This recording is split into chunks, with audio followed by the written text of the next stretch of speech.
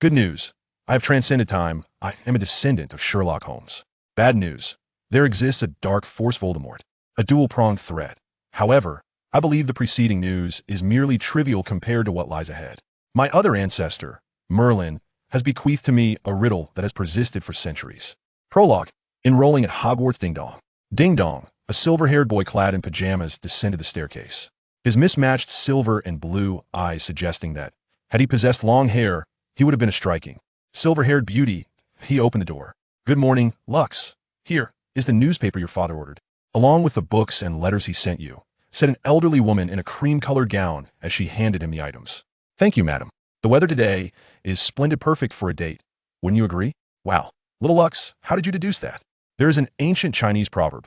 A woman adorns herself for the one she loves, indicating that women dress beautifully for their beloved. You have donned a beige dress that you typically would not wear, embroidered with a pink rose, which symbolizes a vow of love. Moreover, the diamond ring on your ring finger is distinct from both wedding and engagement rings. Upon seeing you with such an extraordinary gift, I am quite certain you have an unforgettable date planned today. Lux proudly articulated his analysis and reasoning. The elderly woman beamed with joy at his words. For personal reasons had prevented her from having children. Yet, she regarded this boy as her own grandchild. Lux, you have inherited your family's talent. If given the chance, please continue to cultivate and develop your gifts, she said, gently adjusting his hair. Lux nodded in agreement. I shall, madam. Wishing you a delightful date today. Thank you for your kind wishes, my little gentleman. With that, the elderly lady departed. Lux ascended the stairs with a parcel and envelope, returning to his room to unveil what his father had sent. Having reincarnated into this world brimming with magic and wonder, he pondered the significance of his name, Rux Ambrosius Holmes. One could only conclude that his father was not particularly adept at naming that in this realm, magic exists, and his lineage is none other than the illustrious Holmes family. Indeed, his great-grandfather was Sherlock Holmes. From the accomplishments of his great-grandfather and his two brothers, along with his sister, the Holmes family ascended from a landowning gentry to a noble family of hereditary status. His grandfather was Bruce Holmes, and his father, Yano Holmes.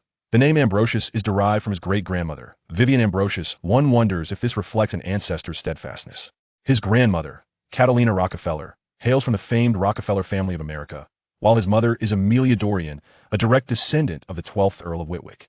The reason only these two surnames are retained is to honor the legacies of both families. Such a family could be deemed exceedingly affluent indeed. It is unclear how many generations of wealth they possess, given that they own a villa and 2 castles. His maternal great-grandfather, John Rockefeller, bestowed shares and a villa upon him last year, a bequest which now belongs to him as the direct descendant of his grandmother. While the surprise of reincarnating into this world was remarkable, the prospect of being born into such an illustrious family meant a life of luxury. Yet, from an early age, he demonstrated maturity, having been rigorously trained since the age of 3 in various disciplines: logical reasoning, astronomy, chemistry, medicine, psychology, multiple foreign languages, botany, anatomy, geography, business, and even military strategies, assassination techniques, investigation, disguise, and various forms of combat, including swordsmanship. By the age of 7, he was also studying magic under the tutelage of his father and grandfather. Was this truly the life suitable for a child? Fortunately, his family possessed a sense of humor and wit, albeit tinged with danger. He feared the day they might inadvertently trigger his latent abilities. Upon opening the letter, he read, "My dear son, you are now 11 years old, and it is time for you to attend Hogwarts. We cannot travel the world with you and teach you magic. You have already learned much, and we have been searching for Merlin's wand, having found some clues. It is included in the package. You will need it. With love, your father and mother." Lux smirked at the note, recalling how his grandfather had once taken him on adventures around the globe with a Hogwarts tutor by his side. If his mother wished to enjoy a romantic getaway, she could have simply said so, rather than resorting to such tactics to deceive her son. Despite his banter, he proceeded to open the package. Inside, he discovered a book and an unfamiliar metal badge, likely an alchemical artifact. He decided to investigate it further at Hogwarts, perhaps consulting Dumbledore and Nicholas Flamel. After preparing a small meal, he opened the newspaper, its headline bold and striking: "The Red Nation in the North." It seemed this world was not immune to the historical machinations of his great-grandfather, who had manipulated presidential elections in a capitalist country. Then, in a magical realm, news of Harry Potter's impending enrollment at Hogwarts surfaced. Their savior certainly garnered much attention, and the Whitwick organization had remained behind the scenes during tumultuous times. Had it not been for his grandfather and father, calamity might have ensued. After changing his attire, He opened his wardrobe, filled predominantly with Hugo Boss garments, though there were a few others. Today, he had an appointment with the dentist for a checkup. The trials of losing baby teeth were indeed arduous for a child. Upon arriving at the Granger clinic, he greeted Mr. Granger, Hermione's father, dressed in a black trench coat. "Good morning, Mr. Granger." "Good morning, Lux. Could you wait a moment? My daughter is currently having her teeth checked." Of course. After a flurry of activity, Lux completed his dental examination. Spotting Hermione engrossed in a book, he was struck by a mischievous impulse. He quietly approached her and glanced at the title. The Death of Arthur, a romantic novel that chronicles the complete saga of King Arthur and his Knights of the Round Table, authored by Sir Thomas Malory, a knight of 15th century England born into a prosperous gentry family. He was knighted at 25 and elected as a member of Parliament for Warwickshire at 29. He later became embroiled in the political machinations of the Plantagenet dynasty and the Wars of the Roses, and after enduring multiple imprisonments, he devoted himself to writing The Death of Arthur. The manuscript was completed in a London prison in March 1470, and he passed away the following year in March. This, of course, is a modified and child-appropriate version. The original manuscript resides within Ambrosius's castle. Hermione gazed at Lux in shock, and he then noticed another book beside her, Treasure Island, a fantastical adventure novel for young readers, written by the 19th century author Robert Louis Stevenson, who was born in Edinburgh, Scotland, and graduated from the University of Edinburgh. His rebellious youth against his family's business, combined with his travels and life experiences, provided him with endless inspiration. It seems you are filled with courage and curiosity about this world and the magic it holds. Turning to Hermione with a smile, Lux said, "Hello, Miss Hermione Granger." Hermione felt utterly bewildered. A striking boy had suddenly appeared before her, reciting the contents and authors of her books with uncanny precision, even knowing her name. Were it not for his youth, she might have suspected he was some sort of stalker. "Wait a moment. Who are you? And how do you know my name?" With tousled hair and a look of confusion akin to that of a sleepy lion, he regarded the stranger. Lux explained, "Firstly, the name in your book, combined with the handwriting on your bookmark, appears to be that of an adult male. Secondly, I happen to know that Dr. Granger's daughter is also present here. Thirdly, I believe there isn't another girl in this vicinity. Allow me to introduce myself. I am Rux Holmes. Not everyone is aware of Merlin's surname. Wait, Holmes. That Holmes family. I presume so, for there is but one Holmes family in England. That moment, Mr. Granger emerged, clad in a white coat. "Lux, your teeth are in excellent condition. It seems you are already acquainted with my daughter." "Yes, sir. Shall I make formal introductions?" Mr. Granger raised an eyebrow, visibly impressed by the talents and deductive abilities of the Lux family. Hermione interjected, "Dad, that won't be necessary. We are already acquainted at Mr. Granger replied, "Then I shall not intrude upon your conversation." Lux turned to Hermione. With a hint of nervousness, asked, "So, do you not fear being ridiculed or ostracized by others?" "It's perfectly all right if you choose not to answer. If acquiring knowledge results in mockery or exclusion by my peers, then I shall embrace their ignorance. For knowledge is the essence of human wisdom," Lux responded gently. In that moment, Hermione felt she had finally found someone who understood her. "Would you accompany me to the zoo tomorrow?" Upon realizing her boldness, she felt a wave of embarrassment for suggesting such a thing upon their first meeting.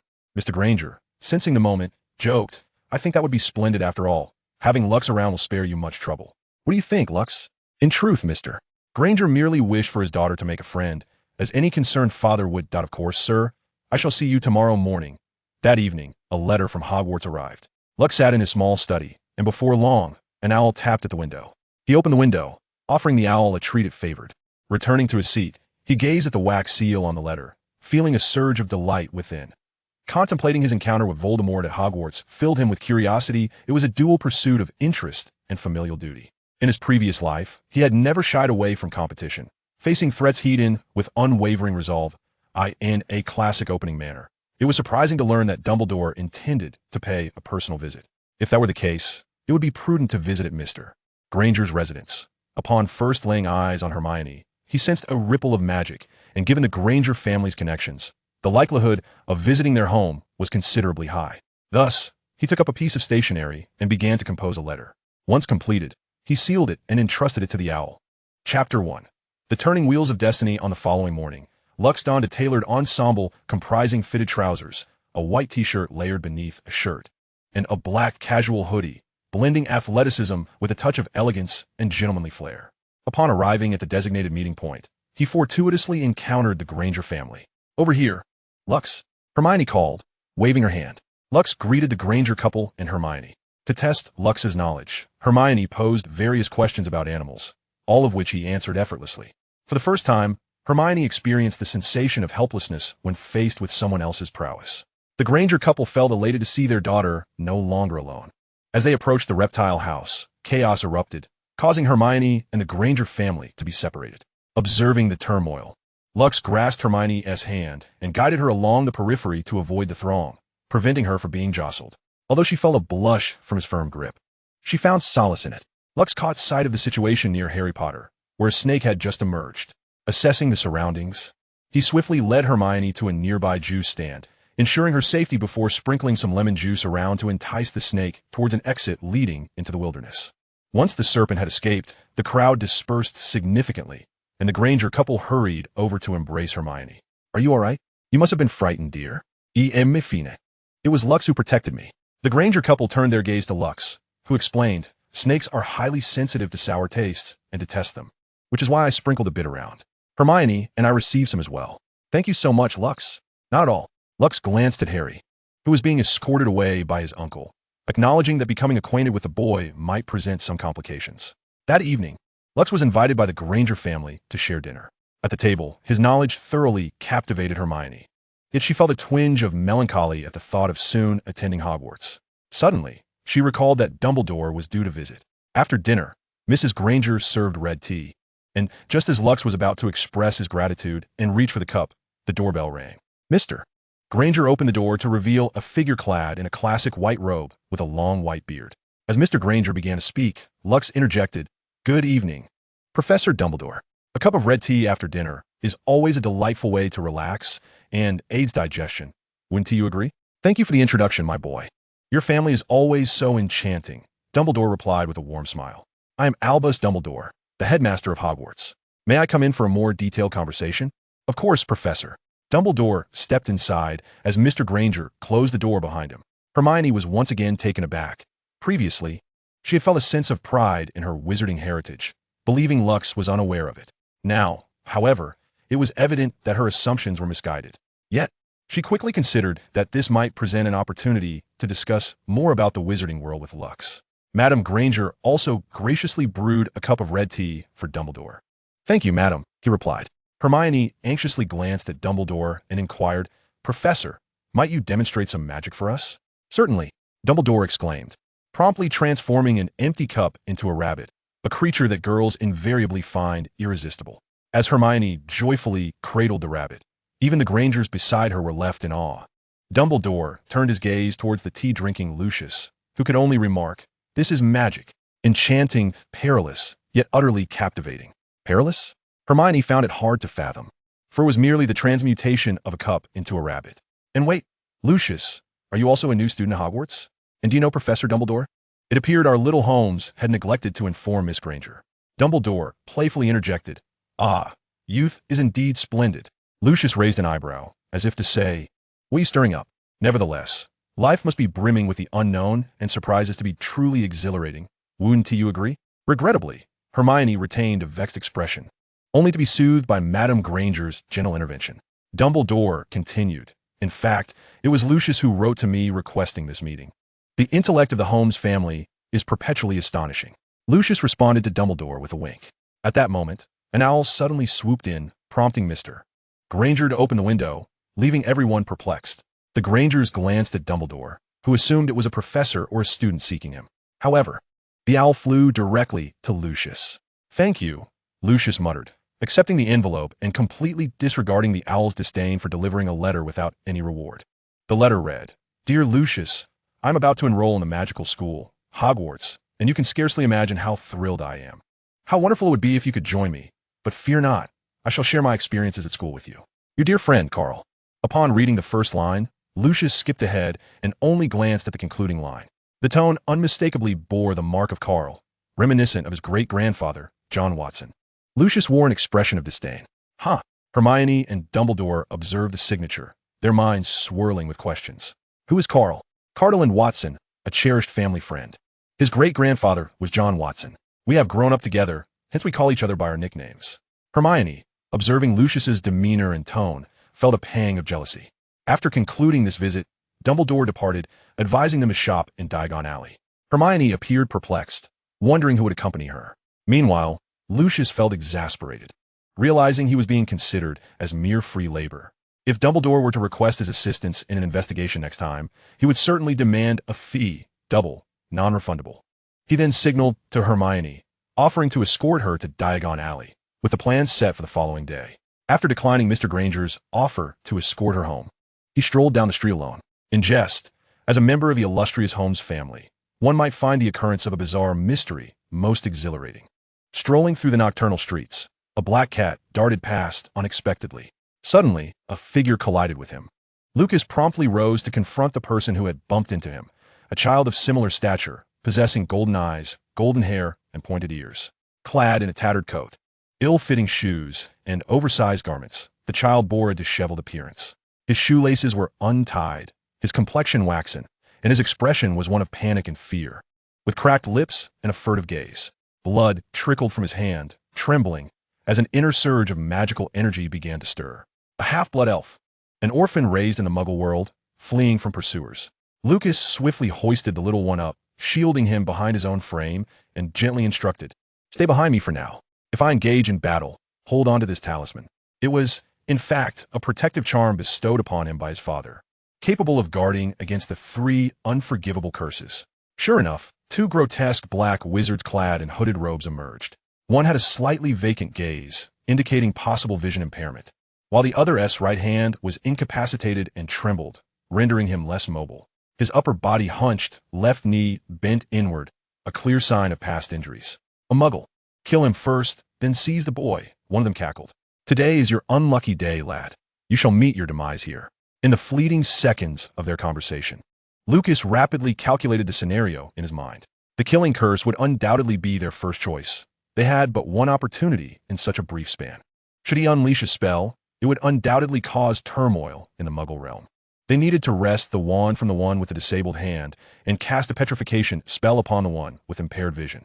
Thus, the plan unfolded. First, using his watch, he would deflect the initial curse, a task requiring 3 seconds. Second, he would stealthily navigate through the shadows while they searched for him, taking 5 seconds. Third, he would cover one wizard's head with his garment and strike the other in the ribs, targeting the liver, with a reaction time of 15 seconds. Fourth, he would attack the knee, causing the wizard to kneel. Fifth, he would subdue him and seize the wand, striking down the one whose head was covered. Lastly, he would deliver a blow to the back of the neck, rendering the assailant unconscious within 90 seconds. Avada Kedavra! A flash of green light surged toward Lucas. He then hurled his watch, and everything unfolded as envisioned. In less than a minute, one black wizard lay unconscious, while the other succumbed to the curse and fell, equally incapacitated. This spectacle left the half-blood elf beside him utterly astonished. Lucas retrieved his hoodie and approached the young boy. "We are only temporarily safe.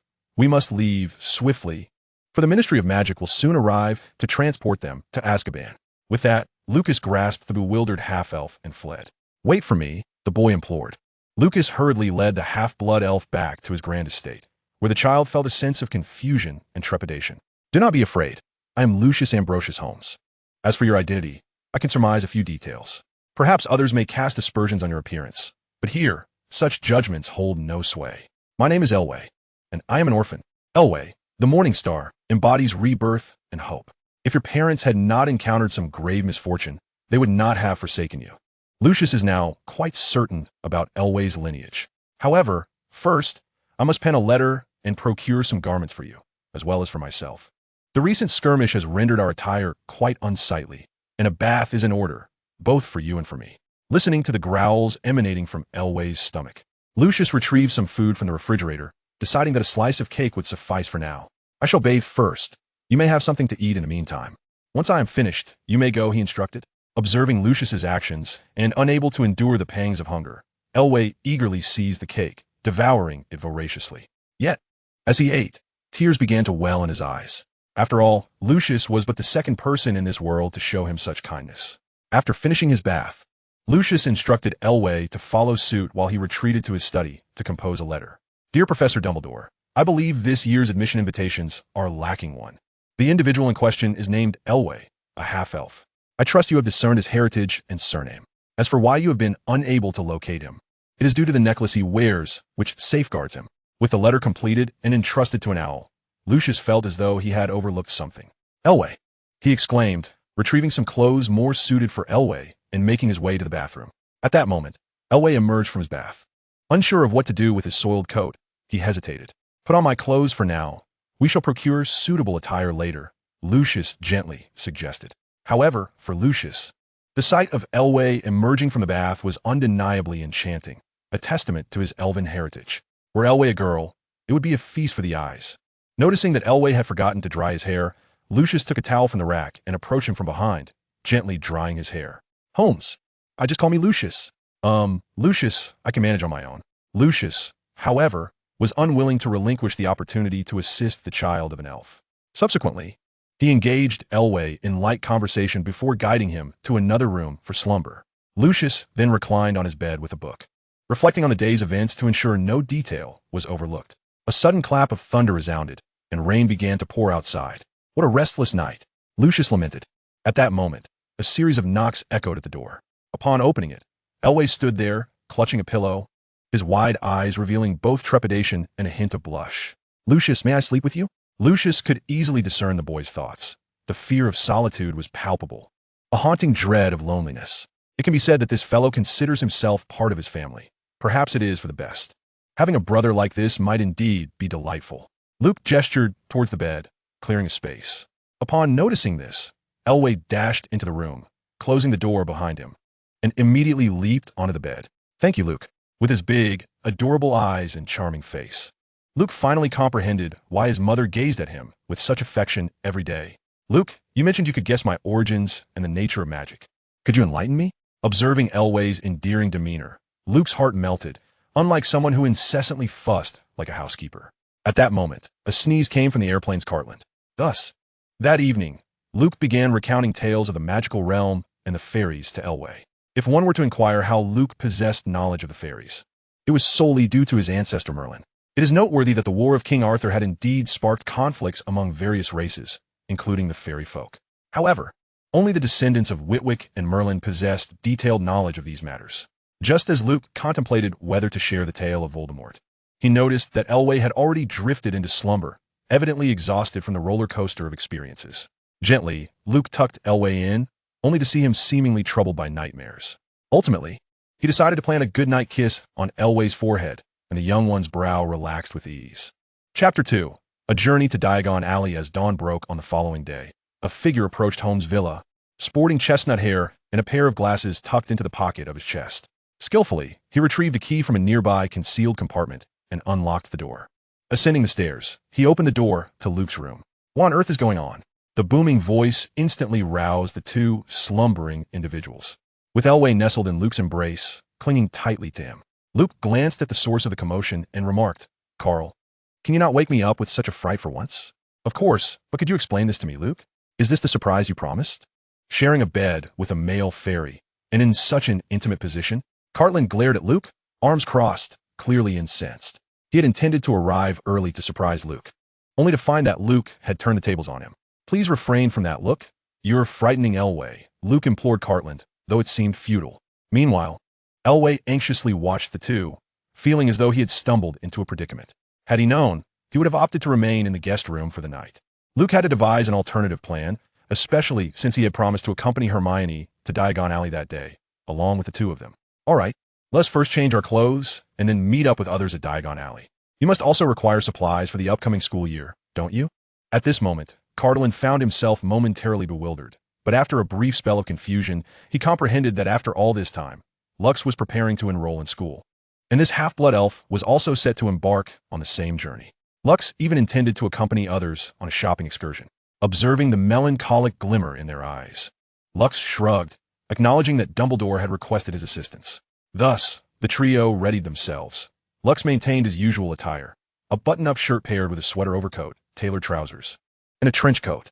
In contrast, Elway donned a purely charming youthful ensemble, adopting a sporty style complete with a hood.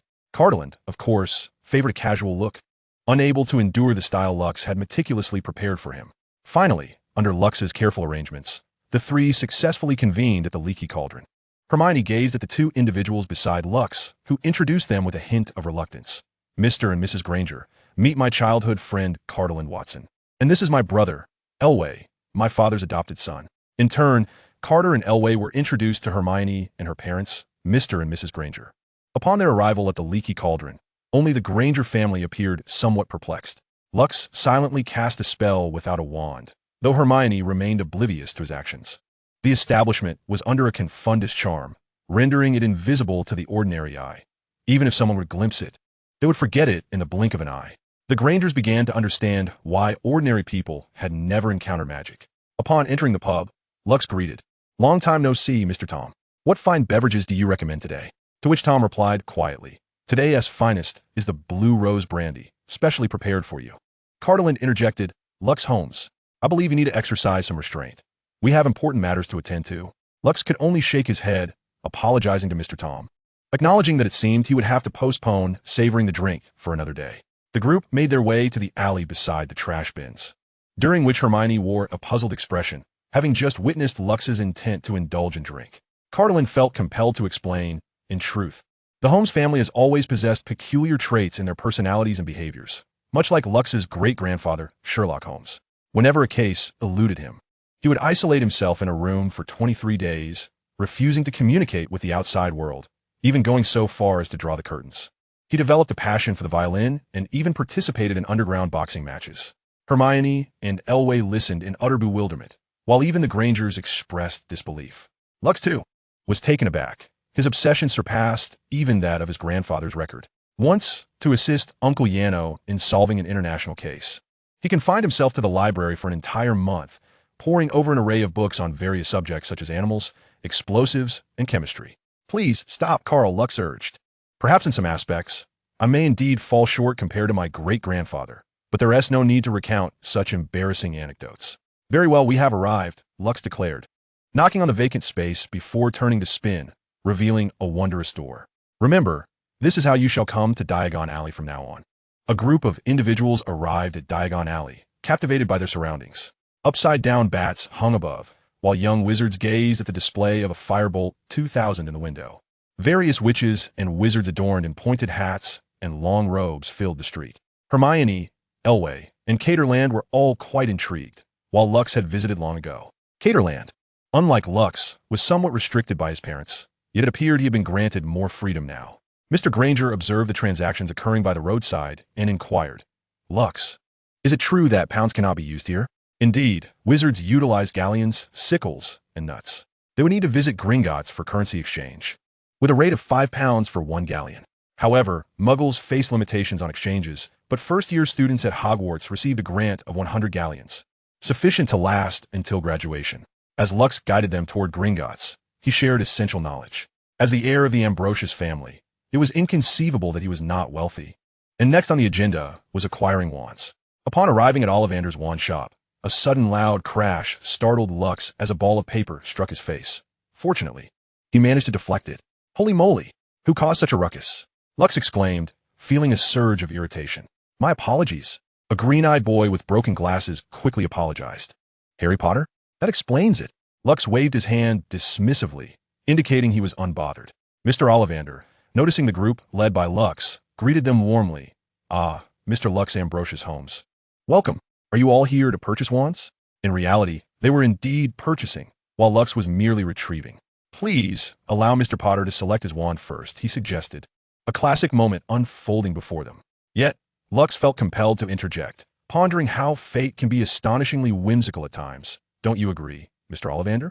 "Indeed," Ollivander responded. Hermione, witnessing the deference Ollivander showed Lux, turned to Caterland with a questioning glance, but he merely shook his head in uncertainty. The first wand was presented to Hermione, a 10 3/4-inch vinewood wand, with a dragon heartstring core. As she grasped it, it emanated a radiant glow.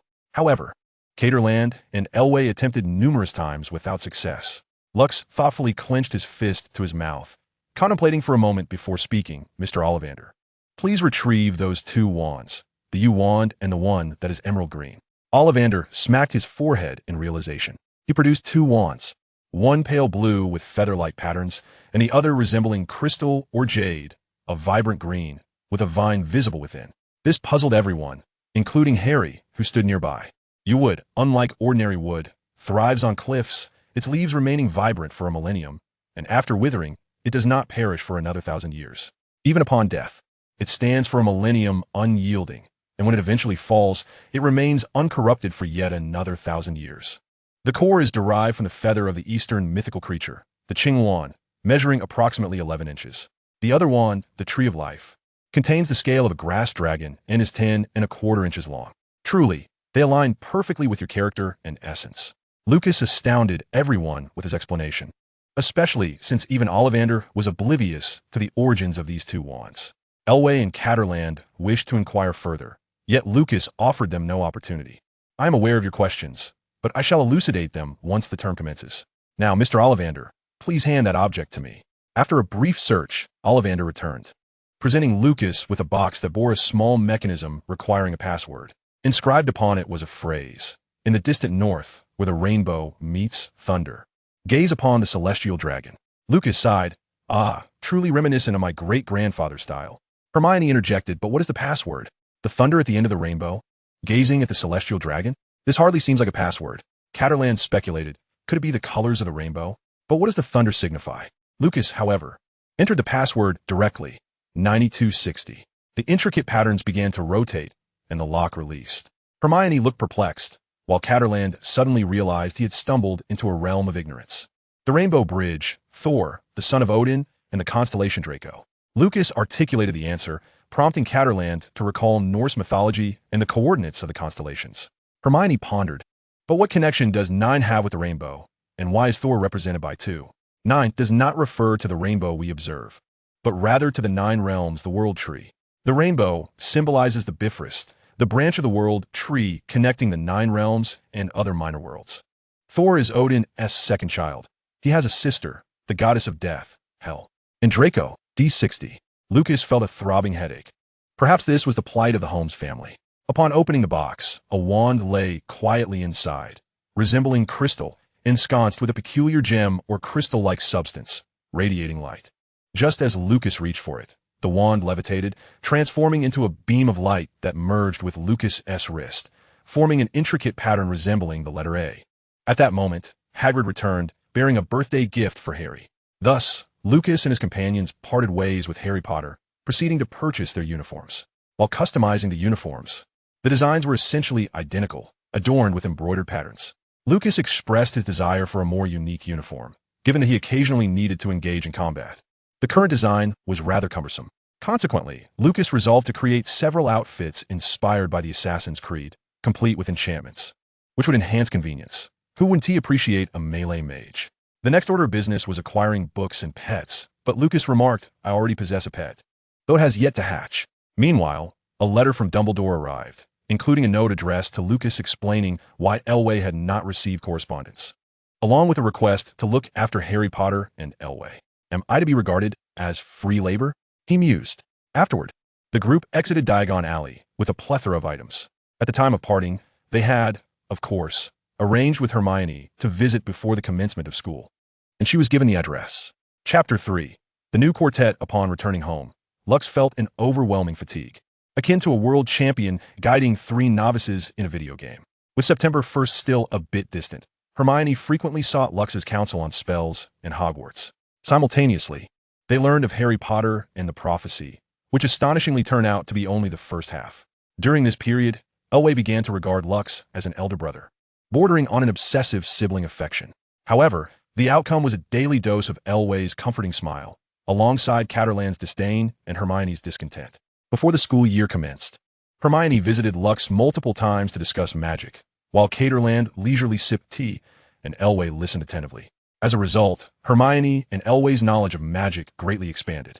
On September 1st, the group prepared to embark on their journey to Hogwarts. Upon arriving at the train station, Hermione was the first to appear perplexed. She exclaimed, Platform 9¾ how is that possible? The Grangers shared her confusion, speculating whether there was an error. Lux merely remarked, Hermione, do not forget the leaky cauldron. And remember that we are wizards. Elway observed their surroundings and suggested, there is a pillar between platforms 9 and 10. Could that be the entrance, brother? Lux blinked, indicating he was correct. He then pointed to the side of the pillar, confirming it was indeed the entrance. They soon noticed other young wizards passing through. Thus, Hermione embraced her parents' goodbye, witnessing their near-tearful expressions. She reassured them, "Mom, Dad, I'm merely going to school. I will return every Christmas and summer, and I will write to you regularly." The Grangers offered their final words of caution, and Mrs. Granger called Lux over, saying, "I entrust Hermione to you." It sounded somewhat akin to a mother-in-law entrusting her daughter to her son-in-law. The group traversed the platform, encountering the Hogwarts Express, a vintage steam train resplendent in red. They chose a compartment where Hermione sat alongside Lux. When questioned why Elway was not seated with them, the answer lay in Hermione's glare and Catterland's cough.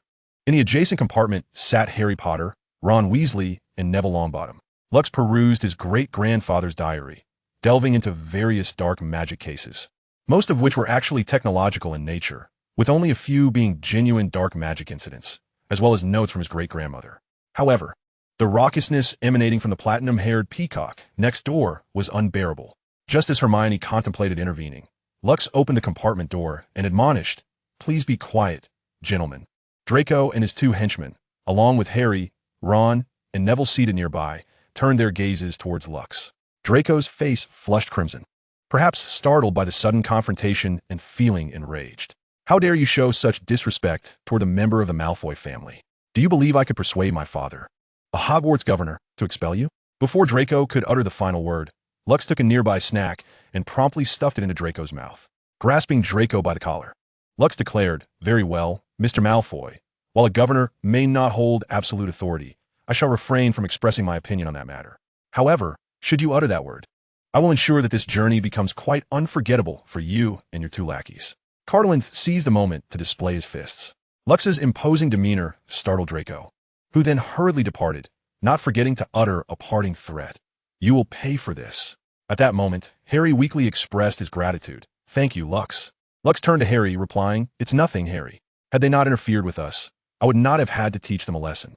Lux then looked at the two individuals beside him, inquiring, "And who might you be?" Ron Weasley, Neville Longbottom." After introductions were exchanged, Lux returned to his own compartment. Eventually, they arrived at Hogwarts that evening, where Hagrid awaited them. "Hurry up, first-year students, don't be shy. Exit from the left side." As Lux and the others boarded the boats, they gazed at the majestic Hogwarts castle, towering into the clouds, eliciting gasps of wonder from everyone. However, on Lux's boat, only Alvy and Cartland remained unfazed, having already witnessed two grand castles. Under Hagrid's guidance, they approached Professor McGonagall. Lux observed her. Clad in a pristine black robe and a deep green shawl, she exuded an air of authority. Her pointed wizard's hat adorned with a feather complemented her stern face, which, despite its severity, radiated warmth in her eyes. Free of fatigue, sweat, or dust, she truly embodied a decisive and nurturing professor. "Welcome to Hogwarts. Soon, you shall pass through these doors and gather with your fellow students.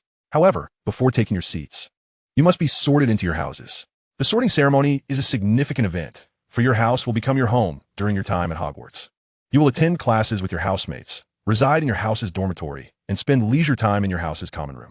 The four houses are named Gryffindor, Hufflepuff, Ravenclaw, and Slytherin. Each house possesses its own illustrious history and has produced remarkable wizards. Throughout your tenure at Hogwarts, your commendable achievements will earn points for your house, while any misconduct will result in point deductions. At the end of the year, the house with the highest score will be awarded the House Cup, a prestigious honor. I hope that regardless of which house you are assigned to, you will bring glory to it. In a few moments, the sorting ceremony will commence before the entire school. I suggest you prepare yourselves." After these words, Draco continued to glare at Harry, and Lux, of course, took note of everything. Yet among this group of newcomers, he noticed someone unexpected. Soon, Professor McGonagall returned, ushering the new students into the commencement of the sorting ceremony. As she began to call out names, those mentioned stepped forward to don the sorting hat. Lux observed the hat with great curiosity, pondering the experiences it had witnessed over the years. Hannah Ibwa, Hufflepuff. A slight smile crept across Lux's lips at the mention of the steadfast Hannah Ibwa. Susan Burns, Hufflepuff. When it was Hermione's turn, she appeared quite anxious, letting out a small sigh. Then, Professor McGonagall announced, Rux Holmes, eliciting surprise among many, sparking murmurs, and drawing the attention of all the professors towards him. Hermione felt a surge of curiosity and was soon enlightened by an upperclassman that Merlin's full name was indeed Merlin Ambrosius, and anyone bearing the name Ambrosius was undoubtedly a descendant of Merlin. Hermione was momentarily taken aback, as Lux had never revealed this to her. Harry and Ron were equally astonished. After all, Merlin was a remarkably powerful and legendary white wizard. Each house exhibited distinct reactions. Ravenclaw insisted that Lux belonged with them, for it was the rightful place for Merlin's descendant, especially as a Holmes. Slytherin argued that he should join their ranks, claiming Merlin as one of their own. This led to a heated debate among Gryffindor, while Hufflepuff remained composed, merely observing with a hint of hunger. The Sorting Hat gradually proclaimed, "Ah, what a magnificent lineage! What an illustrious name! You are calm, yet formidable, endowed with wisdom and courage, and possess a genuinely kind heart. So, where shall you go? If I may voice my own thoughts? Of course, if I were to go to Slytherin, it would undoubtedly incite considerable controversy, perhaps even conflict. Ravenclaw does not suit my temperament. I prefer freedom. As for Gryffindor, I fear I might explode with expletives at any moment, given their propensity for madness." Very well, then, Hufflepuff. The Sorting Hat had no further objections. In an instant, the Hufflepuff table erupted in joyous celebration. We have a descendant of Merlin. Next were Caterland and Elwë, with Caterland being sorted into Ravenclaw, which puzzled Lux. By his understanding, Caterland seemed more suited for Gryffindor. Elwë joined Lux at Hufflepuff. Yet a certain large bat was displeased by Elwë's proximity to Lux. Elwë was taken aback when the Sorting Hat announced his full name and inquired with Lux about it, to which Lux revealed details concerning his parents. Greenloft Holmes. Another Holmes, Ron exclaimed, as all present began to speculate whether he and Lux hailed from the same lineage. Lux furrowed his brows momentarily before relaxing with a soft snort. Reen was sorted into Ravenclaw, prompting cheers from the table, for who would not delight in having a Holmes among them? As he departed, he cast a glance at Lux, who received a message through their eyes, "My dear brother." Lux responded with a knowing look, "Long time no see, my brother." Next, Olivia Holmes. Both Lux and Reen turned their gazes towards the girl donning a hat, their eyes filled with affection. She is the true heir of the Holmes estate, and, simultaneously, their beloved cousin. Given her disposition, it was only natural for her to be sorted into Gryffindor, where she was promptly joined by Hermione. Olivia bestowed a reassuring glance upon her two older brothers. However, Hermione cast an unhappy glance at Lux before turning her head away. Lux was somewhat perplexed. Of course, Caterland noticed this as well, observing Lux's expression with evident concern. Why was it that he was utterly clueless when it came to matters of women and love? Yekaterina Adler. Upon hearing this name, Lux's hand slipped from his shin, nearly causing his jaw to collide with the table. Meanwhile, Reen and Cater exchanged amused glances, having formed a united front concerning Lux's romantic endeavors. As for Olivia, she could not comprehend how this little girl could possibly affect her brother Lux. The Sorting Hat, upon encountering Yekaterina, was taken aback. "You possess ambition, along with formidable intelligence and strength. You yearn to defeat someone and seek to conquer them. However, I recommend you join Ravenclaw." "No, Slytherin. I shall overcome all obstacles and utilize Slytherin to vanquish him." Yekaterina's words astonished Professor McGonagall, who stood nearby. "Very well, Slytherin." Slytherin welcomed Yekaterina, albeit with some confusion. Subsequently, Dumbledore spoke, and both Holmes and Adler discerned several key points. An 8th-floor room, a hidden corner on the 4th floor, the Forbidden Forest, and nocturnal excursions. "May Merlin protect you all." This was, of course, in ancient Arabic. At this moment, various dining tables began to murmur, with Holmes receiving the most attention, while Hufflepuff appeared to be more focused on their meals. In response to Hufflepuff's inquiries, Lux openly acknowledged their concerns. At the Slytherin table, Yekaterina spoke up. "All right, ladies and gentlemen, I have previously learned everything there is to know about Slytherin. Perhaps in the past, you could underestimate the other 3 houses. But now you must take them seriously, for the wisdom of the Holmes family far surpasses that of ordinary folk. Even if you believe Holmes and I are muggles and doubt my words, do not forget that some among them have already mastered the content of your first-year curriculum. Lux Ambrosius Holmes, his lineage destined to surpass yours. Moreover, Gryffindor also boasts a Holmes and a prodigy, Hermione Granger, who is adept at casting spells and has completed the first-year syllabus." Draco inquired, "Miss Yekaterina Adler, what exactly do we need to do?" Cassandra retorted, "That's impossible. This year's House Cup will undoubtedly belong to Slytherin. However, with a Harry Potter alongside a Holmes and a genius, our grievances with that prideful pride of lions may lead them to relish in trampling us beneath their feet." Daphne, standing nearby, seemed poised to speak. Yet Draco interjected with fervor, "She is indeed correct. I've already witnessed the prowess of the Holmes family aboard the train, specifically that of Lucius Ambrosius Holmes." A wave of concern swept through the young Slytherins, for when the heir of the Malfoy family speaks, it is no idle threat. Lucius keenly observed the unfolding events within Slytherin, executing his role with aplomb. Ekaterina Adler, bearing the name of the illustrious Catherine the Great and hailing from the Adler lineage. You surpass even the formidable Mrs. Eileen Adler. I shall furnish you with the means to vanquish them. But you must provide me with usable resources and prove your worth before your parents. This final pronouncement proved irresistibly enticing to the young Slytherins, even if it was merely an enticing promise. In a timely manner, before Dumbledore could call for a song, Ekaterina approached the Hufflepuff table, her gaze fixed upon Lucius. The professors observed this intriguing scene, with Dumbledore remarking softly, "Youth is often impetuous." Lucius responded directly, "Very well. My lady, how is Eileen Adler related to you?" "She is the sister of my great-grandfather," Lucius replied. "And I, Lucius Ambrosius Holmes, wish to challenge you, or rather, to defeat you." "Have we crossed paths before?" Lucius inquired nonchalantly. "No, merely glimpsed through the pages of my great-grand-aunt's diary. Thus, I intend to avenge her by vanquishing you, a descendant of Sherlock Holmes." Ekaterina's voice crescendoed, drawing the attention of all present. As Lucius questioned her, he scrutinized Ekaterina, attempting to glean some insight. However, after a protracted observation, he found no useful information. She bore a striking resemblance to Eileen Adler, and her adept use of the cleaning charm seemed solely for the occasion of the sorting ceremony. It appeared someone was in trouble, and should he resolve it, perhaps it would cease to exist. Rian directed a mocking remark at Lucius. "Yet, I find it rather amusing that someone bearing the Holmes surname conducts himself with such political finesse, akin to a child raised in the environment of MI6, truly a paragon of the British government," Lucius retorted, unflinching in the face of Rian's taunts. Olivia then stood, exclaiming, "Brothers, can you elucidate who she is and what is transpiring here?" "Olivia, you are aware of my great-grandfather, Sherlock Holmes, who, in his lifetime, was bested 4 times in the pursuit of criminals, twice by the same individual. That individual is none other than your great-grand-aunt, Ekaterina Adler," Lucius clarified for Olivia, dispelling her confusion. This matter had, in days gone by, been known only to Sherlock, Mycroft Holmes, and Watson.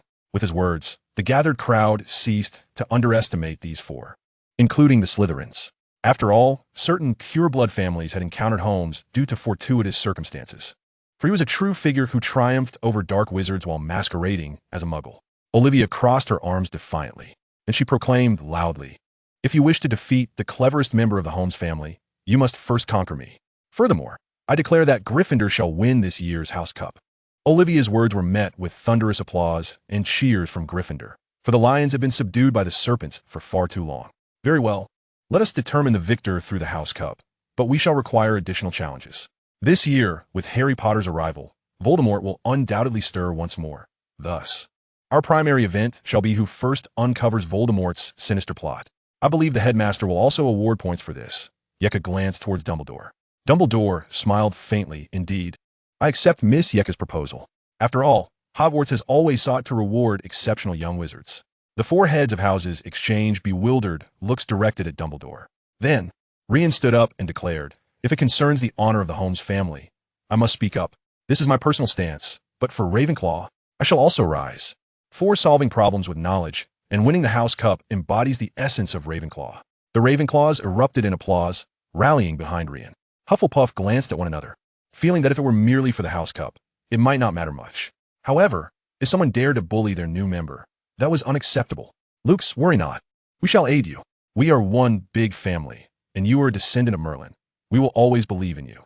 Such sentiments echoed throughout Hufflepuff. Feeling a warmth in his heart, Luke stood up, glanced at the 3, and spoke. "As for the House Cup, Hufflepuff does not hold high expectations. For what Hufflepuff cherishes most is family and friends. Yeka, do you seek to defeat me? You are mistaken. I am not my great-grandfather.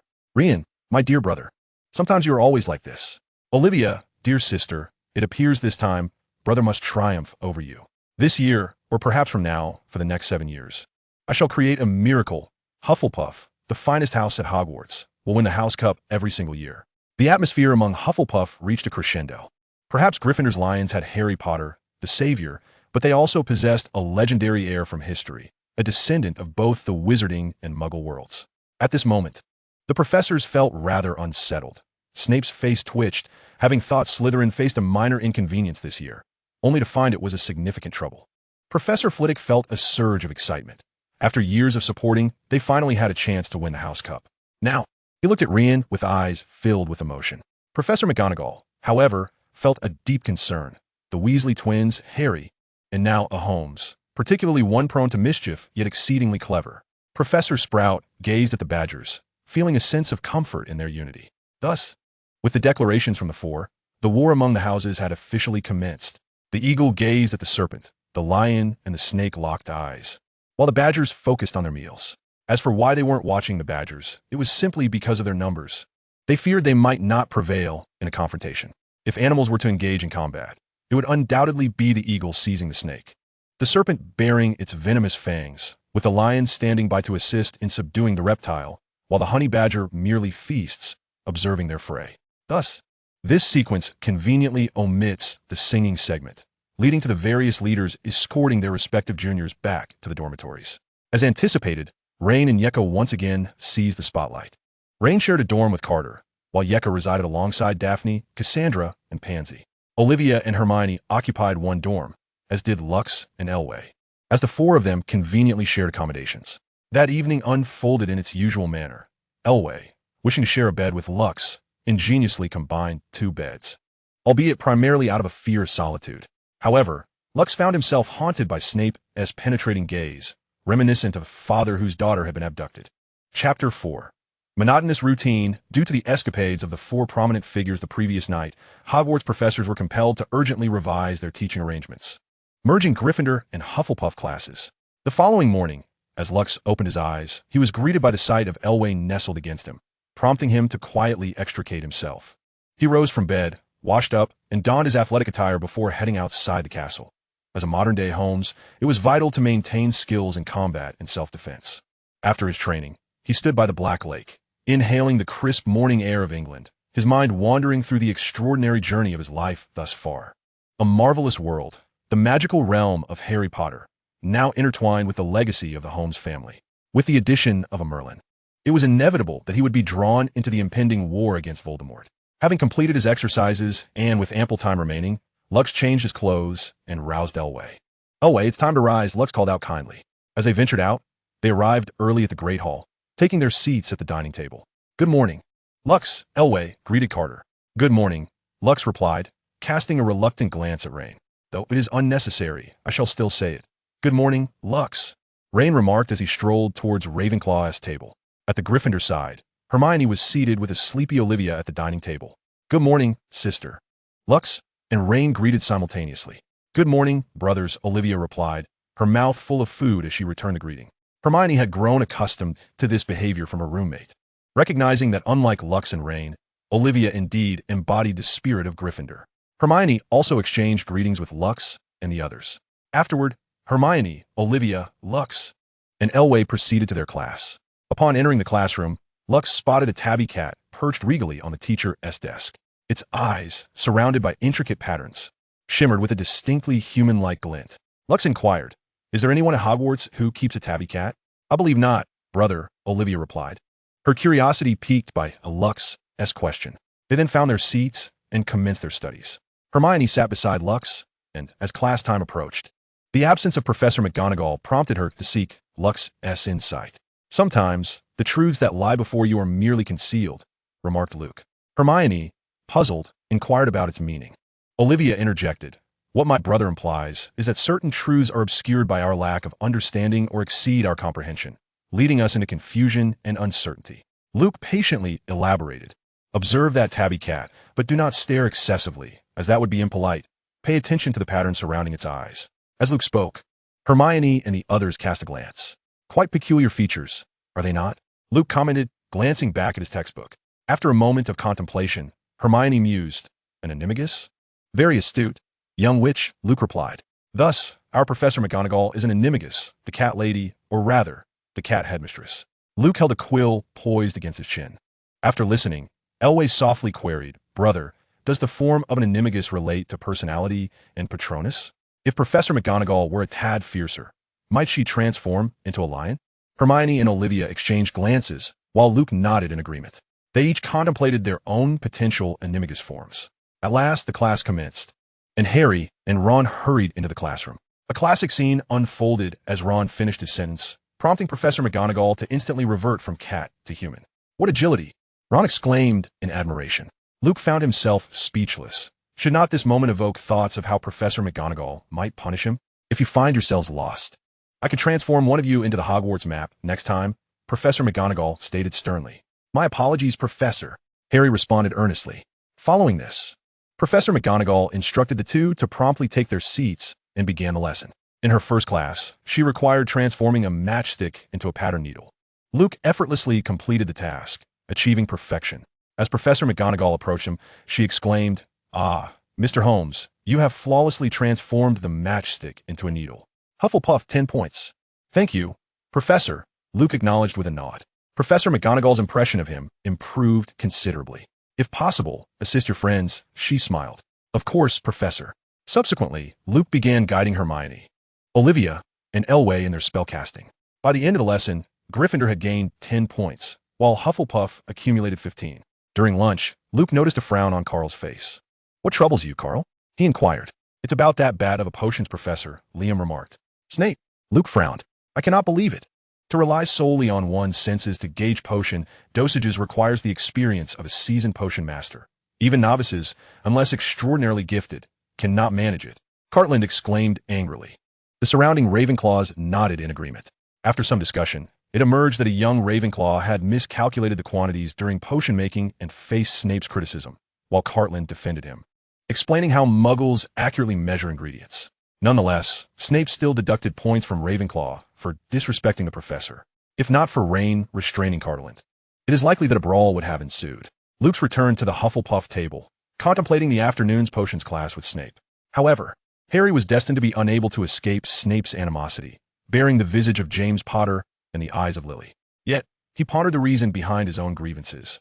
Luke glanced at Elway, who turned to him with twinkling eyes. Suddenly, it dawned on him that Snape and Elway's parents were acquaintances, and it seemed that Snape was also Elway's godfather. Perhaps it was due to Elway accompanying him to Hufflepuff. As the afternoon potions class commenced, Luke contemplated strategies to avoid losing points, fearing that Snape's wrath might be directed at him. When the door swung open, Snape stormed in, draped in his black robes. Resembling a bat that had not bathed, he ascended to the podium and proceeded to deliver a lengthy discourse, which Luke distilled to the essence of, "Put down your wands, focus on brewing potions, and refrain from any foolish improvisation." Alas, poor Harry was once again subjected to Snape's trials. Even Hermione, seated beside Luke's, was reprimanded.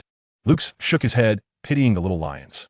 To their surprise, Snape quickly turned his attention to Luke's, posing questions that exceeded the syllabus. Yet Luke managed to respond adequately.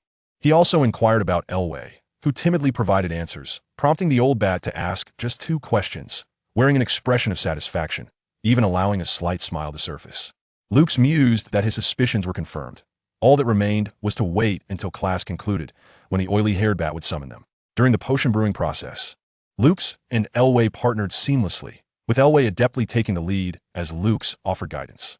They swiftly emerged as the first group to complete their task, and a voice resonated, announcing that Mr. Holmes and Mr. Sweet had brewed their potion first, of commendable quality, earning Hufflepuff 5 points. Luke inwardly scoffed, wondering why the professor felt compelled to haunt the students like a specter throughout the lesson.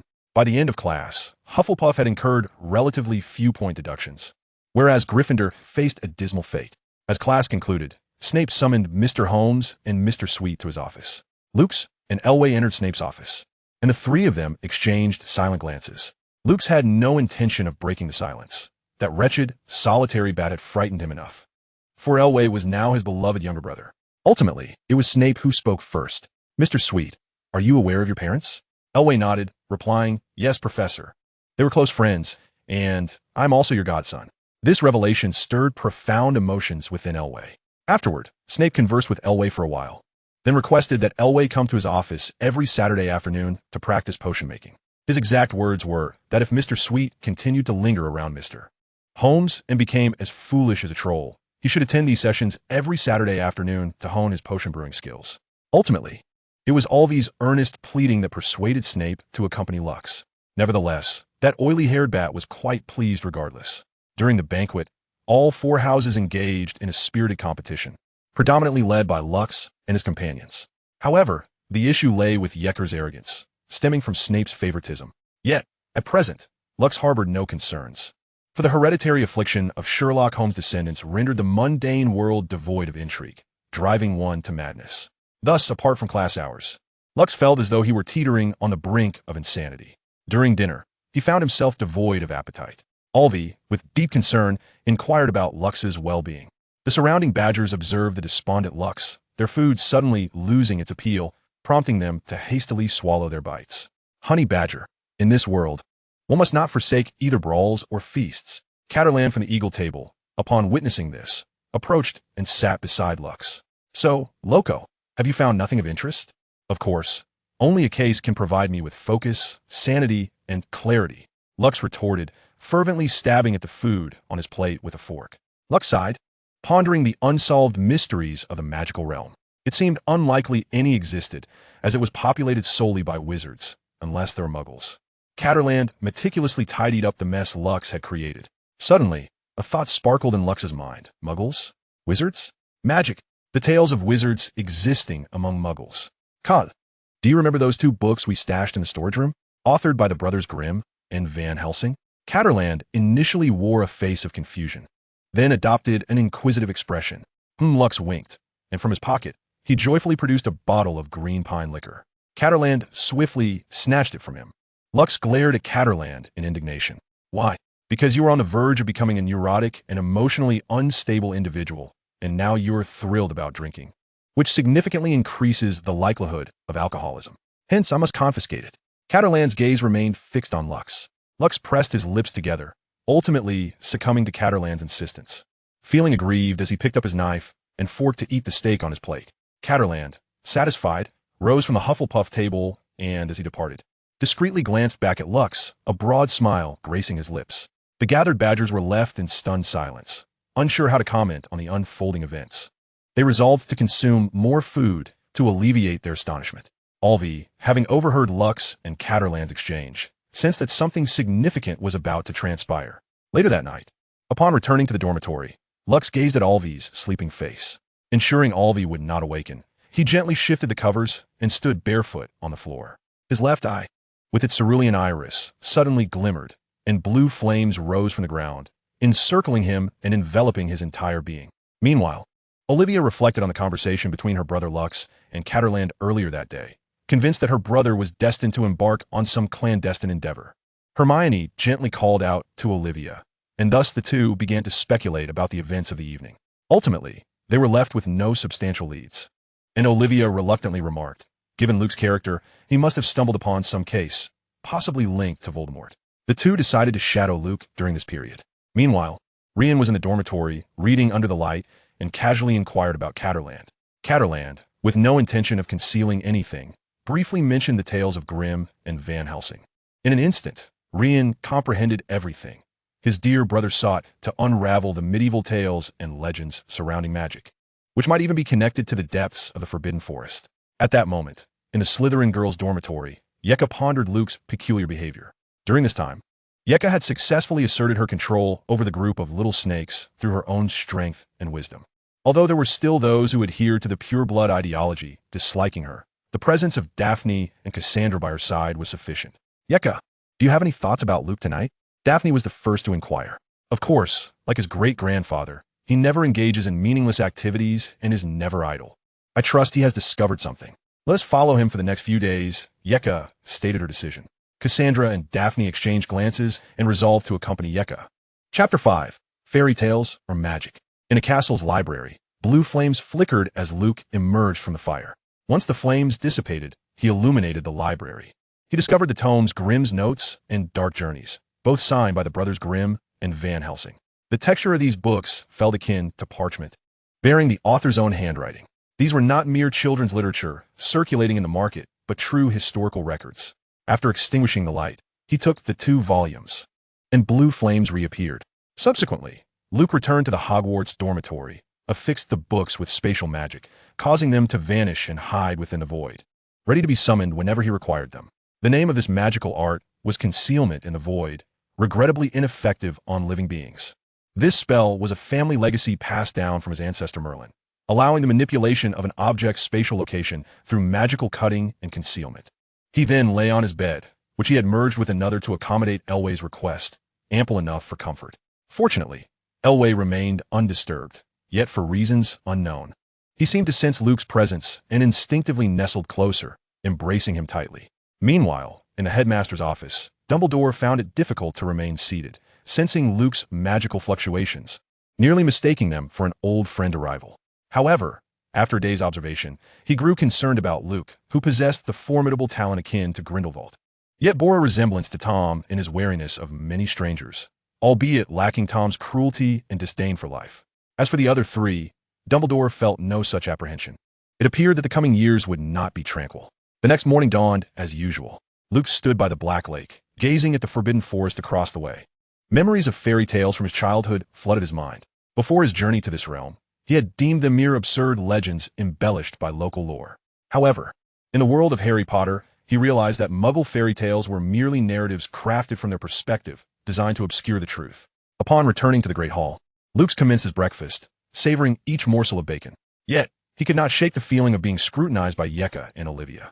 Reluctantly, he made his way to the Ravenclaw table to seek out Carter. Carter Land held a newspaper before his face, seemingly indifferent to Luke's, and a standoff ensued. Finally, unable to contain himself any longer, Luke's snatched the breakfast tea from Carter's grasp and downed it in one go.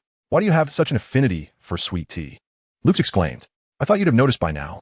Carter folded the newspaper, revealing his face as he turned his gaze towards Luke's. "Sweet tea is as cloying as toffee apple candy. Yet, its sweetness brings relaxation and joy. Nay, that is merely indulgence. It is a poison that dulls the mind. Is that the reason you return to indulge in a bottle of brandy?" Luke regarded Carter with a furrowed brow. "No, I simply could not let it go to waste." "Holmes, how did you come to know?" "You have always been this way. When you're pleased, you resort to drink." Carter raised an eyebrow, fully aware of Luke's tendencies. Carter placed the newspaper on the table, and Luke glanced at the headline, "Gringotts Robbed." "Did you know?" "Of course, Watson, but it is merely a robbery, one that should fall under the purview of those Aurors. However, considering they are even less competent than the historically inept Scottish police, I believe we ought not to dwell on this." Luke cast a sidelong glance, understanding far too well the implications of that animated news. As a time traveler, he recognized it as Voldemort's handiwork, even involving the manipulation of Quirrell's body, though the use of the killing curse was rather excessive. Carter offered a gentle hum of acknowledgement. Luke continued, "Our camaraderie is of utmost value." "Camaraderie?" "Friendship. Go on. Our friendship is so precious. Should you not accompany me in unraveling the greatest mystery linking the wizarding and Muggle worlds?" Luke discreetly glanced at Carter. "Why?" "Because it encompasses the very medicine you so eagerly anticipate, along with much more akin to the transformation of Frankenstein and werewolves." Luke observed Carter's blue eyes, his hands clasped behind his back, anxiously rubbing them together, fearing rejection from Carter at any moment. Carter finally spoke. "This shall be the last time." Seeing this, Luke smiled and departed, while Carter shook his head, knowing he was always difficult to refuse. Nearby, Lean listened to Carter's words, a mysterious smile dancing in his eyes. Today marked Professor Spencer's history class, and Luke felt it was the perfect opportunity to delve into both books with great scrutiny. As Lux entered the classroom, he immediately spotted Elway waving at him. "Brother, over here." Lux made his way to Elway and settled beside him. No sooner had he taken his seat than Hermione plopped down next to him. Observing the pout on Hermione's lips, Lux could easily discern that it was due to Harry and Ron's wild speculations following the Gringotts heist. However, Lux misjudged the situation slightly. The primary reason for Hermione's discontent stemmed from his conversation with Olivia the previous night. Consequently, Hermione felt that Lux had not regarded her as a friend and had concealed many matters from her. Turning to Hermione, Lux inquired, "So, what has caused our little witch to be so displeased?" Hermione glanced at Lux. "You're hiding something from me, aren't you?" "How could that be?" At that moment, Olivia took a seat beside Hermione and turned to Lux. "Brother, I believe it is best for you to be honest. Otherwise, Hermione will certainly ignore you for quite some time." Lux was taken aback, not expecting his own sister to betray him in such a manner. A little analysis revealed that Olivia must have relayed something to Hermione from their conversation the night before, though in truth, Olivia was merely concerned for her brother's romantic entanglements, relieved that he had finally formed a bond with the girl. Meanwhile, Elway looked on expectantly at Lux. Lux sighed. "I suspect that the fairy tales of Muggles hold only fragments of truth, and those fragments coincide with the realities of the magical world." Hermione furrowed her brow, then flipped through the textbook on the table, suddenly discovering accounts of medieval wizards being executed by humans. Elway and Olivia also opened their history books to investigate, while Professor Spencer, who was lecturing, merely cast a fleeting glance at them. But what does this have to do with anything? Hermione asked, perplexed. Lux utilized his void magic to extract the green notes and dark journeys, handing them to Hermione and Elway. As they opened their mouths to inquire, he interrupted them, saying, "Just look at them for now. Return them to me after class, and I will explain everything during lunch. Make sure to cross-reference with a history textbook." Thus, Hermione and Olivia delved into the green notes, while Elway focused on dark journeys. Lux, on the other hand, observed Elway and then turned his gaze to Hermione. Watching Hermione, so engrossed in her reading and looking adorable with her cat ears, felt like a reward. If memory served correctly, Hermione's animagus was a river otter. How wonderful it would be if she were a cat instead. Nonetheless, Professor Spencer's lecture was truly hypnotic, capable of curing even his insomnia, which stemmed from his casework. In this manner, Lux unknowingly closed his eyes and drifted into slumber. Where am I? Why is it so dark? Lux gradually opened his eyes, reaching out to grasp at his surroundings, but found nothing. I distinctly remember being in history class and then falling asleep. As he pondered this, Lux felt a silvery light emanating from his chest. A mysterious figure appeared in the distance. Hello. Lux slowly approached the figure, yet it felt as though he was unable to draw nearer. Halt! A stern voice emanated from the figure. Regrettably, the individual could not see clearly. Thus, Lux could only infer from the voice that this person was quite aged. Accompanying the elder was a towering figure, a colossal head adorned with a pair of horns. Behind it loomed a massive body, the contours of folded wings discernible, with enormous eyes shimmering with a silver glow. Lux inquired, "How may I serve you, sir?" What a jest! With a dragon by his side, such an absurd dream surely had its issues. The time had come. The slumbering darkness was on the brink of awakening once more. The mission has descended upon you. Heed the guidance of fate, seek it out, and prevent the encroachment of darkness. A barrage of bewildering utterances left Lux utterly confounded. Wait, what does this mean? What darkness? What does it signify? Lux cried out urgently towards the elder.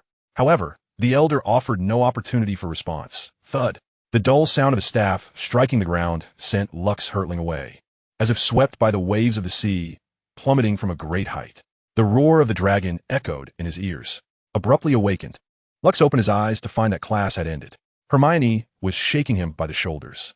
Olivia was even contemplating using her wand to rouse him, while Alvy appeared on the verge of tears. Gathering his composure, Lux asked, "What is it? Why does my face feel like it has been pummeled like dough? And why does my nose feel like it's on fire?" Hermione replied, "We couldn't wake you no matter how hard we tried. We thought you were in a deep slumber, but even pinching your face elicited no response. I even blocked your nostrils for a moment." As she spoke, Hermione discarded a paper ball soaked in chilly water. Olivia cast a guilty glance elsewhere, for it was indeed her idea. Alvy pondered whether to disclose Hermione's actions to his brother, but it appeared that Hermione had a fondness for Lux. "So, what exactly happened to you?" Hermione mused over Lux's sleeping visage, regretting not having taken a photograph. "It was merely a nightmare. There is no need for concern. It's nothing. Let's proceed to lunch. Please hand me those 2 books." Lux chose to conceal the matter from them, for he sensed that this situation could be perilous. Despite its absurdity, it echoed the words of his great-grandfather Sherlock. Eliminate all impossibilities, and the remaining answer, no matter how ridiculous, is the truth. During lunch, Lux found himself somewhat distracted, as that dream had felt astonishingly real. Yet he could not dismiss it. An old sorcerer alongside a dragon, undoubtedly. This could pertain to Merlin and the guardian dragon in Ox. Suddenly, Hermione and Olivia's arrival disrupted Lux's train of thought. "What are you pondering?" Hermione inquired.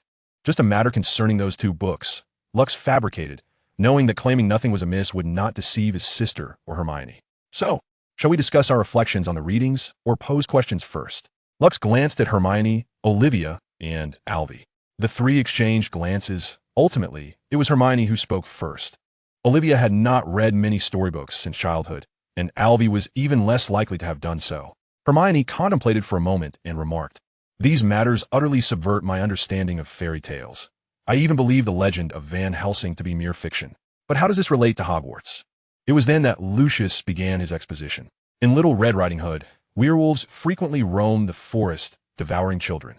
In the Grimm's notes, some of those children are consumed, while others, upon escaping, transform into werewolves. Moreover, in the tale of Rapunzel, the towering castle nestled within the woods, by description, appears to confine a sorceress within her prison. Cinderella's pumpkin carriage resembles a transfiguration spell, yet the metamorphosis of animals defies all reason. The tales of Sleeping Beauty, Snow White, the Frog Prince, and Beauty and the Beast seem to be masterpieces of sorcery. The fairy godmother in Sleeping Beauty and the Beast Prince appear to belong to a unique lineage. Yet no such beings are evident in the magical realm, nor have they existed in the past. Among the most renowned stories is that of Hansel and Gretel, whose childhood in children's literature merely depicts their escape from the witch's candy house, set within a forest. However, in the original manuscript, they mature into witch hunters, and their mother, a white witch, ultimately meets her demise at the hands of the villagers. Their daughter eventually becomes a white witch, battling against dark sorcery. Lastly, let us discuss Van Helsing. In his diary, it is noted that Muggles, utilizing the powers of wizards, created Frankenstein, with the very strength lent to this Muggle by vampires and werewolves. In the earliest records, vampires and werewolves resided in a forest known as the Dark Forest. Upon completing his narration, the nearby badgers, seated around them, became oblivious to the food in their mouths, forgetting even to chew. Hermione and Olivia pondered Lucius's words, ultimately directing their focus towards the enigmatic Dark Forest. Lucius snapped his fingers, emphasizing two noteworthy points. Do you recall the legend surrounding the Forbidden Forest? It is said to harbor werewolves, alongside numerous dark creatures and magical beasts. In fairy tales, the forest is an eternal backdrop. Van Helsing's Dark Forest bears a striking resemblance to the Forbidden Forest, which even many wizards dare not venture into deeply. Chapter 6. Departure to the Forbidden Forest. Lucius conveyed his thoughts to the trio. So you intend to venture into the Forbidden Forest in search of these? A sudden voice interjected. Caterland stood behind Lucius. Naturally, Lucius made room for Caterland. Indeed, Carl, if reality aligns with my conjectures, it may be one of the greatest discoveries bridging the Muggle world with the magical realm. Lucius hesitated for a moment before deciding to elaborate further. Caterland regarded Lucius with a hint of surprise. Yet for what I gather of Lucius Holmes, he would not pursue this investigation merely for that reason. There must be something more enticing, such as a century-old mystery. Lucius averted his gaze from Caterland, scanning the surroundings instead. Observing this, Caterland could not help but mentally scoff. Here he goes again. Holmes. Lucius realized he could not evade the conversation and decided to play coy. What is it, Watson? Please alleviate my confusion. Why would the renowned detective, Sherlock Holmes, take such an interest in this matter and choose to investigate it? The intensity of each word compelled Lucius into a corner. Beside him, Hermione wished to defend Lucius, but was promptly restrained by Olivia. Hermione looked at Olivia in bewilderment, asking, "Why are you stopping me?"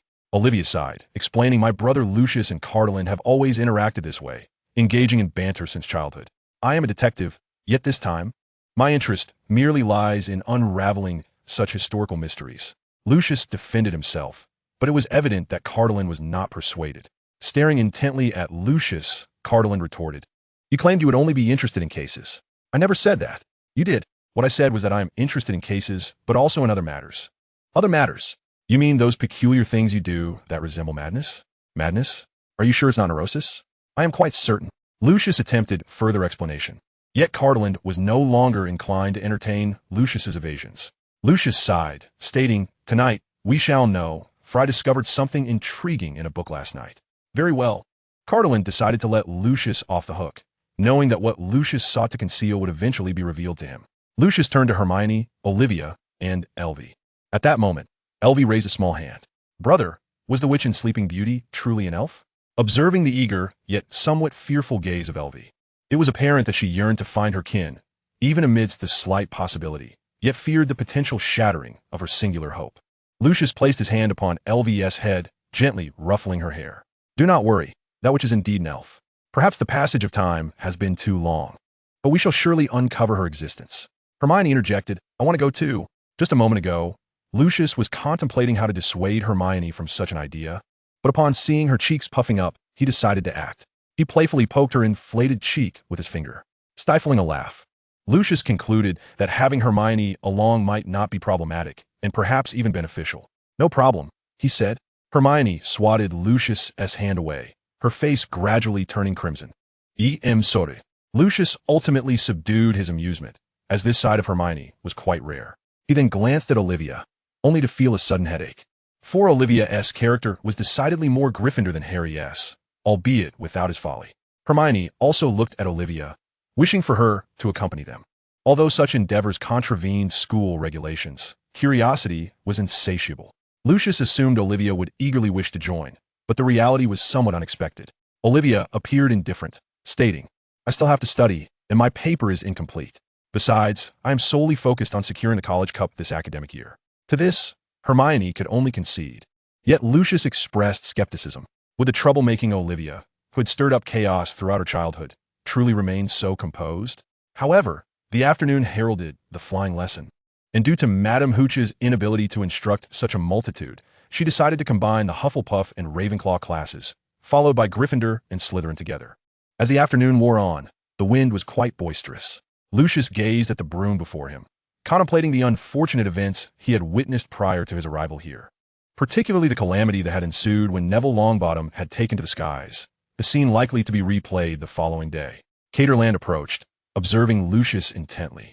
At that moment, Madame Hooch noticed the situation and inquired, "What troubles you, dear child? Are you unable to summon your broom with magic?" "Indeed, madam. It appears to be rather resistant to my attempts," Lucius replied solemnly, fabricating a lie, while Caterland turned away, unable to bear the pretense. Madame Hooch, mistaking Lucius's demeanor for guilt, reassured him, "Fear not, child. A flying broom is merely one means of transportation for wizards. There are other alternatives." Lucius quickly responded, "I understand, Madame Hooch, thank you." Noticing Caterland's downcast expression, Madame Hooch assumed he was unwell. "Mr. Caterland, are you feeling unwell?" Caterland raised his head and replied, "I am quite well, madam. I simply wish to remain by Lucius's side." Thus, Madame Hooch granted Caterland's request, allowing Lucius to attend the lesson without adhering to the same requirements as others. After her departure, Caterland looked at Lucius with an expression that spoke volumes. "Your lie is utterly transparent, easily discernible." Lucius met his gaze with a retort of his own. "That may be true for you, my dear friend, because you know me too well." Rain ambled over, catching their attention. Before he could speak, Lucius inquired, "Why do you not soar through the air like the others? It seems quite fitting for someone as indolent as you." Rain beamed and replied, "Lucius, perhaps you are right. However, I choose not to fly about like the others. But why does my dear brother refuse?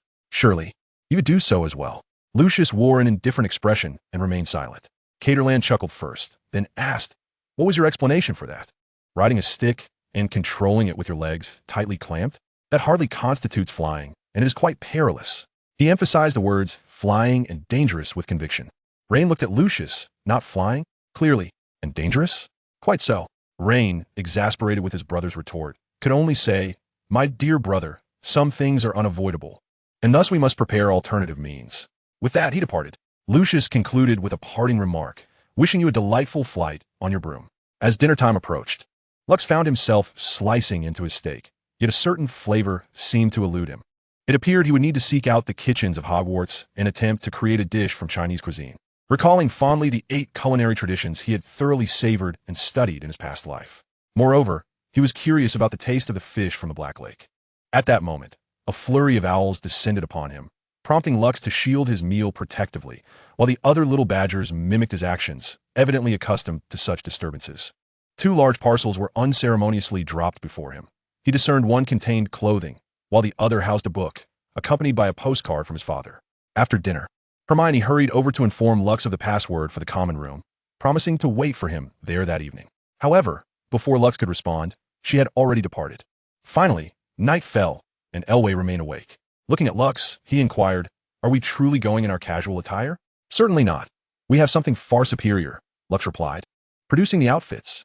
Previously, he had gifted a set to Cartland, which was none other than the attire of the Assassin's Creed. His own was that of Arno. Cartland's was Jacob's, and Elway's was Edward Kenway's, albeit without the outer leather armor. It dawned on Lux that only Hermione had donned casual wear. Thanks to the enchantments affixed to the garments, they could effortlessly cast the disillusionment charm, blending seamlessly into the shadows. He marveled at the ingenuity of the Ambrosius family, who drew inspiration from the illumination of the world, employing darkness to achieve concealment. Lux instructed Elway to take his hand, and in an instant, blue flames erupted around them, transporting them to the Ravenclaw common room.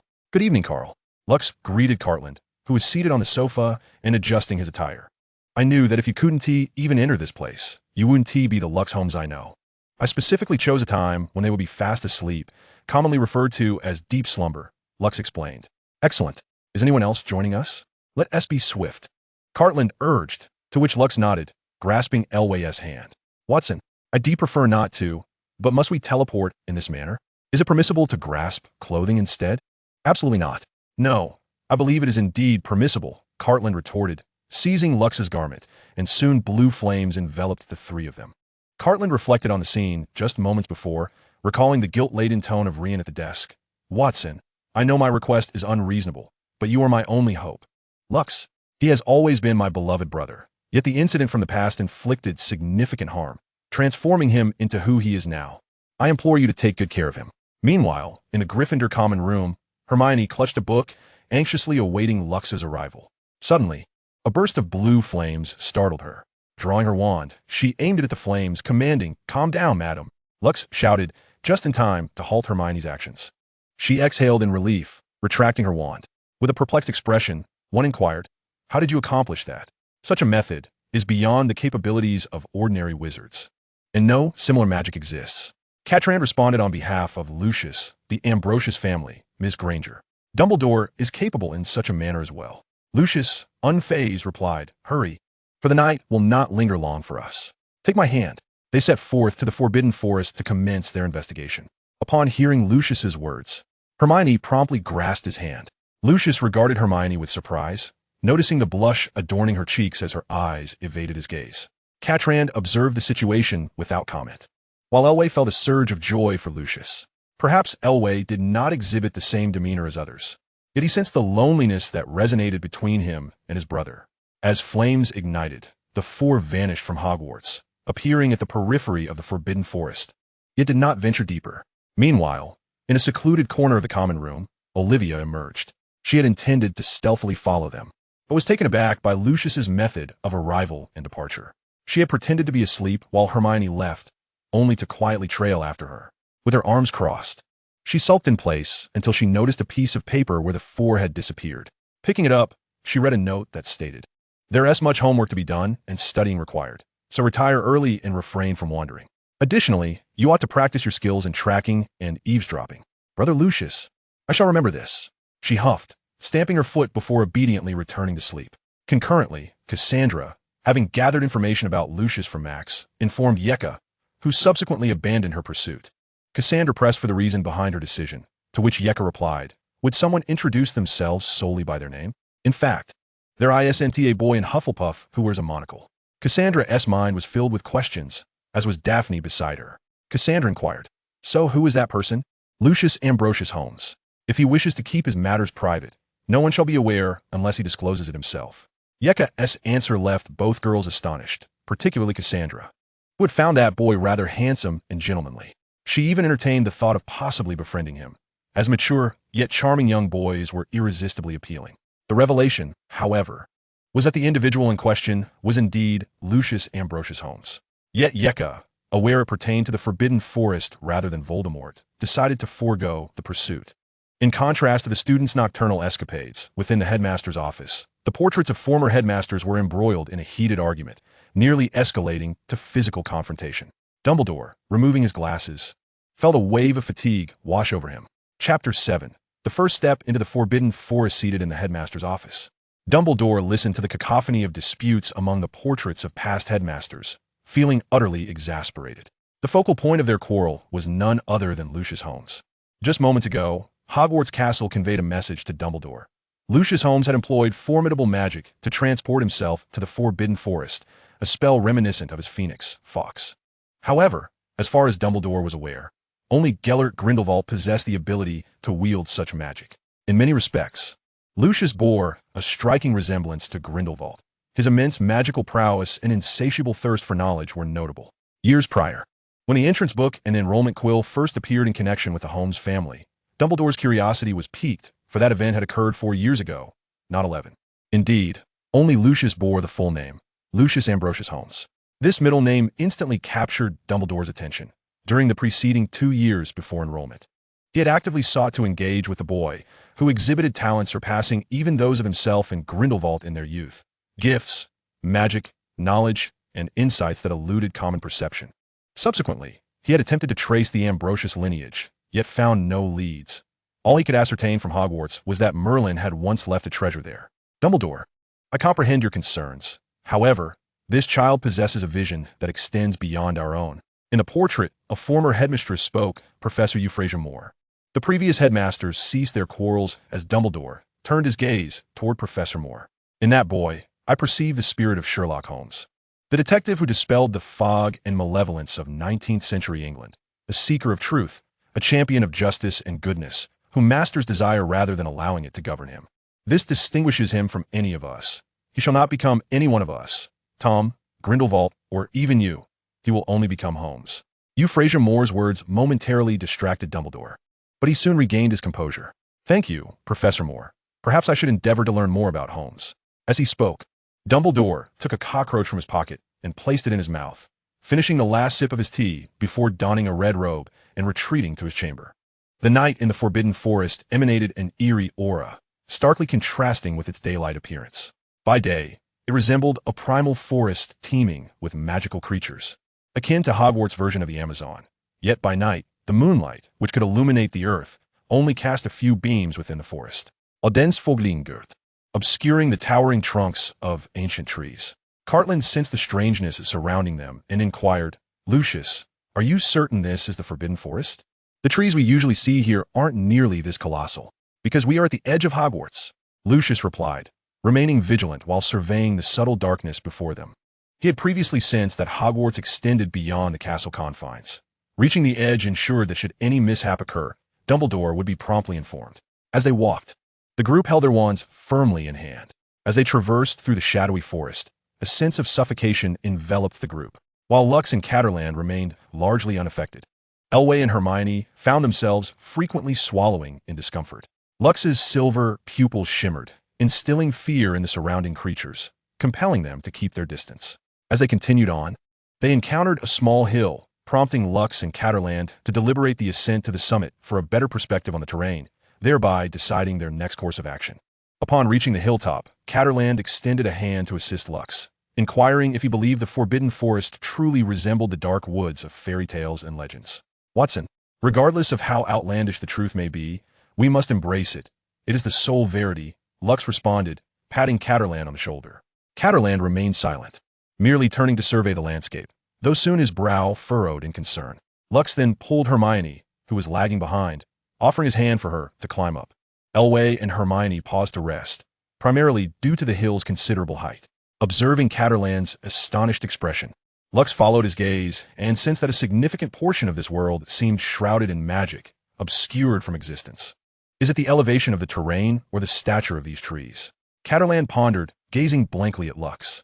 It is indeed the trees that stand tall, Carl, Lux replied, lifting a monocular to inspect the surroundings before handing it to Catterland, directing him towards a specific location. What is that? It appears to be a medieval structure. Perhaps a tall tower? It seems somewhat dilapidated. Catterland described what he observed, to which Lux remarked, It seems we have arrived at the right place, Watson. Lux passed the monocular to Hermione and Elway, who both displayed expressions of astonishment. A solitary, crumbling medieval tower nestled within the magical realm. How wondrous it was. A fragment of vanished history transformed into the fairy tales and legends we cherish. I believe we have taken the first step towards uncovering the truth, Lux declared. Catterland turned to Lux, asking, So, what is our next step? We shall wait until the weekend, Lux replied, observing Hermione as she shed her coat against the chilling wind and offered it to her. Hermione snugly wrapped it around her arms, feeling an overwhelming warmth. Catterland observed this scene with a sense of relief. What is that look in your eyes? He inquired. It's nothing. But what does waiting until the weekend mean for our next step? Lux felt a twinge of confusion. Hermione's cheeks flushed, though the night concealed her embarrassment. Gathering her courage and steadying her tone, she asked, Lux, do you not intend to continue the investigation? No. Continuing tonight is exceedingly perilous. The likelihood of encountering death is substantial, as our equipment is insufficient, and the night favors those lurking in the shadows. None of you possess adequate means for self-defense. Lux elucidated. However, I have one final task to complete. What is it? Catterland queried, following Lux as he approached a nearby tree at the base of the hill. Lux circled the tree a few times, gauging its dimensions before peeling off a small section of bark to assess its thickness. He then returned to the group, stating, It is time for us to return. Hermione inquired curiously, What were you just doing? Measuring the age of the trees, Luke replied. These trees exhibit a similar girth. Based on the thickness of the bark and the robustness of the trunks, this forest has existed for at least 800 to 1,200 years. The incredulity of Elvie and Hermione was palpable, while Caterland remained unfazed. Thus, the group proceeded directly towards Hogwarts Castle. For utilizing silver pupils to channel magical energy against dark creatures proved to be quite depleting. They needed to reach a safe haven to recuperate before teleporting back to Hogwarts. As they traversed the path, a multitude of eyes silently emerged from the surroundings, each location boasting 8 eyes, 4 above and 4 below, aligned in pairs. Hermione suddenly felt something on her calf. Upon glancing down, she discovered a strand of spider silk. After brushing it away and surveying her surroundings, she halted in her tracks. Luke noticed her sudden stop and asked, "What is the matter?" Hermione replied, "I sense something peculiar around us." A rustling sound filled the air, yet no creatures were visible. Luke reassured her, "It's merely the shells of arthropod magical creatures making noise as they move." The group directed their gaze to the ground, where numerous small spiders were advancing toward a particular spot. Luke promptly grasped one for closer inspection. An 8-eyed giant spider. Caterland leaned in for a better look, remarking, "But isn't this magical creature supposed to be larger? Perhaps it's just a juvenile." Luke teased. Suddenly, Elvie felt something akin to gauze land atop her head. Upon removing it, she was astonished to find a vast spider web in her hands. Looking upward, she exclaimed, "Brother, didn't you just say those spiders were babies?" "Yes, why?" Luke continued to observe the trembling little creature in his grasp, resembling a powerful humanoid magical being. Elvie swallowed hard. "I think I can imagine how they appear when fully grown." Caterland's gaze shifted upward in alarm at Elvie's pointed indication, and he drew his wand. "Holmes, their guardian has arrived, or rather, their guardians." Luke and Hermione also looked up, witnessing large 8-eyed giant spiders descending slowly from the trees. Luke positioned Hermione and Elvie behind him, preparing to confront the threat alongside Caterland, all drawing their wands. However, Luke did not retrieve his wooden wand. Instead, he brandished a crystal one. Luke spoke, although to Caterland, Hermione, and Elvie, it sounded rather peculiar. He uttered in Dragonese, "I wish to see your leader, Aragog." Upon hearing Dragonese and the request for their leader, no 8-eyed giant spider dared to approach them. "Who dares to intrude upon our territory?" A colossal 8-eyed giant spider emerged slowly, confronting the group. Hermione suddenly recalled that Hagrid had a pet named Aragog. "We are friends of Hagrid. He would never send others," she asserted. An aged voice resonated from the great spider's mouth. However, Lucius shifted the topic, inquiring why one remained in the Forbidden Forest instead of Hogwarts. Noting that Hagrid was merely a student when he nurtured the creature. "Surely, you must have spent some time within the hallowed halls of Hogwarts." The Parselmouth replied, "I do not belong here. I was brought by a traveler as a gift for Hagrid. Yet, within Hogwarts lurks a monster that has been used to frame Hagrid, thus compelling him to send me to the Forbidden Forest."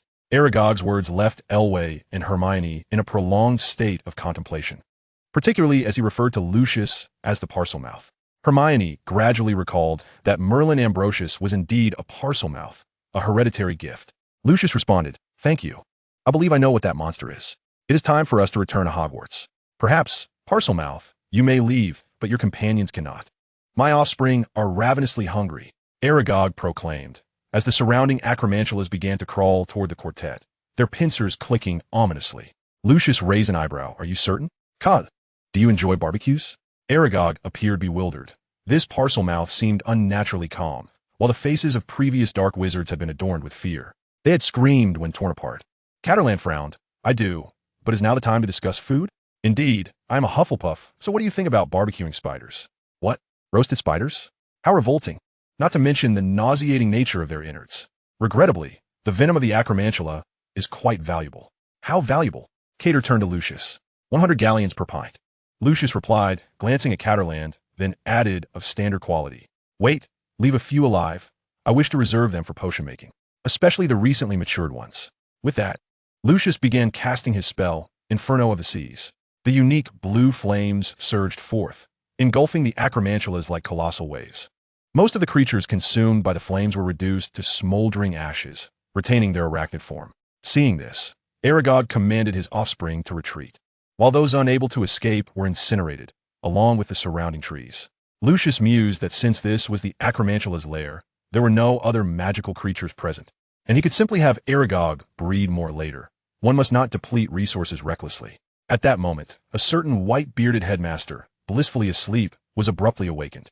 It was our beloved Deputy Professor McGonagall informing Dumbledore that a fire had erupted in the Forbidden Forest, and it was blue flames. Oh my God! Dumbledore felt an unsettling sensation wash over him. Meanwhile, Lucius encircled several acromantulas with flames to prevent their escape. A few had attempted to flee, only to be instantaneously reduced to ashes. Lucius felt quite prescient for having ensnared a number of them. The current scene depicted Elway crouched, cradling his face, while Hermione stood with her arms crossed, wand in hand. Two individuals observed a scene where Lux stood triumphantly on the head of an eight-eyed giant spider, while Catterland deftly sliced open the venom sac and extracted the toxic fluid, kindly stitching up the wound afterward. Having trained in the art of healing from a young age, Catterland exhibited remarkable professionalism, akin to a skilled physician equipped with a complete surgical kit. Hermione and Elway were thoroughly shaken, their worldviews irrevocably altered. The eight-eyed giant spider, once perceived as a mere source of sustenance, now lay in a pitiful state.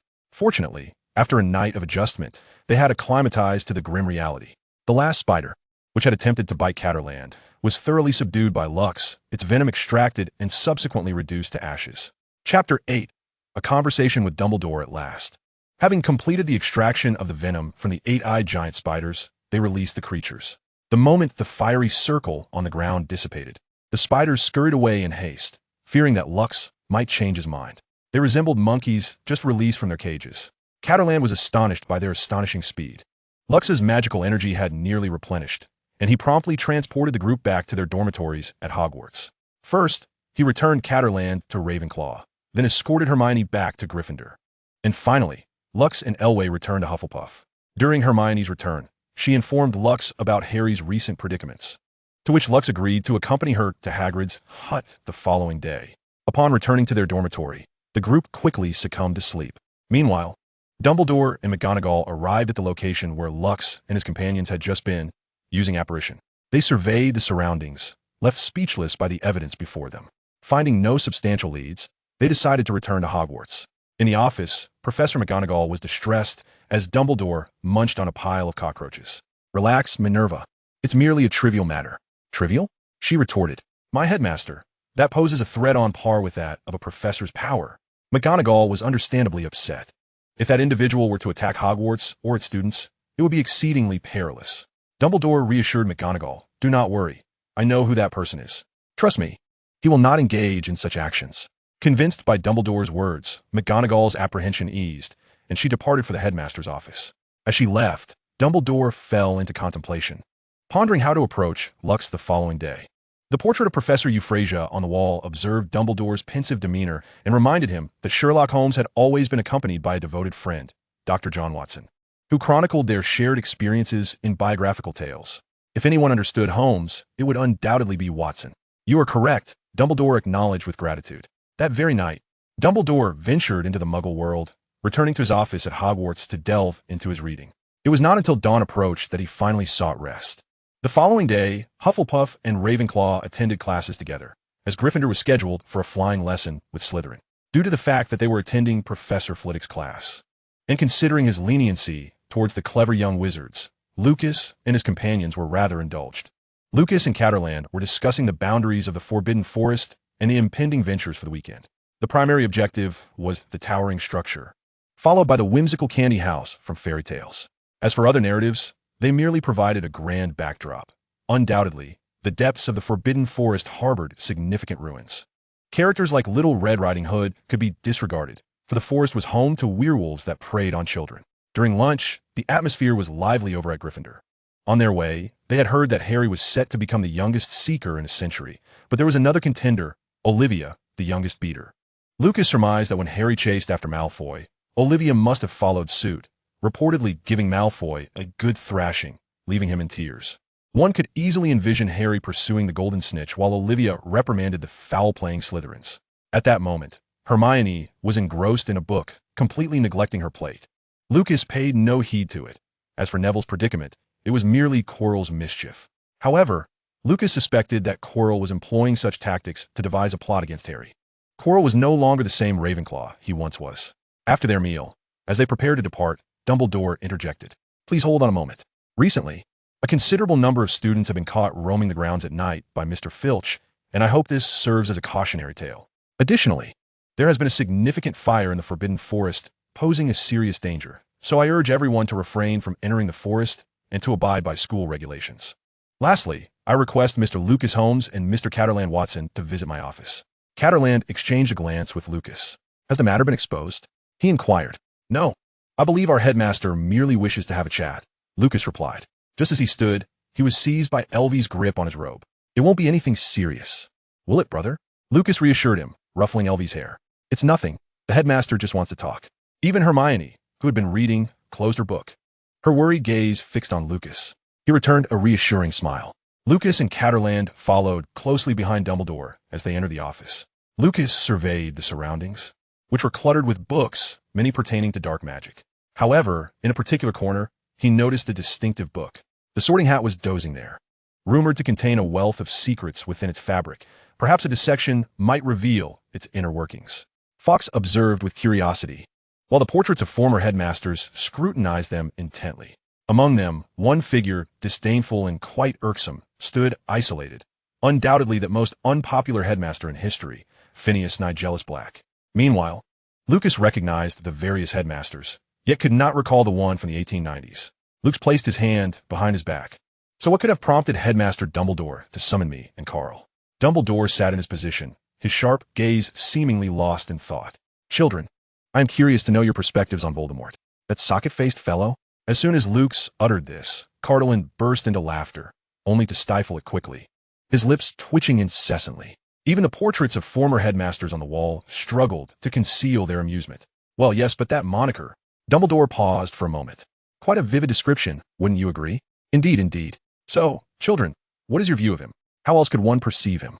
A terrorist with a profoundly disturbed mindset, intent on dominating Hogwarts, a product of the love potion's folly. Self-absorbed and insecure, deprived of affection and wisdom, devoid of intellect. He is a subpar and defective dark wizard in every aspect. He delights in the killing curse, boasting daily of his title as the Dark Lord. After delivering this assessment, Lucas turned to Cardolan. Cardolan opened his mouth, then shifted his gaze from Lucas to Dumbledore, a terrifying wizard deserving of judgment and execution. Their responses left everyone momentarily speechless, including the Sorting Hat, who had been snoring. The Sorting Hat interjected, I maintain that such a person should have been sent to Azkaban from the very beginning. He should never have been allowed to remain at Hogwarts. Dumbledore looked at the Sorting Hat in surprise, then turned his attention back to Lucas and Cardolan. Thank you for your responses, children. Mr. Watson, might I ask you to wait outside for a moment? Mr. Holmes and I have a few matters to discuss. Of course. Headmaster, if Holmes requires anything, do not hesitate to call for me. Thus, with a reassuring glance from Lucas, he exited the office. Dumbledore gestured for Lucas to take a seat. We may now commence our formal discussion, Headmaster. Lucas appeared at ease. After all, he did not wish to involve Carl. Child, you need not regard me with such wariness. It would sadden an old man. Before me sat the headmaster of Hogwarts, Dumbledore, the greatest white wizard of this century, who had vanquished Gellert Grindelwald, the most esteemed and powerful figure in the magical realm. That is merely the praise bestowed upon me by the world. Presently, I am but an old schoolmaster to a student. Care for some tea and cockroaches. But that could lead one astray, could it not? Just like Harry. Only tea, please. No sugar. Thank you. Harry's situation is somewhat unique, but dear child, you are far too mature, and you place immense pressure upon yourself, do you not? As your headmaster, I would prefer you to avoid such a path. Sweetness always brings joy to the heart and mind. Harry is overly eager to prove himself. Even when Voldemort confronts him, he does not yield to fear. Indeed, vengeance may consume him. As for me, I am but a finely tuned calculator. Excessive sugar intake leads to weight gain and cavities. Headmaster Dumbledore, Mr. Holmes, you are merely 11 years old. Moreover, Harry possesses his own mission. Age should not define anyone. It is not Voldemort who makes Harry the savior, but rather the prophecy. And it is not Harry who will defeat Voldemort, but that same prophecy. Dumbledore's pupils constricted momentarily before he regained his composure and continued. Everything is dictated by fate, much like our conversation at this very moment. Fate is a force, and the choices we make yield different outcomes, driven by human motives known as desire. Is it not all the arrangement of destiny, Headmaster Dumbledore? Perhaps it merely presents options to each individual, be it you, Headmaster Dumbledore, Grindelwald, or Tom Riddle. Dumbledore wished to articulate further, yet Lucius's words rendered him utterly silent. Both met their demise in the tower, one resting eternally by the black lake of the castle, the other decaying amidst the waves of the tower. 2 months of emotional turmoil and a century of entanglement. This is the tale of two individuals. The former chose justice, while the latter chose love. A hint of sorrow flickered in Dumbledore's eyes, while Lucius merely lifted his teacup, sipping calmly as he awaited the return of this elder who had long evaded reality. With a sigh, Dumbledore gazed at Lucius, his expression now radiating warmth. "My dear child, can we converse as we did when we first met?" "Of course," Lucius replied. "What would you do, Lucius, if you were Harry or held accolades and power?" Lucius set down his teacup. "If I were Harry, I might refrain from causing chaos or engaging in foolish acts. The title of savior is merely bestowed upon me by the world. Whether I can embody that identity depends on my ability to defeat or eliminate Voldemort once more. As for the latter, I am Sherlock Holmes, a detective concerned solely with uncovering the truth. I wish to prevent any further victims. That is the mission and responsibility of a detective. Pras, honor, or even power hold no value for me. The sole purpose lies in identifying the perpetrator and revealing the truth. If I cannot achieve that, I cannot accept it, for it would lead to considerable trouble. Regarding dark magic, what are your thoughts? It should be confined to self-preservation or the necessity to end another's life to save someone else. As for negative emotions, they hold the same weight for me as positive emotions. I cannot allow them to cloud my mind. However, magic necessitates the invocation of emotion. Thus, I am inclined to express some emotions in my daily life, yet I completely discard them when investigating." Lucius smiled at the elder, who graciously accepted this response. Their exchange allowed the heads on the wall to release their anxieties, and even Headmistress Euphrasia Moore smiled, seemingly transported back to her meeting with Sherlock Holmes. Thereafter, the two engaged in a casual dialogue. Finally, Lucius posed a question. "I have a query, Headmaster Dumbledore." Dumbledore appeared taken aback. Lucius seldom inquired of him or any other professors. "Please speak, my child. When Voldemort truly rises, can Hogwarts rely solely on you, a few professors, and Harry?" The office fell into an eerie silence, with even the portraits on the wall exchanging bewildered glances. Dumbledore sighed. "No, we cannot." As Lux rose, the flowers in the greenhouse could not withstand the impending storm. He had returned. A thought-provoking moment ensued. Finally, Dumbledore summoned Caterland. Upon entering, Caterland noticed Luke seated. Sensing that something significant had transpired, Dumbledore then remarked, "Remember the school rules. Do not venture into the Forbidden Forest. At this time of year, it is particularly prone to wildfires." Lux, not one to coddle Dumbledore, added, "That book is quite intriguing. Do remember not to read it all night, as it may not be beneficial for an elderly person's eyes." Dumbledore feigned ignorance, inquiring, "Which book?" "The Memoirs of My Cases by John H. Watson. Farewell, Headmaster Dumbledore." Caterland cast a surprised glance at Dumbledore. After Lux bid his farewell, Caterland also took his leave, following Lux. Walking alongside him, Caterland directly asked, "So, what did you and Headmaster Dumbledore discuss?" "Nothing much. We merely conversed as we used to, touching upon Voldemort's methods of infiltrating Hogwarts." Observing Lux, Caterland felt a sense of helplessness. His sole concern was that the matters concerning Voldemort would ensnare Lux further. Should Lux descend into madness once more, he would have no choice but to reduce Voldemort to mere fragments with his wand. Chapter 9. Voldemort's inept fury after Lux and Caterland departed. Dumbledore remained seated in his position. The portrait of former headmaster Armando Dippet on the wall inquired, "Dumbledore, do you wish for that boy to become your successor?" "I have some thoughts. I believe I can mentor him personally." The portraits of the other headmasters exchanged glances, and Dumbledore continued, "He could become the youngest headmaster in Hogwarts history. What a fascinating prospect." After the afternoon classes, Lux agreed to accompany Hermione to Hagrid's hut. Lux and Elwë made their way toward the small hut outside the castle, while Olivia, Hermione, Harry, and Ron were also en route. Eventually, the group converged outside the hut. Lux surveyed the scene. It seemed that henceforth they would form a quartet. No longer the Minister of Magic accompanied by two ineffectual men, but rather two prodigies accompanied by two flaws. Knocking on Hagrid's door, it swung open to reveal Hagrid's immense figure, adorned with an apron and gloves, evidently engaged in some culinary endeavor. "Hello there, you two," Olivia introduced Hagrid. "Allow me to present my cousin, Lux, and his foster brother, Elwë." "Oh, greetings. Would you care for some rock cakes?" Hagrid remained his ever-enthusiastic self. "Certainly, thank you." Lux and Elwë stepped forward. Hagrid handed a rock cake to Lux, who noticed Olivia with her head bowed, while Harry and Ron turned their heads aside. Only Hermione remarked, "If you're not hungry, you can eat later." Lux discreetly summoned his magical powers and employed a softening charm, rendering the cake more palatable. Ellie sensed the change, briefly puzzled. Yet upon witnessing Lux take a bite, he followed suit. After swallowing, Lux praised, "Delicious," with a rich flavor of wheat. The response left the quartet in a state of bewilderment, casting doubt on whether the pastries they had previously consumed were genuine or if Hagrid's culinary skills had indeed improved. "Really, thank you so much. Many have remarked that they are too hard to chew, yet I find them quite soft," one of them remarked. Hagrid himself took a piece and savored it. Ron also seized a piece, taking a hearty bite that nearly threatened his teeth. Olivia then inquired of Hagrid, "Hagrid, why is there a three-headed dog at Hogwarts? You raised it, didn't you?" Hagrid, brimming with pride, confirmed, "Indeed, Fluffy was a gift from an Irishman. I even lent it to Professor Dumbledore." Harry, unable to contain his excitement, interjected, "Is it guarding the treasures in Vault 713? Simultaneously, Olivia pondered why Dumbledore would place something on the third floor, guarded by Fluffy. Could it be that the dark wizard who attacked Gringotts was lurking within Hogwarts?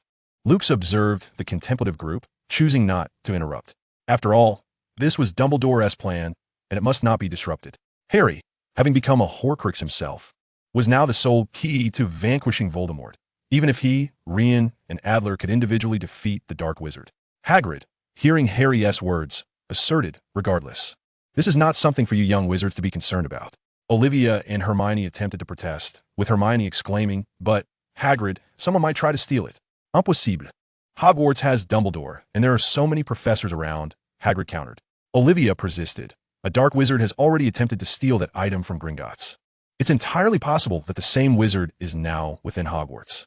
Hagrid halted in his tracks, exclaiming, "What? No way. That's Dumbledore and Nicholas Flamel's secret. Dumbledore would never overlook it." "Nicholas Flamel?" the quartet exclaimed in unison. Hagrid quickly covered his mouth with his large hand, as if on the verge of revealing everything. "Oh no, this matter is far too perilous for you young wizards. You must not inquire further. It's late. You should return now," he insisted, ushering them away. Lux, noticing their reluctance to leave, warned, "If you don't head back soon, you'll be caught out after hours by Mr. Filch or Professor, and points will be deducted." The four glanced at the sky, which didn't seem too late after all. Olivia looked to Lux, who gave her a knowing glance. Understanding, she chimed in, "Yes, we should take our leave." Before departing, Lux turned to Hagrid and said, "Hagrid, next time, could I cook something for you? You know, the Hogwarts kitchen doesn't allow wizards to prepare meals, especially new dishes." "Of course, but only here," Hagrid assured him. "Don't worry, it's delicious, an Eastern cuisine. We'll enjoy it together." "Really? That sounds splendid." Hagrid readily agreed. On the journey back, Lux contemplated the events to come. Dumbledore's plan had already set off a butterfly effect, yet it had not strayed from its original course. The word spoken to Dumbledore at noon could potentially advance the combat club's initiation. Before that, however, he needed to swiftly address the issue of Voldemort, the noseless socket, and that flowery male creature next semester. Such thoughts were revolting. As for the Philosopher's Stone, he required it for research purposes. "Thus, my apologies, Headmaster, as a form of recompense. I shall resolve the matter of Quirrell and the remnants of Voldemort residing within him." As they walked, Hermione approached Lux, inquiring, "Why leave?" "Hagrid is our only lead." To which Lux replied, "Regardless of what you say, Hagrid will not divulge any further information."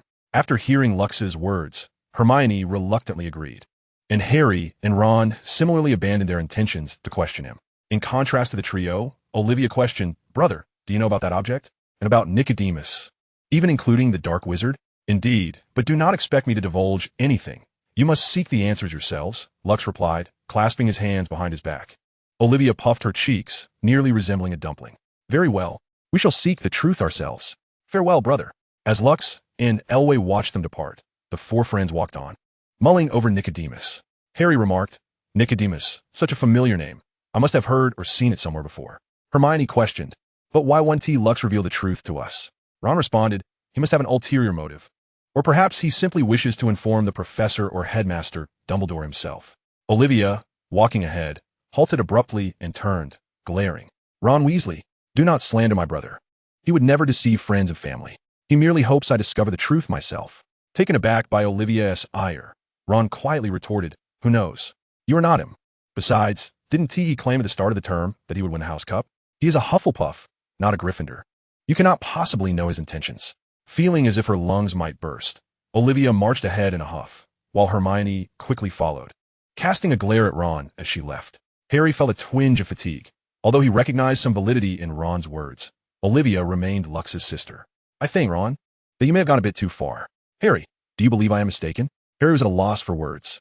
No, you have a point. Then it is settled. Holmes truly attracts oddities, which explains why only Hermione plays with her. Ron shrugged, completely oblivious to the insensitivity of his remarks. Upon returning to the dormitory, Elway asked, Brother, do you know the entirety of the situation? Of course, I am fully aware. But why not inform Hermione and the others? Some matters are better discovered through one's own pursuit rather than being handed down by others, Lux replied while adjusting his attire. On this tranquil night, Hogwarts appeared eerily still, as a shadow darted from its grounds. Silently trailing behind this figure was Lux, who, thanks to the enchantments on his attire, remained invisible even to Voldemort's keen senses. In a bid to undermine Voldemort's plans to hunt unicorns for their life force, Lux resolved to interfere. The moment Voldemort approached a unicorn, Lux would employ his prowess as a white wizard to ensure the creature's swift escape. As a descendant of Merlin Ambrosius, Lux had mastered the ability to communicate with nature, particularly with magical creatures. It must be noted that the floating ability of the double socket was reminiscent of a specter. Yet Lux found it increasingly difficult to suppress his laughter at the absurdity of the situation. His eagle-eyed vision allowed him to eavesdrop on Voldemort and Quirrell's conversation with clarity. Voldemort exclaimed, What is happening? Why are there no unicorns in the Forbidden Forest? Quirrell, trembling, replied, Perhaps the centaurs are protecting them. Voldemort retorted, Do you have any idea what I have endured over these past 3 days? Do you?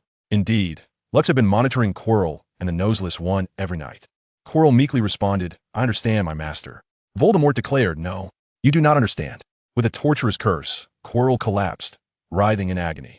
Voldemort threatened, If I discover who is obstructing me, I shall make them suffer with the killing curse. Not even Merlin could save them.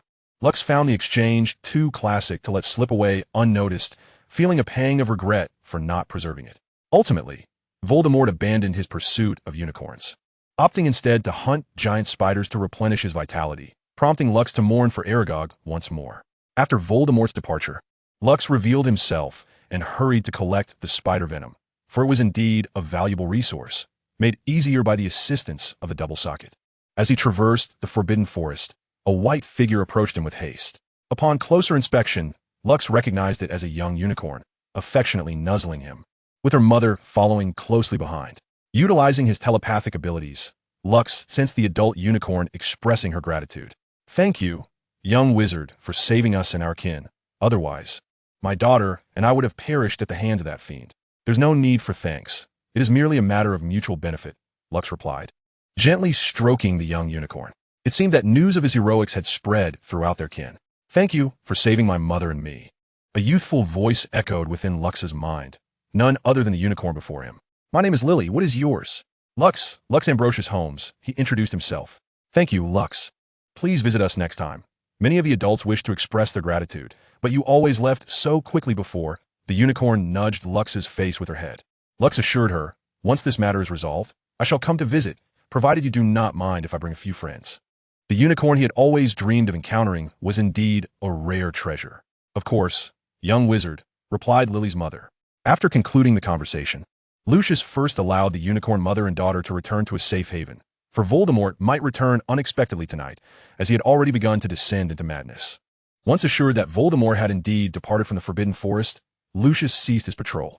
The sound of hooves resonated, and a centaur appeared before Lucius. Young human, I extend my deepest gratitude for your protection of the unicorns. They are the cherished spirits of nature. Should they fall victim to harm, the consequence will be dire. Firenze expressed with a solemn countenance, distinguishing himself from other centaurs with his desire to safeguard all that is precious. Perhaps I merely acted out of impulse. Yet I graciously accept your thanks. I am Firenze, he introduced. Lucius Ambrosius Holmes, Lucius replied, reflecting on the centaur, who seemed destined to be labeled a traitor by his kin. The centaurs revered fate and possessed a unique eloquence. Even Dumbledore held their talents in high regard, deserving of admiration. Allow me to escort you back, Firenze offered. Thank you, but that will not be necessary. The dark wizard has departed, and I possess a swifter means of return. With that, blue flames ignited beneath Lucius's feet, forming a circle. Farewell, we shall meet again soon. With those words, Lucius vanished into the flames. Forenza gazed at the space where Lucius had once stood, recalling the Chief's words when he was dispatched. The new 4 stars had risen to shine, dispelling the darkness, and fate had indeed shifted. Could it be you, Lucius Ambrosius Holmes? Lucius regarded his encounter with the centaur as fortuitous, for the appearance of centaurs signified a deviation from many courses, suggesting the butterfly effect was beginning to unfold. Alas, his prophetic abilities had yet to awaken. Had they done so, he would have confidently orchestrated a grand scheme. Chapter 10. The eve of Halloween. Upon returning to Hogwarts, Lucius retired for the night.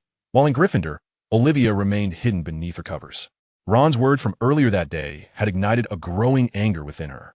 Hearing Olivia's muffled sobs, Hermione approached to offer comfort, reassuring her that Ron's remarks should not weigh heavily on her mind, suggesting that she could teach Ron a lesson the following day. Olivia emerged from her blanket, tears adorning her cheeks. "You do not understand, Hermione. Since childhood, my 2 brothers have showered me with affection, while other girls conformed to their parents' expectations of becoming proper ladies. My brothers only wish for my happiness. Our family is held in high esteem throughout England, stemming from my great-grandmother and my brother's great-grandfather. Lucius's great-grandfather, Sherlock Holmes, was appointed as the royal detective advisor, while Rian's ancestor, Macaulay Holmes, became the royal minister of secret orders. Even my great-grandmother was the sole female consulting detective of her era, esteemed by Queen Victoria. Our forebears inherited their accomplishments through their own prowess, resulting in their constant busyness, which is why I have lived alongside my brothers from a young age.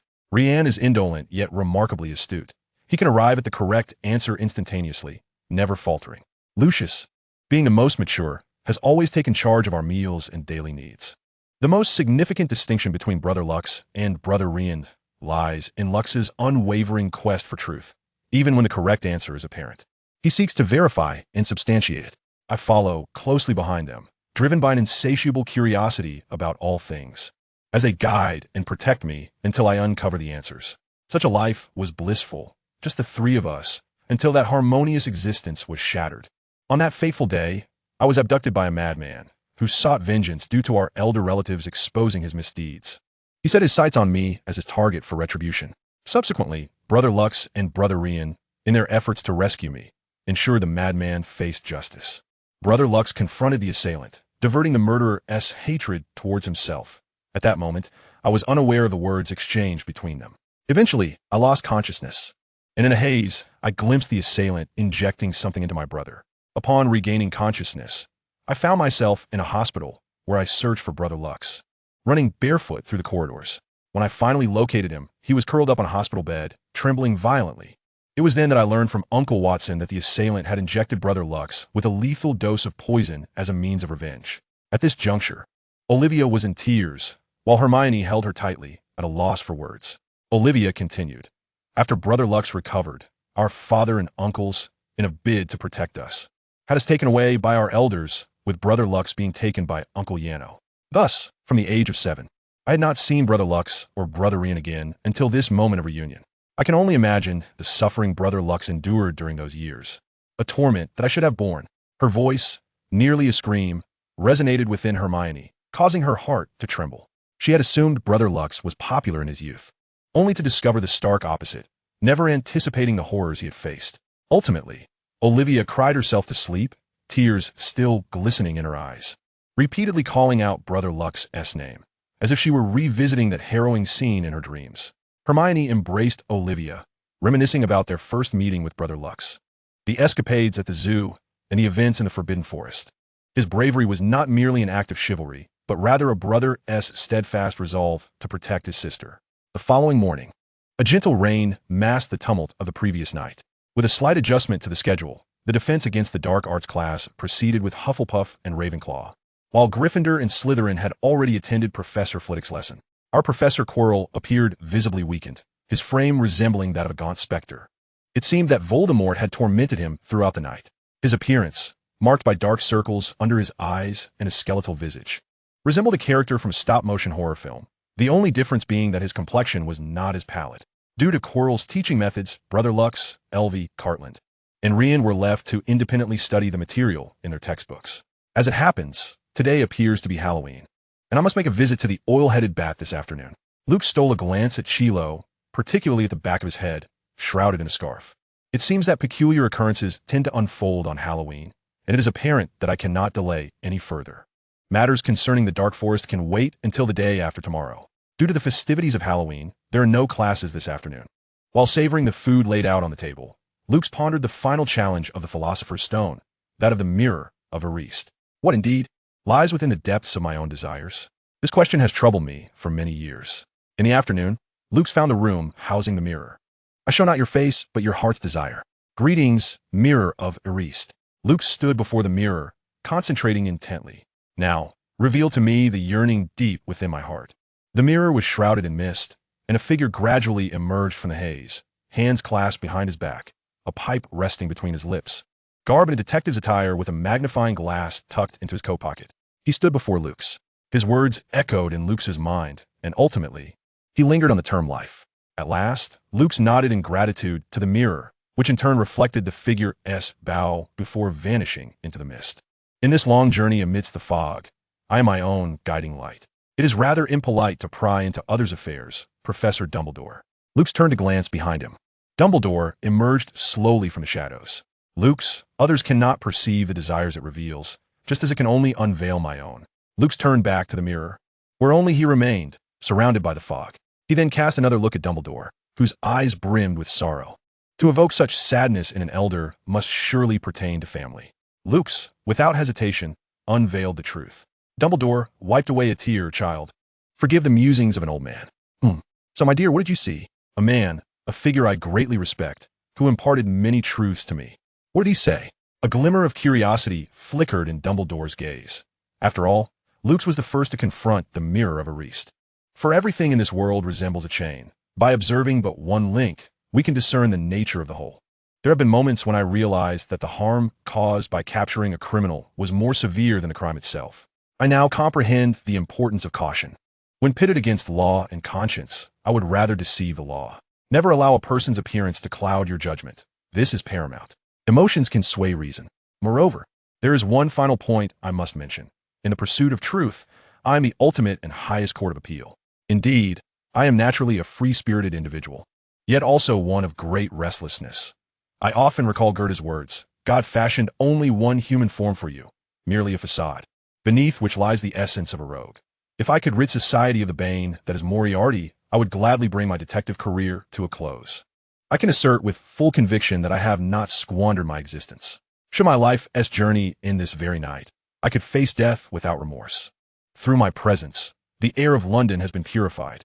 In the more than 1,000 cases I have undertaken, I firmly believe I have never misapplied my abilities.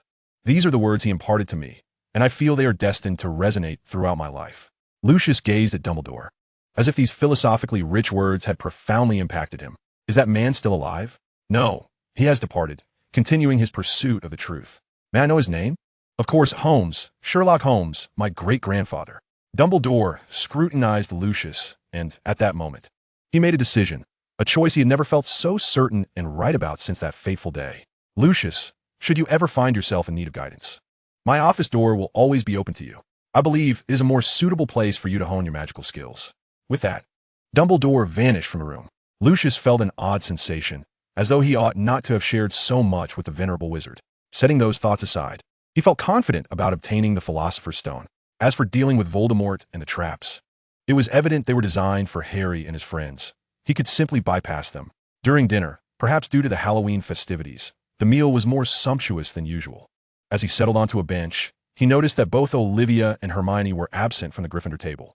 Logically, Olivia should not have been missing at this time. Lucius rose and approached the Gryffindor table, inquiring among the surrounding girls about Olivia and Hermione's whereabouts. The first-year Gryffindor girls informed him that the two had vanished, which was concerning. Parvati raised her hand and said, well, today Ron Weasley had a quarrel with Olivia and Hermione, and they were both brought to tears. They seem to have stayed in the girls' restroom. Upon hearing that Olivia had been reduced to tears by Ron, Lucius was consumed by rage. Ron Weasley! His shout startled Ron, causing the chicken leg he was holding to fall from his grasp. The entire hall fell silent as Lucius shot a glare at Ron, but recalling the restroom incident, he chose not to reprimand him at that moment. He could only hope that the butterfly effect had not yet unleashed the troll. The professors above were curious about the commotion, and Lucius glanced up, noticing only Quirrell was absent. This was troubling, although Olivia possessed some skills. She was not yet equipped to face a troll. "Watson, brother, we must find Olivia and Hermione." At that moment, Quirrell rushed in, exclaiming, "A troll! A troll in Hogwarts dungeons!" Looking at the assembled crowd, he assumed they were already aware of the situation. Reen and Cardolin's expressions shifted. This was no jest. "Brother, Watson, hurry!" Luke, accompanied by Rian and Catterland, hastily dashed out of the hall, which had descended into chaos. "Silence!" Dumbledore's voice resonated, commanding the attention of the entire assembly.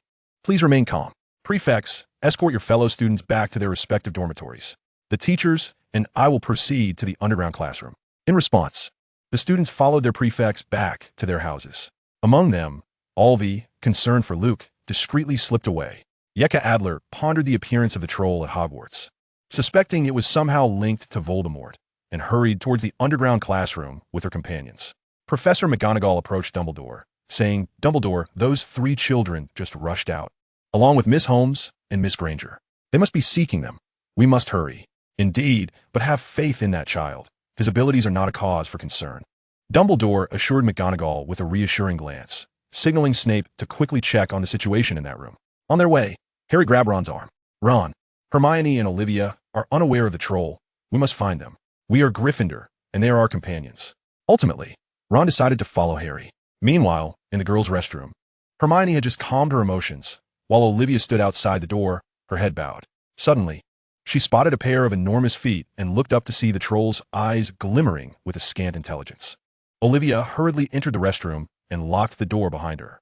Aware of her own limitations, unlike her 2 brothers, her immediate priority was to protect herself and Hermione. Seeing Olivia enter, Hermione asked, "What's happening outside?" Before she could finish, Olivia pulled her into a stall, whispering, "There's a troll out there." With a resounding crash, the restroom door was smashed to pieces by the troll. The 2 girls trembled uncontrollably, the foul stench and the heavy footsteps rendering them breathless.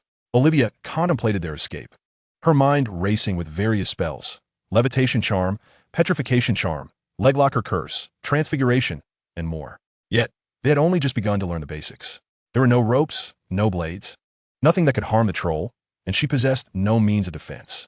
In that dire environment, it felt as though she had returned to that dark moment from years past, bound to a chair. But she could no longer endanger her brothers. She could only hope that the professors would arrive in time to rescue them. Chapter 11. The troll incident concludes. The troll entered the restroom, finding no one inside. "Huh," it muttered, clumsily feeling its round head with its heavy left hand. Gazing around the empty restroom, it wondered if the earlier occupants had vanished into thin air.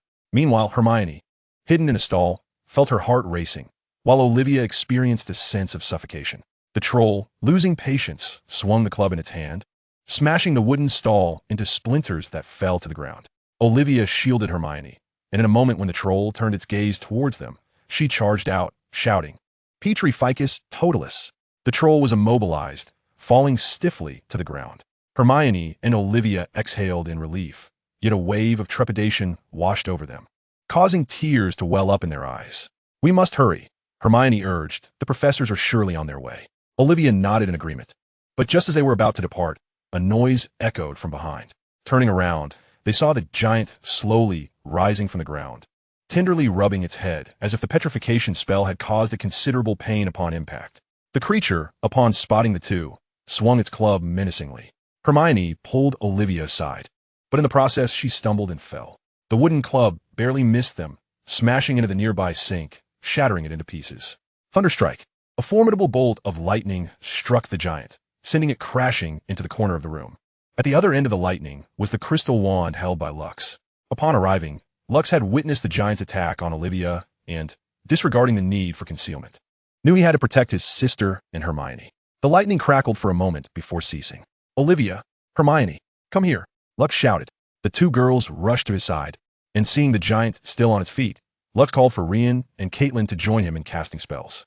The giant glared furiously at the trio, mirrored by the anger evident in Rian and Lux's eyes. As the giant prepared to strike, Rian swiftly used the levitation charm to snatch the club from its grasp, leaving the creature bewildered. "Where's my club?" it muttered, confused. Seizing the opportunity, Caitlin ensnared the giant's legs with a binding spell. The giant stumbled and fell to the ground, and Rian, controlling the club with his levitation charm, brought it crashing down upon the giant, while Caitlin continuously channeled magic into the binding spell. Finally, Lux, harboring no compassion for such a grotesque and foul creature, declared, "Wrath of the Thunder." Gritting his teeth, he whispered the incantation and wielded his crystal wand. A massive storm cloud formed above Hogwarts, and a lightning bolt, thicker than a stone pillar, descended upon the giant. The creature emitted anguished cries, and, as the lightning subsided, its exterior transformed from green to black, reminiscent of a charred pepper, or perhaps more accurately, a bitter melon. The giant was now on the brink of collapse. Observing its state, Caitlin silently recited prayers for the creature as repose. Rian contemplated how to address the aftermath of the harm inflicted upon his sister. Lux felt that invoking such divine wrath was already an act of mercy. "Oh, Lux," Olivia cried, rushing into her brother's embrace, tears streaming down her face. Lux held her gently, patting her back soothingly. He glanced at Hermione, who nodded reassuringly, indicating that she was unharmed. This time, it was Olivia who had protected her, and it was clear that Olivia needed her brother's comfort far more than Hermione did. Rain sighed, realizing that his dear sister appeared to have forgotten about her elder brother. Lux cast a disapproving glance at his brother, who was indulging in his antics, while Olivia released Lux and smiled at Rain, assuring him, "Of course, I haven't forgotten you. Brother Rain, thank you. That is truly delightful. Come, embrace your brother," Rain said, extending his arms in anticipation. "No, Brother Rain is a bit plump." "Lux's embrace is far more comfortable," Olivia teased, making a playful face. "Oh, how disheartening. My sister dares to criticize my weight. Rien à monter. Brother, I recall that your diet has always been at my expense, and even when I departed, you were still dining from my menu. Were you not?" Lux quipped, regarding Rain with a teasing smirk. "Indeed, Lux, I long to savor your Eastern cuisine," Olivia cooed towards Lux, leaving Hermione somewhat bewildered by Olivia's sudden change in demeanor, as if she had transformed into an entirely different person. "Of course, tomorrow, at Hagrid's hut. I wish to join." "No, you need to shed some pounds, brother. I shall devise a weight loss meal plan for you." "Oh, Lux, I implore you. To speak candidly, Rain, you truly ought to lose weight. Otherwise, your body will accumulate excessive fat," Cardillon advised. Under Rain's playful antics, the mood of the group seemed to brighten somewhat, although Lux was concerned about Rain's indolence.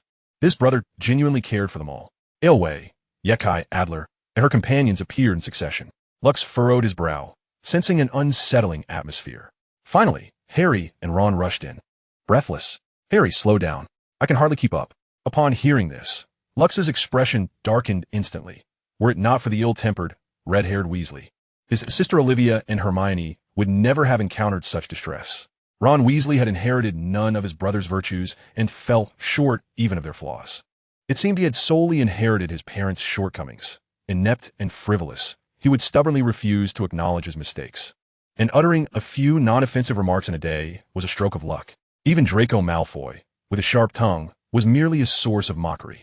While such matters seemed trivial in the original text, this world bore no resemblance to that narrative.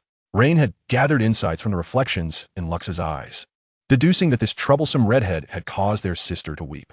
As Harry and Ron entered, Ron exclaimed, "Why are there so many people? What? Should Olivia and Hermione hide in the restroom and weep alone?" Seeing the ominous expressions on Lux's and Rain's faces, he continued obliviously.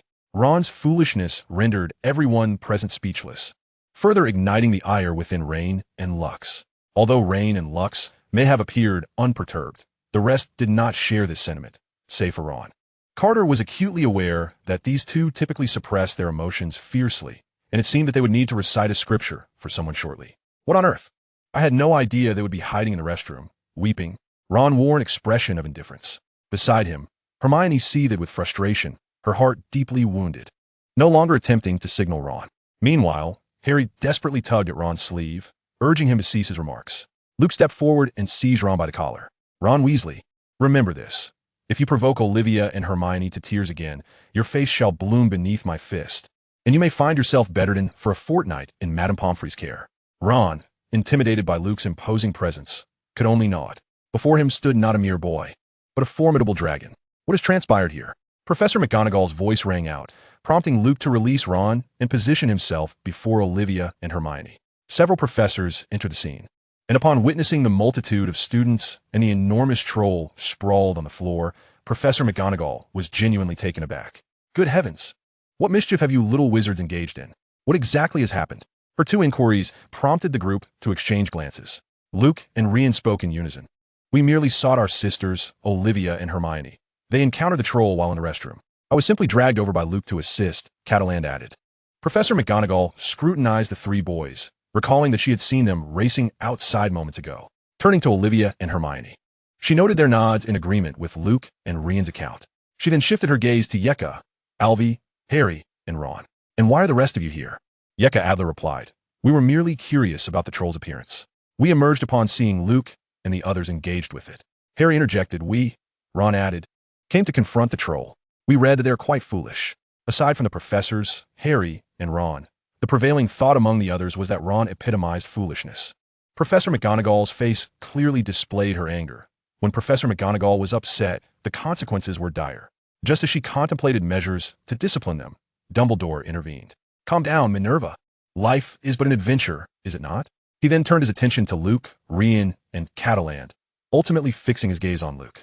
Sensing no need for concealment, Luke revealed the tip of his wand, the crystal wand capturing Dumbledore's attention. It appears our Mr. Luke Holmes and his companions possess ample strength to vanquish the troll, Minerva.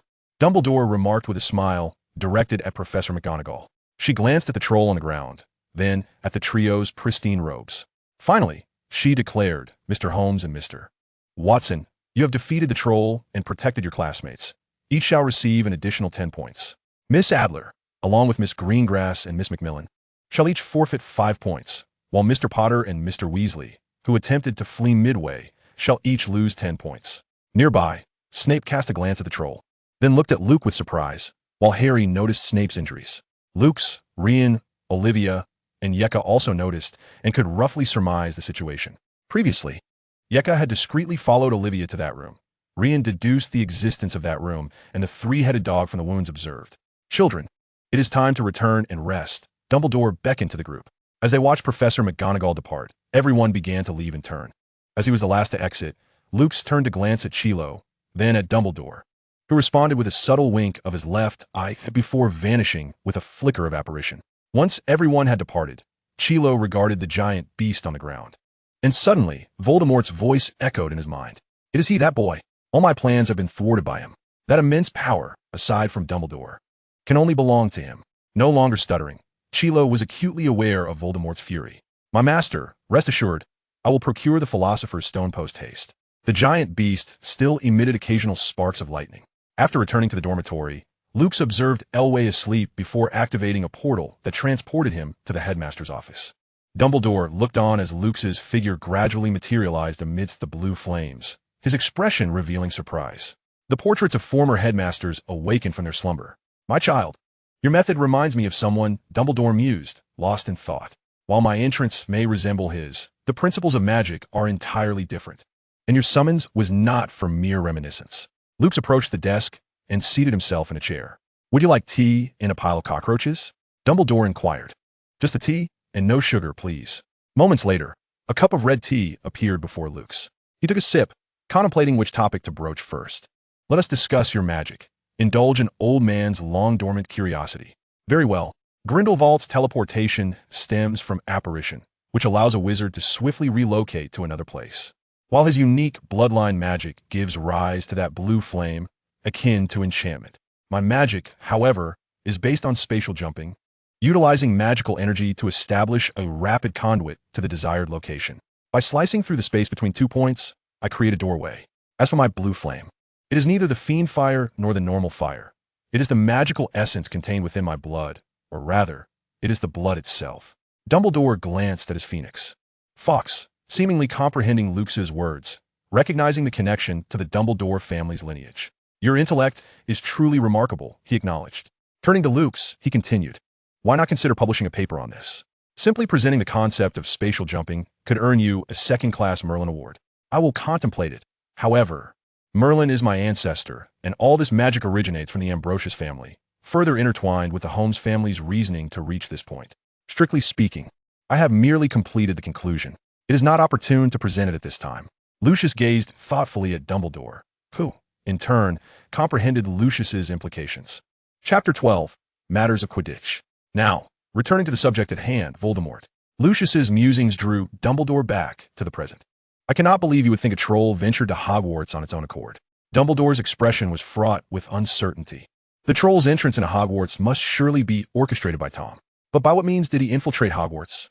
Tom Riddle, an arrogant and exceedingly proud, yet deeply insecure individual, would undoubtedly have summoned the Death Eaters from the Pure Blood Elite if he were in a position to do so. Yet, outside, all was eerily calm. Lucius's words provided Dumbledore with a new perspective to ponder. Turning to Lucius, Dumbledore remarked, "He must be exceedingly weakened now." The elder's tone grew grave. If Voldemort were to confront him directly, Dumbledore would feel at ease. Yet now Voldemort lurked in the shadows. Lucius continued, "What if the dark wizard who previously attacked Gringotts was indeed he? Vault 713, the Philosopher's Stone, he seeks to harness its power to restore himself. But how did he gain entry to Hogwarts?" Dumbledore inquired of Lucius. "Do you recall my earlier mention of my grandfather's words? Do not let one's appearance cloud your judgment. Every transformation has its reasons and catalysts. If an individual undergoes a significant change, they have surely encountered substantial events." Headmaster Dumbledore, "Is the current Professor Quirrell the same Quirrell you remember?" Lucius's inquiry prompted Dumbledore to realize that Quirrell was indeed suspect. "I do not know. Such matters are known only to Flitwick. I had not previously paid much attention to this boy.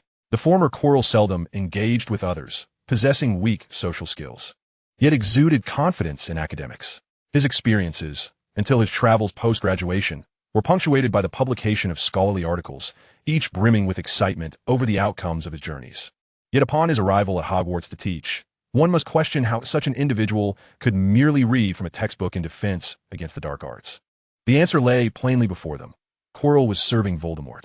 Dumbledore recalled Hagrid's account of a dark wizard appearing in the Forbidden Forest, very likely Tom.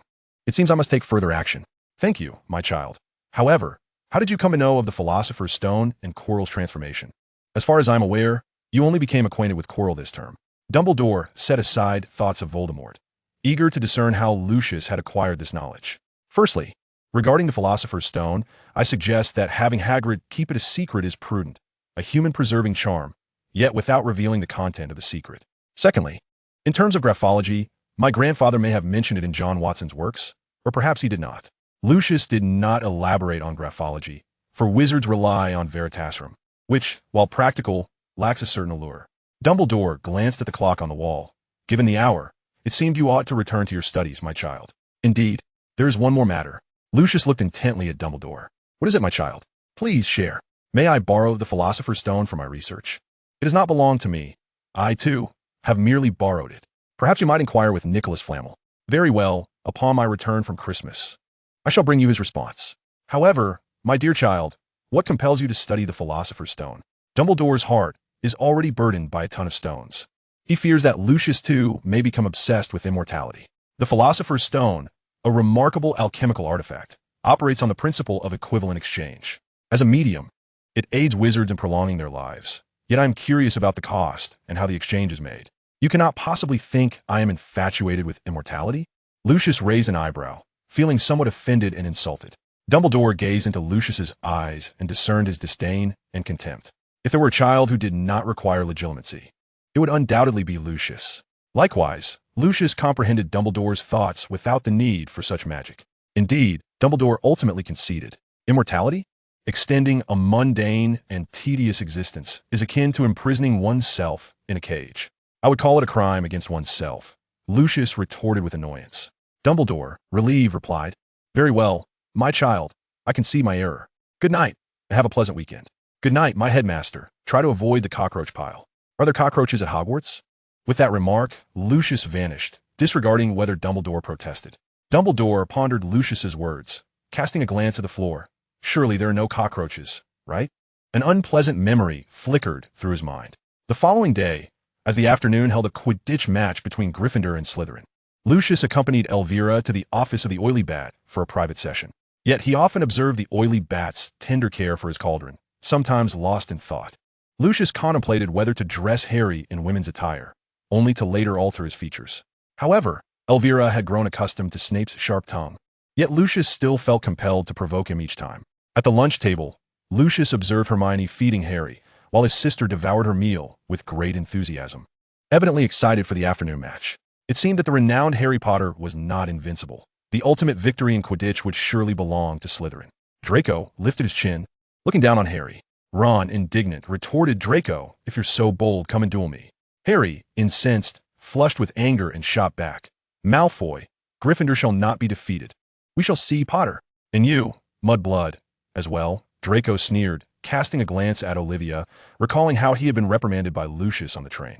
Had Draco Malfoy not attended the Quidditch match that afternoon, I doubt anyone would have noticed.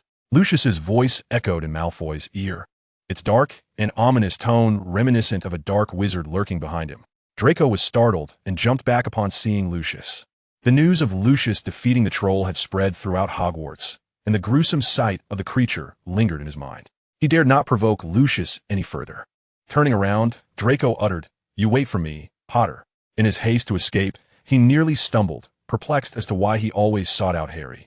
Perhaps it was Harry's unique demeanor that set him apart from others.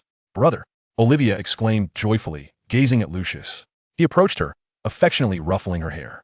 His willingness to confront Draco was entirely due to the fact that this little lioness had discreetly drawn her wand. Had she not intervened, Draco would have undoubtedly found himself in the infirmary. Lucius cast a glance at Ron, but chose to ignore him. "Will you and Rian come to the Quidditch match this afternoon?" Olivia asked, her eyes brimming with anticipation. To be honest, it was quite difficult to refuse such a hopeful look from his sister. "Rian and I will certainly be there, so fret not. Just showcase your talents, Olivia," Lucius assured her before turning to leave, making his way to the Hufflepuff table. "Oh, and one last thing. I shall prepare Eastern cuisine for you at Hagrid's hut this evening to celebrate." As soon as Lucius sat down, the surrounding badgers flocked to him, eager to bask in the glory of the troll slayer. He suppressed the urge to indulge in their questions. The noise escalated until he bellowed, "Silence." The room fell quiet. "I merely defeated a troll. If you wish to know more, inquire with Carterland." The little badgers exchanged glances before seeking out Carterland, only to discover him brandishing his wand. "If you wish to know, simply duel me and defeat me." With that, the badgers returned to their meals. Surely, anyone who had fought alongside Lucius against the troll could not be incompetent. At that moment, a boy approached Lucius. "Hello, Lucius. I am Cedric Diggory, a fourth-year student, a prominent figure in Hufflepuff, excelling in studies, and the captain of the Quidditch team. My handsome looks are quite popular among the girls, and my girlfriend is Cho Chong. I surmise you had Quidditch practice this morning and will be spectating the match this afternoon, studying the tactics of Gryffindor and Slytherin. And just now, you indulged in a pepper steak." Before Cedric could finish, Lucius had already deduced all this information. Although Cedric had heard from friends of Holmes' remarkable deductive skills, he never anticipated them to be this profound. "Indeed, Lucius, I hear you defeated the troll." "Yes. Would you care to challenge me? Or perhaps duel?" Cedric nodded. But Lucius declined. "Firstly, I do not wish to engage in meaningless endeavors. It is a sheer waste of time. Secondly, you cannot best me." Lucius supported his chin with his hands, gazing intently at Cedric. Ultimately, Cedric had no choice but to concede. "Very well, Lucius. I hope we can coexist amicably." Indeed, amicably. Thus the two were introduced. As the afternoon unfolded, at Olivia's behest, two small badgers took their seats among the Gryffindors. Rian sat at the edge, next to Lux, with Hermione beside him, while Ron kept a considerable distance from Lux. The two brothers looked on with great satisfaction as Olivia showcased her skills in the arena. Completely indifferent to the Slytherin players being struck by the bludgers, they believed it was merely their own folly for teasing their sister. Rian turned to Lux and remarked, "This vividly recalls the days when you taught her to play football and wield a sword. However, those techniques for striking the vulnerable and tender parts of the body, incapacitating foes, were indeed imparted by you." Lux, peering through a telescope, scrutinized the match while observing Quirrell's actions. Sure enough, after a while, Quirrell began to take action. Yet Dumbledore was seated nearby. Was it Voldemort's influence that emboldened him, or was he seeking Dumbledore's assistance? Lux leaned towards the former. He covered his mouth with his hand, fixated on Harry as he recited a spell, while Snape below was also casting incantations. It was a rare sight, far clearer than any depiction on a screen from a past life. Lux and Snape were casting spells on Harry Broom. Hermione, seizing the telescope, urged Lux to act, while Ron watched Harry with concern. Lux found himself at a loss for words. Indeed, Snape was living up to his reputation as the scapegoat. Lux signaled for Hermione to confront Snape. As he watched her rush towards Snape, he prepared to play a prank on Quirrell, utilizing the bludger as an ideal instrument. Lux set down the telescope, channeling his magic to track the bludger and guide its trajectory. He awaited Hermione to ignite Snape's robes, delaying the bludger's collision with Quirrell's face. Although his true desire was to strike the noseless figure behind him. Firstly, that oily-haired bat had indeed been venomous in the morning, and his greasy locks would serve well as kindling. Secondly, Lux wished to avoid alerting Voldemort. After all, raising his suspicions now could lead to a more cautious demeanor later on, not to mention the possibility of a spontaneous outburst in front of the students. At last, Hermione ignited Snape's robes, causing a commotion among the faculty. Simultaneously, under Lux's control, the bludger sped toward Quirrell's head. Just before it reached him, Lux released his magical hold. At that moment, Quirrell received an elbow from a nearby individual, turning to clutch his nose, and the bludger, almost sentient, veered towards the back of Quirrell's head, sending him tumbling to the ground. Fortunately, he did not fall beneath the wooden platform. One could imagine Tom Riddle resembling an unfortunate cat named Tom, struck without cause. It is worth noting that during the chaos instigated by Hermione's actions, one might have still heard Quirrell muttering spells. How could such a discrepancy go unnoticed? Was it perhaps attributed to Quirrell's usual stutter? Observing the scene unfolding at the professor's table, Rian turned to Lux and inquired, "Was that your doing?" "Not me. I didn't do anything. Don't spread baseless rumors." Lux quickly denied, before returning his attention to their sister Olivia, the little lioness, and her performance. At long last, Harry successfully captured the golden snitch, which, one must admit, bears a striking resemblance to the final boss in an adventure game. The one who manages to seize it is rewarded with a wealth of points and splendid equipment. The crux of the matter lies in delivering the final blow. Initially, Olivia, as a chaser, made little impact, merely obstructing Slytherin. However, upon witnessing Captain Wood and Angelina being unfairly taken down by Slytherin's cunning tactics, this little lioness erupted with fervor. With her quaffle, she sent several Slytherins off the field, and the already meager points for Slytherin remained stagnant. I surmise our sister has left a profound impression on her fellow students and will undoubtedly earn her own title in due course. Lux sighed, contemplating what culinary delights to prepare that evening: hot pot, boiled fish, or braised potato and beef brisket. Chapter 13. The Conspiracy Against Wizards Following Gryffindor's Victory. Lux and Rian applauded their sister, yet Adler from Slytherin wore a displeased expression. A glance from Lux revealed Adler's gaze fixed upon the professor's seats, indicating that this incident involving Harry had drawn Adler's attention to Quirrell. After departing, Lux utilized the teleportation feature to return home and gather some ingredients and spices, some of which were not even available at Hogwarts. Upon returning to Hogwarts, he made his way to Hagrid's hut with these provisions. Along the path, Lux halted. "Brother, your tracking skills remain as dismal as ever." Rian emerged from a nearby corner. They exchanged glances. "You could simply wait for me at Hagrid's. That would be quite impolite. You are simply lazy, brother. You ought to exercise." After a brief moment, Lux relented, allowing Rian to accompany him. Upon arriving at the hut, Lux knocked on the door, and Hagrid welcomed him. "Good afternoon, Hagrid. I've come to cook and celebrate Olivia and Harry's success. I hope you don't mind," Lux remarked, though it was clear that Hagrid's delight was primarily due to the prospect of a meal. Hagrid moved aside, "Of course. I've been looking forward to this. I've also brought some wine, which I believe will suit your palate well. By the way, this is my brother, Rux Holmes. You can simply call him Rian." As Lux stepped into the hut, he began preparing the ingredients. Lux exchanged a knowing glance with Rian, who understood immediately and engaged Hagrid in casual conversation.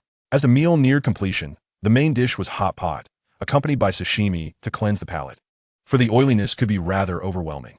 It seemed that only the three siblings would be using chopsticks, but fortunately, Lux had brought metal chopsticks.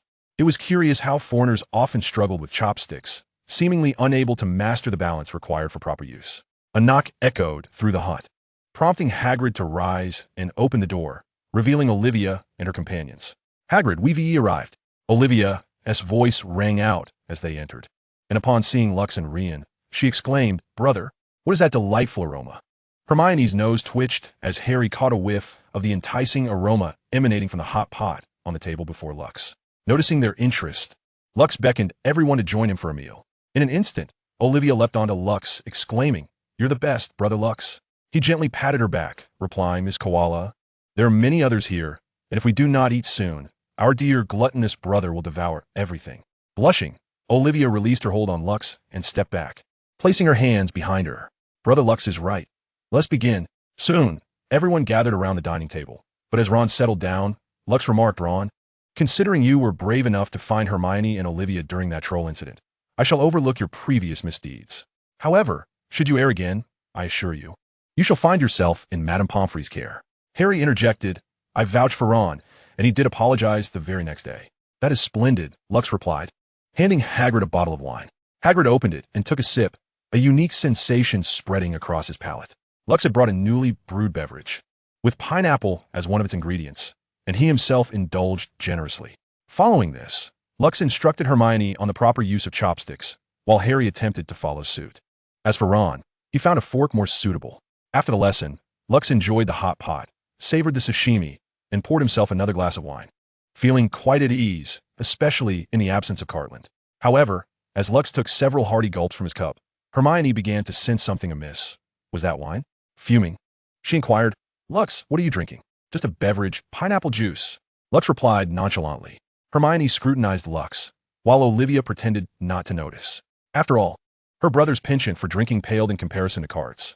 While Cart became more tempestuous with drink, Lux grew rather wild, making them quite the mismatched pair. Additionally, Cart exhibited restraint in his indulgences, unlike the more reckless Lux. Hermione pondered whether Lux and Cart were merely a reflection of the same archetype. Hagrid nodded in agreement, and when Hermione glanced at him, he fortuitously burped, causing everyone to catch a whiff of the alcohol. "Oh, my apologies," Hagrid quickly covered his mouth. Observing this, Lux hastily finished the remaining contents of the bottle. When Hermione regained her focus, she noticed Lux had already set down the empty wine bottle. "What is it, Hermione?" Lux feigned innocence. Hermione, irate, responded, "We are merely 11 years old. We are not of the drinking age. It's just pineapple juice with a hint of alcohol.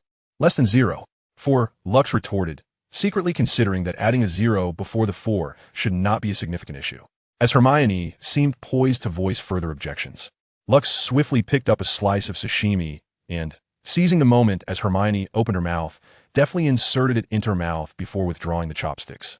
A blush crept onto Hermione's face as she chewed the fish, gazing at Lux.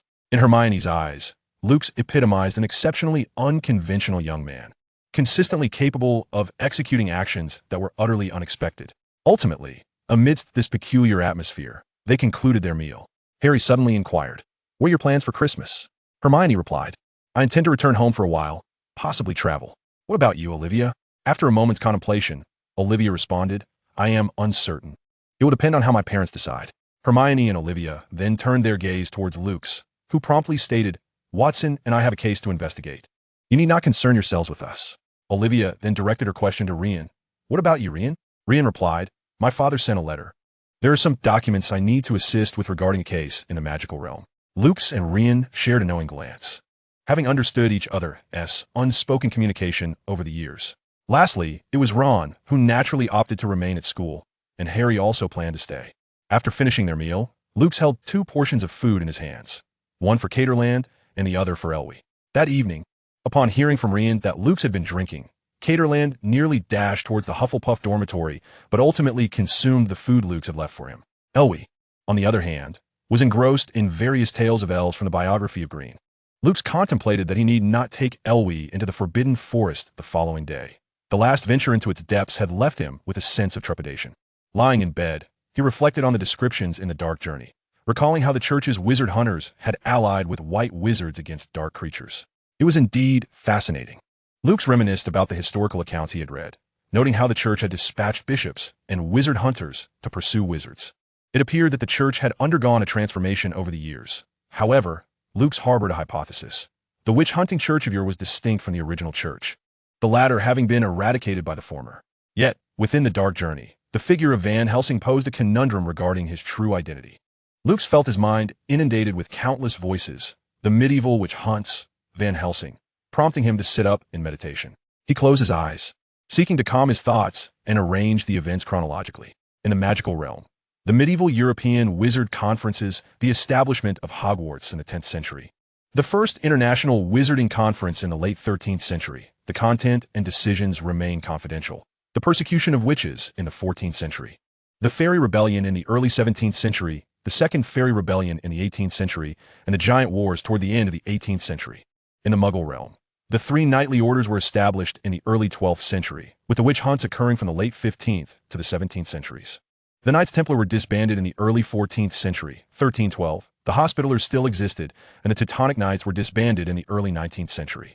Van Helsing's last known whereabouts were in the early 19th century, with his ultimate target being Dracula. The Brothers Grimm had their last known activities in the early 19th century.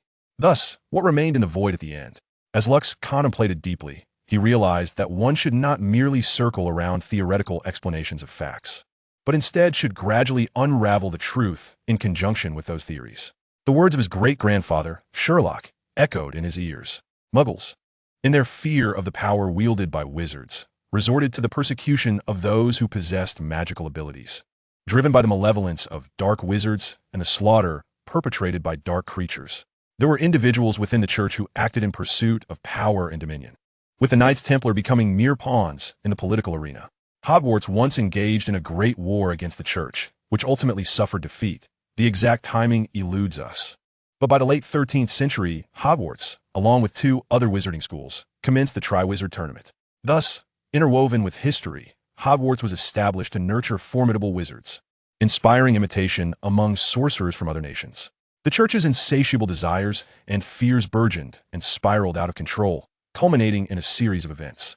By the late 17th century, wizards sought assistance from the ruling royalty, but upon failure, they retreated into clandestine operations, prompting the church to recognize the wizard's vulnerability.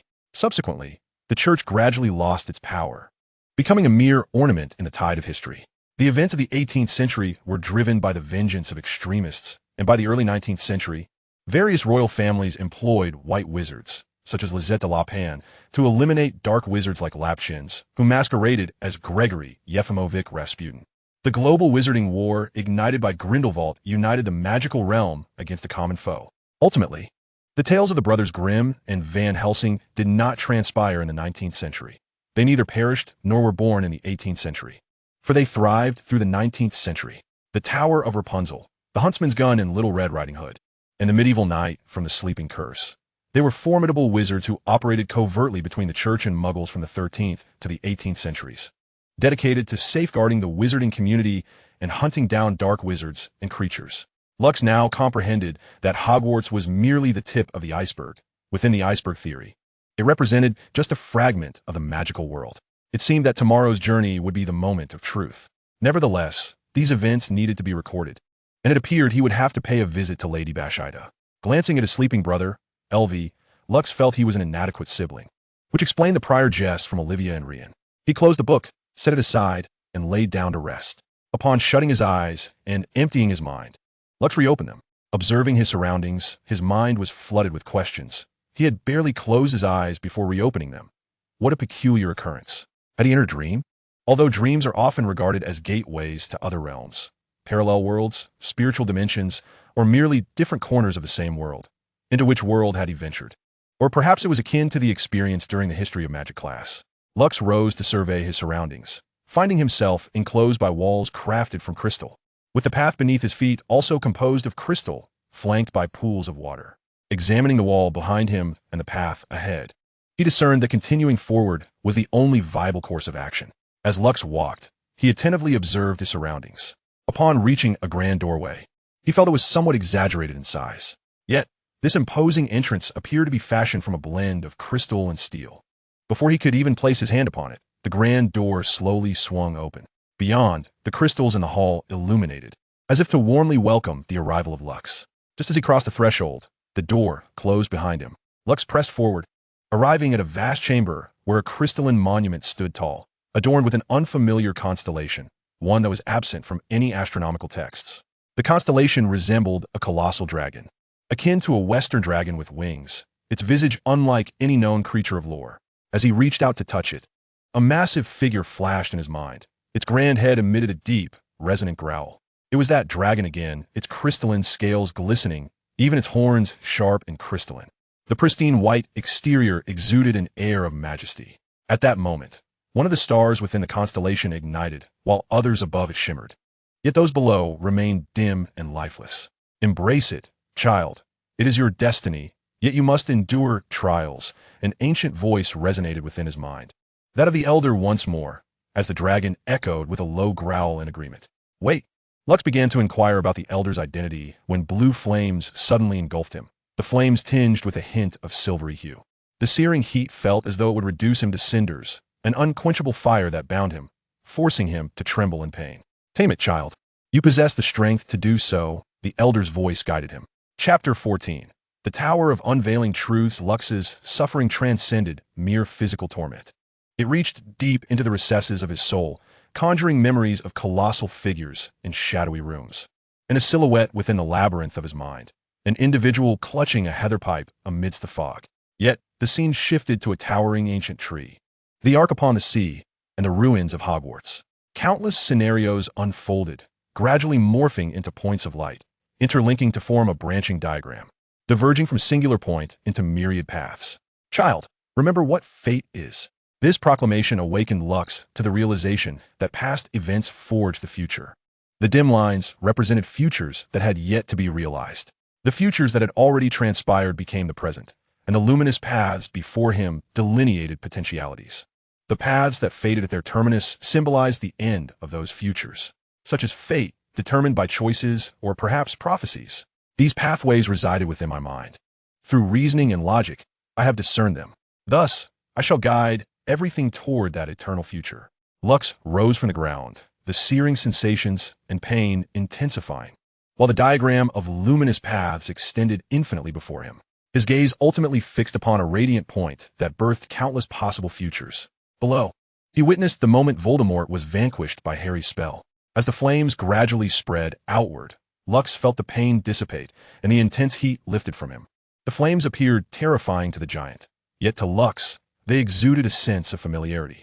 The fire intimately coiled around him, transforming into the head of a dragon that gently nuzzled his hand. Subsequently, the flames converged, swirling like a vortex as they entered Lux's body.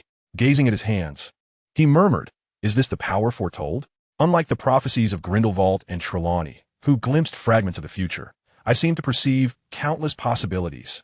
He resolved to make the most of this newfound ability. The old man had whispered this advice in his ear, and then Lux felt an overwhelming force pulling him away, plunging him into an abyss where he fell into water. Suddenly, Lux awoke, taking a deep breath and realizing he was still in his dormitory at Hogwarts, though daylight had already broken. "Ah, you have finally awakened. I thought your soul had departed," teased Catterland, seated in a chair. During breakfast, he had inquired of Elway about Lux's absence, to which Elway replied that Lux was in such a deep slumber that no amount of calling could rouse him. Others might believe this, but Catterland would not. He knew that Lux would awaken at the slightest approach of another, even stirring when called by those close to him. In truth, he had traversed to another realm, a dream, as one might call it, akin to what you term a soul departure. The expression on Catterland's face conveyed skepticism, as if to say, "Do you expect me to believe you?" Lux scratched his head, uncertain of his own experience, let alone convincing Catterland. "I deduced some matters last night regarding the depths of the Forbidden Forest. I am convinced it pertains to the historical remnants of the 13th century. I must prepare thoroughly today," Lux declared earnestly. Catterland set aside his prophecy report, recognizing the gravity of Lux's seriousness. "Can you elaborate? Why not allow me to finish my meal first, then discuss it on the way? It is already midday, and I prefer not to engage in uncertain endeavors." Afterward, Lux donned his attire, and together with Catterland, they made their way to the Great Hall, conversing about what to bring. Lux produced 2 items, presenting Catterland with a sword and a pistol. Catterland examined them closely, noting the inscriptions in magical script. "Alchemical products? Indeed, these 2 items suit you perfectly. As for me, my want suffices." Upon arriving at the Great Hall and taking their seats, they began to eat. Catterland quickly filled himself, while Lux felt an insatiable hunger. Perhaps the experience of soul departure had drained too much of his physical and mental energy. Catterland inquired, "So, please elaborate on your deductions." Lux swallowed a mouthful of beef and began, "Let us start from the establishment of Hogwarts in the 10th century. It was during this time that a rift emerged between Muggles and wizards. Initially, the Muggle Church aimed to combat dark wizards and creatures, but as fear of wizardry grew, concerns arose regarding threats to their dominion, leading to a conspiracy that spanned centuries. The first step was the founding of 3 knightly orders to confront wizards. However, the intention was to vanquish the sorcerers under the guise of combating dark wizards and malevolent creatures, yet the war ended in failure. Consequently, they resolved to exploit this defeat to eliminate dissenters. Pray tell, Watson, what has historically been humanity's most formidable weapon? Carlin pondered for a moment. Was it weaponry, swords, or firearms? No, Watson, those are merely instruments of lethal force. The truly terrifying weapon is deception. It is through deceit that rumors are conjured, inciting fear from the seeds of human suspicion. Ultimately, the witch hunt fervently raged for 2 centuries. However, with the passage of time, everything began to transform. Eventually, the wizards languished, and the church receded from the annals of history, ceasing only in the 19th century due to the global wizarding war instigated by Grindelwald. The struggle between the magical realm and the Muggle world has never waned. Cartland found himself questioning the veracity of the history he had once learned. Yet the words of Lucius compelled him to believe. How can you substantiate this? Do we not have a victim before us? Lucius countered, then turned to address a spectre. Sir Nicholas, could you come here for a moment? Very well, what is it, young wizards? Sir Nicholas floated over. A simple inquiry.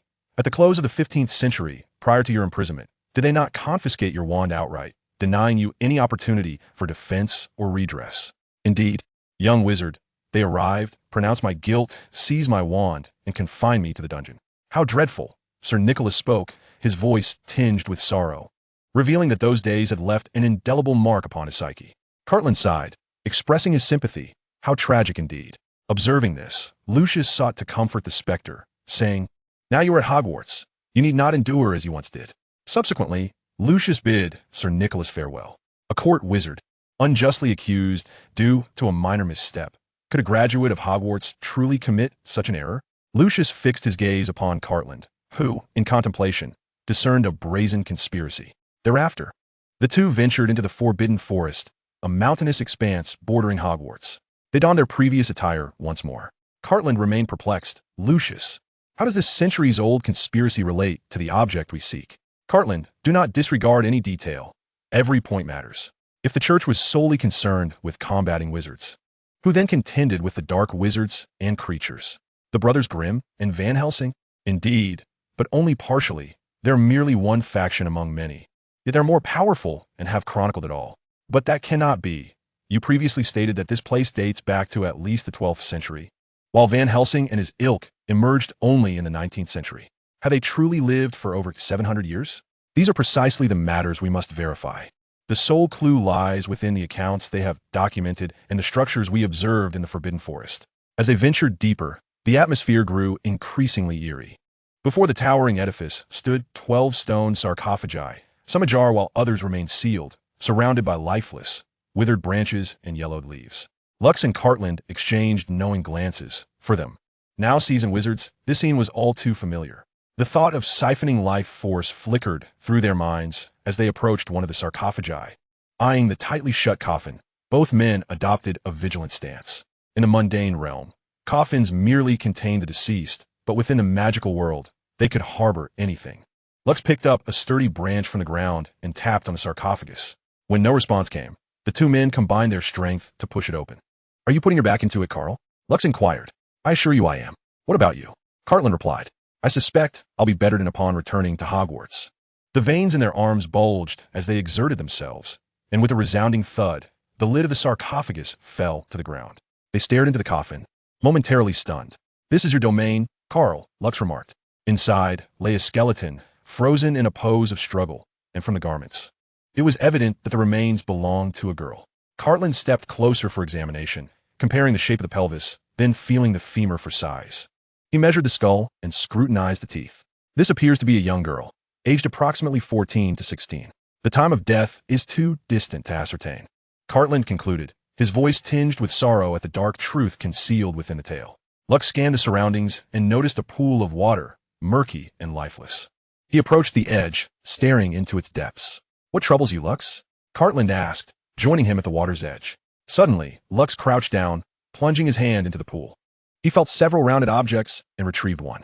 They gazed in horror at a white, skeletal skull, their throats constricted with dread. The size of this cranium was comparable to that of the skeleton they had just uncovered. Cartland couldn't suppress his curiosity. What about this pool? Lux remained silent, merely nodding in acknowledgement. He set the skull aside and glanced toward the tower, both men aware of the grim conclusion they had reached. This was the very tower mentioned in the Chronicles of Green. Watson, 600 years. A wizard prolonging life for 6 centuries must prey upon the lives of young girls.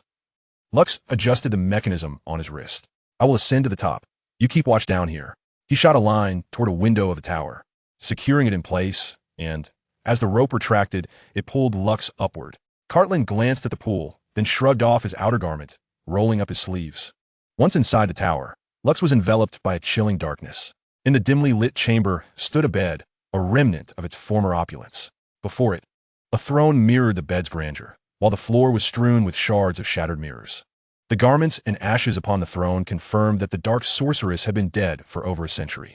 However, this female dark sorceress, possessing the magic of immortality, must surely wield some form of malevolent dark magic. Yet, no matter how one contemplates, such magic must originate from some ancient tome. Lux grasped a handful and, using his own magical prowess, sensed a lingering trace of dark magic upon it. Subsequently, flames ignited in his hand, consuming the ashes. Suddenly, a piercing scream reverberated throughout the room from the blue flames, even reaching Cartland, who was below, rummaging through the remains. Holmes, I am unharmed. Merely the remnants of that female dark sorceress have been incinerated. Ah, now she is utterly gone. Upon hearing Lux's rather flippant response, Cartland felt a wave of relief. Lux, attuned to the faint essence of dark magic, gradually approached the shattered mirror, now reduced to a mere frame. With a forceful push, he toppled the frame, delicately tracing the surface of the wall. He sensed an irregularity in one specific area and tapped along both sides. Finally discerning a hollow spot, he retrieved his crystal wand and invoked the spell of temporal decay, harnessing the erosive power of time's passage to dismantle protective and architectural enchantments. The bricks from the hollow section tumbled to the ground. Before Lux lay a tome, bound in dark brown leather, revealing the ancient aura of dark magic. As he opened it, he noted the peculiar texture, reminiscent of some animal hide, yet certainly not human skin. The script within, akin to ancient runes, was exceedingly intricate. He resolved to take it back for further study with Dumbledore. After closing it and tucking it into his robe, he approached the window, surveying the room. To Lux, it was steeped in malevolence and darkness. In the 19th century, the Brothers Grimm had merely instigated a rebellion. She had evaded judgment. Lux ignited the room with his flames, a manifestation of the magic coursing through his veins, akin to a bane to dark magic, capable of fervently incinerating all tainted by its touch. He spread his arms wide, invoking the leap of faith. Upon landing gracefully, Lux observed Cartland diligently interring the remains and erecting a memorial. The two shared a moment of solemn reflection for the girl's plight, which had failed to stir even a ripple in the annals of history. The events of the day held the potential to upheave the entire magical realm. A grimoire detailing the secrets of immortality could incite a tempest of bloodshed. Even Voldemort relied upon Horcruxes, yet this tome far surpassed them, requiring merely vitality. Chapter 15, Myagard. While traversing the path back, Cartland suddenly inquired, Lux, do you think we shall encounter many more such occurrences in the future? Indeed, what we have witnessed is merely the tip of the iceberg. Would you mind if I included these experiences in my novel? Not at all, but please portray my character favorably, so I do not appear as a lunatic. The two shared a hearty laugh, as if the previous gloom had evaporated. Upon returning to Hogwarts, Lux resolved to address Voldemort's affairs for the current academic year. He pondered whether Voldemort had succumbed to madness recently. If so, he might become dangerously desperate. Reclining upon my bed, I pondered everything concerning Voldemort. The original events unfolded with the Philosopher's Stone, the Chamber of Secrets, Sirius Black, the Triwizard Tournament, the Order of the Phoenix, the Half-Blood Prince, and ultimately, the Deathly Hallows. Now, the arrival of this butterfly may potentially alter the course of subsequent events. According to the natural progression, following the Triwizard Tournament, Voldemort would remain fixated on Harry and mount an assault on Hogwarts, conveniently seeking out all Horcruxes. However, I possess a method superior to the Horcruxes and must ensure that Voldemort remains oblivious to the secrets of the Forbidden Forest. Were I in my upper years, I might have already made my escape. Ultimately, Harry will confront Voldemort. Yet the most troubling aspect is the inevitable sacrifices that will ensue. Had I not come to Hogwarts, I might have been attending some Muggle school, or perhaps wandering with my father. By the way, why is it that our family has practiced magic for 3 generations? Yet I am the only one attending school, let alone Hogwarts? It appears I must pay a visit to Dumbledore. I rose from my bed and directly transported myself to the headmaster's office via flames. Good evening, my dear headmaster. Dumbledore, startled, nearly dropped the pile of cockroaches in his hands. Good evening, child. What brings you to me at this hour? Luke sat before Dumbledore, retrieving a book from the void and placing it before him. I believe we both possess the answers we seek. Let us engage in an open dialogue. Dumbledore picked up the book and perused a few pages, the unfamiliar text reeking of dark magic. After examining 2 pages, he closed the book and gazed at Luke's. Where did you acquire this book, my child? In the depths of the Forbidden Forest, beyond the boundaries of Hogwarts, lies a 13th century historical relic, the abode of a dark witch. Upon hearing Luke's response, Dumbledore felt a jolt of astonishment, unsure of how to react. If Luke had claimed to have ventured to the residence of a dark wizard in Knockturn Alley, that would be more acceptable. However, this was the Forbidden Forest. He scrutinized Luke's closely, seemingly unaffected by the dark wizard's influence. Luke's expression conveyed a sense of exasperation. Do not look at me with such eyes. If there were any issues, Hogwarts would have sensed them the moment I returned. Luke's found Dumbledore's demeanor reminiscent of a mischievous child, wondering where the cunning Dumbledore of yore had vanished. Meeting Dumbledore's inquisitive gaze, Luke crossed his arms and spoke. The book you hold is a tome on the magic of immortality, a means to infuse one's own body with the vitality of another, specifically requiring the exuberant life force of a young maiden. The side effect is accelerated aging, necessitating an alchemical artifact to safeguard one's life. Should the life force be depleted, one would age drastically and require another infusion of vitality. Dumbledore adjusted his glasses, realizing that the dark magic he had encountered throughout his life paled in comparison to that contained within this book. How did you come to know of these matters, my child? Luke gazed into Dumbledore's eyes, contemplating for a moment before finally handing over the biography of Grindelwald and Dark Travels. I gleaned this knowledge from these texts. Should you wish to peruse them, please remember to return them to me once you have finished. Dumbledore took possession of the two books. He had heard whispers of Grimm's fairy tales and had occasionally stumbled upon them during his visits to the Muggle world to collect students. However, this biography of the Grimms was evidently an artifact of the magical realm. Be gentle. These are the author's original manuscripts and unique copies, passed down from my great-grandmother, Vivian Ambrosius. Lucius was informing Dumbledore about the provenance of the books, though he was uncertain as to how they had come into his family's possession. Dumbledore set the books aside. What would you like to know, Lucius? I wish to discover when my name first appeared in the Book of Admission, as well as any information regarding my ancestor, Merlin Ambrosius, attending Hogwarts. Dumbledore fell silent, for this matter was shrouded in mystery for him as well. Lucius continued, I believe your sudden appearance 2 years ago was no coincidence. With a sigh, Dumbledore replied, It was 4 years ago that your name first appeared in the Book of Admission, along with your sister, Olivia, and your brother above your name, while below it lay that of Yekaterina Adler. Lucius pondered this, for years ago coincided with the time he had followed his father. It seemed almost deliberately orchestrated when viewed through the lens of his family lineage. And what of my ancestor, Merlin? It is said he was a student of Slytherin, later becoming a court wizard and assisting King Arthur. That is all I have learned. Lucius looked intently at Dumbledore, who returned the gaze, both bewildered by the absurd rumors that had surfaced. As headmaster, Dumbledore was aware that Arthur lived in the 6th century, an era when wizards and muggles coexisted openly. Is there no record in the Book of Admission? No, my child. I too have been curious, yet I have never seen it. That room is inaccessible to anyone. Even to this day, it merely transmits information about incoming students each year. Thus, the two sat in silence. Upon learning of his name's sudden emergence, Lucius realized that these occurrences were far from mere coincidence. The only clue leading him to Hogwarts was the rumor of Merlin's attendance there. Dumbledore furrowed his brow. The recent magical fluctuations were indeed perplexing, defying logic. Dumbledore then suggested, Child, utilize your bloodline magic to summon the Book of Admission. Lucius raised an eyebrow, astonished at Dumbledore's uncharacteristic suggestion. Summoning the Book of Admission himself? Was Hogwarts truly under his command? Surely you jest. Hogwarts instructed you to suggest this? Dumbledore nodded. In the office, amidst the living beings and the portraits lining the walls, there was a shared sentiment of having lived in vain for so long. Never had they heard of Hogwarts granting such authority to anyone. With no other recourse, Lucius resolved to take a leap of faith. He cleared his mind, allowing his magical essence to flow forth, concentrating intensely. His blue and silver eyes sparkled with determination as he envisioned the Book of Admission. In an instant, Lucius felt Hogwarts come alive, as if it were sustaining his magic. Before long, a tome materialized before the two, gently descending onto the table. Undoubtedly, this was the Book of Admission. At that moment, Dumbledore found himself questioning, unable to suppress a desire to lodge a complaint with Hogwarts. Who truly was the headmaster here? Of the portraits adorning the wall, only Headmistress Euphrasia more exhibited an expression of knowing acknowledgement, while the others likely experienced a mental tempest akin to Dumbledore's own. The two exchanged glances, and after a brief hesitation, Luke resolved to open the Book of Admission. Yet, how was he to search within its pages? At this juncture, the magical fluctuations of Hogwarts resonated within Luke's mind. Draw forth your wand, gently cast a spell, and utter the name. Luke cast a scornful glance at Dumbledore, thinking, Is this headmaster merely a figurehead? All actions seem to be undertaken by Professor Cat, lacking even the authority of Hogwarts, while your institution dares to converse with me.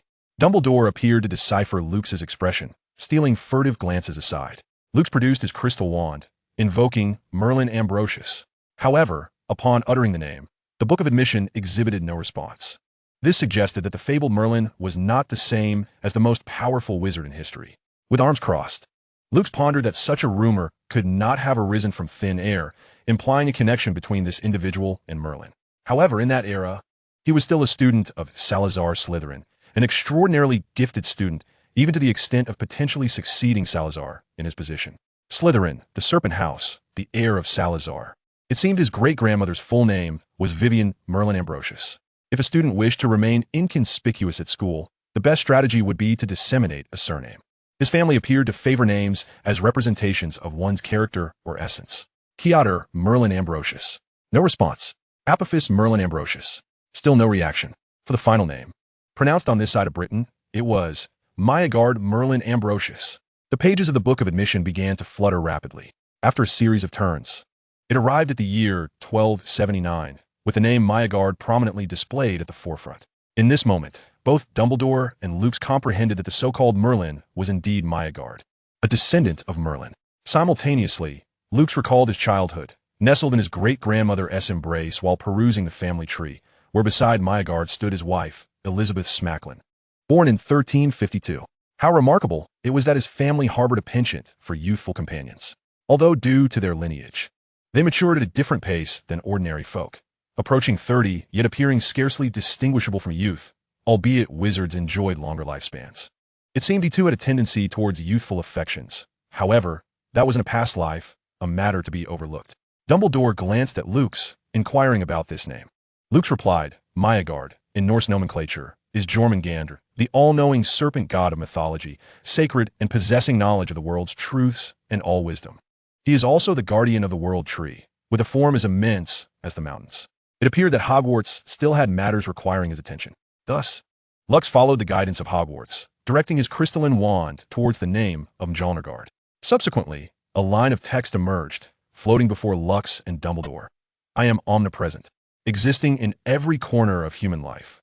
I grow alongside civilization. For my sake, humanity progresses. Each child must engage with me until I bid them farewell from this world. Who am I? After a moment of contemplation, Lux concluded that the sole answer, as indicated, was knowledge. Knowledge, Lux proclaimed. Instantly, the text vanished, and magical energy gradually coalesced into the image of a person. Astute, truly befitting of the heirs of the Ambrosius and Holmes families, stood a figure clad in Slytherin robes, with silver hair and blue eyes. Dumbledore gazed in disbelief at the apparition before him. Can you converse with us? Lux pondered for a moment, scrutinizing the man intently, who regarded Lux with keen interest. No, this is merely a transcendent dialogue across time. Or perhaps he has merely observed the events of our current temporal realm and responds accordingly. Precisely. Mjolnirgard seemed quite pleased. But how is this possible? To my knowledge, no magic can achieve such depths, not through time travel, but merely by glimpsing time. I wager you can not only foresee the future, but also glimpse the past. Lux's gaze fixated on the man. Even if he were his own ancestor, the experience was unsettling. Mjolnirgard smiled at Lux. Calm yourself, child. You already hold the answer to this ability within. Lux lowered his final defenses. Indeed, his prior doubts about that dream now seemed genuine. His own capabilities were confined to predicting potential futures, yet he could not yet peer into the past or future. Mjolnirgard began to speak slowly. Allow me to clarify your inquiries. You all share a common question. Why does Hogwarts assist Lux? And why do I have the privilege to wield the Book of Admission at Hogwarts? In truth, everything at Hogwarts was prepared by our ancestor, Merlin. Do not forget Lux. Our ancestor foretold events of the 15th century at the tender age of 7. I would prefer to call it seeing the future. As for that rumor, it was prepared for you by me. Hogwarts is bequeathed to you. The latter is the intent of our ancestor, Merlin, regarding the 28 pure-blooded sacred families. You may invoke that. At this moment, Lux was rendered speechless. Everything about his arrival at Hogwarts was orchestrated by his ancestors. This revelation was even more astonishing than knowing he belonged to a wealthy lineage for generations. He had entered his own family-esque school, a school where even the board of trustees must heed his words. Reflecting on this, Lux realized that during his tenure as headmaster, He and the trustees had merely been caretakers for someone else. This realization left him utterly perplexed. Moreover, could one scold this little master? Certainly not. Could one bully him? Absolutely not. The ancestors of the individual in question, Merlin, are renowned as the most formidable wizards in history, and now, a descendant of such lineage has emerged with extraordinary abilities. One can only speculate whether they foresaw the misdeeds inflicted upon their progeny and perhaps devised a contingency that could lead to the downfall of your family, leaving you bereft of refuge to lament. Chapter 16. The beginning of destiny. Lucius recollected a ring left to him by his mother. Perhaps it held the key to confronting the 28 pure-blooded clans. Was it Vivicum? It is said that the Weasley family descends from Merlin's disciples. Pondering for a moment, he continued to inquire of Maegard. Why was he chosen? Over the centuries, the Ambrosius family ought to have produced many illustrious descendants. They are merely wizards. Even I, along with the later Uxes and Vivian, as well as your father, Janus, we could not accomplish such feats, for we each have our own missions. And what of Voldemort? I cannot believe our family is unaware of him. Voldemort? He is merely a catalyst, akin to Grindelwald. This world necessitates crises to awaken those stagnant in the past. The most effective means to rouse the complacent and the obsolete is through crises and the grand visions of pioneers, yet they shall not incite any great upheaval. Maegard gazed at Lucius and Dumbledore, the implications unmistakable. Lucius pressed on. If there were no Voldemort, no Grindelwald, or even no me, would the outcome remain unchanged? Indeed, it would be the same, albeit possibly delayed. This is a pivotal moment in destiny, one that no one can evade or alter. However, you can. This is all I can disclose. The rest shall be revealed by others. You perverted uncle with a penchant for young girls. Upon hearing this, Lucius felt acutely aware of his placement in this world, tinged with dissatisfaction. Noticing the tomes of dark magic on the table, he murmured, I know my future wife. Farewell. Child, the calm before the storm has arrived. I wish you good fortune. As soon as the words left his lips, Maegard vanished. Now, Lucius and Dumbledore found themselves slumped in their seats. Lucius contemplated the future, and based on Maegard's words and demeanor, it appeared that instability would only intensify, rendering even Voldemort's matters trivial. Thus, it was evident he could not evade Voldemort. Neglecting the issues surrounding him might very well impact future events. Gazing at the dark magic tome before him, Lucius whispered, the calm before the storm? Meanwhile, Dumbledore sat lost in thought, unawares of the moisture gathering in his eyes. Those days, Ariana, Aberforth, and Gellert, everything was predetermined by fate. He longed deeply for his brother and sister, as well as Gellert, his beloved. He had once contemplated breaching the forbidden, traversing time to save his sister and prevent Gellert's rise. He believed such transgressions would yield dire consequences due to his own inadequacies. Now he understood that even if he had succeeded, such occurrences could not have been averted. After all, Dumbledore was the White Lord. It was not long before he regained his composure. For now, the paramount concern was the child before him. He once harbored fears of Voldemort. Yet after the explanations provided by Muggle studies, those concerns seemed trivial. Lockhart fixed his gaze upon Dumbledore and remarked softly, Headmaster Dumbledore, we are merely experiencing the calm before the storm. What shall we do? The magical world can scarcely endure any more turmoil. Child, what form will this storm take? Dumbledore inquired, deeply troubled. The devastation wrought upon the British magical community 11 years prior still lingered vividly in many minds, especially those of the parents of the children who were victims of that dark time. Lockhart, too, was troubled. As the saying goes, one must first secure the internal before addressing the external. Even Harry's confrontations with Voldemort were the culmination of sacrifices made across generations. However, what he faced now was a matter that had been laid down since the time of Merlin, spanning 14 centuries and countless generations of preparation. The impending storm, Voldemort's resurgence, and the ancient dark magic, along with dreams of the wand sought by his family for 2 generations, left his mind in a state of chaos. He began to tap his fingers rapidly on the table, culminating in a decisive thump. Dumbledore offered a comforting tone. Calm yourself, my boy.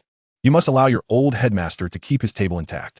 Dumbledore understood that he too had a role to play in this matter, and the path that lay ahead for this child was fraught with challenges, perhaps even more so than his own. I know, my resourceful headmaster. In days gone by you could devise countless strategies with but a blink. Yet now, we find ourselves ensnared in this century. The gentle voice of Headmistress Euphrasia more broke in. Child, I was friends with your great-grandmother. During our conversations, she confided in me that your great-grandfather, Sherlock Holmes, was a detective unparalleled, even among wizards. In times of uncertainty, he always knew precisely what to do and did so with unwavering resolve. Compared to many, your great-grandfather was truly remarkable. Lockhart's eyes widened with mild astonishment as he regarded Headmistress Moore. Thank you, Headmistress Moore, but I am not my great-grandfather. I cannot always know what to do. Moore simply smiled gently. Child, you bear a striking resemblance to your great-grandfather. Perhaps you have yet to recognize it. Doi. Lockhart pondered within himself. Reflecting on his own life, he acknowledged that he had not endured the same oppressive loss of both mother and father as his great-grandfather had. The burdens of family life had compelled his great-grandfather to forsake emotion, confronting the darkness of reality with rationality. Along the way, he encountered John Watson, gaining his first true friend, and met Irene Adler, with whom he shared admiration and attention. Ultimately, he faced Moriarty, a kindred spirit yet also a nightmarish presence, rendering his life meaningful. In his childhood, he had wished to replicate his great-grandfather's every experience within the labyrinth of memory, but he had failed, leading to the collapse of his world. He was not as rational or strong as his great-grandfather. He was merely Lockhart Holmes, not Sherlock Holmes. Lockhart spoke, I have tried, but I have failed. I cannot be as my great-grandfather was. The tremor in his voice underscored the weight of failure. Dumbledore observed Lockhart's demeanor, sensing the fear that enveloped the boy. Gazing at the tome of admission upon the table, he was reminded of the prowess of Myagard and that fateful moment before the Mirror of Eris. He discerned who could genuinely guide Lux. A glimmer flickered in Dumbledore's eyes as he mused. Lux, your great-grandfather has always been your beacon, has he not? You have followed in his footsteps. Why falter now? If you encounter difficulties, why not seek his counsel directly? Listening to Dumbledore's words, Lux pondered the notion of his great-grandfather, Sherlock. No, I shall not pause. I have been under his guidance all along. The image of Sherlock materialized in Lux's mind. The swirling mist from the heather pipe, the room at 221B, Baker Street, the distinctive detective attire. How vital it is to envision possibilities, to contemplate what has transpired, and act upon those reflections may lead to the discovery of outcomes. A spark ignited in Lux's eyes. Indeed, before the results remain unknown, let us envision what has occurred. I am aware of certain matters concerning Voldemort. Thank you, Headmaster Moore. I understand now. And to you, my Headmaster Dumbledore, would you mind if I engaged in some meditation and employed a bit of magic? Of course not, my child. Lux seated himself cross-legged on the floor and closed his eyes. To ascertain the most accurate result, he would wield magic alongside the potential futures of his own making. Perhaps this would exhaust his magical essence, yet he would strive to peer as deeply as possible. As silver and blue irises ignited simultaneously, a vast labyrinth of memories arose in Lux's world. He found himself at the very heart of this maze, which lay at the base of a branching diagram. Rising to his feet, he surveyed the crystalline structure, which bore no resemblance to the mazes of his childhood. Before him stood 3 doors. Lux approached, twisting the lock to enter the first. What unfolded was a vision of events yet to come. Harry and Quirrell before the Mirror of Eris. It appeared he played no role in this scene. Lux then harnessed his magic to accelerate the flow of time. The luminous points at the base of the diagram swiftly ascending towards the branches above. As he had not intervened in the conflict between Voldemort and Harry, he had instead focused on historical inquiries, leading to Snape and Dumbledore-esque sacrifices. Olivia had rallied her trio against Voldemort, who ultimately met his end at Harry's hands. Yet Olivia fell prey to a deadly curse, ensnared in a hallucinatory realm. Discarding this future, Lux returned to the door, closing it behind him as he selected the second. Upon his arrival, he had resolved to thwart Voldemort, with Rian assisting him and Olivia and her companions following closely. Alongside him was Yekaterina Adler. Due to their formidable strength, Voldemort had paused his machinations against Hogwarts, opting to bolster his own power first. Once resurrected, he would regain his peak strength and rally the Death Eaters. Through a traitor at Hogwarts, he gleaned knowledge of ancient dark magic and Lux's inquiries into Merlin, ultimately igniting a brutal war. The vision behind the second door revealed a dire outcome. Now it was time for the third door. Let Harry take the lead while he provided covert assistance, ensuring Voldemort remained oblivious to his presence, whilst investigating the ancient dark magic and Merlin's connections to Hogwarts. Voldemort continued in accordance with established facts, yet ultimately, his resurrection was thwarted during the Triwizard Tournament, as the Horcruxes were stealthily destroyed. Harry would devise a different approach regarding Nagini. Meanwhile, as the so-called storm was about to unfold, the labyrinthine world collapsed, leaving only a serene lake, its surface reflecting another realm, a magical kingdom. Lucius opened his eyes, feeling an overwhelming sense of exhaustion. He staggered to his feet from the ground, exclaiming, "I have found the way." However, no sooner had he spoken than he collapsed once more. Dumbledore lifted Lucius into his arms, realizing that for tonight, he would have to rest here and be taken to Madame Pomfrey for recuperation the following day. After placing Lucius on his bed, Dumbledore gazed at the unconscious boy, feeling a twinge of guilt, pondering whether he had pushed the child too hard. To be honest, when he beheld the Holmes siblings, he was reminded of his own childhood with his brother and sister. Yet, the dynamic between those three was entirely different from his own. As an elder brother, he had always wished to escape from home, while Rienloth cared deeply for both Lucius and Olivia. Lucius, in contrast to his brother Aberforth, was more rational and less prone to anger. Olivia mirrored a completely opposite version of Ariana. Nevertheless, the bond between the brothers resembled that of himself and Aberforth, and he wished to prevent the tragedies of his past from befalling these three children. Dumbledore descended to the lower levels, reflecting on the biography of Grindelwald and dark travels that Lucius had given him. Indeed, he felt like mere dust in the torrent of history, incapable of even creating a small ripple. "Dumbledore, you need not be so hard on yourself," Professor Moore advised him. "Yet that child is merely 11 years old.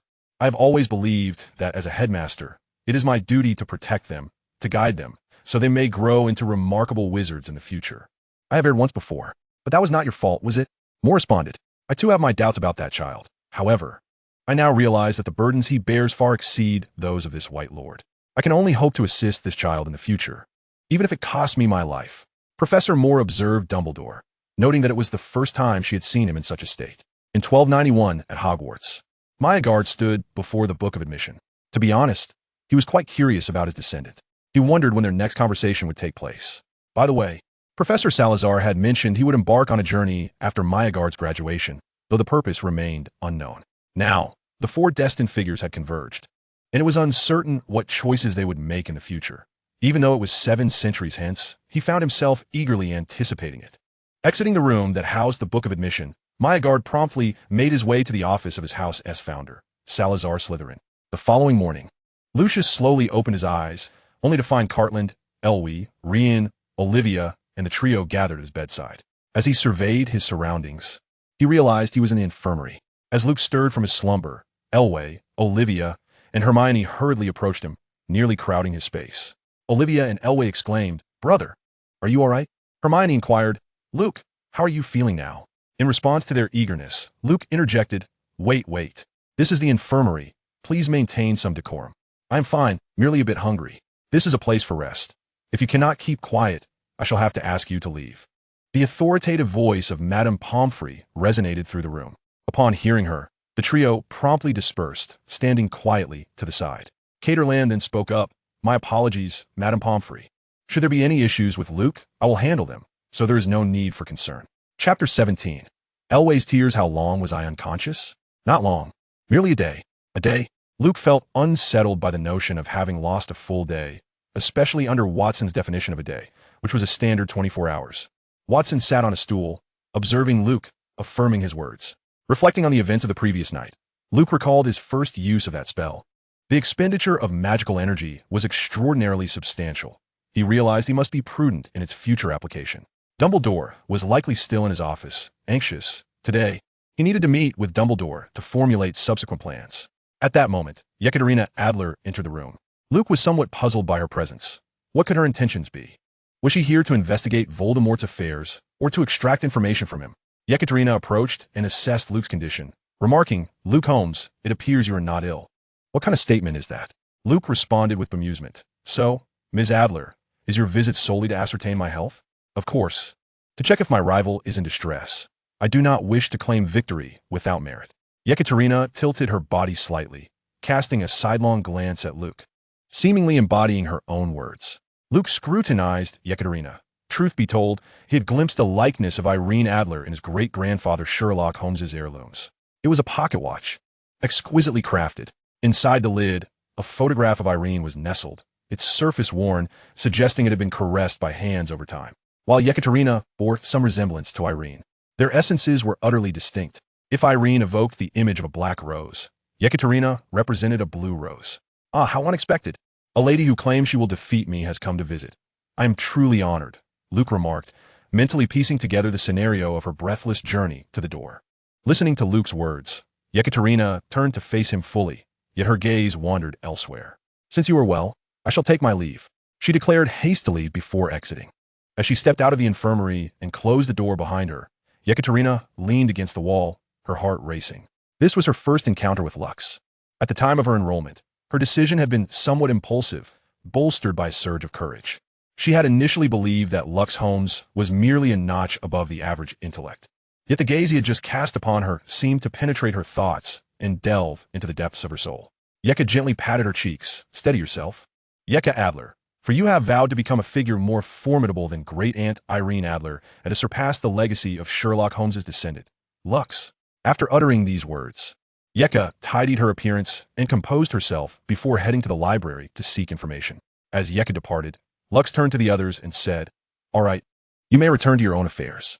Madame Pomfrey would not permit my immediate return." Consequently, Rian was the first to leave, followed by Harry and Ron. Meanwhile, Hermione was drawn away by Olivia, visibly eager to converse. Finally, Elway and Cartland exited. Elway appeared to have much on his mind, his brow furrowed with concern, while Cartland cast a worried glance at Lux before they both departed. Lux lay on his bed, sighing, acutely aware of their expressions. Hermione was likely intent on inquiring about his activities and the reason for Adler's presence. Elway had probably uncovered details regarding his parents and Voldemort, and it was certain that he would become involved. As for Carl, he was undoubtedly fretting over him, understanding the extent of his magical prowess. At long last, in the afternoon, Madame Pomfrey finally permitted him to leave. He had been sent to the infirmary in the morning, and it had been a full 24 hours. Both Madame Pomfrey and Madame Pants were not to be trifled with.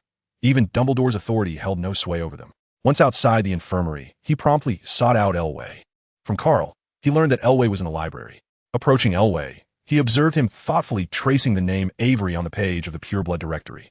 Lux had always been aware of Elway's parents' circumstances. Severus Snape's inner turmoil was not solely tied to Lily Evans, but also to another individual, his steadfast friend from youth, Carlisle Avery. "Elway?" Lux called softly, bringing Elway back from his reverie. Elway turned to meet Lux's gaze, his golden eyes shimmering with countless emotions. "Brother, do you know?" "Yes. All along. Yes." Beneath Elway's calm demeanor lay a tempest of suppressed feelings, like a volcano simmering beneath the surface, ready to erupt. During dinner, Elway remained silent, consumed by his meal. Upon returning to their dormitory, Elway fixed his gaze upon Lux, who understood his intent. He yearned to uncover everything regarding his parents. Lux was reluctant to divulge the truth at this moment, yet Elway had already gleaned some information. Remaining silent would only ensnare him in a web of confusion. "Elway, do you possess the courage to accept all of this?" Lux gazed intently into Elway's eyes, his expression profoundly serious. Elway's face contorted with struggle. His small hands clenched tightly into fists. "No." Lux observed Elway's stubbornness, hoping fervently that he would not become ensnared in despair. "Elway, your father, Carlisle Avery, is the sole heir of the esteemed Avery family, one of the 28 pure-blood wizarding lineages. Your mother, Métis Andromir, is a half-blood orphan with elven ancestry. Once, your father was a close friend of Severus Snape, having aided him countless times. However, with the eruption of Voldemort's reign, your father fell in love with your mother. In those tumultuous times, he likely deceived Voldemort in an effort to whisk your mother away to safety. Yet, the prophecy of the Chosen One emerged, and Snape, driven by his love, betrayed Voldemort. Unexpectedly, your father interrupted the original plan, perhaps realizing that as long as Voldemort thrived, your mother, he, and ultimately you, would remain shrouded in darkness. At that time, your mother was already expecting you. Subsequently, Avery and Snape joined forces, but tragically, Avery was exposed. The Death Eaters relentlessly pursued your parents, and in a final act of love, after naming you, they sacrificed themselves to protect you, entrusting their last wishes to Professor Snape. This is the essence of the tale. After sharing this narrative, Lux turned his gaze back to Elway. If tasked with dismantling a criminal's psychological defenses and shattering their mental world, he would embrace the challenge. However, Elway, the present circumstances stem solely from Voldemort's actions. He could not bear to witness a child living in the shadow of vengeance. Should he cultivate a life consumed by revenge for a child, he would then be deemed a criminal himself. Upon absorbing Lux's account, tears brimmed in Elway's eyes. Earlier that day, while seeking answers from Professor Flitwick and his godfather, he had uncovered the identities of his parents. Yet, Professor Flitwick was unaware of the full truth, and his godfather had refused to divulge any information. Now, he comprehended that he was Elway Avery, the son of Carlisle Avery and Métis Andermere, with Voldemort as the murderer of his parents. Tears streamed down Elway's face. "Brother, why didn't you tell me sooner?" The anguish in his eyes was a culmination of 11 years of pent-up emotion. Each winter, he witnessed his peers nestled in the embrace of their parents. In contrast, he was ostracized for his pointed ears and the otherworldly golden hue of his eyes. Labeled a monster by his contemporaries. "You are a monster. It is no wonder your parents abandoned you." Gradually, he began to internalize the cruel words of others, feeling that his parents had heartlessly forsaken him. Until he met Rux, he had never experienced warmth. It was the first time someone spoke to him of the beauty in the name bestowed upon him by his parents. Now, those around him kept secrets, including the brother who had always offered him solace. Rux met Elway's gaze, unwavering in the face of Elway's accusations, devoid of remorse. Instead, he countered Elway. "Had I revealed this to you earlier, how would you have reacted?" Elway faltered at a loss for words. Previously, he might have felt nothing at all, observing Elway's silence. Rux received the answer he sought and pressed on with his inquiries. "What will you do now?" "Voldemort murdered my father and mother, along with those Death Eaters. I shall not let them escape justice." A flicker of malevolence crossed Elway's eyes. "And then?" Lux's persistent questioning rendered Elway momentarily stunned. "And then? What will you do after Voldemort and the Death Eaters are all dead?" Rux emphasized his tone, urging Elway to awaken from his reverie. Gradually, Elway's clenched fists relaxed, the confusion on his face giving way to a mixture of hatred and anger. Indeed, what would he do once they were all gone? Noticing that the moment was ripe, Rux chose not to continue his line of questioning. An 11-year-old child cannot be expected to ponder the meaning of life like a philosopher. Even among adults, few manage to find their purpose and dedicate their lives to it. Of course, the Holmes family is an exception. Rux retrieved a tissue to wipe away Elway's tears and said, "Elway, I merely wish for you to lead a complete life. The events of each day may very well unfold as a series of miraculous occurrences. Hatred can lead one astray. If life is lived solely for vengeance, one becomes a puppet of hatred. Friends, family, and loved ones shall cease to exist. Always remember your name, Elway, Morning Star, a beacon of newfound hope. This is the blessing bestowed upon you by your parents." Suddenly, Elway threw himself into Lux's embrace, weeping uncontrollably. As Rux gently patted Elway's back, he realized he had never anticipated the depth of this child's fragility. If Harry bore the malice stemming from his father James Potter's legacy, Elway's burden arose from the darkness of human hearts. Thus, Elway remained in Lux's arms, as if he had returned to the comforting embrace of his parents. Checking the time, Rux gently nudged Elway. "Brother, it's time for bed. Otherwise, you will be late for class tomorrow." Elway stirred slightly. "But brother, was that what you said? Or did great-grandfather Sherlock say it?" "Of course, it was my own words." "Why do you ask?" Rux replied, a look of confusion crossing his face. "Because at home, you always quote great-grandfather Sherlock when speaking with Cartland." Elway looked up with innocent eyes. "My words were undoubtedly my own. Now, hurry and sleep." Rux pondered whether he had misguided Elway. That night, as he watched Elway sleep, Rux questioned himself. Indeed, he had initially not regarded Elway as family. Caring for him had been merely a matter of convenience. Elway, as a half-elf, was destined to become a powerful wizard. Yet now, Rux had forgotten that Elway was merely a lonely child, without parental companionship and devoid of the world's kindness. It was only when Elway sobbed in his arms that Rux finally recognized him as his true brother. Once he chose to forsake certain emotions, confronting the darkness solely with reason. He faced these shadows because Olivia was wounded at that time, and he realized that sacrifice was necessary to save others. Ultimately, among those he cherished, only his brother Rian, Carterland, Olivia, and a few elders remained significant to him. Not even Dumbledore, nor Hermione, held more than the status of mere acquaintances. Their relationship with Dumbledore was merely one of collaboration. However, the newfound sense of having a younger brother, Elvire Avery, also known as Elvire Holmes, was indeed pleasant. Nonetheless, Lux felt a tinge of anger. Severus Snape was truly a nuisance. He had intended to reveal the truth to Elvire once he matured, yet now this situation had arisen. How did Lily Evans ever come to fancy this greasy-haired bat? Of course, he planned to consult Dumbledore the following day regarding future strategies, likely involving several professors. Snape would need to confer with Dumbledore privately, the three of them discussing matters behind closed doors, while the other professors focused on nurturing their students. Simultaneously, They needed to manage the pureblood families and the Ministry of Magic. Failing to do so would lead to chaos in their own backyard. As for the Order of Merlin, it had devolved into a mere mascot and decoration, utterly useless. The Order of the Phoenix would serve as one of their trump cards against Voldemort, though, given the current state of its members, the term unfinished building seemed quite fitting. Witwicken needed to balance affairs in both worlds, particularly concerning the Elder Wand. Regarding the storm mentioned by Ancestor Myagard, he must establish a new organization, one capable of confronting any peril at any moment, fighting solely for truth and the world. The members of this organization must surpass any wizards of previous eras. Chapter 18. Negotiating with Snape during the following day. Luke contemplated the roster of potential members for his organization in his mind. His brother, Rian Rothford Holmes, Carterland Watson, Cedric Diggory, these were his primary candidates. The alternates included Olivia Holmes, Yekaterina Adler, Elvire Holmes, Avery, the Weasley twins, George and Fred, Hermione Granger, Luna Lovegood, and Neville Longbottom. This number was insufficient. For Luke's, the individuals required in this organization must be those willing to fight for the world. Those listed as alternates lacked either the requisite strength or were hindered by human frailties. If family were to encounter danger, unforeseen consequences could easily arise. As for Harry Potter and Ron Weasley, they were not even worth considering. It was the sacrifices of their elders that facilitated their growth, while Draco Malfoy remained a perpetually immature child. Furthermore, a suitable venue was essential. The room of requirement was certainly inadequate. This place needed to be expansive and discreet. Where could it possibly be located? It occurred to him that he could communicate with Hogwarts. If a hall could be constructed beneath Hogwarts, it might serve their needs well. The passage should ideally be located at the spiral staircase. Taking advantage of the current solitude, Luke approached the spiral staircase, beginning to channel his magic to communicate with Hogwarts.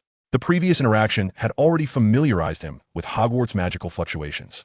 Upon connecting with Hogwarts consciousness, Luke conveyed his thoughts to the ancient institution. Suddenly, a magical array materialized beneath Luke, transporting him to an unknown location. As he opened his eyes and surveyed his surroundings, he pondered whether his ancestors had meticulously orchestrated this entire scenario. Beneath him lay a grand hall that rivaled a royal palace. The illumination emanated from crystals, seemingly infused with arcane energy, capable of sustaining their glow for millennia. The ceiling was adorned with constellations, countless celestial formations, including Draco, Serpens, Orion, and Andromeda, among others. With a touch of creativity, he envisioned a grand table at the center, reminiscent of the round table of Arthurian legend, perfectly suited to replace the stone table within the castle. As the number of future members was likely to increase, it would be prudent to organize them in accordance with the principles of the five constants. The insignia could be deliberated upon at a later date. At present, however, he was determined to confront the oily-haired bat. After the disturbance caused by him the previous night, Luke felt compelled to challenge him. Otherwise, he would not be true to the spirit of Sherlock Holmes. Ultimately, he required a piece of evidence for their discussion, leading him to the abode of the Black family. While the house elf was preoccupied, Luke harnessed his magical essence to sense Voldemort's lingering soul. It was all too evident where the elf, creature, had concealed it. Ah, here it is. Indeed, this locket was hidden by Creature within the portrait of Regulus. Upon securing it, he promptly transported back to Hogwarts, hoping Creature remained unaware of his actions. Unbeknownst to Luke, his current magical prowess exerted a peculiar pressure upon the house elf. Arriving at the oily-haired bat's office, he rapped on the door. Only when Snape's voice beckoned did Luke push the door open. "Good afternoon, Professor Snape." "Holmes, I trust you are not foolish enough to waste a potions professor's time." Snape's cold demeanor was unsettling, no matter the angle from which one viewed him. "No, I am here for a specific matter." Snape cast a fleeting glance at Luke. "I have no inclination to indulge a child in games of riddles. A godfather, nearly consumed by hatred, whose very life was on the brink of ruin." Luke, arms crossed, regarded Snape intently. "I simply wish to shield him from the truth of his parents' demise.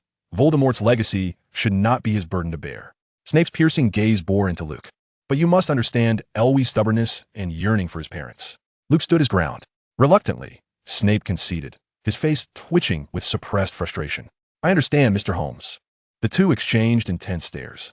Finally, Snape spoke with a resigned tone. "Take care of Elwie. Matters concerning Voldemort are not for you children to meddle in." With that, Snape silently conjured a spell to expel Luke from the office. Sensing the magical disturbance, Luke retaliated with a shield charm. Snape, astonished by Luke's comparable magical prowess, found it difficult to believe. "Mr. Holmes, Should you fail to depart willingly, I would be pleased to deduct 10 points from Hufflepuff and note your disrespect towards a professor. Professor Snape, consider this merely a warning. Professor Severus Snape. One last time. Severus. In that instant, the quill in Snape's hand came to an abrupt halt. He stood frozen. For this appellation was reserved solely for Lily and Carlisle. Snape turned to Lucius, beginning to interrogate him. Where did you learn this? I could have known at any moment had I wished to. You are forbidden from using that name. Shall we converse now? Lucius gazed at Snape, memories of his life flashing through his mind. Regrettably, in the end, he had perished at the hands of Voldemort. The calmness of his face and the depth of his eyes reflected the image of Snape. Observing Snape's hesitation, he continued, "This concerns the children of two of the most significant individuals in your life. Harry, son of Lily Evans, and Elwë Avery, son of Carlisle Avery." In Snape's eyes, there was a mix of anxiety and dread, his under-eye bags quivering slightly. "What do you wish to discuss?" "Voldemort has returned. We will confer after dinner with Dumbledore." With that, Lucius exited the room, shutting the door behind him as he headed to the dining hall. Even Snape required a moment to gather himself. If there was anything in this world that still tethered Snape, it was Harry and Elwë.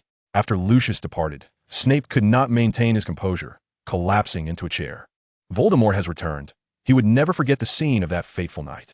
Carlisle had been discovered by Death Eaters while attempting to assist him, leading to his betrayal. Yet, when he arrived in haste, Lily lay lifeless on the ground. He clutched Lily tightly in his arms, weeping inconsolably. If only he had not revealed the prophecy to Voldemort, Lily would still be alive. Young Harry wept in his cradle, and as he looked at Harry, a singular thought consumed him. That was Lily's child, her only offspring, the continuation of her life. That night, he struck a bargain with Dumbledore, pleading with him to take Harry away, to hide him. Subsequently, Dumbledore took Harry, but he knew they would meet again at Hogwarts 11 years hence. However, upon his return, he received the news of Carlisle's demise. He rushed to the scene, finding only Carlisle and Medusa lying on the ground, Carlisle's hand clasped tightly around Medusa's.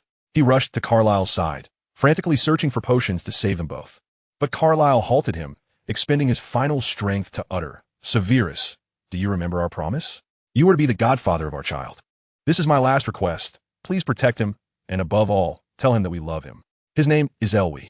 After speaking, Carlisle gazed at Medusa, apologizing. "And I love you, Medusa." Tears streamed from the corners of Medusa's eyes. At last, Carlisle closed his eyes for the final time. Thus, the most significant people in Snape's life were gone, leaving him in solitude. The subsequent agreement to teach at Hogwarts was primarily to safeguard those two children, to watch over Harry and Elwë. When he encountered Harry and Elwë once more, the sight of Harry's emerald eyes and Elwë's visage evoked memories of Lily and Carlisle.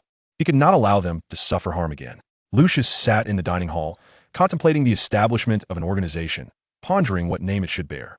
Should he borrow from the titles of works from his past life? Perhaps Brotherhood, Holy Apostles, Supreme Council, Apocalypse, or Four Sacred Teachings. None seemed quite right. Perhaps it was best to wait until the organization was officially founded to decide. "Brother, what are you thinking about?" Elwë suddenly inquired, leaning in closer. "Nothing. Just reminiscing about Chinese cuisine," Lucius replied, averting his gaze. However, Cartland had mentioned that whenever Lucius behaved this way, something was amiss. Elwë's large, watery eyes fixated on Lucius, and he felt an unexpected twinge of guilt, attributing it to Carter's influence on Elwë. Lucius shot a glance at Carter's seat, glaring at him. Carter, perplexed by Lucius's reaction, could only wonder at the sudden tension. Noticing the time, Lucius recognized it was nearly time to seek out Dumbledore. "Elwë, I have matters to attend to. You should return to the dormitory for now." With that, Lucius rose and departed toward the headmaster's office. Upon reaching the door, he hesitated, contemplating whether to recite the list of Dumbledore's favorite sweets. Ultimately, he dismissed the idea, deeming it a waste of time.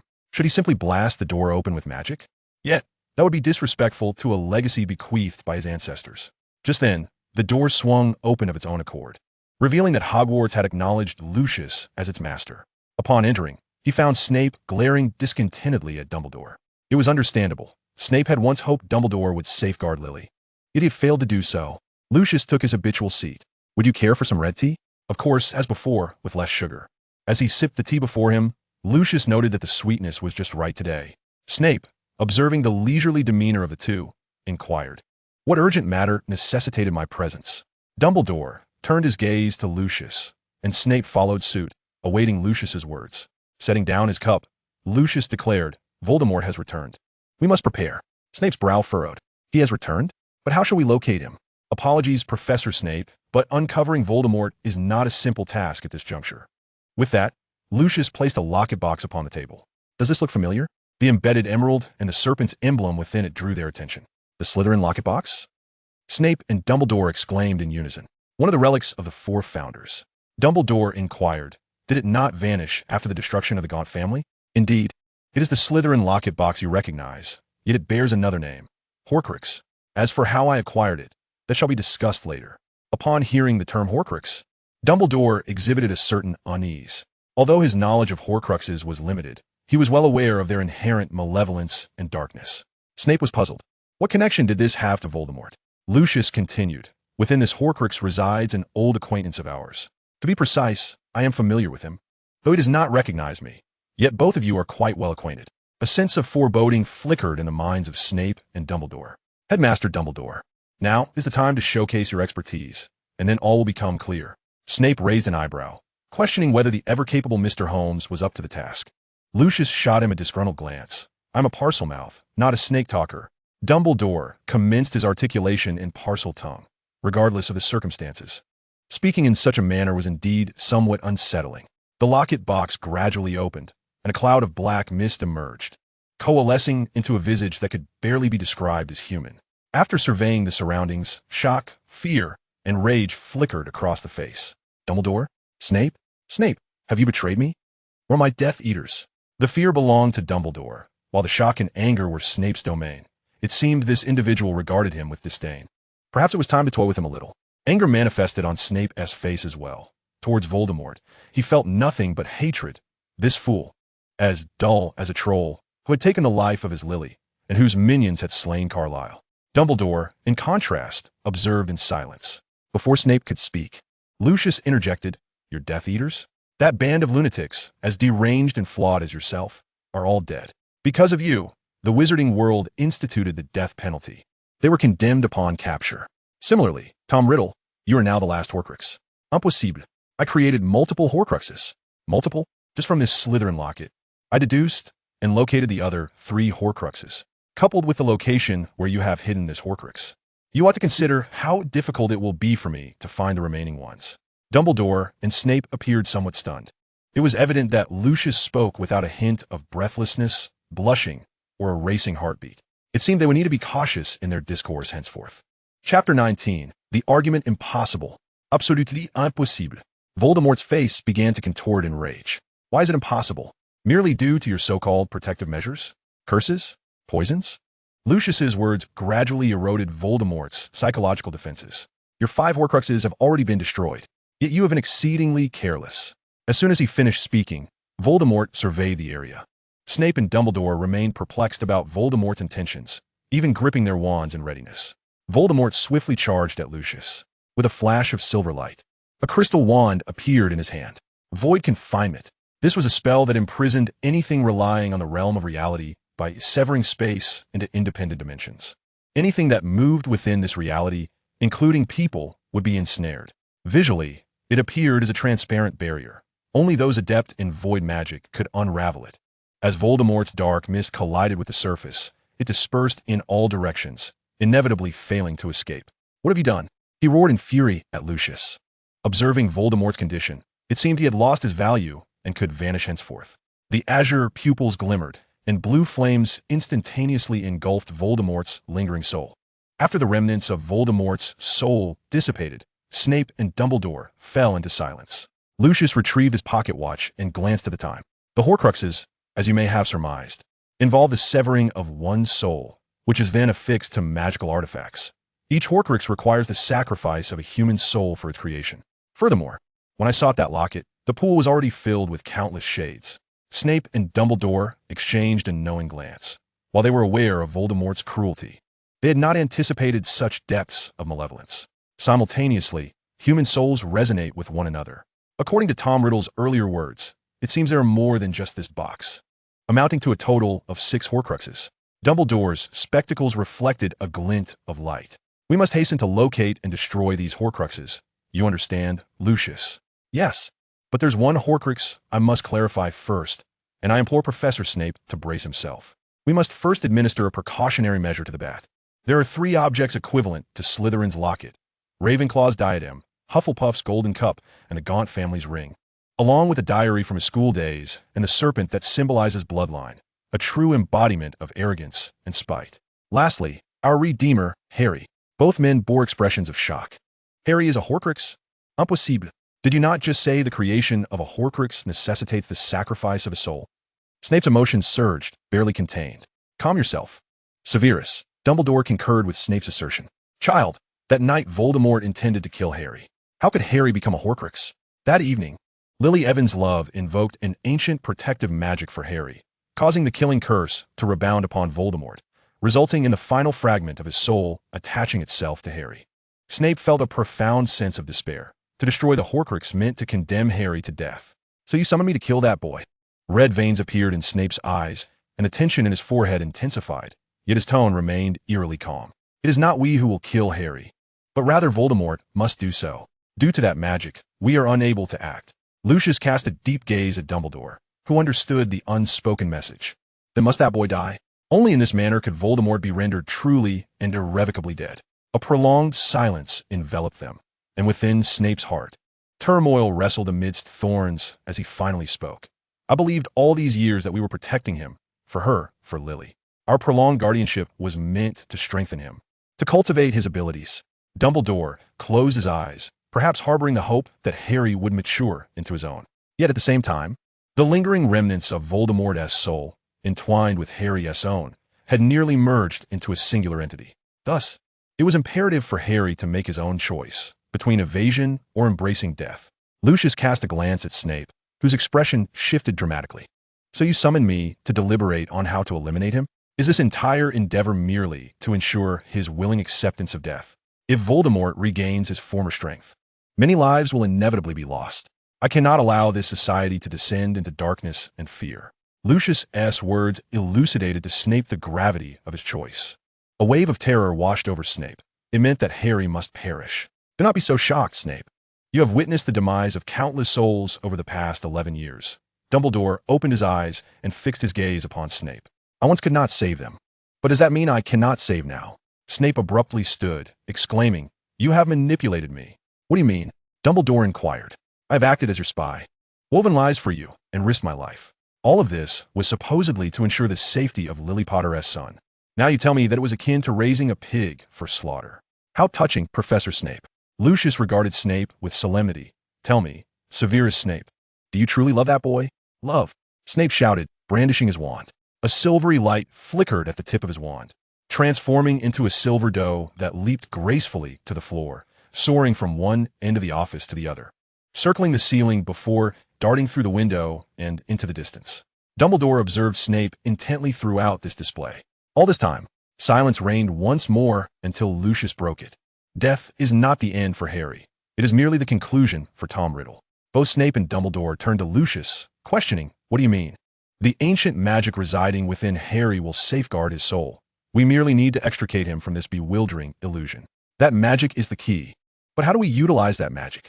Dumbledore pondered, having been curious about it for years, only to uncover that it required the bloodline of a loved one to sustain it. Do you think I've been idle during the day? While interacting with Harry, I sensed that ancient magic through our shared bloodline. It seems to relate to the magic of the 6th century, and I also need to delve into ancient Egyptian magic. Lucius's memories unveiled the scene at midday. During lunch, he approached the Gryffindor table and sat directly beside Harry. Harry, how did you acquire that lightning-shaped scar? I do not know. All I remember is a flash of green light, and then this mark was left on my forehead. As he spoke, Harry touched his scar. But recently, it has begun to pain me unexpectedly. I suspect it is Voldemort. When does it hurt? The first time was when I saw Snape, and the subsequent instance occurred during Quidditch. Within your scar lies a certain magic, does it not? Perhaps it serves as a warning against Voldemort. It is indeed possible. Lucius, with a twinge of conscience, refrained from explaining further. My apologies, dear Professor Bat. May I examine it? Ah, certainly. After a moment's contemplation, considering that he was Olivia's brother, Harry acquiesced. Lucius's hand then grazed Harry's forehead, channeling his magical energy to perceive its essence. Harry observed the glimmer in Lucius's azure eyes and momentarily questioned his own senses. After lowering his hand, Lucius spoke, This is undoubtedly a form of magic, albeit one that is exceedingly ancient, warranting further investigation. It was at that moment that Lucius sensed the remnants of Voldemort's soul. Returning to the present, Snape appeared quite anxious. So what are we waiting for? We must destroy those Horcruxes, Severus, and Voldemort is currently weakened, unable to act openly. Precisely. Thus we must safeguard three aspects: Harry's development, the fortification of Hogwarts, and the annihilation of the Horcruxes. Lucius articulated 2 points. Snape pondered their words and inquired, "What shall we do next?" Dumbledore turned his gaze toward Lucius. "Firstly, regarding Harry's training, we must leverage the remnants of Voldemort's soul and influence to allow Harry to confront him directly. Have you lost your senses? You wish to place him in the path of Voldemort? Do you desire his demise?" Snape fixed a penetrating stare on Lucius. "Allow Lucius to finish, Severus. I do not believe Mr. Holmes intends any harm to Harry." Dumbledore interjected, halting Snape. "Please continue, my child." "Dumbledore, and I shall protect him from the shadows, ensuring his safety. But do you possess the certainty required?" Snape's gaze bore into Lucius's eyes. "I do. If he does not learn to confront these challenges now, he will not become the savior we need. At that point, we may be forced to take extreme measures. We cannot perpetually shield him from the shadows." Lucius retrieved a list from his pocket, detailing the members he envisioned for his organization. "Secondly, Headmaster Dumbledore, I require your focused mentorship of these individuals, as they will become the backbone of Hogwarts. Concurrently, we must assess the inner resolve of potential candidates, determining their willingness to sacrifice for the greater good. This is the organization I am establishing. As for your Order of the Phoenix, its remaining strength can only barely contend with Voldemort. Thirdly, I have discovered that Hogwarts once had a dueling club. Now, the time has come to revive it. I shudder at the thought of having too few capable fighters. Additionally, the matter of those pure-blood wizarding families and the insipid, greedy individuals within the Ministry of Magic shall be entrusted to my brother, Reen, necessitating your assistance, Headmaster. I do not wish for our backs to be ambushed. Lastly, the ancient magic and the Horcruxes shall be addressed by myself and Watson." Dumbledore contemplated Lucius's words carefully, finding himself in full accord. After all, should Voldemort indeed rise again, the pure-blood families and the Ministry would be insufficient. He had some understanding of the current Minister for Magic, Fudge's character. Yet Snape interjected, "Wait, you speak of an organization you wish to establish? Sacrifices for the world? What exactly does this entail?" Dumbledore sighed. "Severus, for there is a matter of greater significance and magnitude than Voldemort's affairs. In comparison, Voldemort is but a trivial concern. For now, we can divulge only this much." Snape glanced at Dumbledore and then at Lockhart, who nodded, indicating that it was prudent for Snape to be informed. "Moreover, regarding Voldemort's fragment of soul infiltrating Hogwarts, possessing Quirrell, I require you to enact a performance." "Quirrell? That stuttering Ravenclaw?" Although Snape suspected Quirrell was in league with Voldemort, he had not anticipated that Voldemort would directly inhabit Quirrell's body. "Professor Snape, one should not judge a person solely by their appearance," Dumbledore remarked. "What must we do, my child?" A glimmer of insight sparkled in his eyes, likely contemplating the deception of Voldemort, ultimately resolved by Harry. In the ensuing time, Quirrell would attempt to steal the Philosopher's Stone, likely thwarted by the three-headed dog. Subsequently, he would extract methods from Hagrid. Finally, you, the headmaster, must be diverted, allowing him to seize the stone. Therefore, we must feign ignorance in accordance with his intentions. Only then will our plan unfold smoothly. Lockhart rested his chin in thought, envisioning every detail, all proceeding without a single flaw. Dumbledore nodded, affirming that his initial thoughts were indeed correct. Snape regarded Dumbledore's nod with silent disdain, pondering how this cunning old wizard had once again displayed his craftiness, explaining why he had been appointed as the guardian of the Philosopher's Stone. The child before them resembled a dragon lurking in the abyss, revealing only its piercing eyes. Very well, let it be so. This academic year is merely a prelude, with a true beginning and climax yet to come. In the swift span of 2 years, at the latest 3, Voldemort shall return with his Death Eaters. Yet, these are but minor storms and fleeting winds, and our time is limited. Lockhart's gaze reflected resolve. It seems the students of Hogwarts in these years shall not experience the joy of a carefree 6 years. One can only hope to savor this fleeting time. With the plan established, Lockhart departed first. Snape turned to Dumbledore. "Do you know him?" Dumbledore met Snape's gaze with silence. Snape continued, "He is not akin to Voldemort or Grindelwald. His madness is nearly rational, an absolute rationality devoid of humanity." Dumbledore nodded. "Severus, please trust him. just as I have always believed in you, in your guardianship of that boy. Lockhart possesses an ineffable kindness, albeit one he continually denies. As you wish. Snape said nothing further and exited the headmaster's office.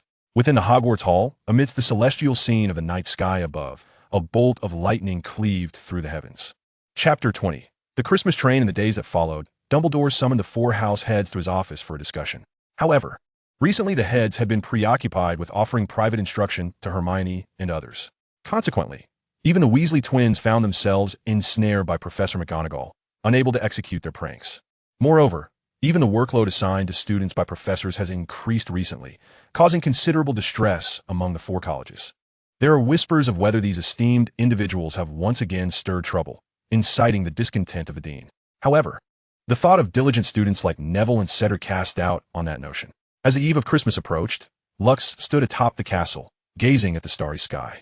A brief respite of 14 days awaited, during which the affairs of Hogwarts could be temporarily set aside. Hermione suddenly appeared beside him. You've been here all this time, and only now do you show yourself? Lux turned to Hermione.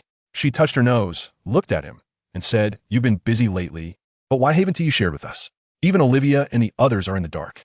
A silence fell between them. Lux felt assured that he could confide in Hermione regarding Voldemort, but the matters at hand were ones she must remain oblivious to, at least for now. Hermione continued, Will you be going home for Christmas? Yes, I have some matters to attend to. Will you stay home the whole time? No, I shall need to venture out. Hermione turned away from Lux, taking a few steps forward before pivoting back, hands clasped behind her.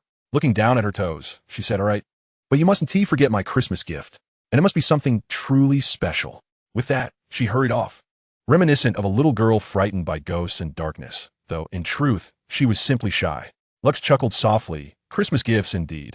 It seemed yet another task awaited him amidst his busy schedule, selecting a perfect present. In the Holmes family, the concept of celebration was virtually non-existent. Even his own birthday, celebrated annually, often slipped his mind unconsciously. Life, to him, was merely a division of days into those of interest and those devoid of it. On Christmas Day at Hogwarts, Harry would receive an invisibility cloak, leading him to discover the mirror of Ariste. Snape would perform for Quirrell, a role well within his seasoned grasp. Devoid of any potential mishaps, it would be prudent to acquire several Horcruxes during this holiday. Alvy would likely find alchemy intriguing. He should be allowed to shadow Nicholas Flamel, while he and Carland would pursue the Horcruxes. The ring of the Gaunt family lay within their modest abode. The diadem of Ravenclaw resided in the room of requirement. Hufflepuff's cup was secured in Gringotts' vault, and the diary was with Lucius Malfoy. As for Nagini, she had yet to become a Horcrux. The next day, the Hogwarts Express sounded its whistle. This time, Lux, Alvy, Carland, and Rian found themselves alone in a compartment. Seizing the moment while Alvy was in the restroom, Lux spoke up, his serious demeanor prompting the others to pay attention. Brother, can I trust you? At any time. For the sake of this world and all its inhabitants? It would be my honor. Their exchange did not trouble Carland. He understood that there was no escape for him. Lux handed Rian a piece of paper. Rian took it, glanced at it, and read that the Ministry of Magic was exceptionally upright and reliable, promising to be a source of support. That every pure-blood family harbored goodwill and would stand with us against Voldemort, and that everything would become splendid. However, this was merely a tactic that Lux and Rian had employed since childhood, utilizing triple negatives in each statement to convey sarcasm. Rian looked at Lux, who was also observing him. After a moment, Rian nodded. He then drew his wand and magically incinerated the note. Just then, Elway returned.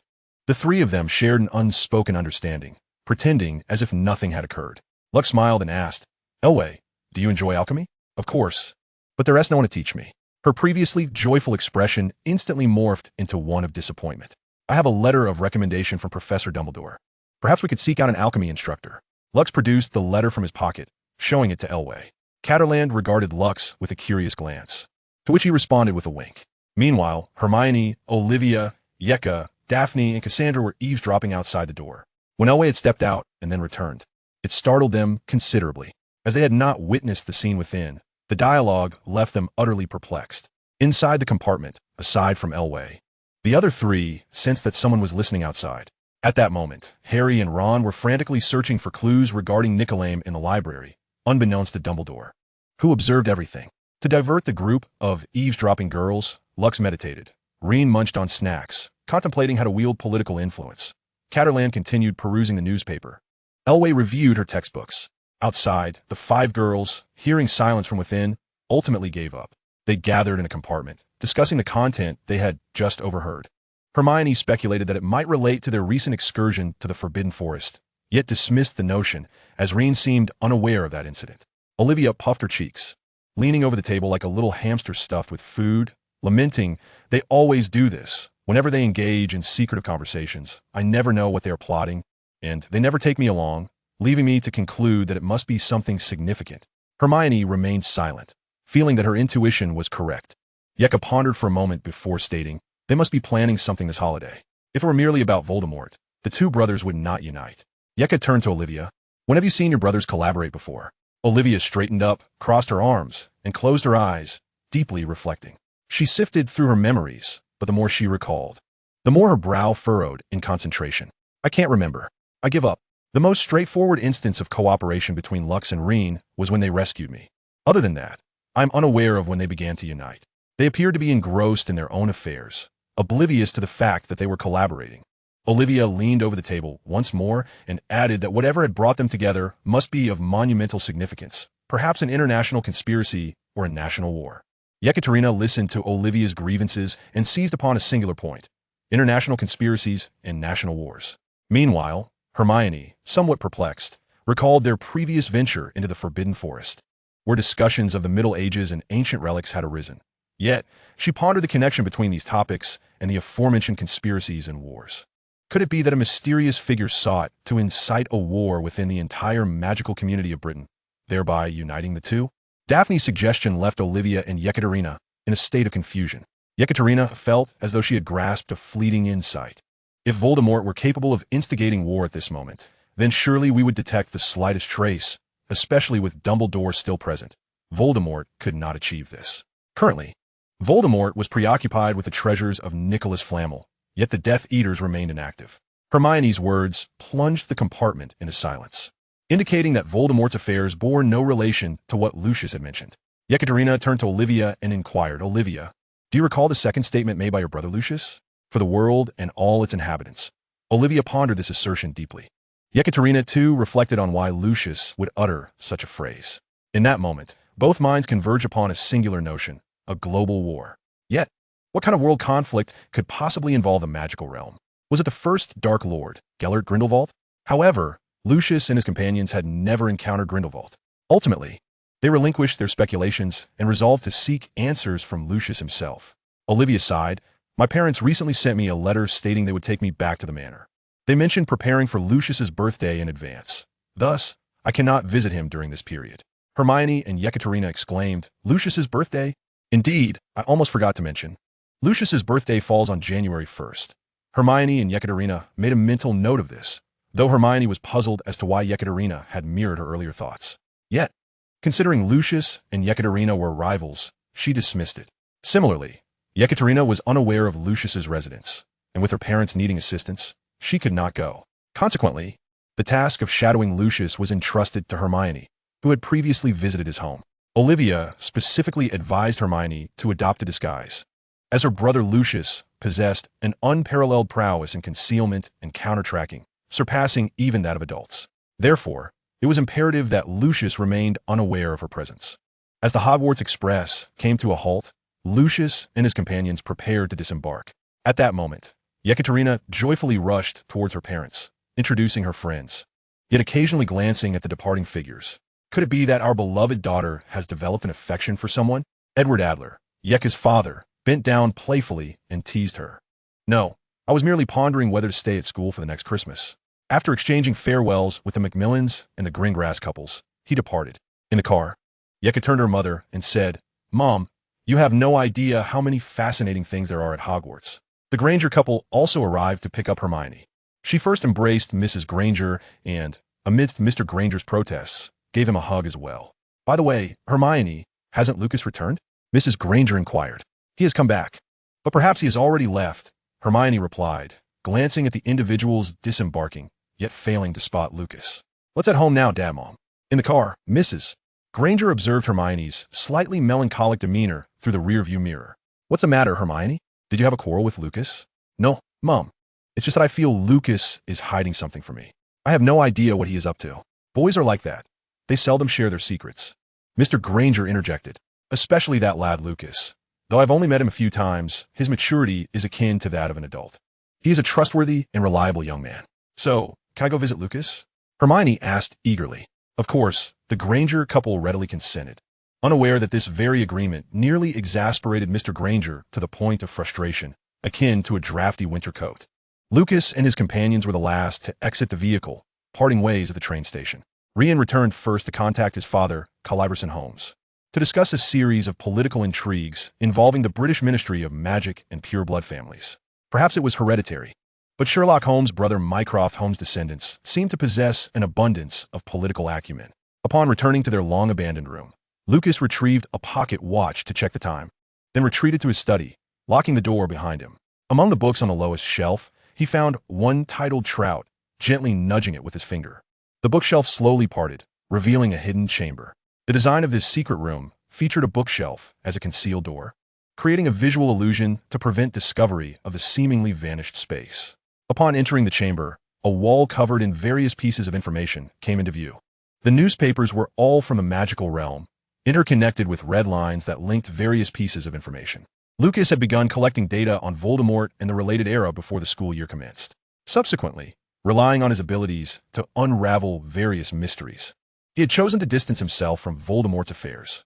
Otherwise, he would not have learned what transpired with Elway's parents. Now, this wall was set to resume its function, with Voldemort's matters constituting only a small part of the larger picture, an exploration of ancient magic and the impending storm of the unknown.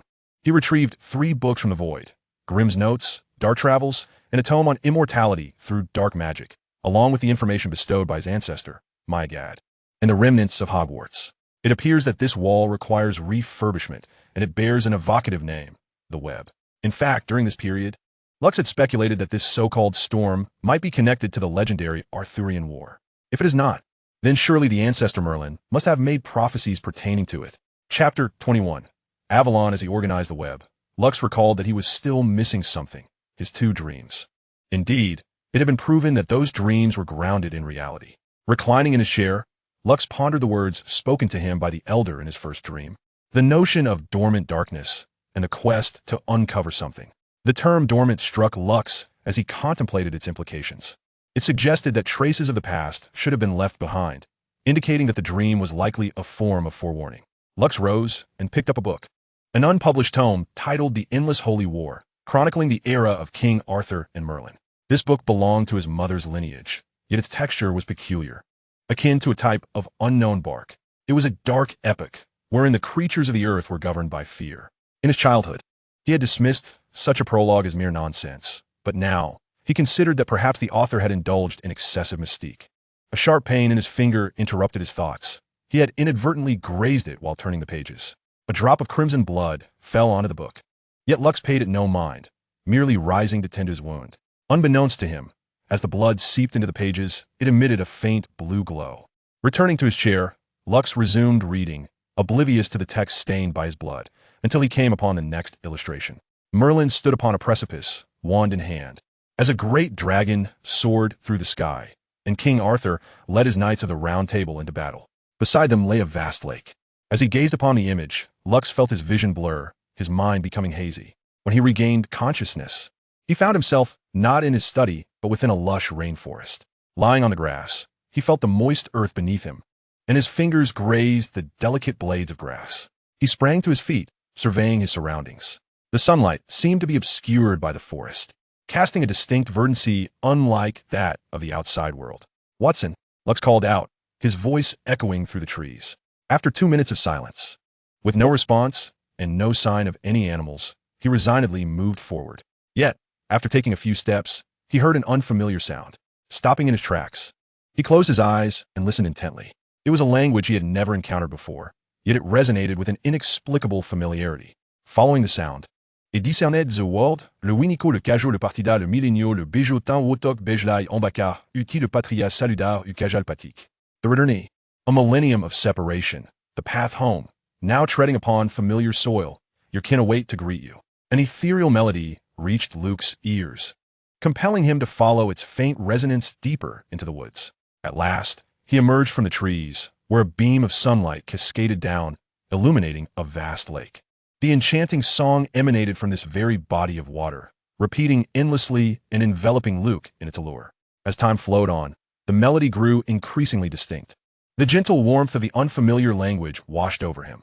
Although it was entirely foreign, Luke found he could spell each word with clarity. Knock, knock, knock, knock, knock, knock. Holmes. The resounding knocks and Cartland's call jolted Luke back to reality. He opened his eyes to find himself still reclining in his chair. A book spread open across his lap. This was utter nonsense, far too peculiar. Rubbing his eyes, he suddenly noticed something amiss. He glanced at his thumb, adorned with a bandage, and swiftly tore it off, revealing a wound that had completely healed, devoid of any scar, as though he had never been injured at all. Luke hurriedly flipped through the pages of the book he had perused, but there was not a single trace of blood on any of them. Holmes. Cartland's voice echoed once more. Closing the book and placing it back in its original position, he gazed at the question mark at the center of the cobweb. What message was all of this conveying to me? After sealing the study, the song he had heard in his dream flooded his mind, prompting him to quicken his pace. Once he opened the door for Cartland, Luke swiftly retrieved a sheet of paper from his desk and began to write down the song he had heard in his dream. Cartland entered, observing Luke's flurry of activity at the desk, and sighed. Luke, what are you up to? Nothing much, Carl, just reading. Then why didn't you hear my knocking? I must have dozed off. What are you writing now? Nothing, merely a song in a foreign language. Completing the lyrics he had heard, Luke examined them once more, feeling an oddity. How could he write so fluently in a language he had never learned or even encountered? Cartland's expression was one of bewilderment. Did Luke truly believe there existed a language he found unfamiliar? For the Holmes family, even the most obscure tongues were known to them in part. Approaching Luke slowly, Cartland scrutinized what he had written. To be honest, I've never seen a language quite like this. Its grammar does not align with any modern tongue. Where did you acquire this knowledge? Or did you concoct it yourself? I heard it in a dream. I think you might be losing your mind. Carl, don't panic. Just listen as I recite it, then I shall sing it. With that, Luke recited the verses before Cartland and then sang them. They exchanged glances, both feeling as though they were teetering on the brink of madness. The fluidity of the melody and the coherence of the language indicated that it was indeed a tongue that had once existed and been spoken. Cartland inquired, "How long have you sequestered yourself in this study?" "Not long," Luke replied, glancing at his pocket watch. "Just an hour." "Then it seems you Haven Tea lost your sanity. But tell me, have you been drinking? Or is it I who has been drinking?" "No, I believe neither of us has indulged, and we are both quite lucid. The world has gone mad. This is the cognition shared by two individuals at present. They decide to finish their dinner before further discussion. After all, there are Christmas gifts to prepare, and the hours from tonight to tomorrow will be filled with busyness." After their meal, Lux plunges into his study, intent on unraveling the intricacies of a particular language, while Catterland, having washed the dishes, settles down in the living room with a book, as does Elway. Elway sets his book aside and inquires, "Catterland, has brother been in the study all this time?" Of course, such is his nature. When confronted with a matter, he delves deep into it. He will not emerge until he has uncovered the answers and the truth. Will brother be all right? Absolutely. That arrogant and proud man would never do anything foolish, such as taking his own life. At worst, he may become a bit eccentric from prolonged solitude, but that is quite normal. As the night grew late, both of them retired to bed, with only the study of Lux still aglow. Piles of books concerning the history of languages and even tales of mythology were gathered beside him. He flipped through one tome, then another, and even brought forth a collection of maps, remarkable maps that depicted the fluctuations of national powers and geographical features throughout history. Forest lakes. Languages. What are you trying to convey to me? On this brilliantly lit night, numerous sheets of paper were inscribed with information, offering a linguistic analysis of the words within a certain song. He discovered that this language bore no influences from others. Indeed, it was a unique entity within the linguistic framework. The lake and forest, according to the map, are situated on a small island in Great Britain, at the very center encircled by 4 larger islands, with a lake perfectly positioned in the heart of the isle. Historical geographical records indicated that this island had always been designated as a habitat for animals, untouched by human feet. Furthermore, historically, the British royalty had consistently marked this area as a protected zone, ostensibly for the preservation of wildlife. For Lux, such proclamations serve to deceive those ordinary souls who have never pondered these matters. Descriptions of the island often mention its perpetual fog and the swathes of marshland surrounding it. In an instant, Lux recalled a legendary place, Avalon, the realm of fairies. Yet, upon reflection, if this place is indeed Avalon, what then of that volcano in Somerset? Once enveloped by marsh, Gazing at his own scribbled words, he mused that perhaps Avalon is merely a jest born from the phonetic similarities of names in different locales. However, the remains unearthed from that abbey could warrant investigation. In many tales of King Arthur, Queen Guinevere, the last knight of the Round Table, Bedivere, and even Lancelot spent their final days at the abbey. Ultimately, by employing the language from the myths, coupled with the runes of the magical realm and the language of the Nuni, he successfully deciphered the meaning of the song, the one returning home, after a millennium apart. The road back leads to the homeland, where your kin await your arrival. As he gazed at the translated words, a sense of bewilderment washed over him.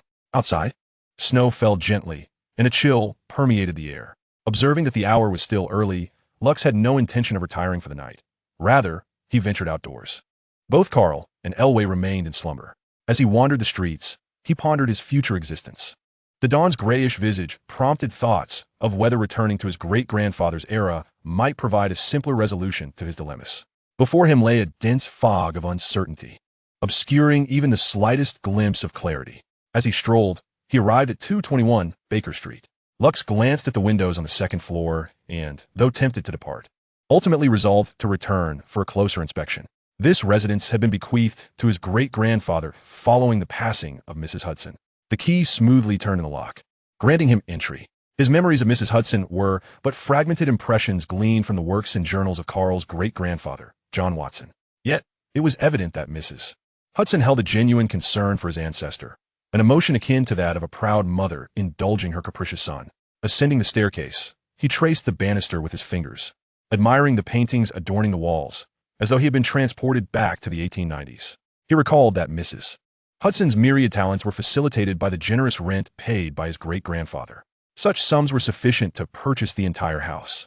Much like the assertion that street children often proved more resourceful than professional detectives, upon completing their tasks, they were rewarded handsomely by his ancestor. Engaging in jovial banter with vagrants, sharing laughter, and indulging in revelry with laborers, he eschewed the coin of the aristocracy, preferring instead to shun their gatherings, save for the Queen. Entering the room once inhabited by his great-grandfather, where he too had once dwelled, he noted the curtains, which allowed a sliver of sunlight to pierce the gloom. Though the atmosphere remained dim, to Lux, this somberness was just right. The brilliance of life could be overwhelming. If life were solely illuminated by sunlight, it would be monotonous, dull, and lifeless, whereas darkness possessed a certain depth, silence, and stillness akin to death. A softly dim glow, he mused, was akin to the finest vintage. He ignited the fireplace, casting a gentle illumination about the space. Discarding his coat on a rack, he approached the sofa, his great-grandfather's favorite seat, a silent witness to countless brilliant deductions. The bullet holes on the wall behind the sofa stood testament to a bygone era, remaining unchanged for a century. They seemed to narrate the tale of his ancestor, with mere reasoning, struck at the hearts of criminals with the precision of a bullet, rendering judgment upon them. He had often proclaimed that during an investigation, he served as the final and ultimate court of appeal. Lux settled into the sofa, absorbing the ambience. "Are you in trouble, Lux?" inquired Sherlock Holmes, standing before him with a warm demeanor. "Indeed, great-grandfather. I struggle to comprehend why I have been chosen, and the world before me has grown increasingly unclear, shrouded in mist." Lux confided his concerns to the youthful visage of his great-grandfather. "Chosen? Child, no one selects you. It is you who must choose the case. Likewise, the fog does not envelop this world. It merely shrouds you, obscuring your vision."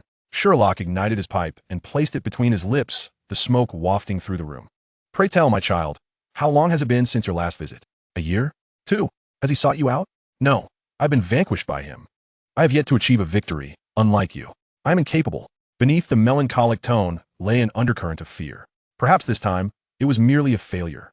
Life can often feel monotonous and mundane, and some have become ensnared within it, yet we have not. It is worth noting, dear child, that we must delve deeply into life, for only then can we experience novelty and extraordinary harmony, which in itself is more exhilarating than any imagination could conjure. Sherlock gazed at Lux with a smile, who nodded in gratitude. "Thank you, great-grandfather." Thereafter, Lux rose, extinguished the hearth, donned his coat, and approached the door. He cast one last glance around the room before closing it, descending the stairs, and exiting 221B, Baker Street.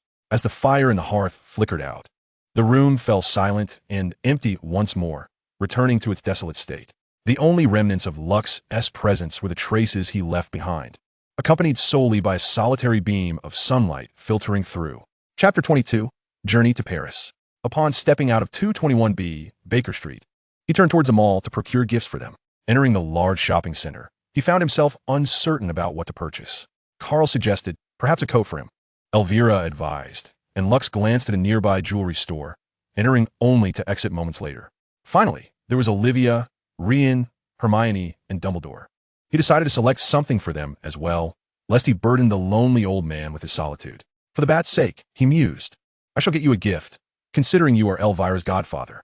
He resolved to prepare one for Harry as well, though regarding Ron, he was less inclined to bestow a present. One must admit, selecting gifts is an exceedingly troublesome endeavor. Perhaps next time, I shall enlist Carl's assistance. If there exists a task more tedious than daydreaming, it is undoubtedly the act of choosing gifts. After acquiring all the presents, he carried them home.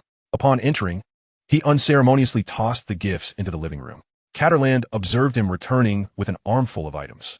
So, you ventured out early this morning? And you didn't sleep a wink all night? Lux sank into the sofa and nodded. Did you manage to clarify the matter you wrote about yesterday? Lux first poured himself a cup of tea from the kettle on the table and drank deeply. The returnee, the path home, treading on familiar soil, your kin await. How peculiar. When you are aware of magic and specters, do you still find such matters strange, Carl? Indeed, it no longer seems strange. Due to a sleepless night, Lux succumbed to slumber after lunch, sleeping soundly until evening. When he awoke, Carl and Elvira had already succumbed to sleep.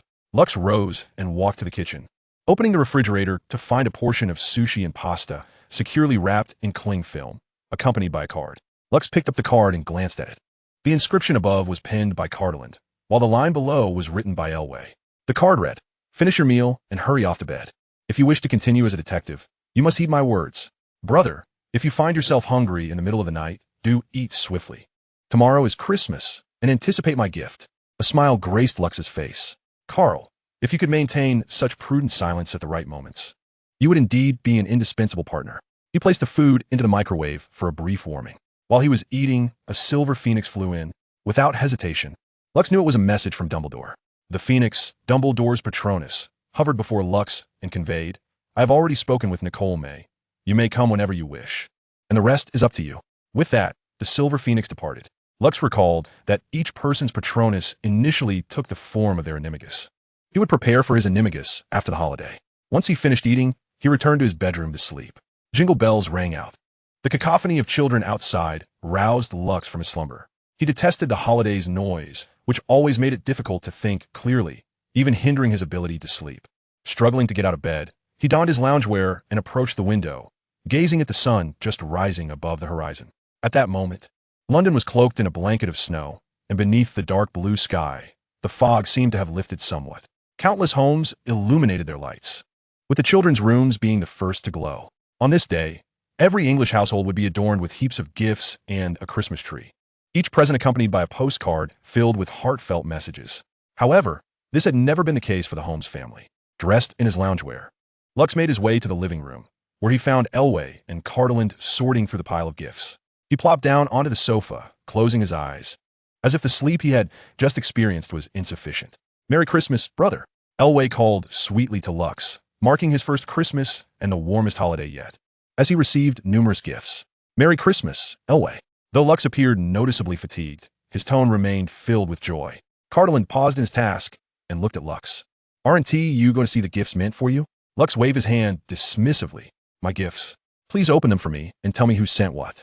He recalled that just the night before, he had entrusted all the gifts to Hogwarts Owls for delivery. He gifted Rian a cookbook, as it was indeed time for him to lower his cholesterol. To Hermione, he presented a pair of gloves, as she had been discreetly rubbing her hands together against the wind during their last visit to the castle. Olivia received a self-penned book of magical notes. As her sister concerned about her lack of abilities and the possibility of her being bullied. As for Dumbledore, he initially intended to bestow upon him a manuscript titled A Month with Grindelwald, but ultimately decided against it, opting instead for a blank photo album and a pair of woolen socks. Harry received an adventurous novel, The Rune, which, despite its elements of horror, remained a tale of youthful fantasy and adventure. There was one question that puzzled Lux. Why must gifts invariably include socks? What was the origin of this tradition? In the end, Cardeland read aloud many of the gifts he had received. A political treatise from Rian, a feather quill from Hermione, and a notebook from Dumbledore. which likely contained his notes on transfiguration. Among these was also a gift from Yeka, which happened to be a detective hat. Lux approached and picked up the hat, examining it in bewilderment, unable to fathom Yeka's thoughts. Naturally, there were gifts from Elway and Cardeland, both of whom expressed great delight upon receiving the presents Lux had given them. After unwrapping their gifts in the morning, the trio prepared to embark on their journey. On the way, Cardeland inquired, "Lux, what is our purpose for this trip?" "To accompany the two elderly gentlemen in celebrating Christmas," Lux replied. Cardeland cast a peculiar glance at Lux, for the tone and manner were all too familiar, both amusing and kind. Elway silently observed from the side. "So, where's our destination for this trip?" Cardeland asked, given that such an occasion would not occur without traveling abroad. Lux ignored the question and walked directly to a young girl in the crowd, tapping her shoulder from behind. The girl visibly flinched, almost letting out a scream, and promptly turned to inquire loudly, "Hello, what do you want?" "Miss, do you know the password to the Gryffindor common room?" Lux's question left the three of them momentarily dumbfounded. The girl paused for 2 seconds before responding, "I don't know." "Really?" "Miss Granger," Lux teased, momentarily halting Cardeland, who was about to step in. He then scrutinized the girl's face, observing a bead of sweat trickle down, removing some of the powder from her complexion. Seizing the opportunity, Lux removed Hermione's false nose and glasses, gently dabbing her face with a handkerchief. The makeup residue formed a small mound on the fabric. Hermione stood frozen, acutely aware of Lux's tender touch on her face through the handkerchief. A blush rapidly crept onto her cheeks, yet she paid it no mind. "How did you discover this?" she asked. "Because your makeup technique mirrors Olivia's precisely. Moreover, should someone inquire about something in the future when deceiving others, do try to exhibit a profound ignorance of the core of the question. Also, if it is merely surface makeup, certain features such as one's facial shape and ear structure remain unchanged," Lux replied. He then inquired, "Hermione, are Mr. and Mrs. Granger aware of your tracking?" "No, they are unaware," she replied, "for I left them a note stating that I had gone on a trip with you to visit Olivia." Lucius had always perceived Hermione's capacity for astonishing actions, but he never anticipated her reaching such lengths. It seemed imperative to include her now. Fortunately, their family possessed a private jet, alleviating any concerns. Upon arriving at the airport and catching sight of the private aircraft, he was momentarily taken aback. Later, when he overheard Cartland mention that even this airport was significantly owned by the Holmes family, Hermione felt a surge of incredulity at their immense wealth.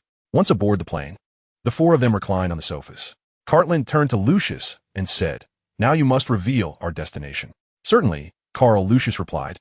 "We are bound for a rendezvous in Paris, the city of romance." Hermione found this peculiar and questioned, "What purpose do we have in Paris? Have you not always yearned to uncover the identity of Nicholas Flamel? Although you may have gleaned some knowledge, why not inquire directly with him?" "You mean Nicholas Flamel, the alchemist who has lived for 6 centuries and created the Philosopher's Stone?" "Indeed." Alway suddenly connected the dots and asked, "Brother, is Nicholas Flamel my mentor?" "Well, that depends on whether he is willing to teach you. Dumbledore should be awaiting us there." The aircraft soared through the sky, leaving 2 white trails against the azure expanse. Upon disembarking, the enchanting essence of Paris unfolded before them. Hermione asked, "Where do we head from here?" Lucius remained reticent, simply guiding the trio to a rather extraordinary location. At the edge of a high cliff, surrounded by verdant foliage, they found themselves amidst solitude. Below the precipice lay the sea, waves crashing upon the rocky shore. Both Cartland and Hermione were adorned with perplexed expressions, questioning whether they had arrived at the correct destination. Only Isleway, acutely attuned to the fluctuations of magical energy, gazed in a particular direction. In truth, Lucius had already sensed it and even glimpsed it. To the eyes of others, including those of wizards, there appeared to be nothing. Yet to Lucius, the residence was vividly present. Alway inquired, "Brother, has magic been cast upon Nicholas Flamel's abode?" "Indeed, for he is an alchemist." Upon hearing this, Alway endeavored to perceive the essence of alchemy. Hermione recalled that the leaky cauldron was imbued with both a confundus charm and a muggle-repelling charm, leading her to believe that Flamel's residence would similarly harbor such enchantments or their equivalents. Contrarily, Cartland, distinct from Hermione and Isleway, swiftly identified a location that resonated with the characteristics of a wizard's dwelling. He drew forth his wand and cast a spell, illuminating the air with a flicker of light. With the aid of the incantation, Cartland perceived the magical vibrations, manifesting as a semicircular protective shield. Alway finally grasped the faint essence of alchemical magic and, guided by its presence, uncovered all the layers concealing the residence, which then revealed itself before his eyes. Hermione recalled a spell she had once encountered in her studies. It was not merely designed to evade muggles, but also to elude wizards. This was the disillusionment charm. Drawing her wand, she uttered the counterspell. Before the four of them, a house materialized, visible only to their eyes. The door creaked open, as if to welcome Lucius and his companions. Lucius led the trio inside with an air of ease. And upon entering, their gaze fell upon Dumbledore seated to one side. Next to him was an intriguing elderly gentleman, his eyebrows, beard, and hair all a striking white. His face somewhat gaunt, yet his eyes sparkled with a keen brilliance. "Welcome to you all." Dumbledore turned to the old man, saying, "Lemaire, I have told you that this new generation of young witches and wizards is exceptionally formidable. Once they mature, the magical realm will surely be most exhilarating." "You are indeed correct, Dumbledore. These four little ones have already left me quite astounded," Lemaire replied. As they listened to the conversation between Dumbledore and Nicholas Lemaire, Elvie and Hermione felt their breaths quicken. Before them stood the world's most renowned alchemist, Nicholas Lemaire, creator of the Philosopher's Stone, who had lived for 6 centuries. The vigor in his voice belied his lengthy existence. Meanwhile, Caterland observed Lemaire closely, detecting a hint of twilight in his essence, as if the breath of life was gradually slipping away. Smiling at the 4 children, Lemaire noted their every reaction, particularly impressed by Elvie and Lucius, who had effortlessly sensed his hidden abode. Hermione and Caterland's intellect also captivated him. Even the mightiest of wizards could scarcely achieve such feats. Dumbledore beckoned, "Come here, children. This is Nicholas Lemaire. I trust you have heard his name." The children greeted him with utmost politeness. Following formal introductions and a brief exchange, Lemaire gained a new appreciation for the 4. Notably, Elvie exhibited remarkable aptitude for alchemy, almost destined for it, while Hermione's keen intellect compensated for any lack of innate talent. Chapter 23. Christmas in Paris. Nicholas, you did not inform me that we would have such an influx of guests today. A kindly elderly woman in an apron emerged from the kitchen. She was Nicholas Lemaire's wife, Perinaire. Feigning contemplation, Nicholas replied, "Did I not? Dumbledore mentioned that children capable of inheriting my legacy would be arriving today."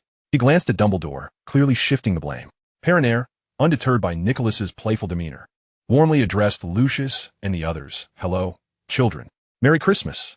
"Merry Christmas, Mrs. Lemaire," they chorused. "Would you care for some sweets and tea?" With that, Perinaire retreated to the kitchen to prepare cookies, cakes, and tea. Once ready, she emerged, placing the treats on the table. Dumbledore surveyed the gathering and remarked, "Now, Nicholas, Perinaire. Children, it is time to discuss important matters." After speaking, he glanced at Hermione and then at Lux, clearly inquiring whether she should be informed. Lux nodded in affirmation, recognizing that the matter at hand was merely to apprise her of Voldemort's existence. Dumbledore remarked, "Nicola, the primary purpose of our gathering is twofold. Firstly, Lux intends to examine the Philosopher's Stone. Secondly, young Elway here possesses the potential to become your apprentice." Nicola regarded Lux and Elway, fully agreeing with both points, and then turned to Hermione, stating, "Albus, I wish to take on another student. However, it is imperative to seek her consent first." Dumbledore understood that Nicola had recognized Hermione's intellect and felt a desire to nurture it. Nicola addressed Hermione, "Miss Granger, would you be willing to become my student and study alchemy under my guidance?"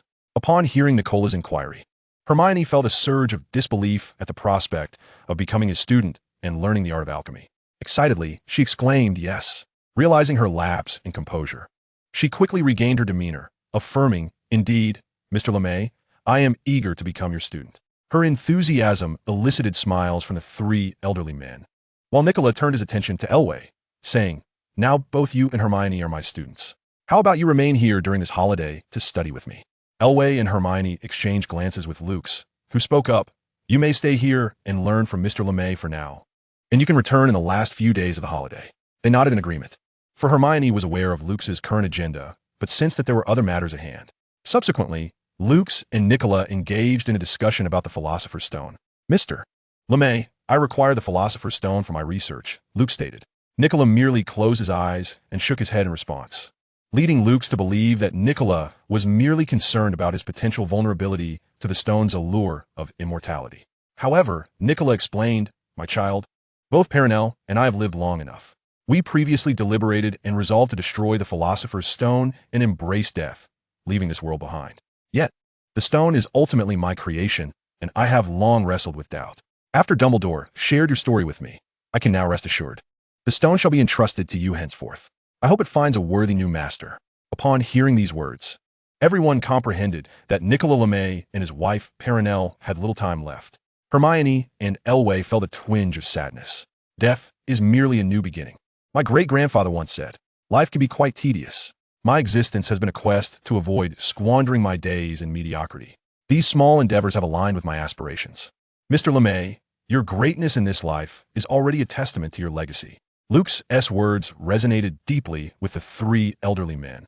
While Hermione cast a surprised glance at him, Dumbledore produced the Philosopher's Stone, placing it upon the table, and Nicola gestured for Luke to take it. The moment the stone was held in his hand, a surge of magical energy coursed through it, revealing a profound essence of life. Luke looked toward Nicolas Flamel. Nicholas nodded, seemingly understanding the essence of the Philosopher's Stone. Its nature is akin to a soul, a product forged from the principle of equivalent exchange, presumably crafted from a collection of life force. He subsequently stored the Philosopher's Stone away. Later, the group decided to spend the Christmas holiday together. After lunch, Elvira and Hermione accompanied Madame Perenelle to prepare the ingredients.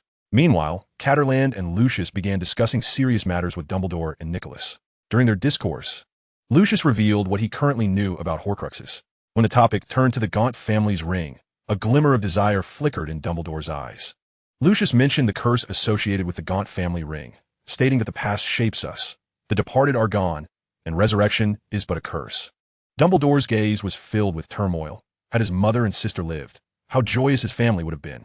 Ultimately, the Gaunt family's ring was entrusted entirely to Lucius, who feared he might don the ring himself. However, both Dumbledore and Nicholas were troubled by the Hufflepuff cup at Gringotts. Catterland merely observed the contemplative Lucius with puzzlement. In the end, Lucius proposed a bold plan to rob Gringotts, asserting that it was teeming with goblins. He dismissed the risks, as that was the treasury of the Death Eaters. Dumbledore found himself at a loss regarding the suggestion. As for the diary and Nagini, the diary could be awaited, but logically, Lucius Malfoy would surely sell it discreetly upon hearing of Voldemort's return. Nagini, on the other hand, could only be sought slowly, especially since she was originally Creston's lover. This was a painful revelation for Dumbledore, and it was a curse that could only be alleviated by ancient magic. Yet, Lucius put forth a startling notion. If Nagini were to fall under Voldemort's control, the inevitable result would be her sacrifice. Having witnessed too much, both Dumbledore and Nicholas reluctantly acquiesced to Lucius's proposal. Eventually, the seven of them gathered around the dining table to feast on roast turkey. This Christmas marked the first joyful celebration for all but Hermione. After dinner, Lucius ventured outside for a stroll, followed closely by Hermione. As they walked, Lucius allowed the delicate snowflakes to cascade upon his head and shoulders. Hermione hurried to catch up and walked alongside him. It was then that Lucius noticed Hermione's attire, a coat over a sweater, a skirt, and brown leather shoes complemented by pure black knee-high socks. A splendid ensemble, he remarked. A blush crept onto Hermione's cheeks. She had spent the day choosing her outfit, uncertain whether Lucius would take notice. In fact, she had even purchased a brand new outfit to follow him. Lucius, of course, sensed her subtle intentions. Emotions can be a hindrance to a detective-esque reasoning, easily clouding judgment. Had he not approached Hermione initially, she might have been at home celebrating Christmas with the Grangers. Perhaps there exists another dimension or parallel universe, just as he had speculated. Thank you. But how did you know I would come today? Hermione fixed her gaze upon Lucius's profile. For reasons unknown, she felt an inexplicable distance between them. Though he stood before her, there lingered an elusive sensation. Olivier's return to her home is my handiwork. It was no mere coincidence, but rather a scheme of my design. This includes your eavesdropping. Hermione was taken aback, utterly bewildered. Lucius's eyes flickered back to the eve of boarding the train. At that moment, he had just embarked, employing a disguise to alter his voice and assume Olivier's appearance, subsequently donning a female school uniform.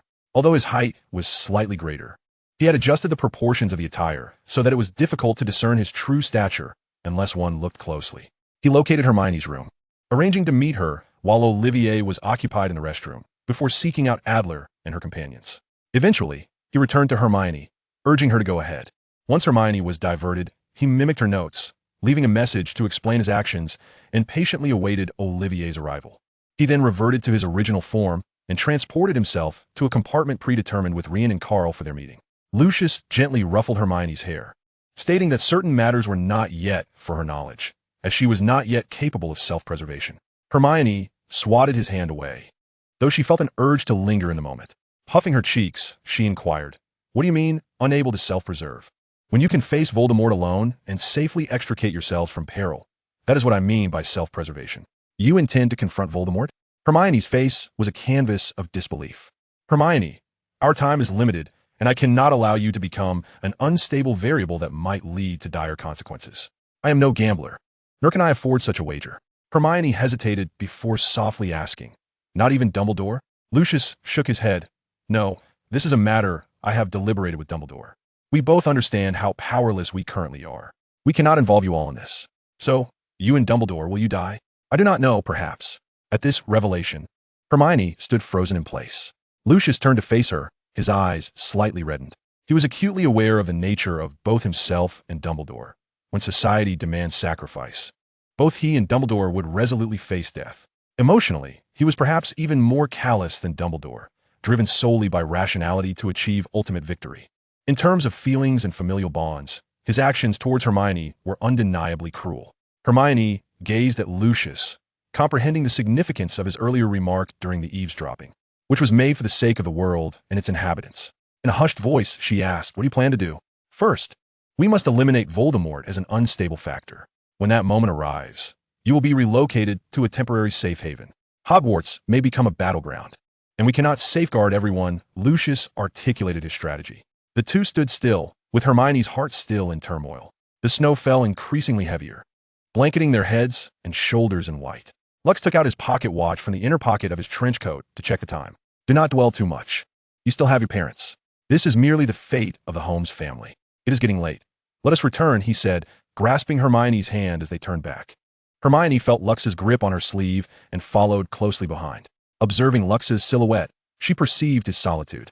Suddenly, Hermione quickened her pace, releasing his hand only to clasp it firmly, their fingers entwined. "I, Hermione Granger, shall undoubtedly become a powerful witch, as formidable as Rux Ambrosius Holmes," she declared. Lux, taken aback by Hermione's boldness, had underestimated her tenacity.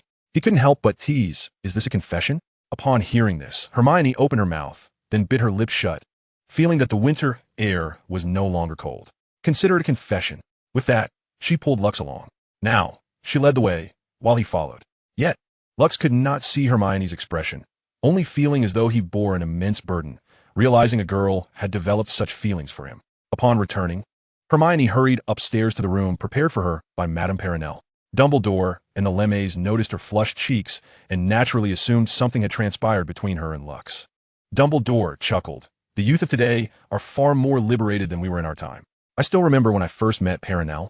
We were both quite shy." Nicol Lemmay also fell into reminiscence, while Perenelle sat smiling at Nicol, as if recalling their first encounter. Lux could only roll his eyes at the elder's antics. Yet, Cartland gazed at Lux with a mixture of concern and disdain. Lux promptly sat down, sipping red tea to warm himself. "Watson, shouldn't you be worried about your romance?" "Why should I be concerned?" Cartland set down his newspaper. Their conversation naturally drew the attention of everyone present. Elvie effortlessly brought in desserts from the kitchen and brewed a pot of red tea, serving Dumbledore and the Lemmays before quietly taking a seat beside them. Seeing this, Dumbledore and the Lemmays exchanged glances, then looked at Elvie. Elvie simply remarked, "It's the norm. My brother and Cartland often behave this way." The Lemmays then looked at Dumbledore, aware of his past with Grindelwald. They turned their attention to Cartland and Lux, pondering why these two resembled bickering spouses. Chapter 24. Beauxbatons Lux said sorrowfully, "Because someone has been persistently rejecting girls' invitations for dates. That is only because I am merely 11 years old and burdened by my patience." "Burdened? Am I a burden to you?" Lux exclaimed in disbelief. "Of course," Cartland replied with a teasing grin. "How utterly tragic. It is indeed sorrowful for you to realize that, in the past, no girl ever captured your attention. Moreover, you have previously turned down numerous love letters from various young ladies." In an instant, Cartland unveiled Luke's shadowy past. Subsequently, a silence enveloped them, revealing that, when it comes to matters of the heart, Luke will forever be overshadowed by Cartland. However, unbeknownst to them, Hermione had been eavesdropping on their conversation from the staircase. Earlier, she had contemplated descending for a glass of water when she overheard their exchange. Hermione pondered how popular Luke seemed to be at school, and then recalled that January 1st marked his birthday, prompting her to consider preparing a gift for him. Shortly thereafter, Hermione retired to her room for the night. Downstairs, the others listened intently as the LeMay couple recounted stories from the past, eventually broaching the subject of Grindelwald and Dumbledore. Perhaps those who truly understood Grindelwald were seated among them, as everyone lamented the turmoil of that era. Yet Luke's mind was preoccupied with another matter, Grindelwald's formidable power. As the clock struck midnight, the group gradually ascended to their respective rooms for rest. On the following morning, Luke and Cardalin awoke first, followed by Elvie. Strangely, Hermione had not yet risen. Ultimately, it fell upon Luke to rouse her. He knocked persistently at her door, but received no response. With no other option, he opened the door and entered. Observing Hermione still nestled in bed, he was perplexed. As a quintessential overachiever, Hermione never indulged in oversleeping. Luke approached the bedside and gently patted her, yet she remained unresponsive. Noticing the dark circles under her eyes, he speculated whether she had been troubled by something the previous night. Reflecting on their earlier conversation, he realized it might have been the confession that kept her awake. Luke settled on the edge of her bed, studying her sleeping visage. He questioned whether involving Hermione in his affairs was the right choice. In Hogwarts, aside from Yeka and their trio, Hermione was the only one endowed with political acumen and strategic insight. Although Percy Weasley possessed sharper political talents and intuition, he was too consumed by the allure of power, leading Luke to dismiss him as a candidate due to the considerable risks he posed. If there had been a more suitable alternative, he would not have turned to Hermione. Luke was equally uncertain about how to respond to Hermione's words from the night before. It was time to awaken her. He gently pinched her nose, observing her eyelids flutter slightly, indicating that the moment had arrived. Rising from his seat, he exited and closed the door behind him. The sound of the door closing stirred Hermione from her light slumber. Upon awakening, Hermione glanced at the clock, realizing it was already past 8:30. She hurriedly dressed and descended the stairs. As she took her seat at the dining table, she found it challenging to meet Luke's gaze. Recalling the nature of her earlier remarks, after breakfast, Elvie and Hermione followed Nicol LeMay to study alchemy, while Luke accompanied Cardalin to the Gunter residence to procure the keys. They were transported to the Gunter residence by Dumbledore via apparition, as his Parseltongue was required to navigate the mechanisms in place. After completing his task, Dumbledore intended to return to Hogwarts to seek the diadem of Ravenclaw in the Room of Requirement. Upon arriving at the Gaunt residence, both Lucius and Catelyn kept their lips sealed, evidently struggling with some unspoken tension. "Are you certain you won't spill it?" Lucius managed to suppress his impulse and asked. "I am quite certain. What about you?" "Well, let us proceed," he replied. Observing the playful bickering between the two, Dumbledore smiled and remarked, "Children, you must acclimate to this sooner rather than later, for you will soon be studying apparition in your upper years." As the trio opened the grand door of the Gaunt residence, they were struck by the dilapidated state of the interior. In their minds, both Catelyn and Lucius simultaneously mused on how the Gaunt family had squandered their wealth to the extent that their home resembled a hovel fit for beggars. Approaching the door adorned with a serpentine sculpture, Lucius gestured to Dumbledore, signaling it was time to employ Parseltongue. As the hissing language echoed, the serpents above began to stir, and the door creaked open. In preparation for any danger, Catelyn had drawn his wand, poised for a confrontation. However, nothing seemed amiss as the three entered. Before them lay a box, undisturbed. Rather than approach it directly, Lucius enveloped the box in his unique flames. After a scorching blaze, the box reduced to ashes, simultaneously dispelling the curse on the ring and the lingering essence of Voldemort. The unique scream of the wretched figure was unmistakable. Before them lay the Resurrection Stone, and while all three recognized its significance, Dumbledore appeared entranced. Lucius noted a subtle magic swirling around them, emanating from the stone itself. Even Catelyn sensed the anomaly. The Resurrection Stone held no power for them. Lucius speculated that the stone manifested the visage of the dearly departed from within each user's heart, enticing the enchanted to wield it. Ultimately, the resurrected form would be but a shell, devoid of soul, leaving behind only an obsession with death, which would erode the user's mental fortitude, leading to despair and, tragically, self-destruction. Such an artifact could indeed serve as a lethal weapon. Yet it proved unfriendly even to the wielder, who would be forsaken by their beloved before death, a cruel torment. One could only wonder at the morbid whims of the Grim Reaper. Lucius lightly remarked to Dumbledore, "In the realm of life and death, there exists only a barrier and a one-way passage. There is no two-way route." Dumbledore, returning to the moment, replied with a smile, "My dear child, you must forgive the selfishness of a solitary old man. As Dumbledore spoke, Lucius boldly seized the ring and adorned his finger with it. Yet, nothing unusual occurred. It seemed merely an ordinary ring. Initially apprehensive, Dumbledore and Catelyn felt reassured upon witnessing Lucius's unscathed demeanor. With unwavering concentration, Lucius channeled his magic into the resurrection stone once more. He sensed that the ring was somehow establishing a connection. If there existed a place in the British magical world intimately linked to death, it would undoubtedly be the archway of the Department of Mysteries. Moments later, he opened his eyes. Removing the ring, it was placed directly into the void. It was time for us to depart. Thus, the three of them exited the Gunther family's residence. Before leaving, Lux cast one last glance at the house and then at the nearby Riddle Manor. It could only be described as a product of tragedy and madness. On their way, Lux suddenly posed a question to Dumbledore. Has the magical world always been so corrupt? Even substances like love potions, akin to drugs, can be learned and utilized. Dumbledore found himself at a loss for words, unsure of how to respond. During their initial meeting prior to enrollment, Lux's words had led him to believe the danger was merely superficial. Reflecting on it now, he realized that the peril was not inherent to magic itself, but rather stemmed from the potential for misuse by its practitioners.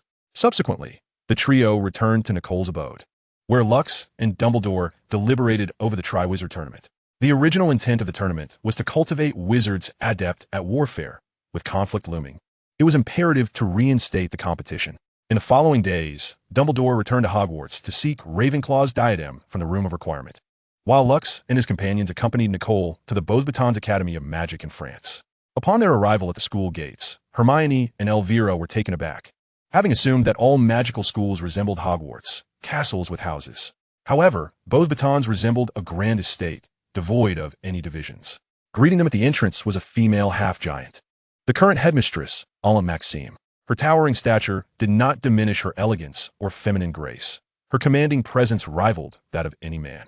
Upon seeing Maxime, Hermione and Elvira were slightly astonished, having thought Hagrid was the only half-giant in existence. Beside Maxime stood several students remaining at the school. Lux observed them closely, noting one girl's remarkable demeanor. For a fleeting moment, Lux felt a surge of adrenaline, his blood racing. Yet, his mind and emotions remained largely unaffected. It appeared that Fleur Delacour of Vila lineage would also be a champion representing Beauxbatons in the Triwizard Tournament. If circumstances allowed, Fleur possessed the potential to be a member of their organization. Lux pondered this while Hermione mistakenly believed Lux was entranced by the Beauxbatons girls. Though she had experienced a brief moment of distraction herself, she felt a twinge of annoyance at Lux's behavior and promptly pinched his waist. Lux gasped. "Why did you pinch me?" Hermione turned her head away. "It's nothing." He rubbed the spot where she had pinched him, surprised at her strength. When the two groups formally met, Maxime warmly approached, greeting them. "Welcome, Senior LeMay and Senior Sister, along with the esteemed young wizard from Hogwarts." "Hello, Maxime. It has been quite some time since our last visit. We hope we are not imposing." "Not at all. The ability of Beauxbatons to cultivate a wizard of such remarkable caliber as Nicolaim fills every student and alumnus with immense pride." Subsequently, Nicolaim introduced a few young wizards to Maxim, also mentioning that Elvie and Hermione were among her students. Meanwhile, Lux and Cartland represented Dumbledore in discussions regarding the Triwizard Tournament. Elvie and Hermione greeted them warmly, while Cartland and Lux responded with a respectful nod. Maxim, discerning the mature demeanor of Cartland and Lux, found his earlier skepticism about Dumbledore sending two young wizards to negotiate significantly diminished. Afterward, Maxim instructed Fleur to take Lux and the others on a tour of Beauxbatons while she caught up with Nicolaim. It seemed she hoped Nicolaim might choose one of the students at Beauxbatons to become her apprentice. During the tour, many girls frequently glanced at Lux, Cartland, and Elvie. The maturity of Lux and Cartland perfectly aligned with their ideals of chivalry, while Elvie's charming half-elf features captivated them entirely. Later, Fleur inquired about the purpose of their visit. Lux candidly revealed that it was for the Triwizard Tournament, which was set to commence once again. The mention of the Triwizard Tournament sparked numerous questions, as they were all aware it had been previously banned due to excessive casualties. The prospect of its revival was unexpected. Observing the several capable students before him, Lux simply stated that they would explain the reasons in Maxim's office shortly, and that this iteration of the tournament would differ from the traditional format, asserting that it should not be limited to Hogwarts, Beauxbatons, and Durmstrang in Europe alone. The remainder of the tour was filled with laughter and conversation. However, at that moment, a boy obstructed their path and issued a challenge to duel. Lux then noticed the subtle hostility emanating from several boys towards them. The foolishness of youthful exuberance was evident, he mused internally. Hermione immediately stepped forward, asserting that a senior student challenging a lower-year student to a duel was nothing short of bullying. Upon hearing this, the boy's face flushed with embarrassment, and many surrounding girls regarded him with disdain. At this moment, only Cartland furrowed his brow slightly, while Lux was curious to see how the boy would respond. The boy, feeling ashamed, soon realized that Lux and his companions were merely first-year students. Soda, he muttered softly, wishing he could vanish into the ground at that moment. Cartland and Lux were quite eager to witness the prowess of Beau's batons. Cartland glanced at Lux, inquiring, "Shall I go, or will you?" Lux winked, "Let me handle it. I'm rather bored, aren't you? I did not accept the duel, but I'm open to a friendly contest." Lux stepped forward, clasping his right wrist with his left hand behind his back, declaring a one-on-one match, limited to a demonstration. The others exchanged puzzled glances, uncertain of what he meant. Kumba, devoid of reason, once initiated, persists until one party collapses or incapacitates the other, ensuring no loss of life or irreversible harm. Moreover, it is not confined to the incantations of wands. As they listened to Lux's elucidation, a collective astonishment ignited in the eyes of the onlookers. Chapter 25. The Triad Championship. At that juncture, Nicolaim and Maxim arrived, presumably having concluded their discussions. From the glimmer in Maxim's gaze, a subtle sorrow was discernible, likely stemming from his awareness of Nicolaim and his wife Perennail's impending demise. With Maxim's arrival, Furlong hastened to explain the situation, hoping he could intervene. Meanwhile, the boy found himself at a loss due to Maxim's presence. Lamy and Maxim conferred briefly, ultimately deciding to permit the duel. Although it could hardly be deemed a true duel anymore, Maxim addressed Andasius. "Since you initiated this challenge, I shall not pursue the matter further. But you must adhere to Lux's stipulations." In light of this, the crowd parted to create a space, reassured by the presence of Nicolaim and Principal Maxim to avert any untoward incident. Furlong and Catelyn were appointed as referees. Andasius brandished his wand, eyeing Lux with caution, awaiting Furlong's signal. Furlong drew her wand, poised to commence. Lux, too, was in anticipation, mentally rehearsing the forthcoming scene. Observing Andasius, Lux noted a slight tremor in his left hand and a constant adjustment of his stance. The wand tilted towards the ground, his right shoulder slightly advanced. Once the battle commenced, he would immediately pivot, casting his spell. Will he disarm? Or perhaps employ a hook or a stunning charm? Now he must charge forward, sidestep, and twist his upper body to the left to evade the spell. Yet, this distance would suffice for a second incantation, drawing forth his wand for a protective charm.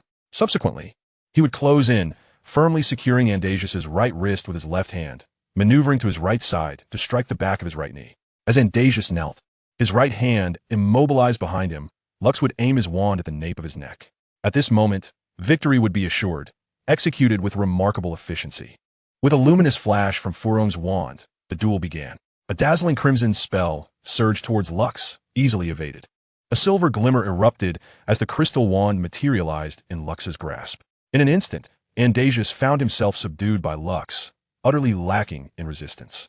And Catelyn's voice resonated, declaring, "Lux Ambrosius Holmes is victorious." The crowd, momentarily bewildered, erupted into applause, including Nicolaim and Maxim, who joined in the ovation. Lux released Andasius, retracting his wand. This encounter unveiled a novel approach to combat for all present. The distinctive trait that sets wizards apart from muggles lies in their ability to wield formidable magic. However, apart from this, there exists no absolute superiority. After the conclusion of events, Lucius and his companions followed Maxim to the headmaster's office to discuss matters pertaining to the Triwizard Tournament. As for the affairs of Andres, they had long been forgotten by everyone. Lucius discerned that the reason for the boy's arrival was purely his infatuation with Fleur. Fleur, in turn, grew increasingly curious about Lucius, harboring numerous questions she wished to pose to him. Yet, upon witnessing Lucius engaged in conversation with Headmaster Maxim, she resorted to chatting with Hermione and Elvie nearby. Maxim commenced by praising Lucius, expressing gratitude. "Thank you, my child, for presenting us with a different facet of wizardly combat." Lucius replied, "There is no need for such accolades. Headmaster Maxim, the battles among wizards ought not to remain as they once were, much like this forthcoming Triwizard Tournament." "What distinguishes this Triwizard Tournament?" queried Maxim. "You are aware that previous tournaments incurred grievous losses, but from my observations, the reasons extend beyond mere inadequacy in magical skills. It also pertains to the failure to react promptly or to mislead opponents with swift actions. In other words, wizards have become overly reliant on their wands and spells. Lucius articulated his insights. Maxim and Nickel nodded in agreement. In my 6 centuries of existence, I have indeed witnessed such realities within the wizarding world. Duels and conflict have remained unchanged, Nickel recounted, sharing his life story, which also mirrors the history of the magical realm. Thus, in this iteration of the Triwizard Tournament, it shall not resemble its predecessors. The champions must undergo training from various perspectives. Furthermore, the competition should not be confined solely to Hogwarts, Beauxbatons, and Durmstrang. Headmaster, the teachers will be present to observe the champions and intervene promptly should their lives be in peril. Lucius's words plunged Maxim into contemplation, prompting him to inquire, what led to such a decision? The Triwizard Tournament was originally conceived through the collaborative discussions of the founders of the 3 schools. The darkness of the 13th century may seem distant, yet today, the global wizarding war and the terror of Voldemort's assaults far surpass that era. In the end, Maxim acquiesced to Lucius's proposal. As evening fell, Lucius and his companions savored dinner at Beauxbatons. One cannot deny the exquisite nature of French cuisine. Hermione remarked while eating, I never imagined French food could be this delectable. It surpasses British cuisine by leaps and bounds. This prompted Lucius to reminisce about his childhood, recalling how, when his mother was absent, his father prepared a plethora of British dishes, often repetitive, to the point of almost making him retch. Eventually, even his father lost interest in cooking. Among the thinnest books in existence are British cookbooks, American history, and Korean culture, though a slight misstep reveals that Korea lacks a distinct original culture. Lucius speared a piece of escargot with his fork, acknowledging why the French so adore snails. Upon their departure, Fleur engaged in conversation with Hermione for quite some time, leaving Lucius utterly perplexed by the nature of female friendships. Later that night, after leaving Beauxbatons, they chanced upon the Garnier Opera House, where the opera Don Giovanni was being performed that very evening. Mesmerized by the grandeur of the opera house, I ultimately proposed that we indulge in its wonders. The exhilarating music reverberated throughout the hall as we occupied the esteemed central box on the second tier, gazing at the private chamber on the far right and then at the stone figures slowly ascending upon the stage. Amidst the enchanting melodies, the somber beats of drums and strings interwove. Yet, beneath the facade of beauty lay absurdity, deceit, and conspiracy, revealing the darker aspects of human nature. Don Juan perpetually evaded capture, unrepentant in the face of public disdain, resolutely following his own path. The music, reflecting his erratic conduct, began to spiral into madness, with high and low notes intertwining. Suddenly, the music came to a jarring halt, giving way to a heavy and profoundly impactful performance heralding Don Juan's judgment. Demons from the depths of hell surged forth as the stone figure condemned Don Juan for his myriad transgressions. Amidst the proclamation of his sins, he was dragged into the inferno by the devils. Lux and his companions were the last to depart, observing their surroundings, a place where once their ancestor Sherlock Holmes had been vanquished by James Moriarty. The urgency to thwart the criminal empire's machinations was palpable, as Moriarty ensnared one victim after another with lies cloaked in allure, seeking to incite a global war and leaving indelible scars upon the world. Outside, Hermione and Elway had grasped only the gist of the opera they had just witnessed, while Lux and Catterland still retained their command of French. Hermione turned to Lux and inquired, "What does Don Juan owe you le festin de Pierre?" Hearing Hermione articulate each letter with careful precision, Lux chuckled and replied, "It refers to Don Juan, the name of a libertine whose transgressions include deceit, murder, and manipulation, ultimately culminating in his judgment by emissaries from hell and his descent into the abyss." Elway then asked, "Brother, what compelled you to attend this opera?" Lux responded, "It is here that my ancestor Sherlock Holmes faced off against the esteemed Professor James Moriarty. A confrontation between a detective championing truth and justice and the king of a criminal empire. It is also the site of my ancestor's solitary defeat." Lux felt no need to conceal these truths. For him, the sole significance of visiting this place was to relive the echoes of that fateful encounter. Upon returning to Nicole's residence, Lux and Catterland would depart the following day, while Elway and Hermione planned to remain for their studies, ultimately deciding to return home 3 days before the start of term. As December drew to a close, Lux spent the last 2 days ensconced in his study, poring over the dark grimoire. He concluded that the tome likely dated back to the 5th century. However, how could such an artifact have fallen into the hands of a 13th century sorcerer? Meanwhile, Luke's mulled over future matters. If he were to gather all the Horcruxes, then he must contend with the diary. The most troublesome element was young Barty Crouch, who had been missing for quite some time. The materials referenced in the resurrection spell included the bones of a relative. Perhaps it was time to dig up a grave. As it was hardly the first time his family had undertaken such a task, Ray must swiftly remove Fudge from power, ensuring the pureblood families are under control, and establish a capital punishment system. The Death Eaters of Azkaban must not be allowed to walk free. Fudge seems poised to create turmoil in the upcoming semester. Although Hagrid's incident was the fault of Barty Crouch, placing the blame on Fudge is not out of the question. As for the selection of the Minister of Magic, it truly is a headache. Let Rain make the decision himself. As the clock struck midnight on December 31st, Hermione and Elway arrived at the Holmes Manor escorted by Nicolaim, ready to meet Olivia and surprise Lux the following day. Concurrently, Rain also arrived, accompanied by Yekaterina Adler. At this moment, it was already past midnight. Lux had yet to retire for the night. Instead, he found himself on the balcony, seated and sipping red tea, a habit he had cultivated. Just then, a silver phoenix soared through the night, heralding news from Dumbledore. Voldemort had once again commenced his hunt for unicorns. However, due to prior arrangements with the centaurs to protect the unicorns, Voldemort had been thwarted. It was anticipated that after the holiday, Voldemort would act swiftly, drawing Dumbledore away. Dumbledore instructed Lux to prepare, as the dueling club would officially commence in the next academic year. Lux replied to Dumbledore, assuring him of his readiness, while also noting that it was time for a change among the shareholders of Hogwarts. Thus, Lux reclined in his chair throughout the night, covered only by a single blanket. As the dawn broke, the gentle light graced Lux's face, dispelling his drowsiness. Glancing at the clock, he saw it was merely 5 a.m. Rising, he felt a pang of hunger and decided to head to the kitchen. As he turned the doorknob and peeked out, he was met with a jubilant shout. "Happy birthday!" The lights flickered on, revealing everyone gathered in the living room. Lux was momentarily taken aback. Was today truly his birthday? Caterland quipped, "Lux, you always remember every detail of each case and the overlooked aspects, yet you can never recall your own birthday." "Indeed, brother. You've never had a birthday party in your childhood, not even a cake," Olivia chimed in indignantly. "You truly ought to celebrate your birthday, my dear brother," Rain added, observing the expectant gazes and comforting words from the crowd. What he had intended to say was abruptly swallowed.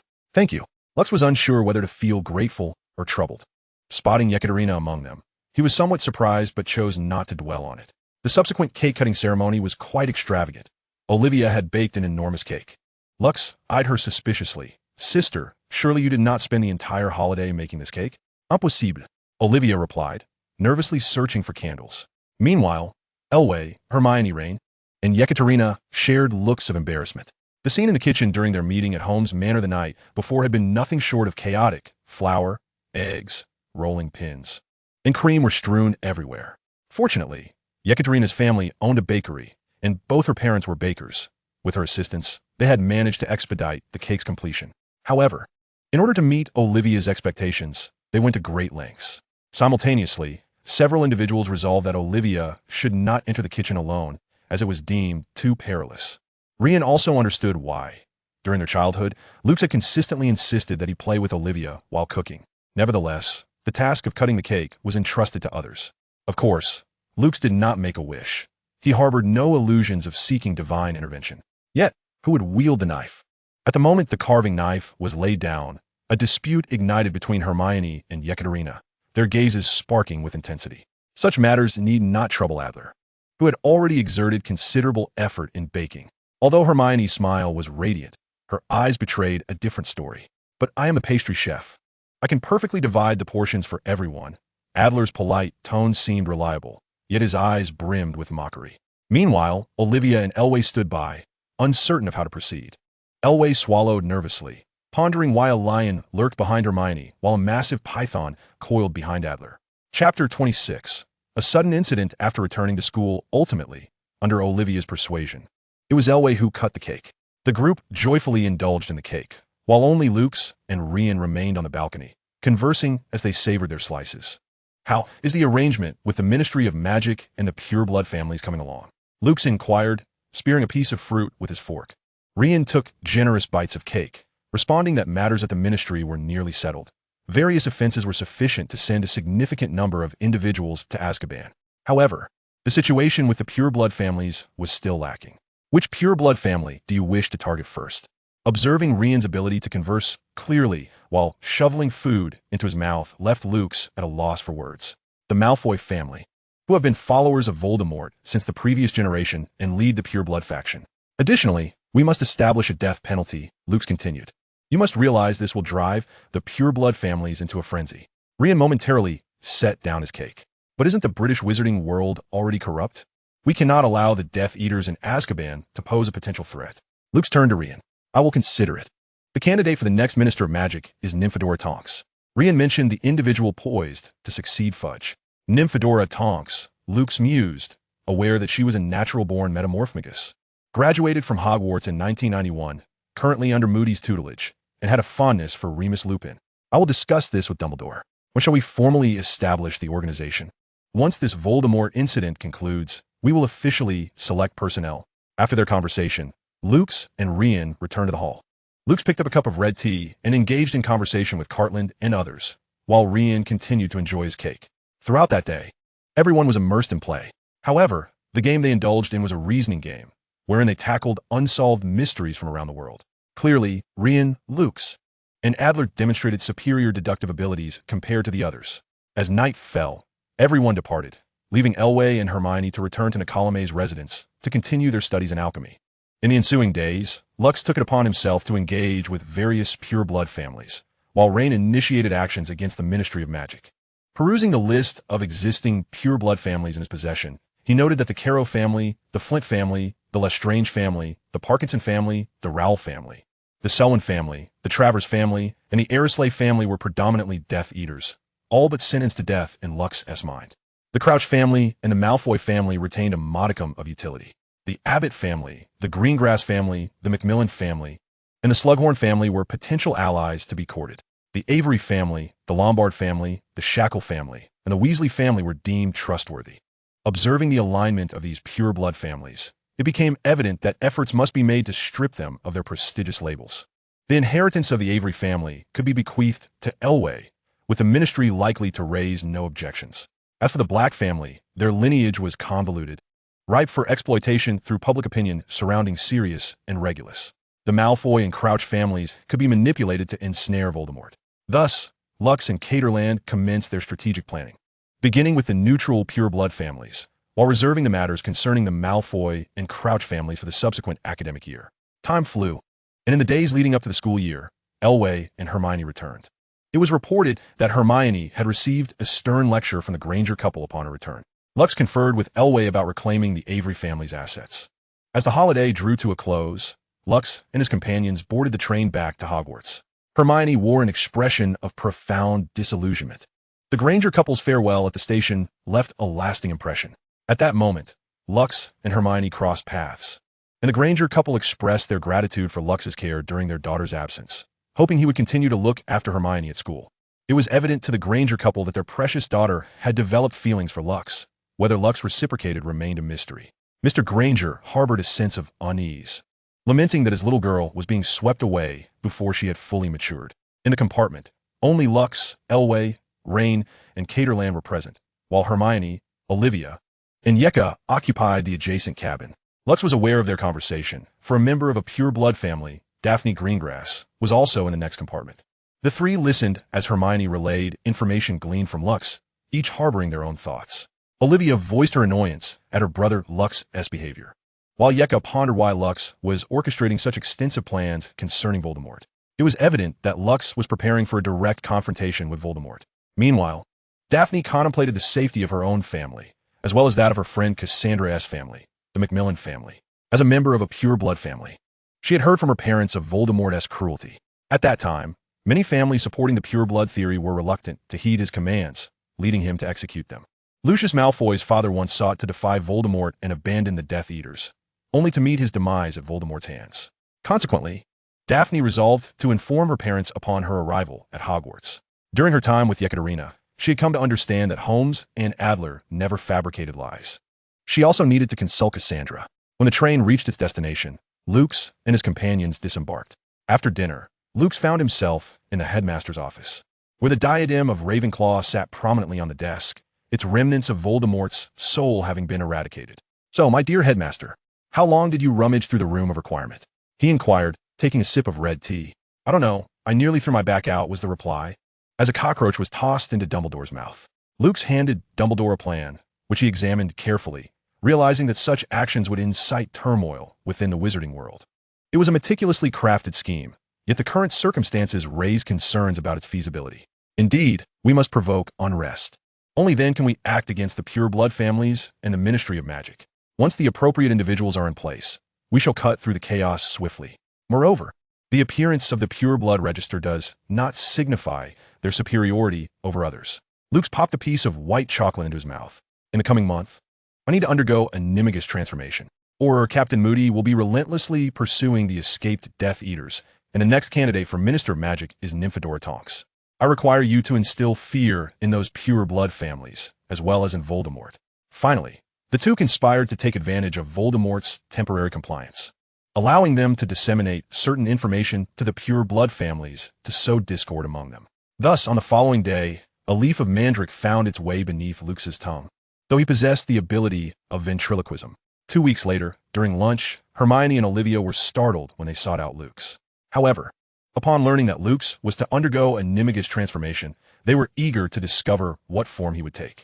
Their visit was prompted by matters concerning Nicholas Flamel's Philosopher's Stone. Upon arriving at school, when Harry and Ron inquired about Flamel, Hermione suddenly remembered she had forgotten all about the important matters. Nevertheless, later in the library, the four discovered the Philosopher's Stone, which was under the guardianship of Lu Wei. In reality, however, the stone was already in Luke's possession, and no one could take it from him. Hermione suddenly realized that the stone was indeed with Luke's. At that moment, she pondered why Flamel had entrusted the stone to Luke's while alluding to his impending death. By dinner, when the Gryffindor quartet sought Luke's, they found him missing. Nowhere to be found. Presently, Luke's was concealed in the headmaster's office, sipping tea, accompanied by Reen. To avoid disrupting their progress, Luke's had refrained from seeing them except during classes. In an effort to evade them, Lux had even mastered the art of apparition. Faced with such antics, Hermione and her companions could only concede defeat and seek out Hagrid instead. Over the ensuing month, Lux and Reen were engaged in various schemes, and they even had a meeting with the Auror Moody in the headmaster's office. They proposed to incarcerate all Death Eaters from pure blood families in Azkaban, and once the death penalty was established, trials would be held for those Death Eaters guilty of murdering Muggles and wizards alike. Moody wholeheartedly supported this proposal, harboring a deep-seated disdain for the pure-blood wizards who lived lavishly despite their crimes. Recently, Nymphadora Tonks would also be joining him in this endeavor, aiming to build her reputation in preparation for her candidacy for the position of Minister for Magic. Lux had anticipated that, at most, Harry and his friends would only engage in disputes with Draco. However, due to Ron's loose tongue, even Yeko was drawn into the fray. Ultimately, the situation spiraled into chaos. News of Voldemort had spread within Slytherin, leading to a division into two factions, one led by Malfoy and the other by Adler. Simultaneously, Gryffindor descended into turmoil as Hermione and Olivia defended Yeka's stance that pure-blood wizards held no inherent nobility, which only exacerbated the discord within the house. One faction maintained a rational perspective, while another, like Ron, harbored an extreme aversion to Slytherin. A small contingent remained neutral. This debacle nearly incited a brawl between Gryffindor and Slytherin, had it not been for the timely intervention of the oil-haired bat and Professor Cat. Madame Pomfrey's infirmary would have been filled to capacity. In the end, Draco, Yeka, Harry, Hermione, Ron, Olivia, Daphne, and Cassandra all lost points. When everyone regained their composure and glanced at the hourglass displaying the scores, they were met with a suffocating realization. Their points had fallen behind those of Ravenclaw and Hufflepuff due to this latest debacle. Ultimately, McGonagall and Snape hastily made their way to the headmaster's office, for news of Voldemort had become nearly common knowledge at Hogwarts.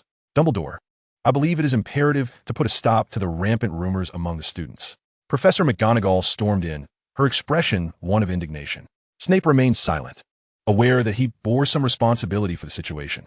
However, upon witnessing the Slytherin cohort that included aspiring followers of Voldemort, his face paled with fury. Dark lines etched across his forehead. There were even a few who dared to utter slurs against Muggle-borns, and those individuals frequently found themselves at his office facing consequences. At the table, Reen and Lux quietly sipped their tea, feigning invisibility. Snape gazed at the two, bemused by their nonchalance. One could only wonder about the fortune of Flitwick and Sprout in having such troublesome young wizards. Fortunately, Slytherin had Yeka Adler, sparing them the headaches plaguing McGonagall as Gryffindor. Professor McGonagall's attention was drawn to Rian and Lux. "Mr. Holmes, what brings you here?" she inquired. "Professor McGonagall, we are merely discussing a few matters with the headmaster," they replied. Lux executed a set of Tai Chi moves, flinging the pot directly at Dumbledore. Professor McGonagall cast a glance at Dumbledore, who felt utterly regretful for allowing Lux and Rain to hide there. For a long while, he was at a loss for words. Minerva McGonagall was not someone easily deceived, and as a principal who often turned a blind eye, he felt a tinge of guilt, just a sliver. Ultimately, it was Lux who signaled with a blink, urging Dumbledore to reveal the truth about Voldemort to Professor McGonagall. After a lengthy explanation lasting half an hour, McGonagall finally grasped the situation. However, understanding did not equate to forgiveness for an absent-minded principal who indulged himself. "So, you allowed the students to train under these circumstances?" Minerva remained calm. "Those young wizards are quite astute, which is precisely why I encourage you to focus on nurturing them." Dumbledore trembled under the ire of Professor McGonagall. "Then why did you not inform me of such dangers within Hogwarts? Are you not concerned for the students' safety?" "Rest assured, Minerva. He is currently in a weakened state and poses little threat to the students, and both Lux and I keep a vigilant watch over him." Dumbledore's reassurances did little to allay McGonagall's worries, though they did temper her agitation somewhat. After listening to Dumbledore outline all of his plans, including the revelation that Harry was a Horcrux, she ultimately acquiesced. Dumbledore added, "Severus is also aware." Snape's face twitched. These two youngsters were behaving irrationally. "What is it? Even you, my sweet old friend, have begun to act foolishly?" McGonagall turned to Snape. "Severus, have you known all along?" Snape sheepishly nodded, his rigid expression resembling what being shaped by a rasp. Chapter 27, Dragons and Dragon Eggs at Last. Professor McGonagall consented to mentor Harry and Olivia, while also preparing them to confront Voldemort, all the while worrying for her students despite her advanced age. Nevertheless, Professor McGonagall harbored a grudge before leaving the office. She collected all of Dumbledore's cockroach piles.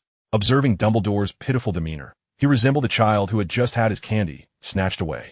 Shortly after, Snape departed, leaving behind a remark, "Eat less sweets. I cannot guarantee that I have any potion ingredients left, and the taste is hardly palatable." Once Snape exited the office, Lux and Rain exchanged glances and burst into laughter, turning their heads away to avoid Dumbledore's gaze. A mere glance at Dumbledore's aggrieved expression only heightened their amusement, particularly for Lux, who was suppressing a chuckle with a leaf of mandrake root in his mouth. The struggle to contain his laughter was palpable. "Children, feel free to laugh." Dumbledore sighed in a disheartened tone. In response, Lux and Rain could no longer hold back their laughter. A principal being bullied by his former student, now his deputy. Lux's words struck Dumbledore's heart like a dagger. "I had always believed that our headmaster would exude an air of authority. Yet it appears that Professor McGonagall embodies the essence of a principal far more effectively." "Brother," Ryan teased while holding a cup of red tea, "I have also heard that the meager salary of our former headmaster is largely spent on libations for Professor Sybil Trelawney. Perhaps the heap of cockroaches that Professor McGonagall just confiscated represents a month's worth of his salary." Luke's words delivered yet another blow to Dumbledore. "Or perhaps even 3 months' worth," Ryan added with ruthless wit. Ultimately, as Luke and Ryan departed, Dumbledore remained ensnared in his sorrow over the loss of his cherished sweets and confections. In the ensuing days, the Gryffindor Quartet and the Yeka Trio diligently investigated matters pertaining to Voldemort, eventually gathering information from Hagrid. Meanwhile, Luke kept a watchful eye on their activities, frequently conferring with Dumbledore. In the blink of an eye, a month had elapsed, and tonight heralded a storm. Luke ventured into the Forbidden Forest in preparation for his Animagus transformation. Due to his familial lineage, the conventional Animagus methods were deemed unsuitable. For instance, the Dumbledore family had forged a blood pact with the Phoenix clan, while the Ambrosius family had entered into a blood oath with the dragons. Each covenant bore its own intricacies. The Dumbledore blood pact was solely intended to secure the assistance of the Phoenix kin, whereas the Ambrosius blood oath signified that each dragon's life would be irrevocably intertwined with that of its master, sharing existence such that the demise of one would inevitably result in the death of the other. To sever such a pact, one must renounce their lineage and extricate themselves from their bloodline. The procedures for modern animagi bear similarities, albeit with variations in materials. The essence required includes the heart's blood, dew, in a singular scale. This scale, procured from a colossal dragon, had been bestowed upon him by his grandfather on his first birthday, a method unknown even to his father. It was only after he commenced his studies in magic that his grandfather elucidated the usage of it in the context of enigmatic transformations. Moreover, according to his grandfather's accounts, the animagi of the Ambrosius lineage could no longer be classified as mere animagi. Unlike others, they retained their humanity without any influence of bestial traits, transforming solely into dragons, each exhibiting unique characteristics. As the sun dipped below the horizon, ominous clouds gathered in the sky. It was nearly time. Luke began to chant an incantation. Though it was not the enigmatic spell, not far from Luke, the Gryffindor quartet and the Yeka trio were diligently searching for his whereabouts. Having previously witnessed Luke preparing for his enigmatic transformation, they had conspired to sneak out tonight in search of him. However, due to the inclement weather and the enveloping darkness, neither group noticed the other. A bolt of lightning struck directly at the spot where Luke had just buried his potion. It seemed neither his grandfather nor his father had mentioned that this concoction attracted lightning. Well, if he ever has a son, perhaps he won't need to elaborate. In stark contrast to Luke's momentary shock, Olivia remained largely unfazed, while Hermione and the Yeka trio were thoroughly startled, letting out shrieks as their legs grew weak beneath them. Due to the blinding flash of lightning, Hermione and her companions directly spotted Yeka and her group. Upon seeing each other, the earlier fright was instantly forgotten, and they began to stare wide-eyed at one another. Olivia inquired, "Are you also here to find Luke's?" Yeka nodded in response. "What else would we be here for?" Hermione, narrowing her eyes and pursing her lips, suddenly interrogated, "What do you seek him for?" Yeka, casting a disdainful glance at Hermione, retorted, "Do not assume that you're the only ones privy to certain matters, especially considering your rather loquacious companion." With that, Yeka turned her gaze towards Ron. Following Yeka's line of sight, Hermione also looked at Ron, while Harry appeared somewhat puzzled by Yeka's implication. Olivia glanced at Ron, and upon recalling the term loquacious, covered her face, quickly realizing that the affair concerning the Philosopher's Stone had been divulged by Ron. Faced with the collective scrutiny of the group, Ron looked bewildered, saying, "Why is everyone looking at me? I haven't told her anything, and besides, she is a Slytherin." The vehement protests left Hermione, Olivia, and Harry momentarily speechless. Had he never noticed how loudly he spoke? Harry, exasperated, remarked, "Ron, didn't you loudly announce the existence of the Philosopher's Stone last time?" Ron paused for a moment, as if coming to a realization. Hermione shot a disapproving glare at Ron, vowing internally never to involve him in such matters again, lest he betray her trust. Subsequently, Olivia negotiated with Yeka, resulting in an agreement to search for Luke's together, but with the stipulation of not prying into other matters. Just then, a torrential downpour commenced, prompting everyone to resume their search for Luke's. All present employed the water-repelling charm, except for Ron, who lamented, "I don't know the water-repelling charm." Harry merely shrugged, stating, "I can't help you there." Olivia remarked, "Who told you to play wizard chess while self-studying?" Meanwhile, Luke's utilized the water-repelling charm to avoid getting drenched. After excavating the potion, he gazed at the eerie crimson liquid, reminiscent of blood flowing incessantly.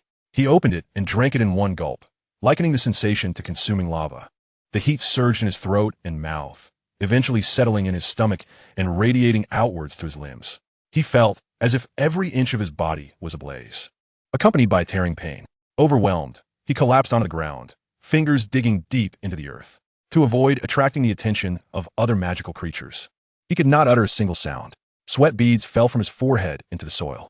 At last, the potion's effects commenced, causing the magical energy within his veins to swell, igniting silver-blue flames upon Luke's skin, gradually enveloping him. Soon, the pain he endured began to wane, and his body curled up as he sat on the ground, the flames wrapping around him like a fiery cocoon. Feeling his eyelids grow heavier and his breathing slow, he sensed his heart gradually ceasing its rhythm. Luke assumed he had merely drifted into a deep slumber. In such a state, maintaining consciousness was futile, as his body was entirely beyond his control. Luke's consciousness was utterly engulfed in darkness. Within this obscurity, a constellation unknown to him illuminated the void, as yet another star emerged. Gradually, under the embrace of flames, Luke's form began to swell in size. Scales resembling crystalline jewels enveloped his entire body, while his hands and feet transformed into colossal claws, followed by the emergence of wings and a head. At this moment, Luke's transformation resembled that of a rapidly growing dragon. His immense silvery body radiated a soft blue light. Due to the torrential rain and Luke's metamorphosis, the earth gradually cloaked him, leaving only his head slightly exposed. In an instant, Luke felt as though someone were treading upon him, an odd sensation indeed. Upon closer inspection, he discerned that it was Olivia and Yeket, though he was puzzled by who was poking at him. Utilizing his ability to perceive the air around him and construct spatial awareness, he quickly identified Ron wielding a wand, attempting to cast a spell upon him. The core of Ron's wand was visibly protruding, suggesting he had been struggling to perform the water-repelling charm. This left Lux in a state of amusement. If he could, he would have liked nothing more than to rise and unleash a roar at Ron, face to face. However, post-transformation, he merely sensed a vast reservoir of magical energy within him, coupled with skin resilient enough to withstand curses, surpassing even that of ordinary magical creatures. His perception of breath and space was remarkably acute. Lux felt immobilized, able only to attempt to flicker his eyes open. As he did so, he caught a glimpse of Hermione facing away from him. Quickly, he shut his eyes again, fearing discovery. Through this limited vision, Lux estimated his size to be approximately 20 meters in length, with a weight of at least 4 tons. At that moment, Olivia was holding a potion vial she had retrieved from the ground. "I think Lux has departed," she remarked. The others gathered around, gazing at the empty vial, all pondering that Lux had indeed completed his enigmagus transformation. Yet, Hermione interjected, "But doesn't the book say that one becomes exceedingly weak after successfully transforming into an enigmagus?" She even speculated whether Lux might be trapped within his enigmagus form. Subsequently, they deliberated and resolved to search the vicinity for any signs of a weakened creature or any remnants left by Lux. Following his transformation into a dragon, the unique aura of danger that accompanied dragons deterred many magical creatures from approaching, particularly the 8-eyed giant spider. The memory of the last encounter with a living spider still haunted their minds. After several rounds of searching, the group found nothing and eventually departed. Once they were assured of their absence, Lux finally opened his eyes, assessing his current condition. He could now move slightly, though only within a limited range, and his body was still covered in mud and leaves. Fortunately, the crystalline features scattered across his body concealed any abnormalities from Hermione and the others in the night. He stretched his wings slightly, revealing his magnificent form. The capabilities inherent in his body were sufficient to allow him to navigate any magical conflict with ease. However, transformation does not come easily. A massive pit lies on the ground, likely the result of his own claws striking the earth. Lux now begins to revert to his human form, enveloped in shimmering silver-blue flames. Eventually, he emerges, weakened, famished, and utterly drained, collapsing to the ground.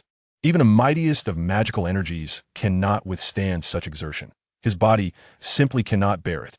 With no other option, he teleports to his dormitory bed, casting a cleaning charm as well. He then closes his eyes and succumbs to a deep slumber, thankful that the following day is Saturday. At this moment, a soft blue glow emanates from Lux's body, pulsing rhythmically with his breath. Upon awakening the next day, he finds himself covered with a blanket, curled up on his side, most likely a gesture from Elway, who must have tucked him in that morning. Rubbing his eyes, he yearns to sleep a little longer, postponing thoughts of his hunger for later. After closing his eyes once more, he tugs at the blanket, pulling his hands beneath its warmth. Suddenly, a frown creases his brow as he feels something large and oval-shaped. It is distinctly egg-like, tapering at one end and rounded at the other. Lux bolts upright, flinging the blanket aside to discover an egg resting on his bed, radiating a blue luminescence. He is momentarily bewildered. While he understands that this might be his pet, similar to the dragons belonging to his father and grandfather, he wonders how it came to be on his bed. Could it be related to his enigmagus transformation? Yet, he has never heard them mention such a thing, nor the incident with the thunder. He cannot help but suspect that his grandfather and father have conspired to set him up. Perhaps it is precisely because of his enigmagus form that this egg has appeared, poised for hatching. As Lux gently caresses the egg, a profound sense of kinship surges within him. Nonetheless, this scene strikes him as peculiar from any angle. Having transformed into a dragon, he now finds himself with a dragon egg after a mere nap. Once the dragon hatches, how should he categorize his role, father or mother? Pushing those thoughts aside, Lux swiftly pens a letter and entrusts it to an owl to deliver to his father. He is uncertain of his father's whereabouts or activities, but having cast a tracking charm on the owl, it should locate him. He decides to conceal the dragon egg for the time being, as he has no idea when this little creature will emerge. After all, it is a dragon, and he must consult Dumbledore about it. He also intends to invite Rain along to inquire about his recent interactions with the pureblood families. Chapter 28. The Hatching of the Young Dragon by Noon. In the headmaster's office, Dumbledore finds himself somewhat flustered, holding a pair of chopsticks. Meanwhile, Rain and Lux are eagerly scooping meat from the pot into a dipping sauce. Faced with the delectable spread before him, Dumbledore ultimately resorts to levitation charms to partake in the meal. Once he has satiated his hunger, Dumbledore inquires, "You wish to raise a dragon at Hogwarts?" "Indeed," Lux replies. "I will go fetch the dragon egg." With that, he teleports back to his dormitory and shortly returns to the headmaster's office, cradling an egg in his hands.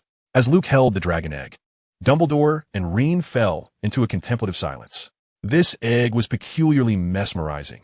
Its surface was smooth and rounded, yet it shimmered with a crystalline brilliance. The identity of the dragon species remained a mystery, prompting Dumbledore to inquire of Luke, "Can you elucidate this matter, my child?"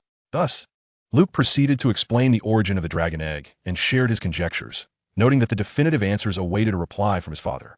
In summary, you have successfully completed your enigma's transformation into a dragon, and after resting, produced an egg? Reen's expression was a blend of amusement and disbelief. Luke regarded his brother with a look of exasperation. Dumbledore pondered deeply. Such an occurrence had never been documented before. Luke added, "Our family's bond with dragons is akin to yours with Fox. However, our lives are intertwined, hence it is imperative that it remains by my side." Dumbledore nodded in agreement with Luke's proposition. For the time being, the dragon egg would reside with Dumbledore, ensuring it received vigilant care. The conversation then shifted to matters concerning pureblood families. Several families had consented to negotiations. Yet it was essential to demonstrate unwavering sincerity to ensure that Voldemort's affairs would proceed without error. With the discussions to take place at the Gringotts estate after the conclusion of the current term, Luke acknowledged this, and the focus turned to Harry. Harry and his companions had successfully uncovered the truth about the Philosopher's Stone, however, through a series of misunderstandings. The quartet believed Voldemort's objective was something even more significant than the stone. The incident involving Hagrid's dragon egg had diverted their attention from the true nature of the threat guarding the stone. Just yesterday, Harry and his friends had a sudden realization regarding the egg's appearance. The Gryffindor quartet resolved to seek out Hagrid that very night for clarification. Meanwhile, Yeka had surmised that this entire situation could be a trap set for Voldemort, and she was currently investigating his whereabouts, instinctively noting Quirrell's peculiar behavior. Yeka was now delving into Quirrell's background, with her two companions assisting in the inquiry. Utilizing the influence of her family, she had also detected unusual activities within the Ministry of Magic. As the conversation turned to this matter, Luke and Reen exchanged glances with Dumbledore. "It seems, Headmaster Dumbledore, that you shall soon embark on a journey to London," Reen remarked. Dumbledore furrowed his brow slightly.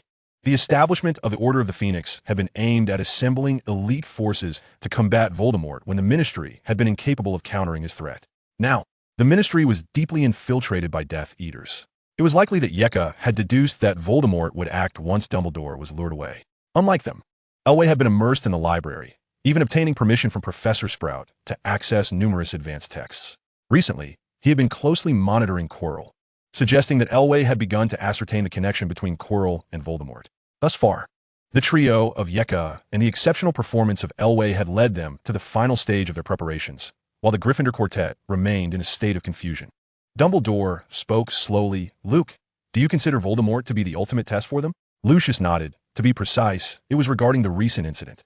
However, given the current circumstances, Harry and Ron were woefully inadequate, even misjudging the situation due to Snape's influence and Draco's impulsive actions. Dumbledore, too, was at a loss for solutions. After all, Harry and Ron were merely 11 years old, far less mature than Lucius and Reen, who exhibited a level of composure surpassing that of many adults. Dumbledore's favoritism towards Harry stemmed from a desire to atone for his past guilt, the guilt of not saving Harry's parents. It was not that he failed to arrive in time. Rather, he wished to verify the prophecy. When Voldemort chose Harry, he sensed that Harry would be the one. Lucius discerned Dumbledore's thoughts. "I understand why you favor Harry so. Yet, 11 years ago, that was not your fault. Perhaps your actions were somewhat cruel, but such is fate. I shall continue to keep an eye on Harry." Lucius's words illuminated Dumbledore's eyes with a glimmer of hope. As time passed, the four Gryffindors found themselves caught by Draco during a visit to Hagrid. Soon after, Professor McGonagall made her entrance. Hidden in the shadows, Lucius watched, surprised to see that Professor McGonagall was also a master of theatrics. However, the most amusing part was Draco, who believed that by reporting them, he could escape punishment, a childish notion indeed. Yet, Lucius felt conflicted about whether to intervene with Draco. In the future, the boy's fear of becoming a Death Eater never waned. Yet, it was recalled that Daphne's sister, Astoria, would eventually become Draco's wife. Lucius Malfoy, while a Death Eater, had suffered the loss of his father, and if family were to be added to the equation, it might lead him to betray Voldemort. Truly, a quintessential Slytherin. Draco, congratulations. If you ever find redemption, I would not hesitate to lend you a hand. Once everyone had departed, Lucius revealed himself. Professor McGonagall, I shall take over from here. McGonagall nodded. Thank you, dear child. If Dumbledore were to take some action, you would not have to face such dangers. It is nothing. I possess ample ability to protect them and myself. Lucius watched as Professor McGonagall left, sensing her profound resentment towards Dumbledore. Indeed, as a headmaster, he did little, leaving everything to Professor McGonagall, the deputy headmistress, who then truly held the title of headmaster. The following evening arrived, marking the night of their patrol in the Forbidden Forest. Regarding their decision to split up, Lucius chose to follow Harry and the others, while Hermione and Olivia were accompanied by Hagrid, alleviating any concerns. However, this time, Harry brought along Ron. Observing the ensuing argument between Ron and Draco, with Ron's illogical reasoning clashing against Draco's sharp tongue, Lucius felt that these two were, perhaps, destined to be adversaries. If there were popcorn available, Lucius believed he could watch their antics all day. From his vantage point, he caught sight of Quirrell, who was searching for traces of unicorns. No, it should be said Voldemort. Hagrid's puppy barked at Voldemort before scampering away. Our dear Draco lingered in place for 2 or 3 seconds before screaming and fleeing. How could Astoria have taken a liking to such a worthless individual?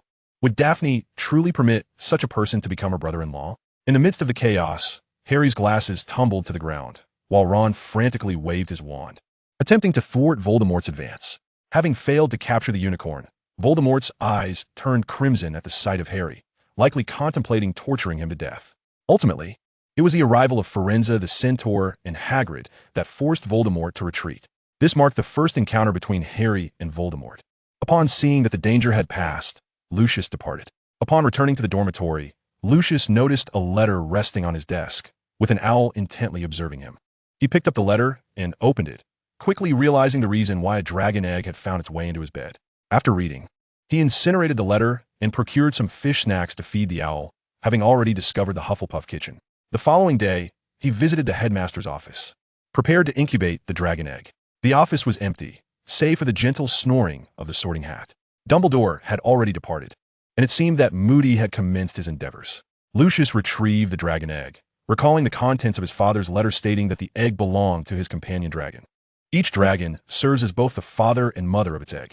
With the birth of each descendant in their lineage, dragons also manifest their offspring, residing within their owner's body from a young age. Only upon the completion of the enigma's transformation does the dragon egg naturally separate from its owner. Incubating the dragon egg requires the owner's magical essence and the magical flames inherent in their bloodline. Lucius enveloped the egg in his flames, through which the silhouette of a young dragon became apparent. Nearby, the phoenix fox observed the egg with a gaze filled with curiosity, sensing the strength of the bloodline within. Additionally, there lingered a hint of the bloodline bond. After 2 hours, the egg began to stir and shake, prompting Lucius to extinguish the flames. Shortly thereafter, cracks appeared on the eggshell, spreading outward.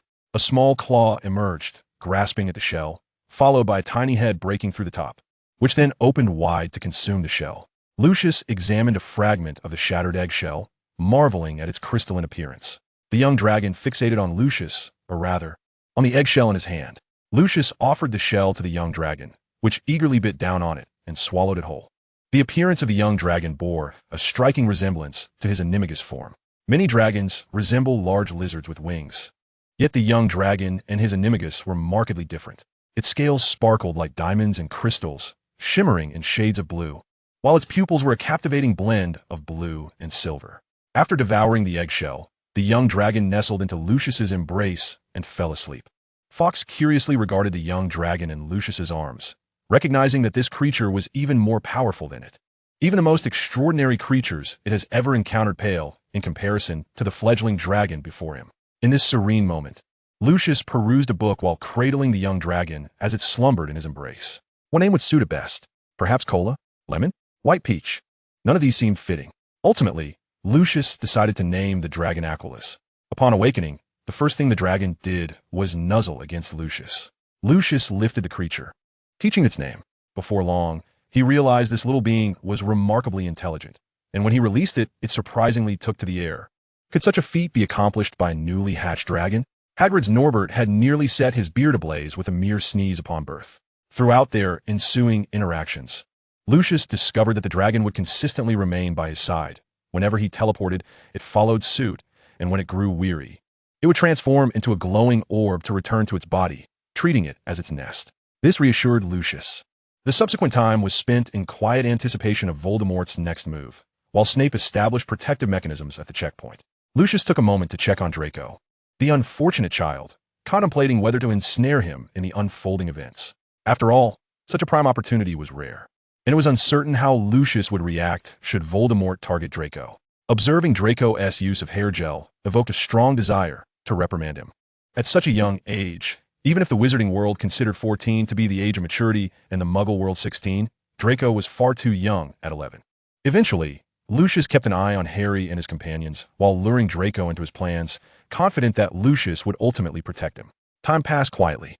Quirrell had already set off to seize the Philosopher's Stone, though it was already within his grasp. Following Quirrell was the trio of Irwin, Yeka, and others. Given the urgency, Lucius approached Draco's lackey, Goyle, hypnotizing him to relay a warning to Draco. There was no time to don a disguise to trick him. After delivering the message, Goyle fainted. Subsequently, Lucius enlisted Cartland and Rain, promptly heading to their destination to lie in wait. If no one secured the Philosopher's Stone, Voldemort would surely become unhinged. Having previously reserved a secret passage as a shortcut, the trio donned their gear and proceeded. Upon arriving, they found the mirror of Ariste in place. Yet Quirrell had not yet arrived. Lucius then cast a box into the mirror, which was still governed by Dumbledore's design. The sound of footsteps approached, unmistakably signaling Quirrell's approach. The three quickly concealed themselves to avoid detection. Meanwhile, Harry, on his way, first encountered Neville and then met Draco, notably during the descent into the Devil's Snare.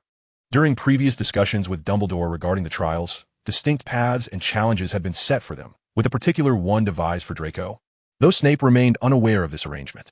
Now, the trio of Yeka traverses one path, while Elway follows another, and Harry and his companions stick to their original route. It remains uncertain who will arrive first. Meanwhile, let us observe the actions of Voldemort and Quirrell. However, Luke feels an odd sensation in the presence of Voldemort and Quirrell. Quirrell's demeanor is exceedingly peculiar, his pallid complexion betraying a lack of movement. Chapter 29. The final trial. Catterland observes Quirrell's bizarre behavior, incessantly muttering something, and inquires of Luke. What is he doing? Communicating with Voldemort, Luke replies, startling Catterland and Rian. Before the mirror of Ariste, Quirrell has succumbed to madness after months of torment at Voldemort's hands. Master, how can I obtain the Philosopher's Stone? You are still incapable. This is the mirror of Ariste. That old fool Dumbledore. Voldemort's voice drips with animosity towards Dumbledore, who has always opposed him since their school days. Voldemort continues, we must have that boy. He alone can retrieve the stone. Harry Potter. Quirrell realizes, Master, trust me, I can obtain it. No sooner has he uttered these words than Voldemort inflicts torment upon Quirrell. A mixture of agony and fear etched across his face. Trembling, he utters, forgive me, my master. Fool, go and capture Harry Potter. Upon hearing Voldemort's command, Quirrell turns to act. Professor Quirrell, where do you think you're going? What business do you have here? Elway appears before Quirrell, his voice sharp with anger. Ever since discovering Quirrell's allegiance to Voldemort, he has longed to apprehend him and force him to reveal Voldemort's whereabouts. Quirrell is taken aback. This student is merely a half-blood with elvish lineage. He feigns a stutter. I was just here to assess the situation. Professor Quirrell, it will be prudent for you to disclose Voldemort's location. Elway's words leave Quirrell momentarily speechless. His hand stealthily reaches for his wand, albeit with a slight tremor. Simultaneously, Luke and his companions take note of Quirrell's movement, prepared to act at any moment as a series of footsteps approaches. The trio of Yeka arrives hastily. Yeka gazes at Quirrell. Indeed, Professor Quirrell, is Voldemort truly worth your loyalty? Daphne and Cassandra first display astonishment, then fixate on Quirrell. Yet they notice the absence of the dark mark on his wrist. A flicker of panic crosses Quirrell's eyes, yet Voldemort's voice reverberates in his mind. Quirrell, remember who your master is. Finally, Harry and his group arrive, though Ron is notably absent. Professor Quirrell, what brings you here? Harry exclaims, astonished. Quirrell looks at Harry, a surge of excitement coursing through him. Why not me? Do you think it's Snape? He certainly appears villainous. With him present, who would suspect a poor stuttering Quirrell? Aside from a trio from Gryffindor, the others were expressions of confusion, What relevance does Professor Snape have in this matter? But on that day at Quidditch, did not Snape intend to kill me? Upon hearing these words, Draco felt a surge of irritation. Their headmaster was certainly not of such a character. Yeka shook her head and said, Harry, it was Professor Quirrell who sought to kill you that day. Ha ha, Harry, Miss Adler speaks the truth. The one who intended to take your life was indeed I. Had it not been for Snape's continuous incantations to protect you during Quidditch, which inadvertently caused him to collide with me and disrupt my focus on you, you would have already met your demise. Quirrell's morbid demeanor sent shivers down the spines of the young wizards present. How could it be? Snape would protect me. Harry found himself engulfed in self-doubt. That day, if it weren't for those 3 young wizards who managed to subdue the troll, the situation would have been dire. Alas, I have not had the opportunity to strike at you since. Quirrell's words made it evident to all that he was the orchestrator of these events. Yeka inquired, so, the one who framed Professor Snape was also you? Quirrell did not deny this accusation. However, Olivia stepped forward. Enough, Professor Quirrell. Your plots have been unraveled, and the Philosopher's Stone shall not be yours. And where is Voldemort, precisely? Since you are so eager to see me, I shall fulfill your wish. Voldemort's voice resonated in the ears of those gathered, prompting Elway and the trio to draw their wands, ready to act at the slightest movement from him. But my master, you are not yet fully restored. You are far too weak. Silence. I still possess some strength. With that, Voldemort seized control of Quirrell's body, removing the turban to reveal the grotesque visage that lay at the back of Quirrell's head. Not only the individuals before him, but even the hidden trio of Lucius felt a wave of disgust. Nevertheless, Lucius noted Draco's pallor, his face ashen. Harry, we meet again at last. You cannot fathom the torment I have endured over the years. To survive, I have clung to others like a parasite. Because of you, I have become this wretched being. Voldemort's expression twisted with fury as he continued. Moreover, there have always been those who obstructed my quest for unicorn blood to prolong my existence. Only the Philosopher's Stone can grant me a corporeal form. The onlookers exchanged glances, for the Philosopher's Stone was not present here. Voldemort commanded Quirrell to coax Harry into retrieving the stone. Harry Potter, come forth. When he saw Harry remaining motionless, Quirrell brandished his wand. In response, Yeka and Elway swiftly raised their wands to counter.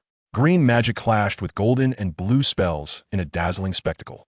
Olivia and Hermione joined the fray, while Quirrell found himself overwhelmed. A fierce explosion erupted between the two factions, forcing a temporary ceasefire. Simultaneously, they signaled for Harry to retreat. As long as he distanced himself, Voldemort's plans would be thwarted. Observing this, Quirrell conjured flames around them, blocking Harry's escape. When brute force proved ineffective, Voldemort resorted to cunning. Harry Potter, you are quite brave, just like your parents. Tell me, Harry, do you wish to see your parents? Harry gazed into the mirror of Ariste, where Lily and James smiled warmly at him. Silently, Harry stepped forward. Hermione attempted to stop him, but Olivia gestured for her to trust Harry. Trust in Harry, Hermione, for I have faith in my 2 brothers. Upon hearing this, Hermione recalled Lucius's words. If Lucius had been prepared all along, he must be observing from somewhere now. Quirrell stood to the side, granting Harry passage.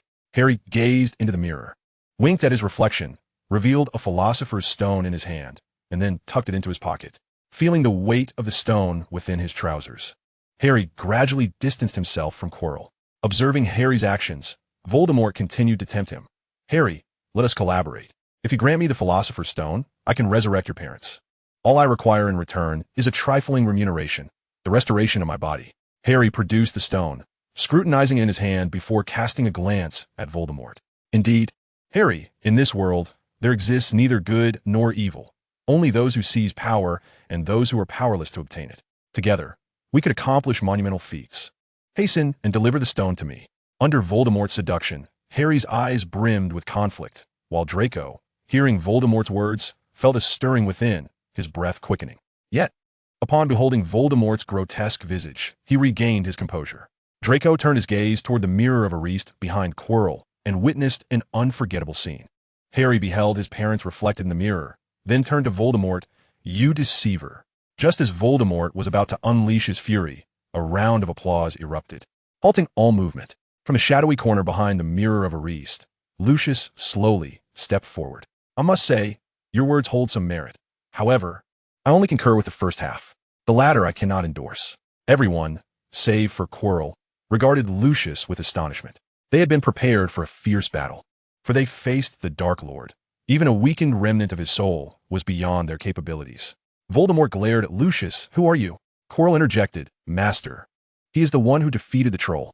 Allow me to formally introduce him. Lucius Ambrosius Malfoy, esteemed senior of Slytherin, Tom Riddle's predecessor. Thank you for your speech. Yet, perhaps in this world, good and evil are mere illusions, overshadowed by the entity known as desire. Nevertheless, power equally embodies obligation and responsibility." Lucius's words nearly ignited Voldemort like a powder keg. "Do not utter that name. Call me Voldemort, for that is a despicable moniker." Listening to Voldemort's roar, it seemed that in the shadows, Quirrell finally comprehended Lucius's earlier remarks in the headmaster's office regarding Voldemort. Lucius paid Voldemort no heed, merely focusing on Professor Quirrell. "Professor Quirrell, you have studied at Hogwarts for 7 years, leaving behind invaluable experiences in Ravenclaw. You were destined for a brilliant future. Even Professor Flitwick held high hopes for you. Yet, why, upon encountering Tom Riddle, did you willingly succumb to degradation? Was it the terror of the name Voldemort? Or perhaps the ultimate betrayal of your own heart? Or merely a desire to escape Voldemort?" Lucius's words incessantly struck at Quirrell's psyche as his wand trembled uncontrollably in his hand. Initially, he felt fear and misfortune upon being possessed by Voldemort. "Why must it be me?" he lamented, "and not another?" He initially intended to drag Voldemort along, deceiving him into coming to Hogwarts, believing that Dumbledore could save him. However, Voldemort asserted that Dumbledore would not rescue him, but merely exploit him. In the end, Voldemort pledged his loyalty, promising freedom upon success, and even offered to teach him powerful ancient and dark magic. During the robbery at Gringotts, he encountered an Auror and realized that if he were captured, he would meet his demise, or at the very least, be sent to Azkaban. Under Voldemort's coercion, he invoked the killing curse. The sensation filled him with both fear and exhilaration. Yet, he did not take a life, for he harbored no desire to kill. Yet this led to a series of torment from Voldemort. Upon seeing the students at Hogwarts once more, he felt as if he had returned to a cherished time. However, Dumbledore had used him and cast him aside, while Voldemort relentlessly tortured and manipulated him, even compelling him to hunt unicorns for their blood, fully aware of the curse associated with it. Ultimately, he wished to end it all by killing Harry and obtaining the Philosopher's Stone. Lucius observed Quirrell's fluctuating emotions and stoked the flames further. "Tom Riddle, I must commend your prowess in deception and manipulation. The curse of unicorn blood only afflicts the one who consumes it." Dumbledore never anticipated that Quirrell would be the one to come in person. Thus, he hoped for Quirrell to find his way back from his misguided path. Moreover, the Philosopher's Stone merely prolongs life. It does not recreate life itself. During the Gringotts heist, he had already sensed something amiss. The killing curse had not claimed a single Auror. Later, he requested Ron to investigate the pursuit while addressing the Ministry of Magic. Lucius revealed the true Philosopher's Stone, while Voldemort greedily fixated on it, oblivious to Quirrell's distress. Listening to Lucius's words, Quirrell's heart momentarily halted. Dumbledore was unaware of Voldemort's presence. He merely wished to give Quirrell a chance. Meanwhile, Voldemort had been utilizing him, deceiving him into hunting unicorns, treating him as a mere pawn, indifferent to his fate. Gazing at the wand in his hand and then at the children before him, he noted that these children had never expressed hatred towards him. Even when dissatisfied with his teaching methods, they had always respected him as a professor. Yet he had just acted against them and was compelled by Voldemort to kill them. Tears welled in his eyes, laden with feelings of injustice, remorse, and guilt. Voldemort stared at Lucius. Had he possessed a physical form, he would have relished the opportunity to strangle Lucius. From Lucius's words, he discerned that the very individual obstructing his plans was standing right before him. "You. It has always been you. You were the one protecting the unicorns in the Forbidden Forest." The furious roar left everyone in a daze. If Voldemort was hunting unicorns, it implied that Lucius had been secretly watching him and safeguarding the creatures. Voldemort, unperturbed, issued a command to Quirrell. "Quirrell, quickly kill him and seize the Philosopher's Stone." Chilo gazed vacantly at Lucius, acutely aware of his formidable strength, which even Voldemort could not perceive. Though not as powerful as Dumbledore, he was certainly no weakling. At this moment, Cardeland and Rian had maneuvered to encircle Voldemort alongside Lucius, forming a triangle. The instant Chilo took action, they would unleash their assault. Lucius regarded Chilo. Perhaps it was somewhat unethical to exploit him in this manner, yet the time for morals had long since passed. Chilo had already succumbed to the dark arts, his life irrevocably marred by sin. There was no room for redemption. Seeing Chilo hesitating, Voldemort issued another command. "Chilo, I command you to kill him." At Voldemort's order, The assembled wizards raised their wands, including Draco, which surprised Lucius. It seemed their plan to ensnare Lucius and Voldemort was indeed viable. Trembling, Chilo lifted his wand, tears welling in his eyes. "Mr. Holmes, please let everyone remember that there is only one poor, stuttering Chilo in this world." Chapter 30. The test concludes upon hearing this. Lucius and the others comprehended Chilo's intentions. Lucius promptly summoned his crystal wand. If there existed any magic within the Ambrosius family capable of eliciting repentance and atonement, it was undoubtedly the flame of vengeance. Chilo pointed his wand at Lucius and uttered, "Avada Kedavra." The green light grazed Lucius's face, striking the stone pillar behind him. Gravitas bind. The crystal wand emitted a spell that struck Chilo, the unbearable weight rendering him unable to endure, collapsing to his knees, hands desperately clutching the ground. Voldemort, witnessing Chilo's condition, realized that he had resolved to embrace death. "Fool!" he exclaimed, forcibly seizing control of Chilo's body, steadying the wand in his hand. Chilo had closed his eyes, prepared to meet his demise. Voldemort, enraged by Chilo's audacity to defy him, bellowed, "Chilo, you wretch! Are you intent on slaying your master?" "I am your master, the second Dark Lord." "You are not. You never were." Chilo's faint retort incited Voldemort's fury. Observing this, Harry, Hermione, Daphne, and even Olivia turned their gazes toward Lucius, the implication clear. Could he not save Professor Chilo, at the very least spare his life? Yeka and Elway, however, felt a sense of confusion. Should they merely watch Chilo perish? Lucius calmly remarked, "Death is the best choice for Professor Chilo." This statement enveloped the crowd in silence. Lucius signaled for Rian and Cardolant to step forward. Both remained on high alert, knowing that Voldemort was far from vanquished. Confronting the kneeling Chilo, Lucius unleashed the spell. Flame of Vengeance. The azure flames surged toward Chilo's form. At that moment, Voldemort exerted every ounce of strength to extricate himself from Chilo's body, but to no avail. The crimson flames swiftly engulfed Chilo, enveloping him entirely.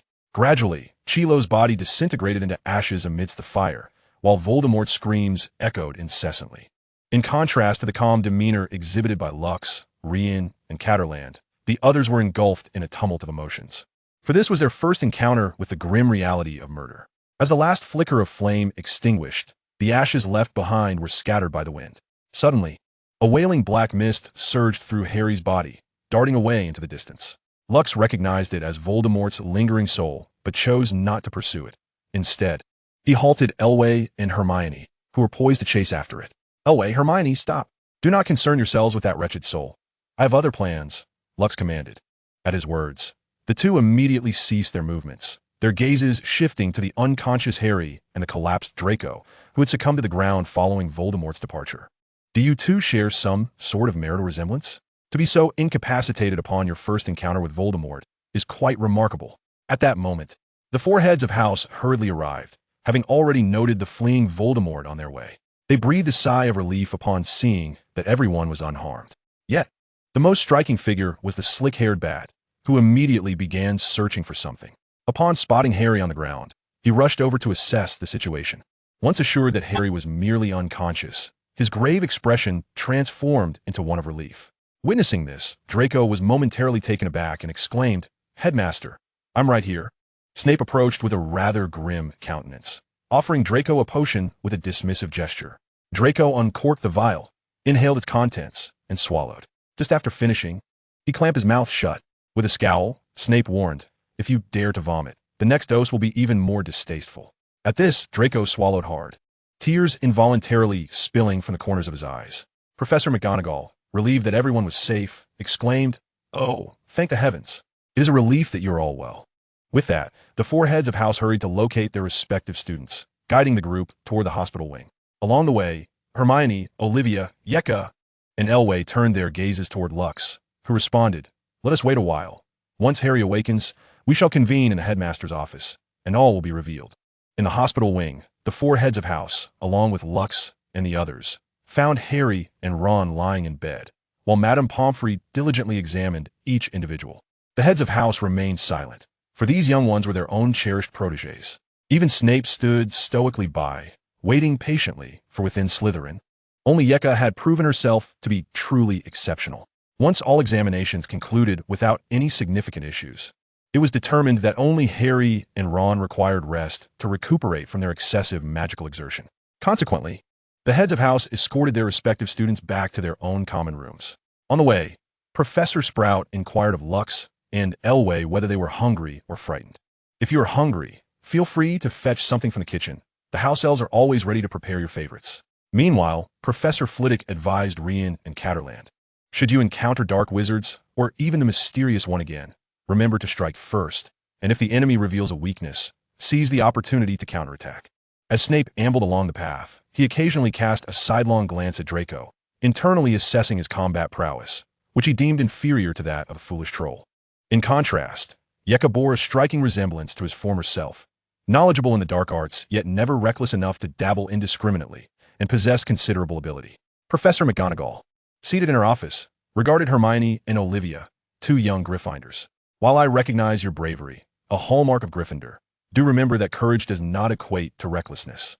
Now, return to your dormitory and rest.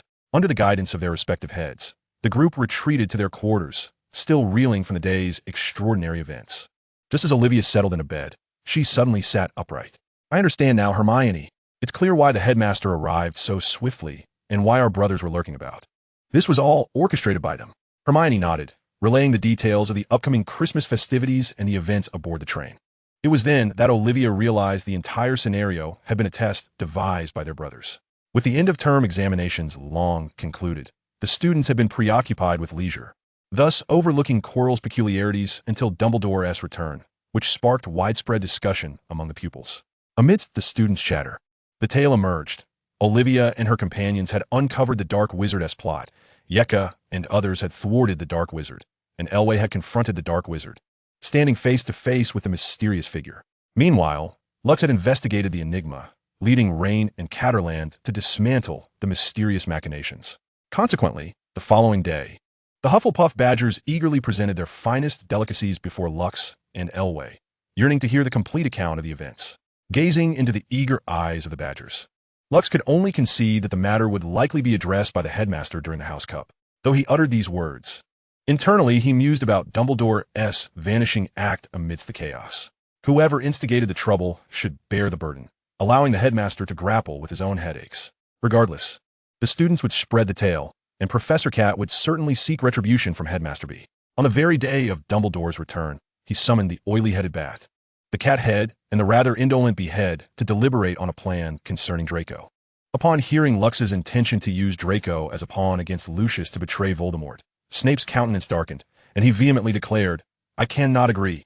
He is merely 11 years old, devoid of the capacity to resist. While Draco lacked such fortitude, his father, Lucius, was another matter entirely.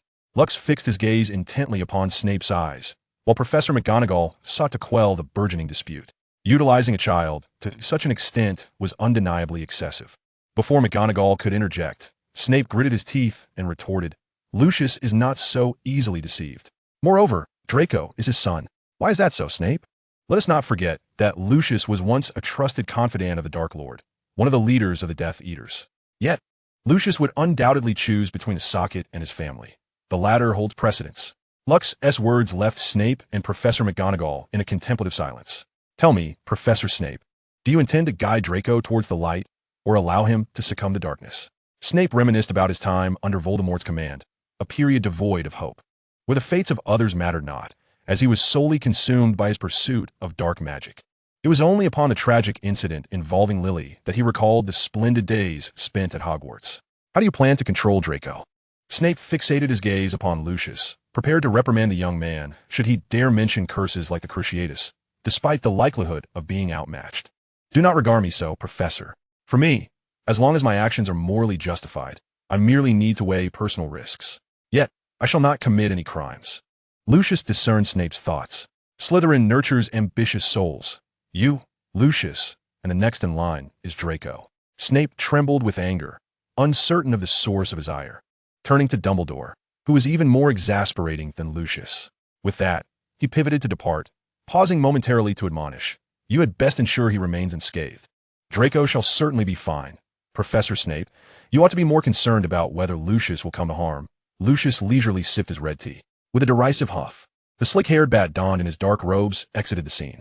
Dumbledore gazed at Lucius with resignation, unable to reproach him, for they were all powerless to alter the course of events. Professor McGonagall sighed beside him, equally distressed by the state of the magical realm. Once in her youth, she aspired to effect change, only to discover her efforts were futile, leading her to dedicate her remaining years to the instruction at Hogwarts. Lucius observed Dumbledore and Professor McGonagall, remarking, "Professors, this is the world we inhabit. Harry Potter was born a savior, revered by many, while Draco's lineage dictates his fate. As long as Voldemort lives, he is destined to be a Death Eater. Only through painful resistance can he hope to exist in the light." Both Dumbledore and Professor McGonagall comprehended this truth, as did Snape. Dumbledore adjusted his spectacles and inquired, "Lucius, what are your thoughts on those individuals? What are the results of the trials?" Lucius had already arrived at conclusions regarding this matter. "I categorized the results into 4 tiers, T0, T1, T2, and T3. Irene and Carl all fall under T0, while Yeka and Elvie are at T1. Hermione and Olivia are at T2, and Daphne, Cassandra, and Harry are at T3. To be honest, Lucius had not previously considered Daphne and Cassandra, yet upon witnessing them stand beside Yeka, he decided to grant them an opportunity. "And what of Ron and Draco?" Dumbledore inquired. Blinking, Lucius felt a surge of irritation upon recalling those two, whose combat prowess barely registered. They had been utterly terrified by the Devil's Snare. Ron only held an edge in chess, but that was merely a game in motion, not a stalemate or deadlock. Observing Dumbledore's playful demeanor, Lucius's eyes crescented into a smile, although it conveyed an impression of amusement devoid of true mirth. If further classifications exist, they could potentially ascend to T6 or even T8. Dumbledore felt as though he had asked an unnecessary question and decided to shift the conversation. "When was your organization founded?" He would wait until Harry awakened to discuss further, and it was imperative to teach him the art of mental occlusion as soon as possible. With that, Lux departed. It was well known that he had triumphed over the infamous Voldemort, and even the upperclassmen would yield a path for him, receiving love letters daily. He often visited Hagrid's place, inviting Carl and Elway to enjoy hot pot together. Coincidentally, the others had gathered at Hagrid's hut for similar reasons, and they stumbled upon Lux preparing the hot pot, resulting in a delightful feast for all. However, as Lux sat there, he observed Hermione and Yeka fiercely competing for food, resembling a battle between dragons and tigers. Hermione struggled with the chopsticks, while Yeka swiftly mastered the technique after only a glance at how Lux handled the food. Thus, Hermione found herself consistently outmatched. Watching Yeka flaunt her newfound skill made Hermione feel somewhat frustrated. Olivia, witnessing this scenario, naturally sought to assist Hermione and turned to her brother Lux with a pleading gaze that he found utterly irresistible. Lux rose and approached Hermione, saying, "Hermione, using chopsticks requires finesse. Merely wielding them with force is futile." As he spoke, Lux gently grasped her hand, adjusting her fingers on the chopsticks. At that moment, Hermione's cheeks flushed crimson.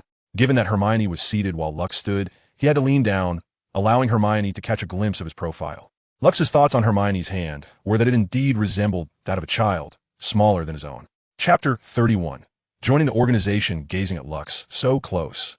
Hermione felt relieved about her inability to use chopsticks. Meanwhile, Yeka was voraciously tearing into her meat, her eyes fixed on Hermione, as if to challenge her.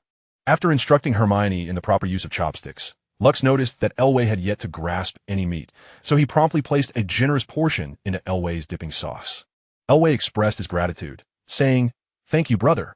This scene elicited a sense of envy from both Hermione and Yeka. As these tranquil days continued, Lux had already enlisted Rain to contact the Ministry of Magic to investigate the enchanting Gilderoy Lockhart, with Moody's assistance ensuring that no one noticed the undertaking. The motivation for this inquiry stemmed from Olivia's infatuation with Lockhart's literary works. Once sufficient evidence was gathered, Lockhart would find himself imprisoned in Azkaban, destined to share a romantic existence with a Dementor. Time passed swiftly, and Harry eventually awoke. Lux appeared in the hospital wing, observing Dumbledore seated and Harry lying in bed. As Harry noticed Lux leaning against the doorframe, he greeted him, "Hello, Lux." Upon hearing Harry's salutation, Dumbledore turned his gaze toward Lux. "Good afternoon, Harry. You're finally awake. And it seems I have arrived just in time, alongside Professor Dumbledore. We have matters to discuss and must proceed to the headmaster's office." Lucius glanced at Dumbledore, indicating that it was time to officially announce the results. "Now?" Dumbledore inquired. "Indeed, I have already sent Elwyn, Rian, and Carl to inform the others. We are merely waiting for you, Harry, and the 4 heads of houses." Upon hearing Lucius's words, Harry appeared somewhat bewildered, his green eyes filled with confusion. What is it that requires both you, Professor Dumbledore, and the four heads of houses? Harry, this matter concerns everyone, and it directly impacts your life. You will understand shortly upon reaching the headmaster's office. With that, Dumbledore rose and addressed Lucius. I shall notify the four heads of houses. You take Harry there. Lucius nodded, clearly intending to keep Harry close by his side. Dumbledore suddenly halted and turned to ask, but how will they enter the headmaster's office? I provided them with a list of all your favorite sweets and candies, Lucius replied, leaving both Dumbledore and Harry momentarily speechless. Dumbledore finally muttered, very well. After saying this, he departed, but not before asking Harry for some Bertie Bott's every flavor beans. As Dumbledore quietly reminisced about having once tasted a vomit-flavored bean, Lucius interjected. How do you know it tasted like vomit? Instantly, Dumbledore hurried away. I will immediately inform the four heads of houses. Watching Dumbledore leave, Harry regarded him with a hint of skepticism. He had always perceived Dumbledore as a figure of great composure. Lucius sat down beside Harry, stating, Harry, even Dumbledore is but a mortal, just like us. He is not a deity, and thus he experiences both sorrow and joy. Harry nodded, then inquired, Lucius, do you truly possess the Philosopher's Stone? Lucius nodded in affirmation. And Nicholas Flamel? Harry, death is a natural progression in life. He and his wife are prepared for it, and there is sufficient time left to arrange all necessary matters. Lucius crossed his arms, gazing at Harry, wishing he could correct the misguided notions that plagued him. Harry, though somewhat understanding, ultimately left only after Madame Pomfrey had completed her examination. Lucius grasped Harry's arm as he was about to head to the headmaster's office, asking, What is it, Lucius? Harry questioned, puzzled by Lucius's hold on him. We need not walk. There is a better way. Take my hand. Complying with Lucius's request, Harry obediently took hold of Lucius's hand. Lucius thought to himself that this boy was beyond saving. No wonder it was so challenging for the supposed savior to pursue a romantic interest. Lucius's blue eyes sparkled as blue flames suddenly enveloped both him and Harry. Harry instinctively closed his eyes upon seeing the flames, and when Lucius instructed him to open them, he found himself and Lucius already within the headmaster's office. Harry, you may now release my hand. Upon hearing Lucius's words, Harry replied, My apologies. Harry quickly released his grip on Lux and surveyed his surroundings. It was his first visit to the headmaster's office. Lux, meanwhile, had settled into his seat, brewing a cup of tea, leisurely awaiting the arrival of others. He offered Harry a glass of pumpkin juice, though he found the beverage somewhat perplexing in its appeal. Before long, the door to the office swung open, revealing Hermione and the others, creating a rather crowded atmosphere as so many entered at once. Upon spotting Harry, Hermione and Olivia hurried over to inquire about his well-being. Rian took a seat beside Lux and mentioned that the so-called Lockhart seemed to have submitted an application to Hogwarts, aspiring to become the defense against the dark arts professor for the next academic year. Lux dismissed the idea, asserting that if Ron and Draco's combat abilities were rated a 5, then that flamboyant man's prowess barely warranted a 1, his only notable skill being his unmatched Obliviate charm. Lux then mused about how amusing it would be if that flamboyant man were to cast an Obliviate on a certain portrait. Rian appeared unfazed, quickly discerning the true nature of Lockhart. At that moment, Harry noticed Ron's absence, prompting Hermione to acknowledge it as well. She glanced at Lux, silently inquiring. After all, everyone present had faced Voldemort together. Lux merely replied, Ron Weasley did not pass the test. But brother, didn't Ron triumph during the chess match? Olivia interjected, voicing her confusion. Lux remained indifferent, explaining that during the Devil's Snare incident, Ron had panicked and failed to follow their instructions, only managing to escape thanks to their Lumos spell. This revelation left the trio from Gryffindor speechless. Just then, Dumbledore entered the office, accompanied by the four house heads. Taking his seat, he exchanged a knowing glance with Lux, signaling that it was time to divulge all pertinent matters, albeit withholding details regarding what Myagigard had mentioned, instead emphasizing a situation graver than Voldemort himself. Ultimately, the events surrounding Quirrell, the layout of the trials, the Horcruxes, and the fragment of Voldemort's soul within Harry were laid bare for all to see. The discussion also focused on the ancient magic left behind by Harry's mother, Lily. Moreover, the news of the Triwizard Tournament and the reopening of the Dueling Club would be announced at the end of the semester. Following that, the arrangements for subsequent organizations were outlined, with all present being eligible for membership, which would necessitate joining the Dueling Club. Lux stood, addressing Hermione and the others earnestly. To join this organization means you will relinquish your former identities, families, and names, willing to sacrifice for the world and humanity. Now I ask once more, are you willing to join? A complex array of emotions washed over their faces. Even the house heads appeared unsettled. As this condition was challenging to accept, Dumbledore had prepared them for this on their way. Yet experiencing it firsthand made the decision all the more daunting. Hermione suddenly inquired, does this mean that in times of peril, members must relinquish everything? Lux nodded, affirming that everything must be surrendered. Your family, your loved ones, your past, your future, your very life, even the memories and traces of your existence. The assembly pondered Lux's words, reflecting on their own families and friends. Nearby, Rian and Catterland remained silent. They had long understood the implications of his statement. Given another chance, they would make the same choice. Lux remained reticent, aware that if they decided to join, unforeseen circumstances would inevitably follow. He could not allow them to regret their choices in the future or to live a life of penance. At the Cinderlaza Falls, his great-grandfather had made a choice he too would embrace, as would his family. Harry contemplated, realizing that perhaps friends were all he had, while Yeka thought of her parents. Daphne, Cassandra, and Hermione needed no further mention. Their concerns were undoubtedly the deepest. Only Olivia and Elvie looked to Lux. Olivia had grown up hearing tales of Sherlock from the illustrious Holmes family, understanding why her brother Lux would act thus. Elvie gazed at Lux, contemplating whether, should a sudden calamity arise, she too would have to forsake her brother. Finally, both resolved, we are willing to join. Olivia and Elvie's voices rang out, astonishing the others. Lux nodded in agreement, for he and Rian had anticipated their decision. However, this was a journey of the heart. Drawing them in was a wholly different concept from merely joining. Soon after, Yeka proclaimed, I join. Her tone was resolute. She had come to realize that without joining, she might not be able to protect her family in the future, rendering her existence meaningless. By joining, she could safeguard them, and even if forgotten by her parents, they could still lead healthy and happy lives. Hermione observed Yeka, recalling the Christmas holidays when she had seen Yeka depart with her parents. At that moment, it was hard to imagine Yeka possessing such depth. Memories of joyful times with her parents flooded her mind, and the thought of disappearing and being forgotten brought tears to her eyes. I too am willing to join, she declared. Finally, Lux turned to the remaining three, Harry, Daphne, and Cassandra. After much deliberation, Harry resolved to join, recognizing that his most cherished memories were those spent at Hogwarts. The last two, after deep contemplation, also chose to join. Daphne thought of her sister, Astoria, realizing that if anything were to happen to her, her sister would still need her. As for Cassandra, her expression remained inscrutable, as if Lux's earlier words had not affected her at all. With everyone's commitment, the organization began to take shape, and Lux decided to divide them into 4 factions, with Yeka, Olivia, Rian, and himself as the 4 leaders. Subsequently, Dumbledore entrusted the heads of the 4 houses with the task of enhancing their teaching methods. The 4 heads readily agreed, though Harry felt somewhat out of place, as it seemed that those gathered were either top scholars or exceptional students. Later, Lucius led the group to a secret hall, accessible via a concealed entrance beneath the spiral staircase, which could only be opened by members of the organization. As to why it would open automatically, Lucius did not disclose that information. After Lucius and Hermione departed, Dumbledore and the 4 heads conferred quietly. Professor McGonagall spoke candidly. Dumbledore, these children are of utmost importance. We must ensure their safety. Especially concerning Harry, this matter must be resolved swiftly.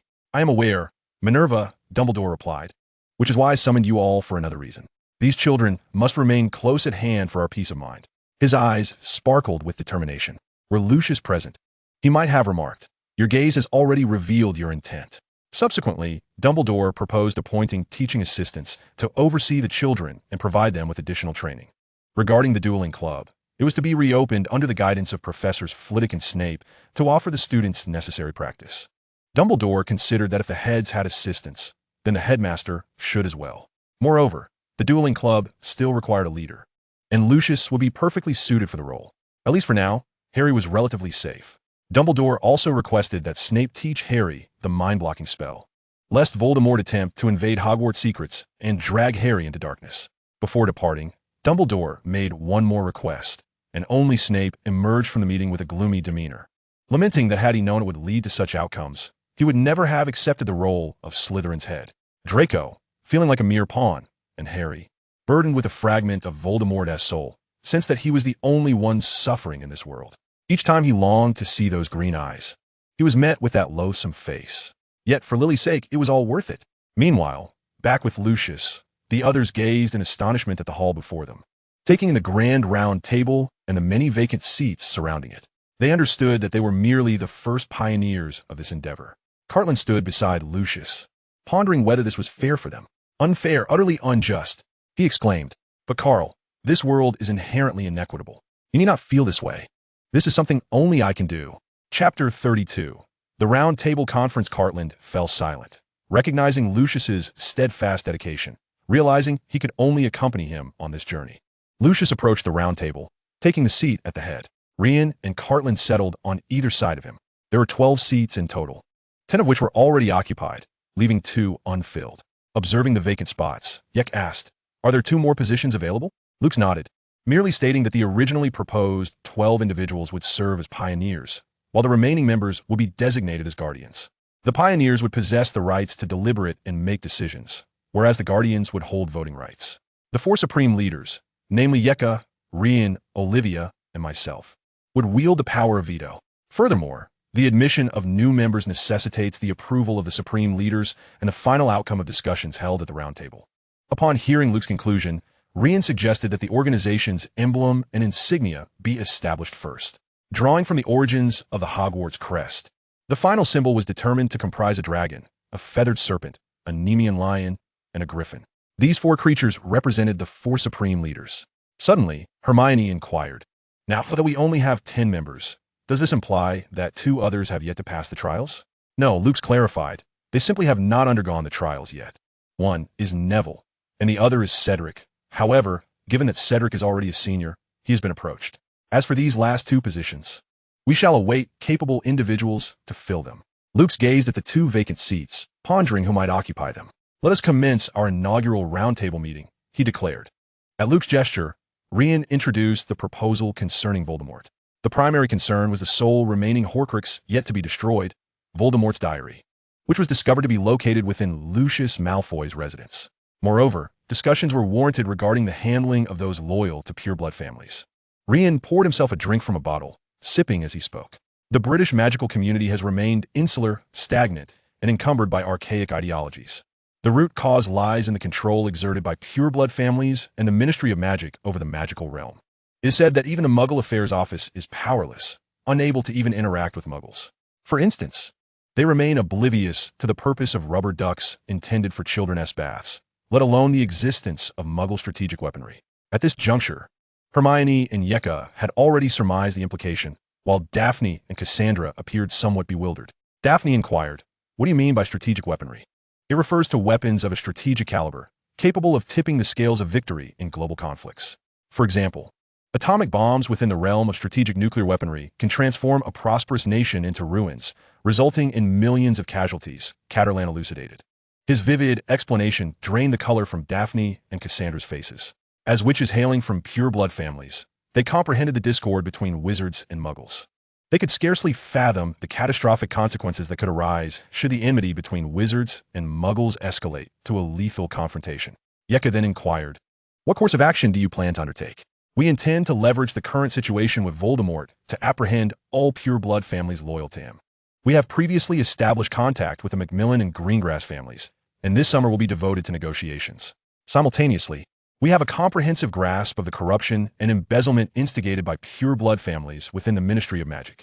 One cannot deny Rian's political acumen. For the time being, those pure-blood families remain oblivious to the impending repercussions.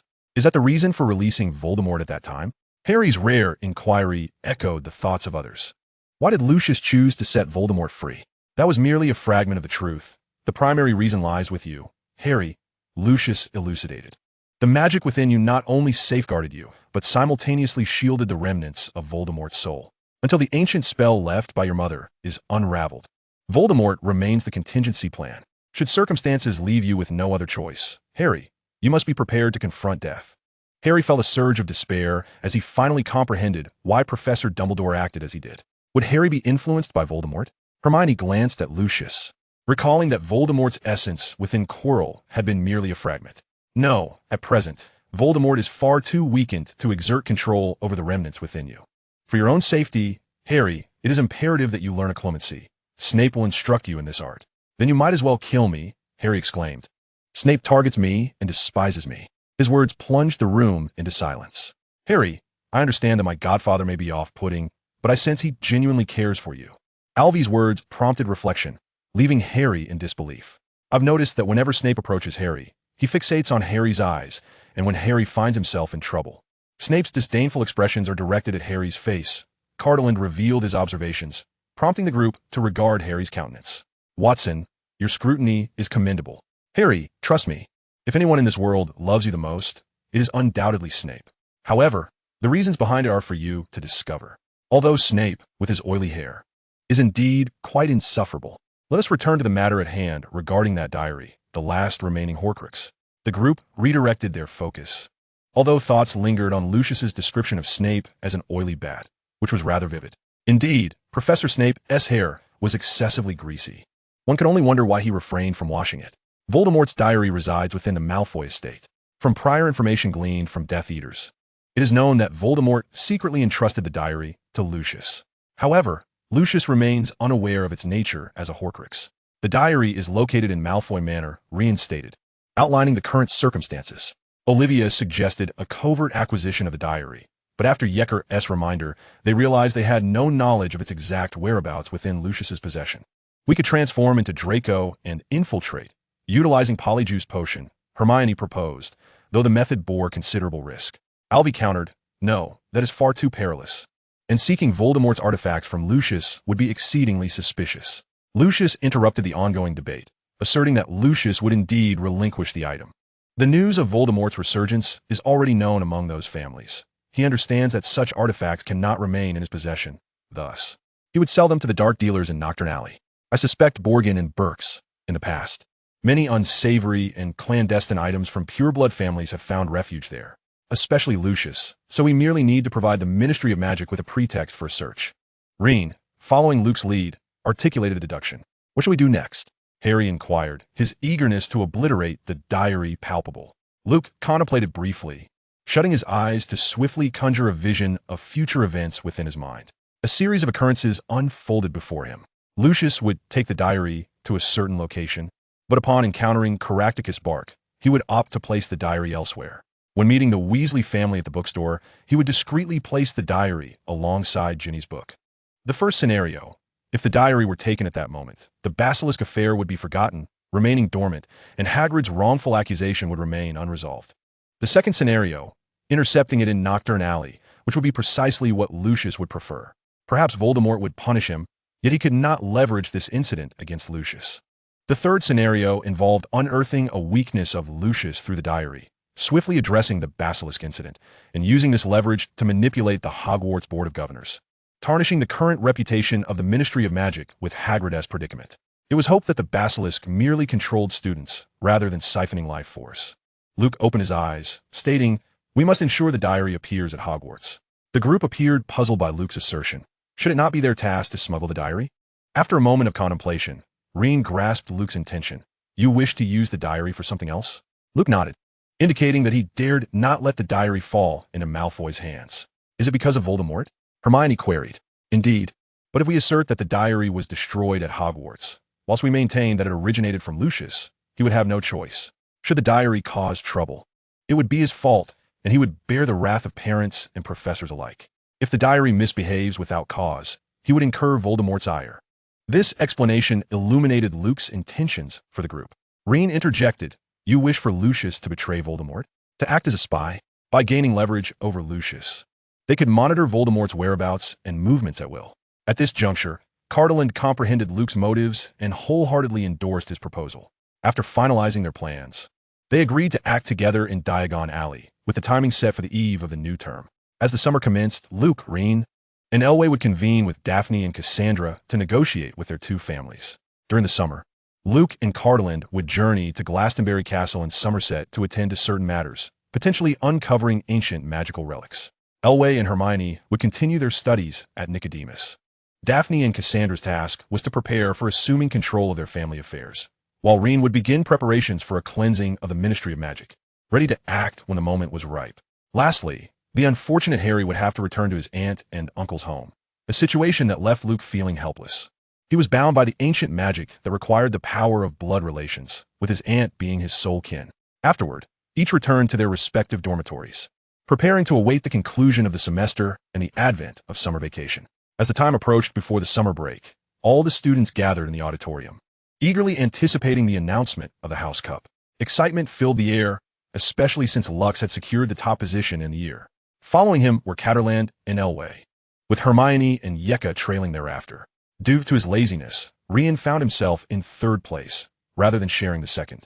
Given this scenario, particularly with their classroom bonus points, even the food-obsessed Badger was drawn to the House Cup, though he still prioritized his meals. Gryffindor felt a tinge of anxiety, but their sole aim was to surpass Slytherin. As for Ravenclaw, their perspective was that any position other than first was inconsequential. They only revered the top rank, and the rest were secondary. The clinking of forks and cups silenced the auditorium. Dumbledore rose and solemnly proclaimed, "My dear children, it brings me great joy to have spent such a splendid year together. The wonders of magic forever captivate our hearts. I am aware that many events transpired this semester, and you are all well informed. It is now time to present the House Cup, with the scores as follows: Gryffindor in fourth place, Slytherin in third, Hufflepuff in second, and Ravenclaw in first." As Dumbledore mentioned that certain matters should still be considered, Snape's brow furrowed. Consequently, Dumbledore began a lengthy series of additional points. Lux listened intently, and when Hermione's name was mentioned, he cast a glance towards the Gryffindor table, where Hermione beamed with delight. Dumbledore awarded points to everyone. Yet when he failed to mention Lux, many Badgers expressed surprise, with some even calling out, "Headmaster Dumbledore, have you forgotten about Lux?" Even Professor Sprout's face lacked a smile. Dumbledore paused, then stated, very well. The friendship and kindness of Hufflepuff have always been commendable. Next, I wish to speak of an individual who dares to pursue the truth, protect his peers, and confront darkness unwaveringly. His strength springs from the fortitude of his heart. Rux Holmes, 150 points. Congratulations for your wisdom, courage, kindness, and perseverance. A resounding applause erupted from Hufflepuff, and Lux joined in the clapping, though inwardly he grumbled about Dumbledore, who remained the cunning old bee. Thus, Dumbledore perceived the disdain and contempt in Lux's eyes once more. With a wave of his hand, the colors of the auditorium transformed into the yellow and black of Hufflepuff. He then signaled for silence, stating, "Now, I must announce 2 additional matters, a result of discussions with my fellow professors. First, the dueling club shall reopen, allowing students from all years to join. The guiding instructors will be Professors Snape and Flitwick, while the head of the club will be Lux. Simultaneously, Lucius serves as the assistant to the principal, granting him the authority to act in my stead. Should any student encounter difficulties, they may seek Lucius's assistance. Likewise, each of the 4 deans has an assistant: Yeka Adler for Slytherin, Olivia Holmes for Gryffindor, Rian Roth for Ravenclaw, and Elvira Avery for Hufflepuff. They too possess the rights to exercise the authority of the deans." Chapter 1. The train home. Dumbledore's words stirred up a tremendous uproar, marking one of the most significant events in the history of Hogwarts. This also signified that among the students, the prefects and the head of the student council no longer held the highest power. However, at that moment, the 5 protagonists found their minds momentarily incapacitated by Dumbledore's proclamation. They even questioned the veracity of his statements, or whether the individual seated at the professor's table was indeed a professor. After a moment of stunned silence, Lucius and Rian swiftly grasped the implications. Dumbledore was preparing in advance, simultaneously establishing their prestige to facilitate Lucius and his companions' complete control over Hogwarts in the future. Yet, this development was not favorable for Lucius. He desired to orchestrate everything covertly, culminating in a grand ascension. Furthermore, he needed to investigate ancient magic, making it impossible for him to remain at Hogwarts indefinitely. The matter of the dueling club also posed a challenge. He could not possibly oversee every individual. However, Dumbledore had indeed placed Lucius in a precarious position by assigning him the role of head of the dueling club, as they were to depart from Hogwarts the following day. That evening, Lucius sought out Dumbledore. He observed Dumbledore, who sat across from him, exuding a sense of ease. "Have you thoroughly contemplated these decisions?" Lucius inquired, fixing his gaze on Dumbledore while sipping his tea. "Indeed, I have grown old," Dumbledore replied, a note of weariness evident in his tone. "But there is still Professor McGonagall. Even if she falters, there remains Professor Snape." Lucius effectively silenced Dumbledore's assertions. Regardless, such matters were not for him to decide. Dumbledore, observing Lucius's demeanor, understood that today Lucius was demanding the truth. With a sigh, Dumbledore reflected on the letter in his drawer. That old acquaintance had informed him that their time was limited, and they could not endure until that moment. Thus, preparations needed to be made expeditiously. I have truly grown old, my child. Minerva and Severus have as well. We require new successors. In the same vein, Hogwarts must return to its rightful state. Dumbledore's words left Lucius in a daze, as he regarded Dumbledore's expression, sensing he must have uncovered something significant. The only notion that crossed his mind was death, yet Dumbledore's demise was originally linked to Voldemort's curse. However, with the alterations Lucius had made, such an occurrence seemed implausible. What, then, could have prompted Dumbledore to harbor such thoughts? If the previous fatal conclusion had been averted, perhaps a new fatality had already been foreseen by Dumbledore. How'd he come to know? Aside from Trelawney, the only one with prophetic abilities near Dumbledore was Gellert Grindelwald. Have you uncovered something? In response to Lucius's inquiry, Dumbledore nodded. Lucius, in a fit of anger, exclaimed, "Can none of this be altered? This is destiny, a fixed course." Immutable, my child. Dumbledore shook his head, his calm demeanor suggesting that death was of little concern to him. Do you truly believe in destiny, that ephemeral concept? To Lucius, destiny was the folly and absurdity of mankind. There were myriad possible futures, each with distinct outcomes, contingent upon the choices one made. Yet, humanity clung to the singular fate they perceived. In light of this, Dumbledore opted for silence. Even as the most formidable of wizards, he chose to embrace that destiny. Observing Dumbledore's silence, Lucius rose and departed. Upon returning to his dormitory and lying on his bed, he pondered the recent events. Dumbledore's unusual behavior could only point to Grindelwald.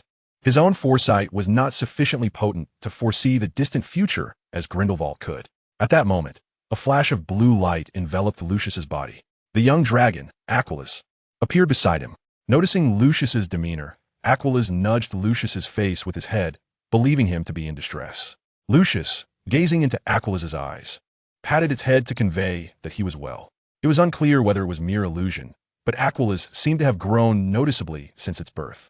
After assuring himself that his master was fine, Aquilus transformed back into a blue light and returned to Lucius's body. Lucius mused that while other people's pets behaved like masters, his own pet seemed more akin to a human child. The next day arrived, marking the departure from Hogwarts. At the station, he bid farewell to Hagrid. Suddenly, Hagrid embraced Lucius, exclaiming, "Thank you so much for this time.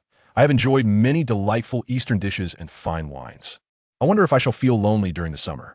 Lucius patted Hagrid, signaling that he was struggling for breath. "Oh, my apologies, I got a bit carried away," Hagrid said, quickly releasing Lucius. One must admit, Hagrid's embrace was not something an ordinary person could withstand. "It's quite all right. And Hagrid, you must be missing my hot pot and dishes as well as the fine wines." Hagrid, bashfully scratching his head. Then Lucius produced a cookbook and handed it to Hagrid. Hagrid eagerly accepted the book, flipping through its pages with delight. "Thank you, Lucius," he said. With that, Lucius boarded the train. Subsequently, Hagrid found Harry and presented him with an album. Lucius paid little heed to this, the only possibility being that he might connect the album with Carl's words to uncover the enmity between Snape and his parents. With a whistle, the train began to move forward. As Luke watched Hogwarts gradually recede behind him, he felt an overwhelming sense of unresolved matters and unanswered questions lingering about the castle. Within the walls of Hogwarts, Dumbledore gazed out of his office window, observing the train disappear into the distance. "Forgive me, Luke," he murmured, a hint of sorrow in his tone. His thoughts then drifted to his sister Ariana, his brother Aberforth who managed the Hogshead Inn, and the one at Numengard. On the train, the compartment was enveloped in silence. Elway dozed against Luke, who was deep in contemplation, while Cardolin diligently penned his autobiographical notes beside them, and Rian munched on snacks. Tomorrow, negotiations awaited with two pureblood families, so he must return home swiftly to rest. In the adjacent compartment, Harry clutched an album, his gaze fixed upon the images of his parents cradling a baby, memories of their family of 3. Suddenly, Olivia remarked, "Harry, your mother's eyes are truly beautiful. Your eyes are just as green as hers." Unbeknownst to them, Olivia had leaned closer to Harry, peering at the album. Hermione, snapping back to reality, asked, "Harry, may I see your album?" "Of course," Harry replied, somewhat puzzled, as he handed the album to Hermione. Olivia, confused, inquired, "What's wrong, Hermione? Is there something unusual?" Hermione examined the album meticulously, scrutinizing various angles and ages of Harry's parents, even though there were no photographs from their time at Hogwarts. She compared side profiles, frontal views, smiles, and serious expressions, before lifting her gaze to study Harry's face and eyes closely. Noticing a shift, Olivia urged Harry to smile, and then turn his head. Observing Olivia's serious demeanor, Harry, despite his curiosity, complied. As he bore a smile, Hermione recited Cardolin's earlier words. When you dislike someone, you look at their face. When you are close, you look into their eyes. Both Olivia and Harry recalled Cardolin's remarks from the roundtable discussion. Harry turned to Hermione, asking, Hermione, have you discovered something? More than just a discovery. Olivia interjected, having already crafted a dramatic love story in her mind. Harry frowned, while Ron, sitting silently beside them, paused his snacking, listening intently to their conversation. Olivia directed her gaze at Harry, stating earnestly, Harry, this is merely my speculation, and I lack any evidence to support it.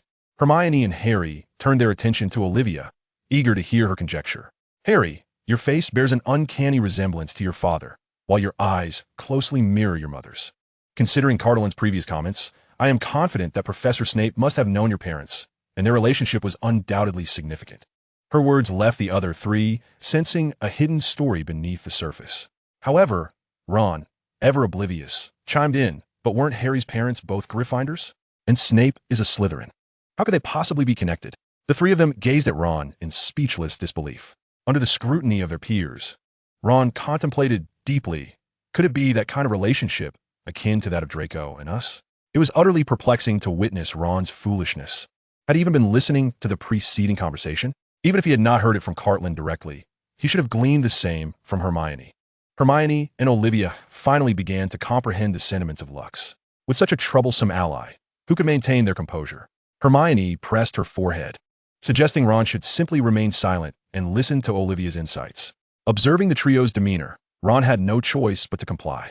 Olivia continued, if Professor Snape harbors disdain for Harry's visage, then it stands to reason that he must have an affinity for Harry's eyes. This implies that there exists a deep-seated enmity between Professor Snape and Harry's parents.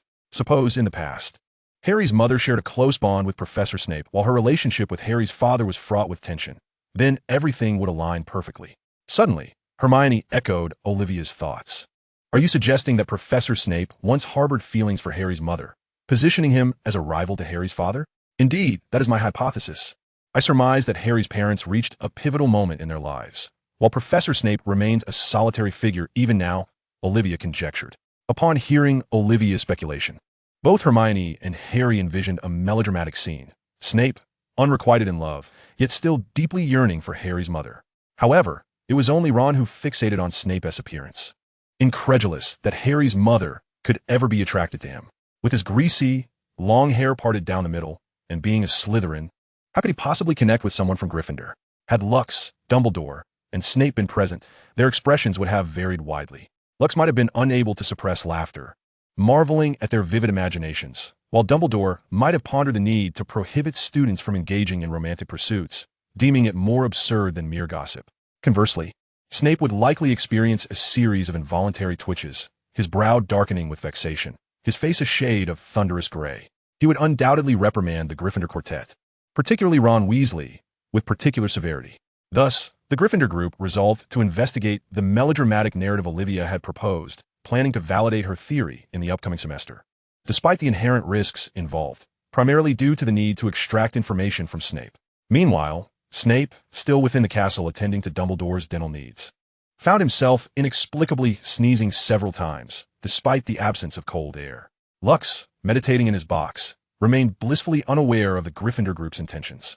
In Slytherin, Yeka was engrossed in a book, specifically The Dying Detective. She was so captivated that she could recite certain passages verbatim. Daphne and Cassandra, sitting nearby, paid little mind to her, regarding it merely as Yeka's pastime, especially since she often surrounded herself with a plethora of novels in their dormitory. Yeka, what are your plans for your return home? Daphne inquired. Nothing much.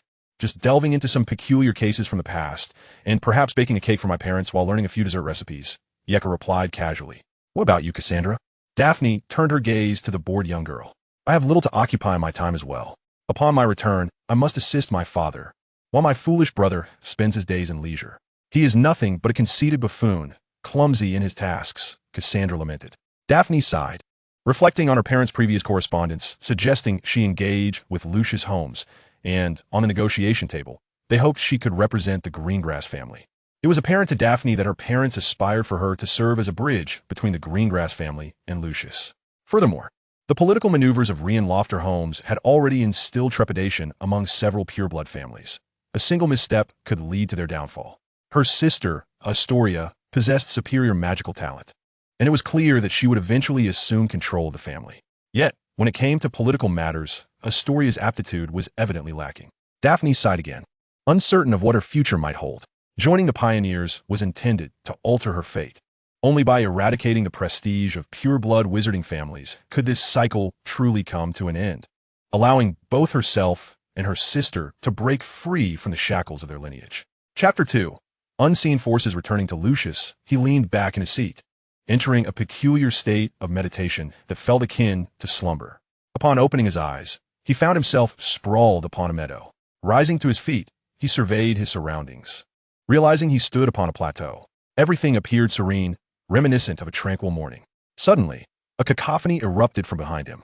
Straining to listen, he discerned the clamor of metal clashing, mingled with human shouts of rage and despair. Turning around, Lucius was met with a scene of flames, a stark contrast to the idyllic landscape he had just witnessed. Above, massive boulders ablaze with ferocious fire plummeted towards the crowd below. Rolling ominously upon impact, a thunderous roar resounded from the heavens, and as Lucius looked up, he spotted Caterland seated across from him. Is this a nightmare? Caterland gazed at Lucius, who was scrutinizing him. Perhaps it is remarkable how humans dream, lost memories, unfathomable realms, and, at times, not even being oneself within the dream, Lucius mused. Rubbing his eyes, Caterland replied nonchalantly, regardless of the nature of the dream, if you're having nightmares, it will adversely affect your body and mind. I understand, Carl, but at this moment, I do not require rest. I need to contemplate, Lucius stated resolutely, unwilling to waste time on sleep. No, you must rest. Look at your eyes. They are bloodshot, Caterland insisted. No, Carl, these are mere trifles. You would do well to return and rest today. As Lucius prepared to argue further, Caterland deployed his trump card. Do not compel me to administer a sedative. Afterward, Lux simply requested to meet with Daphne and Cassandra's parents to prepare for the negotiations the following day. Caterland ultimately acquiesced. Alvy, nestled against Lux's shoulder, furrowed his brow in apparent distress, as if haunted by nightmares. The passengers aboard the train, each lost in their own thoughts, readied themselves for their return home. As the train pulled into the station, the scene unfolded as it always did. Students rushed to reunite with their parents, given the impending negotiations. Lux and Rain disembarked behind Daphne and Cassandra. Lux roused Alvy, standing to change his attire in preparation for their exit. Daphne's parents arrived alongside Cassandra's. Rain had not anticipated concealing anything when he informed the two families. While there might be some merit in conducting one-on-one negotiations with the families unaware of the talks, such an approach would be excessively time-consuming and laborious. Furthermore, the long-standing division among pure-blood families into the Dumbledore faction, the Voldemort faction, and the neutral faction allowed for seamless information exchange. Daphne and Cassandra approached their respective parents. Lux and Rain scrutinized the two couples. Daphne's father, clad in a suit with minimal adornment, wore a stoic expression. As Daphne approached, a fleeting glimmer of joy crossed his eyes, quickly followed by inquiries about her academic performance. He appeared to be a formidable individual, exhibiting a notable desire for control and dominance. In contrast, Daphne's mother greeted her with a warm smile, radiating an unmistakable aura of sophistication, yet devoid of ostentation, suggesting she too was not to be trifled with. Turning his gaze to Cassandra's parents, Lux noted their demeanor seemed more affable than that of Daphne's parents. The Macmillan couple's attire was more casual, resembling that of an ordinary Muggle family, lacking any semblance of aristocratic bearing. Their faces were alight with joy, reveling in the return of their daughter and son. The couple even bestowed warm embraces upon Cassandra and Ernie. Were it not for their family crest, Lux and Rain might have mistaken them for common wizards, perhaps even middle-class muggles. It was no surprise that Ernie Macmillan belonged to Hufflepuff, yet one wondered why Cassandra had chosen Slytherin. Of course, the possibility of misjudgment was merely a potentiality, unlikely to exceed 30%. Lux and Rain exchanged knowing glances, recognizing that these were not easily deceived individuals. It was no wonder these two families had maintained their neutral stance for so long.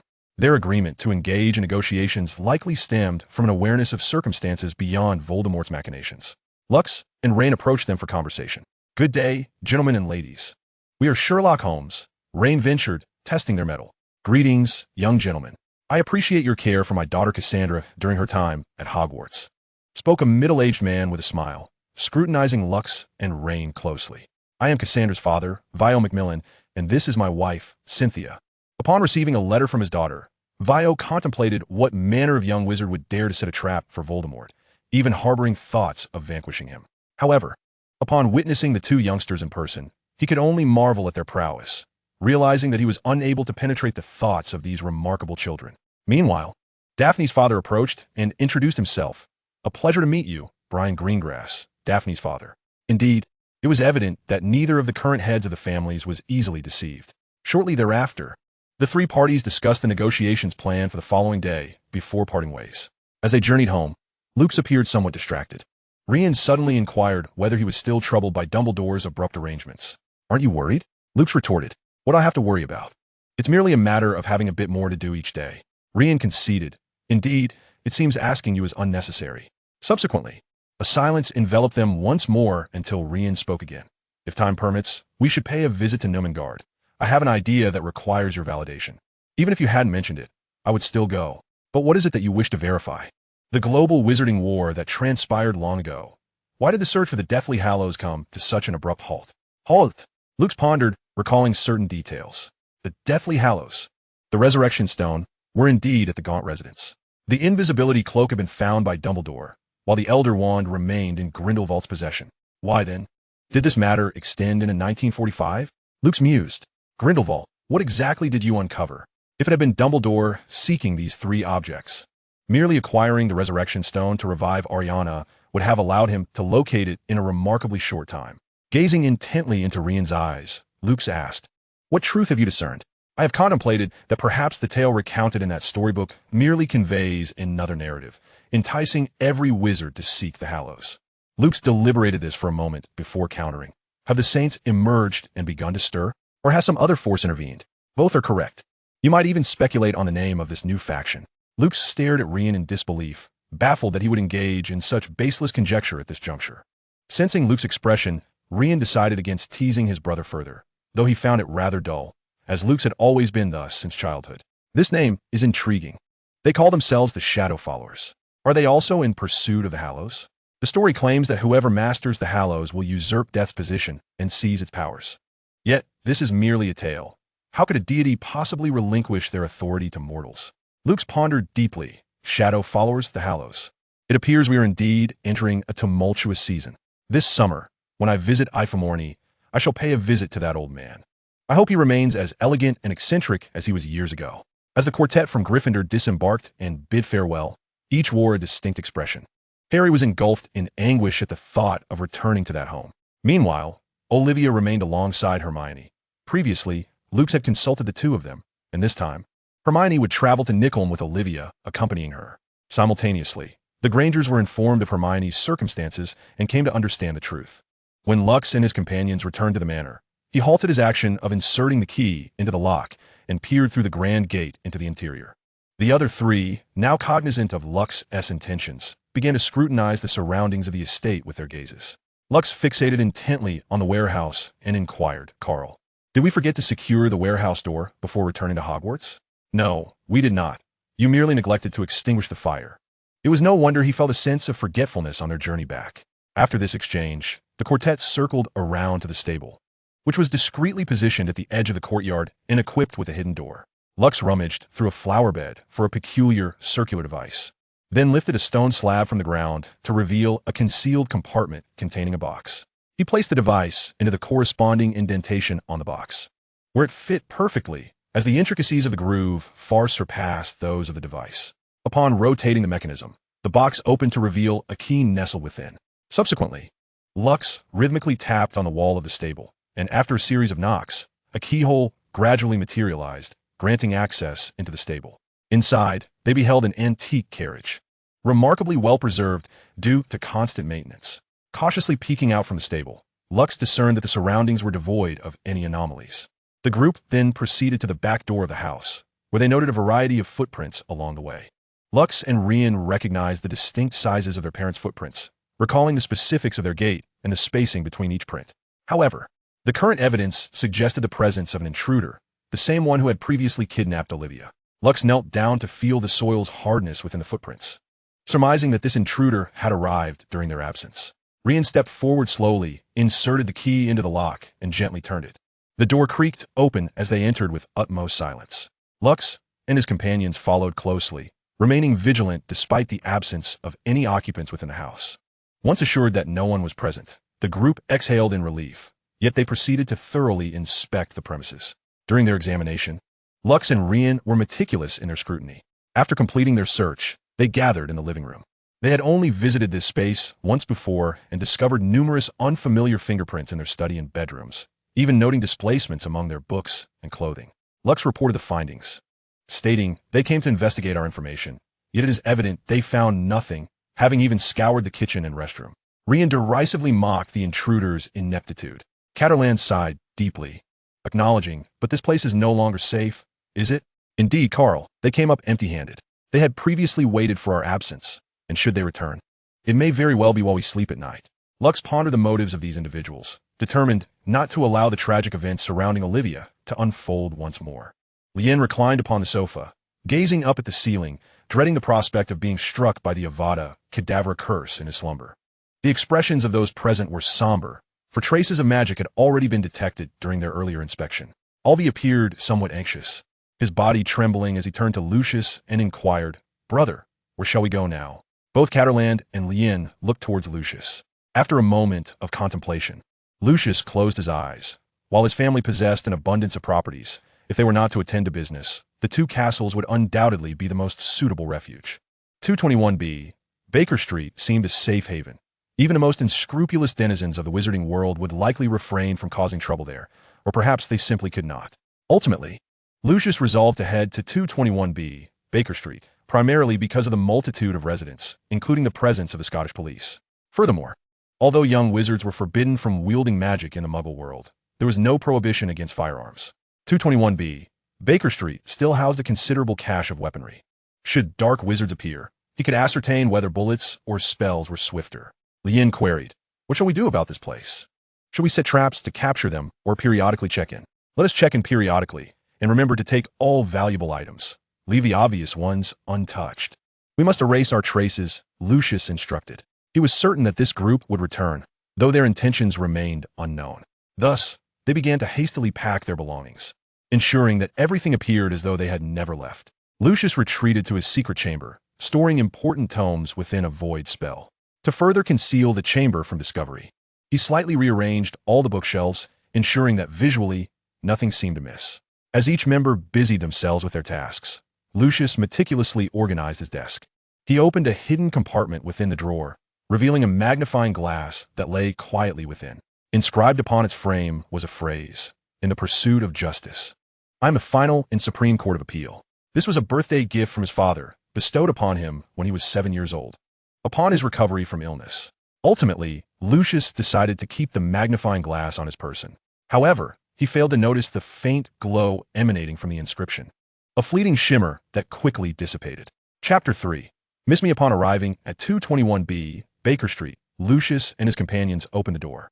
As the residence had previously been occupied solely by Lucius and Catterland, it was merely a matter of arranging accommodations for Alvi and Lien. However, an unexpected situation had arisen. "So why must Alvi share a bed with you?" Catterland inquired of Lucius. "There are only 3 beds," Lucius replied. "There's also a sofa, large enough to accommodate someone. And you could always sleep on the floor," Catterland suggested, casting a glance at the sofa and the ample space beside it. "I am so heartbroken. Lucius never slept next to me when we were children." Lien averted his gaze, appearing genuinely distressed. Lucius felt as though a crow had flown over his head. "No, brother. The reason I didn't sleep beside you during our childhood was solely due to your dismal sleeping habits," Luke lamented, before adding, "Carl, if Rain is willing to relinquish his bed for the sofa, I would gladly allow Elway to occupy a separate room." In response, Carlin ceased his insistence, even though he did indeed wish for Rain to sleep on the sofa. Moreover, during their time in the dormitory, Carlin had noticed Rain's poor sleeping posture.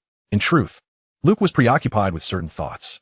During a previous inspection of the manor, he had discovered an abundance of magical traces in his room.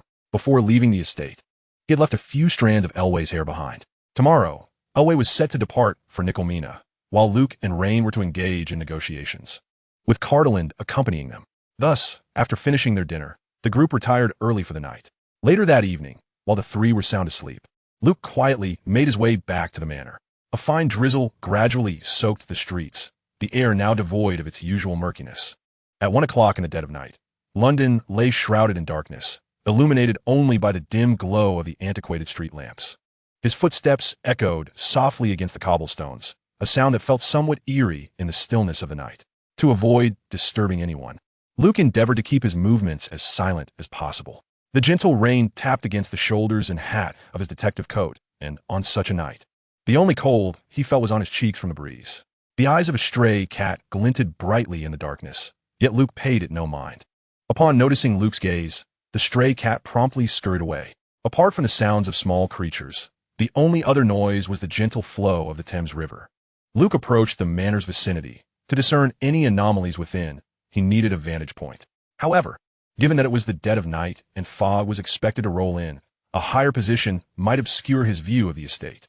Ultimately, Luke decided to conceal himself within the manor's warehouse. Inside the warehouse was an attic with a window that afforded a view of the estate's interior. He entered through a hidden door in the stable and quietly made his way into the warehouse.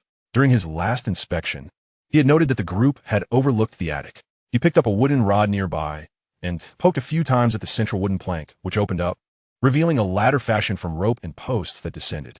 Climbing the ladder to the attic, he stowed it away and closed the wooden plank. Near the window, he remained vigilant, observing for any unusual activity within the manor, uncertain whether the group would make an appearance that night. After all, the summer vacation at Hogwarts was likely common knowledge within the magical community. Thus, Luke waited in the attic, anticipating that if the group intended to launch an attack, it would likely occur between 3:30 and 4:30, a time when most would be in deep slumber, and the fog would aid in concealing their movements. As he awaited their arrival, the gentle rain continued to fall, the humidity thick in the air. It seemed the fog not only arrived early but also lingered, rendering visibility exceedingly low. Periodically, Luke glanced at his pocket watch, keeping a close eye on the time. As the clock struck 3 in the morning, a thick fog began to rise and envelop the surroundings. Ah, how dull it is without Watson's investigative prowess. Lux glanced at the slow-moving hands of his pocket watch. If there truly were an intruder, let them come swiftly. Gradually, the fog thickened, rendering the entire estate akin to a house lost in a spectral realm. By 4 o'clock, Lux awaited in anticipation. Suddenly, the sound of shattering glass pierced the silence. He swiftly ascended to the attic and leapt down to the warehouse floor, kicking open the door and racing towards the manor. As he approached the back entrance, a shadow darted from the nearby underbrush. Oh, God! Lux rubbed his nose and gazed at the figure. Watson! Cardlin stood up, exclaiming, I found your clothes and hat missing upon rising. Lux cast a surprised glance at Cardlin, but quickly dismissed it. Carl, retrieve your pistol and sword cane, ready your wand. Guard this place to prevent their escape. And you? Cardlin inquired, brandishing his weapons. I shall confront them myself. With that, Lux kicked open the door and charged inside.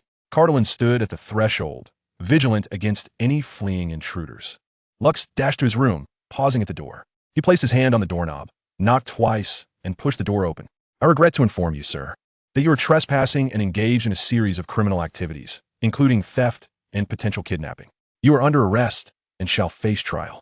The room was empty save for Lux, the only noteworthy detail being the words scrawled on the wall and the open window. Paying no heed to the writing, Lux began to pace the room. Ensuring no one was present, he approached the window, gazing out at the obscured landscape shrouded in fog, rendering the distance invisible. Earlier, while searching the premises, he had noticed Alway's hair was missing. It seemed that group had targeted Alway, but for what purpose? What were their intentions? Turning back to the wall's inscription, he read, Do you miss me? Gradually, Lux's breathing grew rapid, his pupils dilating with trepidation as whispers began to echo in his ears. Meanwhile, Cardlin waited outside for an extended period without seeing Lux emerge. Holmes, he called out, but received no reply.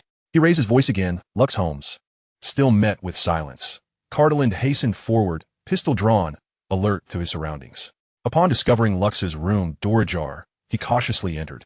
Finding Lux seated at the edge of the bed, fixated on the words inscribed on the wall. Lux! Cardlin lowered his weapon and gently called out. Following Lux's gaze to the inscription, the phrase held significant meaning for the Holmes family, a truth well understood. Yet, Lux snapped back to reality at Cardlin's voice, rising and striding toward the door. Carl, we must leave. Seeing Lux depart, Cardlin followed closely. Lux, that is impossible. I am well aware. He has been dead for over a century. Perished at Reichenbach Falls. As Luke spoke with increasing fervor, the words death and Reichenbach seemed to grate against his teeth. For him, regardless of the outcome, the situation was indeed formidable. The fact that the adversary had slipped away from his grasp only underscored their formidable prowess. While traversing the fog-laden streets back to Baker Street, Cardeland engaged Lukes in conversation. "Do you truly believe it was him?" Cardeland inquired. Concern etched across his features for Luke's state of mind. "Do not fret excessively, Carl. It is possible he is Moriarty, but he can never be James," Luke replied, his eyes sparkling with a hint of revelation as he replayed the events at the manor within the confines of his mental palace. Yet clarity eluded him. Cardeland was perplexed by Luke's assertions. Moriarty, but not James? After all, James Moriarty had left no heirs, nor did he have any adopted children or students to inherit his legacy. Furrowing his brow, Luke contemplated the uncanny coincidences. Moriarty, the Shadow, Elway. There had to be an interconnection among them. "Carl, we might be facing the criminal mastermind of the magical realm," he posited. Cardeland fell silent, recognizing the gravity of the situation. He understood the multitude of burdens resting upon Luke's shoulders and hoped he would not succumb to the weight of them. As they ambled through the misty morning streets, Luke suddenly inquired, "Carl, how did you know I was at the manor? I got up for water and noticed your coat was missing from your door. The absence of that garment and your hat only indicates that you had stealthily ventured off to investigate once more," Cardeland remarked, casting a scrutinizing glance at Luke's attire. "Oh, very well. I regret not bringing you along," Luke casually remarked. Cardeland, bewildered, retorted, "You regret? Why would you feel that way about not having brought me?" "Because the wait without you nearly lulled me into a dreamlike state. Zhuangzhou dreaming of a butterfly.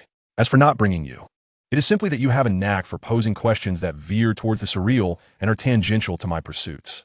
For instance," Luke scoffed, "expressing concern for your emotional life, urging me to liberate my feelings, to avoid confining myself within the prison of rationality." Cardeland boldly articulated, "Your emotional life has perpetually been a matter of concern for the Luke's lineage. Emotions are akin to sand in a precision instrument. I detest them, particularly love, for it blinds one," Luke's vehemently rejected. "Come now, Luke's, can we not engage in a semblance of normal dialogue? If a psychologist were to inquire, that would be normal. However, for you, a medical student who has studied surgery and internal medicine under your father, to pose such questions seems decidedly abnormal." Their debate continued as they made their way to 221B, Baker Street. With negotiations on the agenda for the day, they resolved to take a brief respite. By 9 o'clock, Luke's, accompanied by Elway, utilized his teleportation magic to transport them to Nicodemus. It appeared that Olivia and Hermione were likely arriving by alternate means, albeit yet to arrive. After exchanging pleasantries with Elway and Nicodemus for a brief while, Luke's prepared to return. However, Nicolame informed him that the Ministry of Magic in France had recently been rather tumultuous, with a mysterious faction calling themselves the Shadow Followers. Lux felt as though a vast net was being woven, intent on enveloping the entire world. Upon returning home, Lux conferred with Rian about how to approach negotiations. To win over these two families and ensure their loyalty, it was imperative to present something of undeniable value. Lux contemplated reform. The Great Bear of the North had already fallen, yet the Dragon of the East was rising. Should they incite a revolution? After all, the magical realm was not as rigidly stratified as the Muggle world. This notion sparked a glimmer of interest in Rian. For the politics of the magical world were severely lacking, with class distinctions merely delineating pure-blood wizards from half-bloods and even those of Muggle parentage, commonly referred to as mudbloods. The purebloods had long held dominion, while the latter two groups suffered greatly. However, one must not forget the werewolves, and the past uprisings instigated by the fairies served as a lesson for the magical community, Rian reminded Lux. Lux pondered deeply.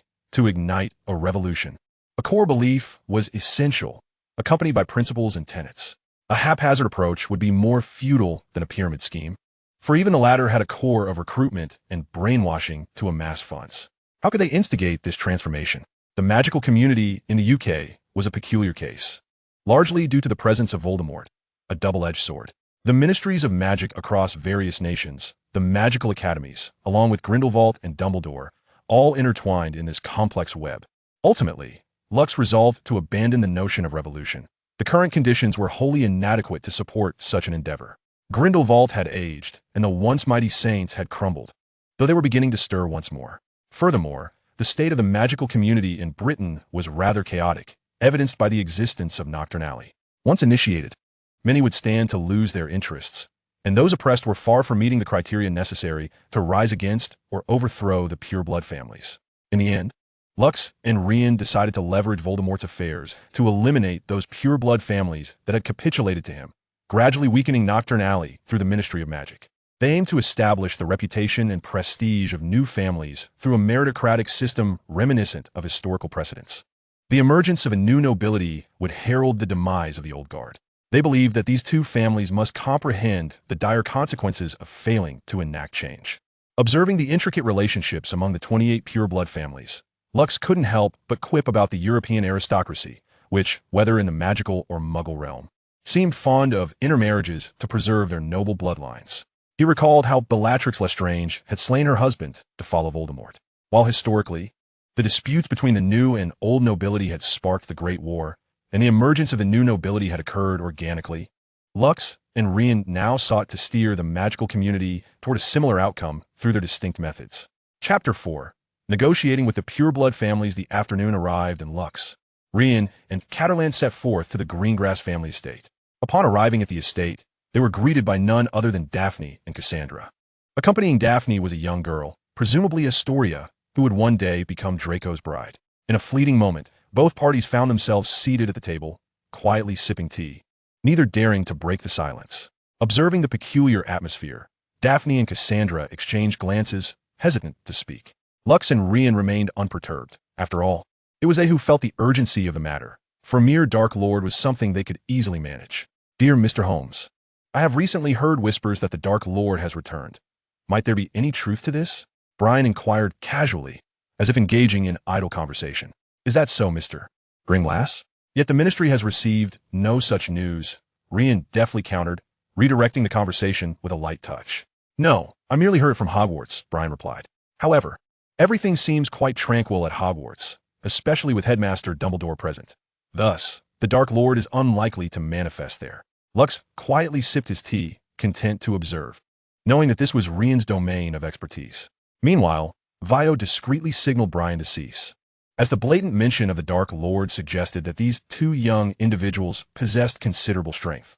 Mr. Rian Rofford Holmes, I have been informed by my daughter that the Dark Lord has indeed resurfaced, and that you have already crossed paths with him, Vio stated, casting a glance at Lux. This declaration signified a shift towards transparency. There was no longer a need to feign ignorance or misunderstanding. Rian glanced at Cassandra. In truth, both he and Lux were already aware of the actions of Cassandra and Daphne, and thus the two before them were well informed about the Dark Lord situation. Moreover, Mr. Macmillan, I believe you ought to know more, Rian continued, referencing both the Ministry and Hogwarts Board of Governors. Just a moment before Vio spoke, Rian subtly alerted him. Some still choose to align with the Dark Lord. Even within the Ministry, there are those who do.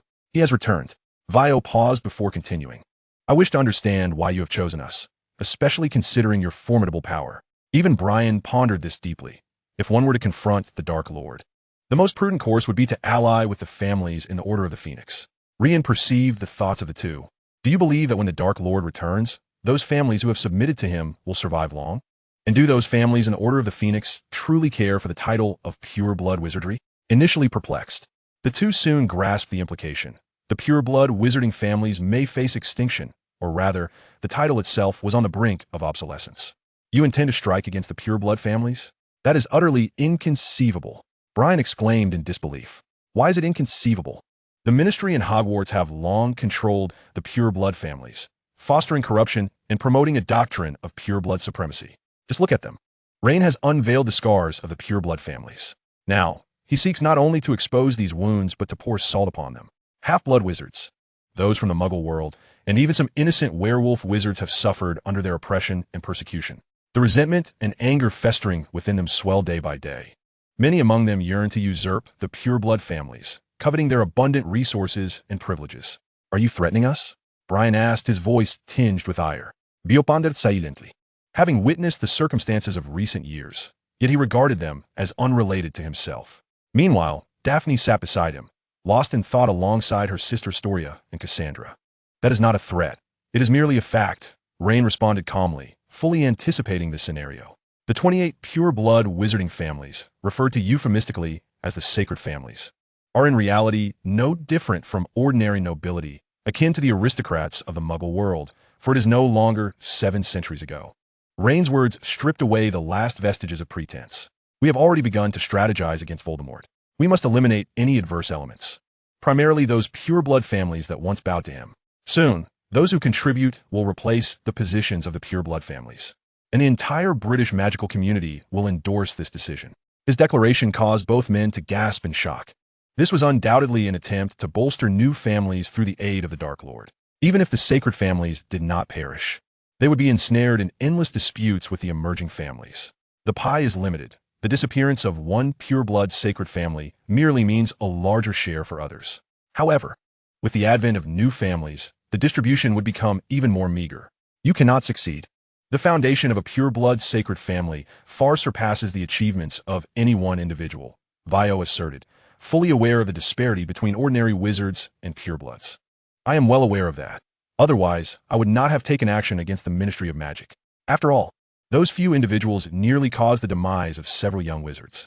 In this investigation, some of their assets are simply unspeakable, Rain explained. Brian and Vio felt a flutter of apprehension. The blade had already been drawn, and a few exemplars had been sacrificed to strike against personnel of the Ministry of Magic. Especially those in high positions from pure-blood families was a bold maneuver. Was it your doing? They were arrested and imprisoned in Azkaban. Was all of this orchestrated by you? Brian gazed at Rain, his conviction beginning to waver. Rain nodded.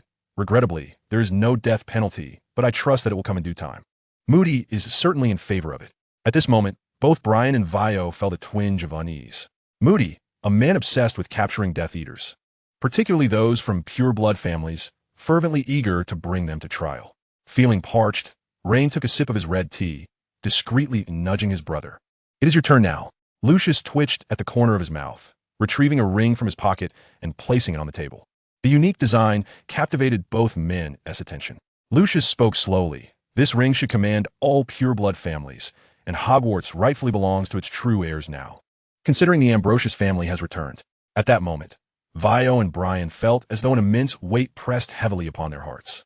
This ring symbolized the Ambrosius family, the former lineage of 28 pure-blooded saints, who were followers of Merlin Ambrosius. The board of Hogwarts had been appointed by the Ambrosius family. Hogwarts inherently belonged to them. Yet such vast financial resources still required the backing of the 28 pure-blooded families. Vio spoke seemingly conceding, yet in truth, he had not yielded at all. Lucius gestured for Brian and Vio to cease their discourse. As far as I know, Tom Riddle, that wretched face along with his band of Death Eaters, are lunatics, more deranged than even the Gunner family. Should he rise again, the entire magical realm will be shrouded in darkness, and even Hogwarts would fall under his control, with all children subjected to the brutal, bloody education of these madmen. Let's not forget, Dumbledore has grown old. Upon hearing Lucius's words, both men glanced at their children, while the two ladies beside them began to fidget, casting anxious looks at their husbands. Lucius continued, do not expect to confine your children at home, nurturing them through private tutoring. That wretched face will not spare any pure-blood family. I am aware that these pure-blood families hold Malfoy in high esteem. But Lucius Malfoy is a man who would betray anyone to save himself. One moment, he kneels trembling before that wretched face, and the next, he is dictating terms at the ministry and the board. However, this romantic fool is destined to fail in protecting his son Draco. His tragedy will inevitably repeat itself through Draco. His words flowed with a calmness akin to the rapidity of a Gatling gun, as if recounting a trivial tale. His gaze shifted towards the 3 girls and 1 boy nearby, calculating the fate that awaited Draco in relation to Astoria. Astoria, feeling the chill of Lucius's indifferent and emotionless stare, instinctively leaned closer to Daphne. Lucius then turned his attention back to Vio and Brian, questioning, can you truly protect your children? At that moment, Daphne stepped forward, addressing her father Brian. Father, I understand your deep regard for our family legacy, even choosing Astoria over me. However, I too can forge my own path. The current circumstances render pure-blood families increasingly irrelevant. Half-bloods and Muggle-born wizards are on a rise, and pure-blood wizards are destined for obsolescence. Moreover, we have witnessed Voldemort's return firsthand. He discarded Professor Quirrell as if he were nothing. Quirrell's demise was orchestrated by Voldemort himself. Is this the world that a madman creates? And is it truly what the pure-blood families pursue? Caterland looked at the girl with a hint of surprise, never having anticipated such a bold stance from her. Beside her, Cassandra responded with a nod to her father Vio, affirming Daphne's sentiments. The outside, ultimately deciding to acquiesce to Holmes' proposal. Brian hesitated, reluctant to concede, yet eventually released his clenched jaw. What do you desire? How shall we proceed? Anything is acceptable, provided that you ensure the safety of our children, and we remain informed of your actions. Lux and Rian exchanged glances, with Rian nodding in agreement to the duo's stipulations. Lux remarked, Lucius Malfoy possesses considerable utility in dealing with the face of the socket, and concurrently, the Ministry of Magic necessitates a thorough cleansing. As for the Board of Governors, I require complete oversight, and rest assured, the Zero Vault will suffice for the expenses of Hogwarts. The notion of leveraging Lucius startled Viao and Brian. Employing Lucius against Voldemort seemed somewhat implausible. Nevertheless, with the Ministry already taking action, they felt compelled to comply with the inevitable outcome. Regarding the Zero Vault, although they had heard their ancestors speak of it in their youth, its specifics remained unknown to them. Hearing about it now, they realized that their pure-blood families could not compare to the Ambrosius lineage. Subsequently, Lux entrusted Rian with the entire affair. Rian would negotiate with the two, designating Daphne and Cassandra as the heads of contact. The two prominent families would assist in orchestrating all activities within the Board of Governors and the Ministry, transferring power into their hands. Additionally, both families would contribute to future maneuvers against Voldemort, albeit discreetly. During the forthcoming legislative amendments, they would aid in establishing a capital punishment system. Initially, Rian ardently advocated for the death penalty to apply to anyone. However, the others firmly opposed this. Ultimately, under Catterland's mediation, a pardon decree was established to exempt wizards of significant contribution, including those from their two families, from punishment. Lux insisted that the pardon could only be invoked if no innocents were harmed. Of course, for the organization Lux had founded, the pardon decree would not apply. Should anyone betray the organization, death would be the inescapable consequence. Those who failed to adhere to the creed would be expelled from the organization, and their memories erased. The final condition stipulated was the imperative to safeguard their children from harm and threats to their lives. Should either family falter, they would cease to offer assistance. In conclusion, Viao and Brian requested to employ the unbreakable vow, to which Lux and Rian reciprocated. Thus, the four invoked the unbreakable vow. By the time negotiations concluded, night had fallen, and Lux, Rian, and the Macmillan family remained at the Gringraw home for dinner. The atmosphere was surprisingly harmonious. One might mistake them for families gathering in camaraderie rather than participants in a heated negotiation moments prior. After their meal, Cassandra, under the pretense of discussing matters with Rian, inquired, Have you manipulated me and Daphne? Rian responded, Yes and no. To be precise, it is my brother who has utilized you. All of this has been orchestrated by him, and your roles were pivotal in his design. Cassandra paid little heed to this revelation, her primary concern resting with Daphne, pondering how she would react upon discovering the truth. As Lux gazed at the nightscape, his thoughts drifted to America when Daphne approached him. Mr. Holmes, I heard from Yeka that you possess the ability to see through a person. Might you demonstrate that? At that moment, Catterland intervened. No, that is merely Yeka's fanciful exaggeration. Miss Gringlass, do not take it to heart. Catterland gestured frantically to Lux, urging him to decline Daphne's request. Fully aware of Lux's penchant for unearthing other psychological scars with reckless abandon. Chapter 5. A letter from America. Such accolades are unwarranted. It is simply a trivial skill of mine as a detective, Lux replied while exchanging a knowing glance with Catterland, conveying the unspoken message. I have never been one to refuse such requests. Catterland turned to Daphne, saying, He is a man of great vanity and self-importance. His assertions may not be entirely accurate. He then cast a wary look at Lux, warning him to refrain from speaking further.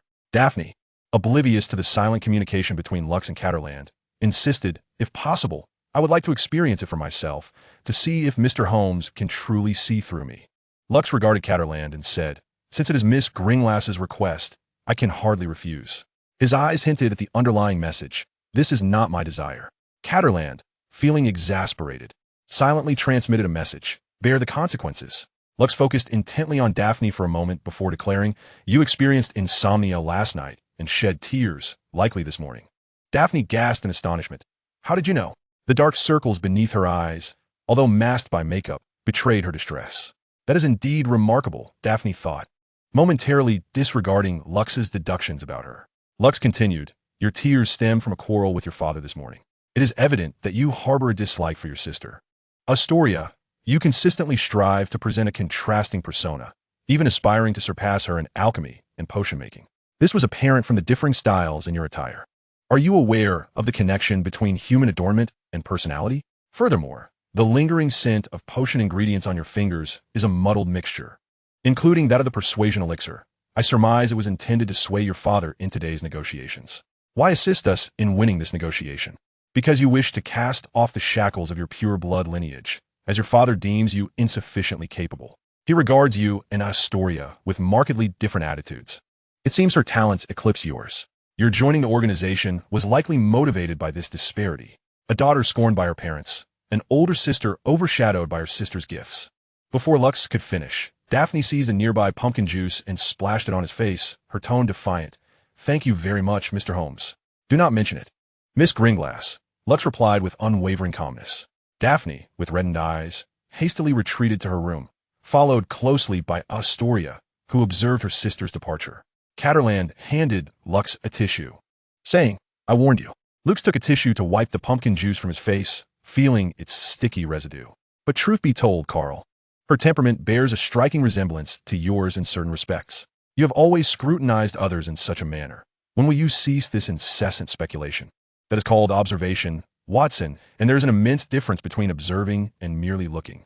Moreover, I merely articulate their innermost thoughts.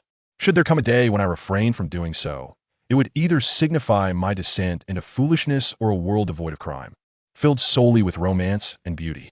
Cartolin sighed, finding it exceedingly challenging to engage Lux in normal conversation. Shortly thereafter, the three of them departed from the Gringlass estate and returned to 221B, Baker Street. That evening, Lux began to construct the circumstances of the manor within his mind palace. What he had once witnessed firsthand could only be referred to as a temporal regression when reconstructed through memory and deduction. At that moment, within Luke's mental edifice, he found himself in his own chamber, while another version of himself stood outside, poised to enter. Luke's turned to observe the happenings within the room, and that phrase appeared on the wall as if inscribed by another's hand. The red letters flowed like blood. How had the murderer inscribed this? With some sort of tool? Yet, the strokes were so fluid, as if crafted by a massive pen. How could he have accomplished this with such ease? No signs of any tools had been disturbed in the room. How could a window, securely locked from the inside, have been opened from the outside? Another version of himself opened the door and spoke as he entered, yet there was no one present. In the instant he opened the door, the window swung open, and that figure escaped. Let time rewind for a moment. What manner of person would be so provocative? If this window and that phrase were merely intended to notify me, then his methods far surpassed those of the initial intruder. In comparison, the first was a fool, while the second was a genius. The first intruder sought Alvi, of elven lineage. The second, however, targeted me. He was both verifying my identity as Holmes and provoking me. Lastly, that peculiar surge of magical energy, if I recall correctly. James Moriarty had no heirs and was deceased. Finally, Lux slowly approached the shadow behind the window. "So who exactly are you? Why do you seek to inherit Moriarty?" "Holmes!" A shout echoed from the ceiling. "Holmes!" A loud call pierced Luke's ears, pulling him from his mental palace. Lux rubbed his ears and blinked, just in time to see Cartland standing before him, holding a stack of letters. "So, has it already become morning? You were immersed in your mind palace all night?" "Indeed." For Luke's earnest response, Cartland found himself at a loss for words. The last time Lux had ventured into his mind palace, he nearly became ensnared within. He had not anticipated that after such a lengthy interval, Lux would once again delve into his mental sanctuary. Cartland sighed, acknowledging, "I recognize that the mind palace is immensely beneficial during your investigative challenges, but do not become trapped within it." "I am well aware, Carl. Is there any intriguing news today?" Lux rose from the carpet and poured himself a cup of coffee. For him, coffee served as a stimulant, while milk was his choice for sleep. There was no domestic news to speak of, but international reports indicated a series of murders in the United States that the police had yet to solve. Cartland gazed at the headline. A spree of murders making international news suggested that the American police were rather ineffectual. Lux found the incompetence of the American law enforcement somewhat amusing. After all, they seemed to operate on a basis of compensation, with their monthly salaries merely covering their daily, trivial pursuits. "So, Carl, has the U.S. been withholding specific information?" he inquired. "Indeed, they have merely advised citizens to remain indoors and take protective measures. What are your thoughts?" Cartland directed his gaze towards Lux, who was sipping his coffee. "It's nothing more than a series of senseless murders. To the modern police, these killers appear to operate without motive. Yet I believe they are driven by desires that elude human comprehension, one must resist interpreting their actions through the lens of human emotion. Luke's words momentarily stunned Cardoland, who recalled witnessing individuals engage in self-harm during hospital visits with his father. Ordinary people transformed into something unrecognizable the moment they resorted to self-destruction. Luke's continued his critique. The evils of modern society bear little resemblance to those of my great-grandfather's time, yet the police remain utterly ineffective, paralyzed when faced with such cases. This allows those murderers to roam free, rendering the cases unsolved. Cardoland shook his head, folding the newspaper and sorting through the mail, while sifting through the correspondence. One letter halted his actions. "Luke's, there's a letter for you." Luke's, intrigued and surprised, wondered who could be writing to him at this hour. He set down his coffee, pondering whether it was a communication from the newspaper regarding a potential issue with his last published article, though he believed such errors were unlikely. Taking the letter from Cardoland, Luke's opened it and began to read. "Dear Mr. Rux Holmes, a heinous series of murders is currently unfolding in the United States. We urge you to travel there and investigate. You have 1 week to complete your inquiry. Enclosed is a check for $500,000 upon solving the case. We will provide an additional $1,500,000.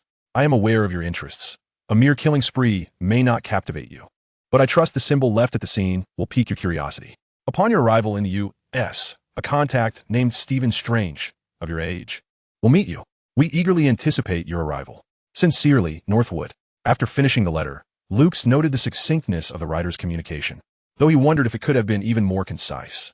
He picked up the photograph enclosed in the letter, paying little heed to the check for $500,000. The image revealed a wall splattered with blood, adorned with a prominent letter M, inscribed in an exceptionally unique style. The top of them was high and level, tapering slightly at the front, while the concluding strokes extended in a twisted and ornate fashion. Undoubtedly, this particular style of writing can only be attributed to one individual, the nefarious mastermind behind the final case of the adventure of the Sussex vampire, James Moriarty. He was a figure of extreme control, arrogance, false humility, and self-importance. The surname Northwood rings a bell. "Watson, we have a case," Luke declared. Cardoland looked at Luke in astonishment.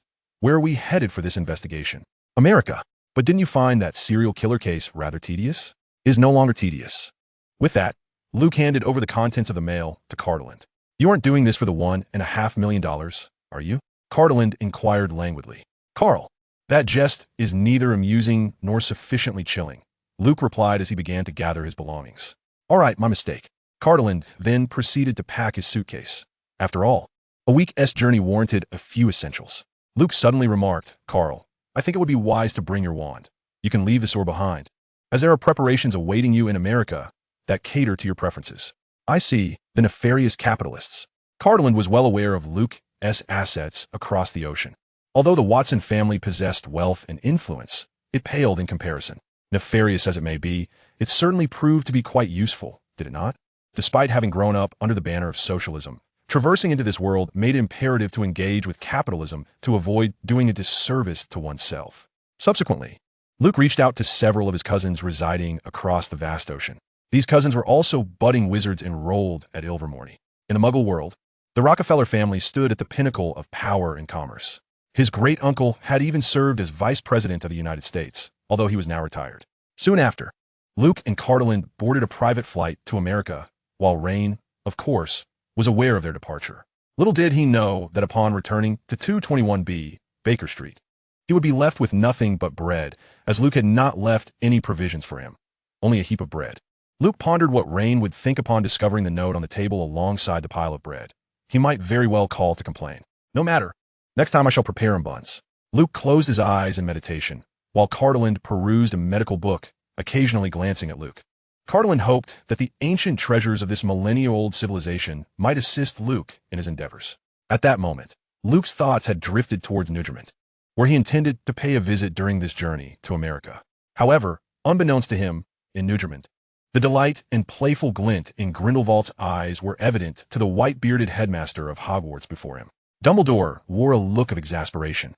He always felt helpless in the face of Gellard's antics. "What exactly do you mean by your invitation? And what was the purpose of that letter you sent me?" "Come now. Albus, dear friend, must we discuss business within the first quarter of our reunion?" How utterly disheartening. Grindelwald's mischievous grin unmistakably conveyed his delight to Dumbledore, who could only retort, "You seem rather pleased. Aren't you going to call me Gellert?" "Albus." "All right, Gellert. You must divulge the matters you mentioned in your letter.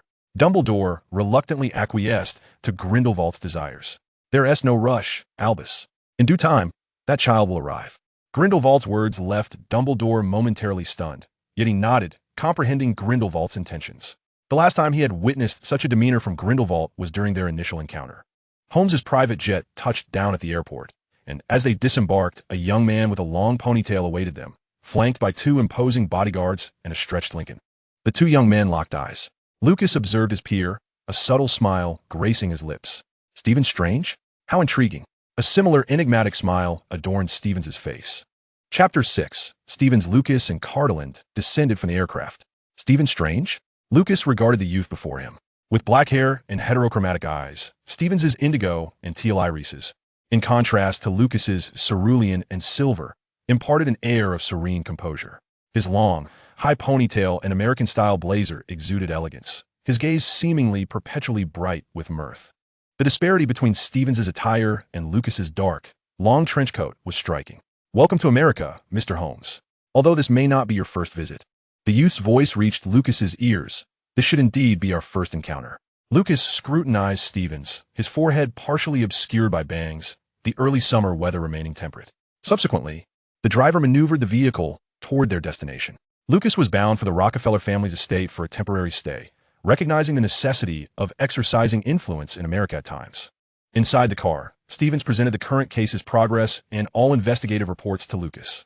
After a cursory glance, Lucas handed the documents to Cardeland, who immediately flipped to the section regarding the victim's death report. Lucas was not particularly intrigued by the extensive materials, many of which contained inaccuracies and misleading descriptions. Only the death report was professional and precise. So, I gather that none of the clues you've uncovered bear any significance? Lucas directed his gaze at Stevens, scrutinizing him carefully.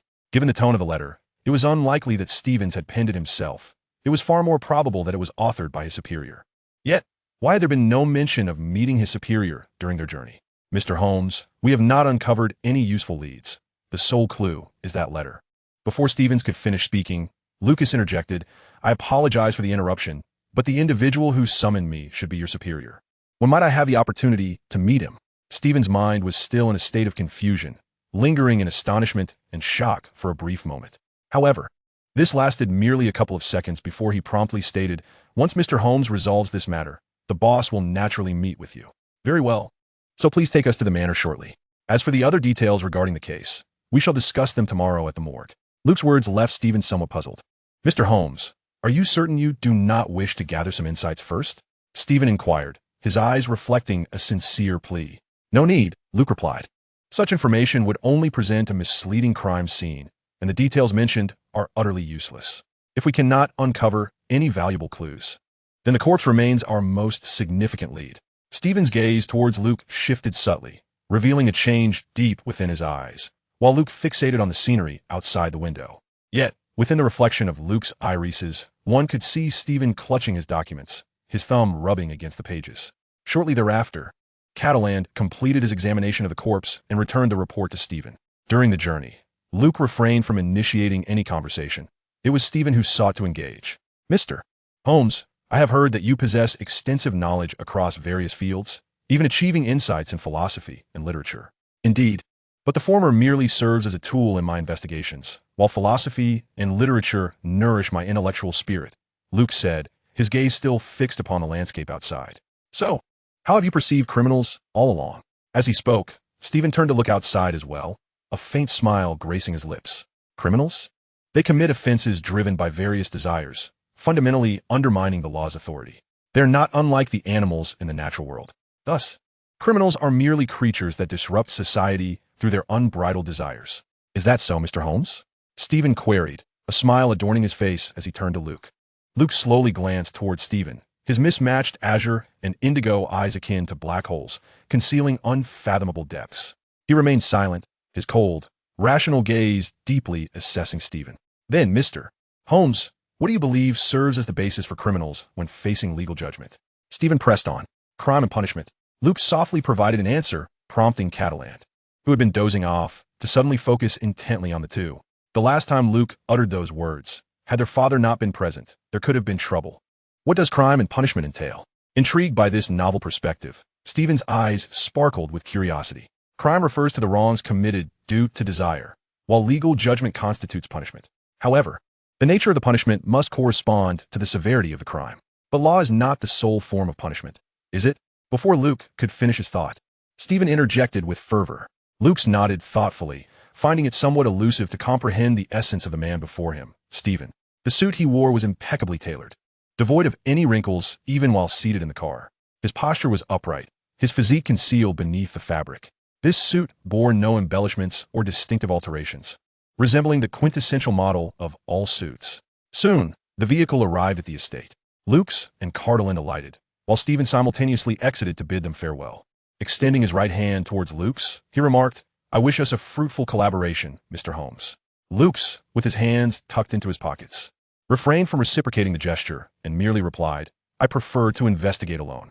With that, he turned and walked away. Only Cardinal offered an explanation to Stephen. "I apologize.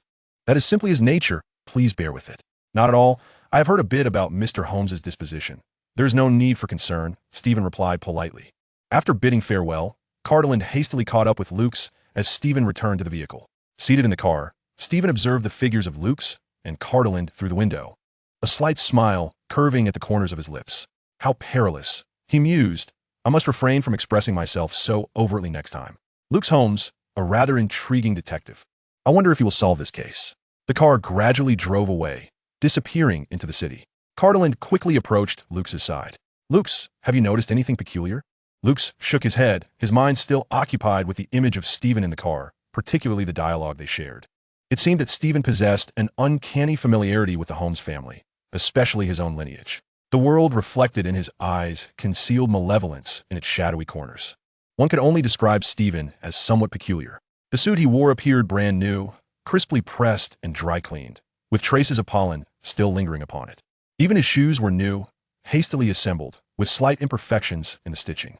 As he gazed out at the distant scenery, his eyelids noticeably drooped, suggesting a degree of myopia. Yet, he chose not to wear glasses. His eyes bore no signs of dryness or swelling, indicating he did not habitually wear contact lenses. His fingers were pale, and the knuckles showed no signs of deformity, as one would expect from a child accustomed to a life of comfort. Those hands could easily be mistaken for a girl's, though some boys possess such delicate hands, and his Adam's apple was not prominently visible. Yet, for someone like him, Luke surmised that his intelligence and powers of observation and deduction would not be lacking. Why, then, did he overlook the discrepancies present in the documentation? It seemed that verification would be necessary tomorrow. Observing Luke's deepened thought, Cardinal refrained from interrupting, understanding that the conversation in the car had revealed a mindset far from that of a typical child. Suddenly, Luke turned to Cardinal and inquired, "Carl, have you discovered anything regarding those autopsy reports?" "None at all. The 5 deceased are indeed peculiar. Some were stabbed, others succumbed to heart attacks, and some were hanged." Cardinal reflected carefully and felt that the manner of death was bizarre and varied. Lux also recalled the report, which detailed the deceased, an elderly individual, a middle-aged person, a youth, men and women. Their identities ranged from affluent tycoons to destitute beggars, and it was likely that officials would follow. What could possibly be the killer's motivation? And from what perspective did it arise? Lux chose to ponder no further, associating the time of the victims' deaths with the fact that there would be no fatalities tonight or tomorrow. It was the day after tomorrow that remained uncertain. The death report indicated that the first victim perished on June 1st, the second on June 10th, the third on June 20th, the fourth on June 30th, and the fifth on July 1st. Today was July 2nd, which explained why the assailant had granted him a week to apprehend the murderer, to prevent the emergence of a 6th victim. The killer had only provided a pattern of dates. Was this a provocation directed at the police, or did the murderer feel compelled to adhere to this schedule?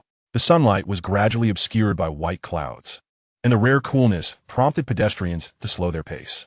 Lux and Cardinal arrived at the manor, which, in contrast to the European architectural style, exhibited a simpler American aesthetic, rectangular structures topped with triangular roofs, warm-toned white walls devoid of embellishment, and marble steps leading up to dark gray rooftops. The American sense of aesthetics was reasonably commendable.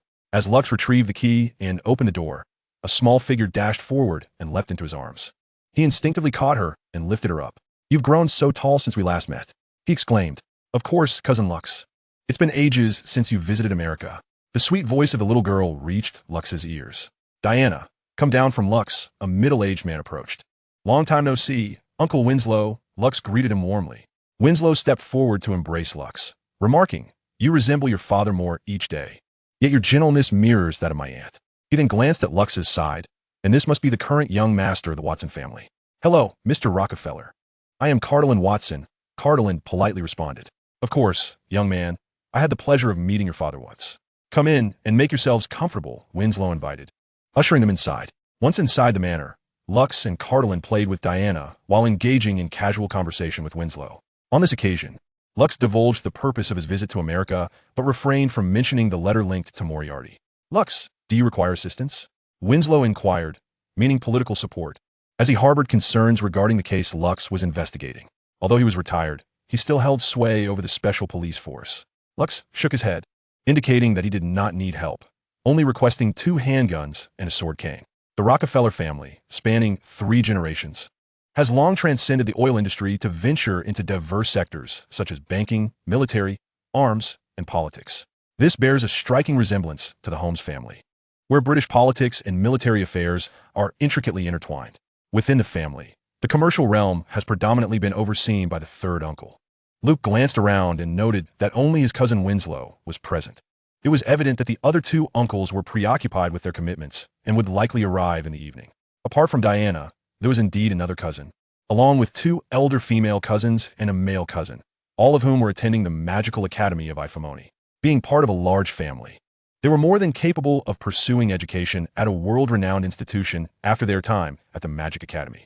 Furthermore, the offspring from such esteemed lineages began their training from a young age, alleviating any concerns about inadequate abilities.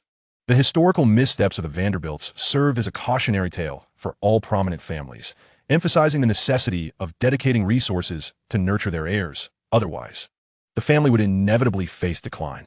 Due to Luke's prolonged absence, Winslow had been engaging him and Cardinal in conversation. However, the mention of his 2 elder female cousins left Luke feeling quite exasperated.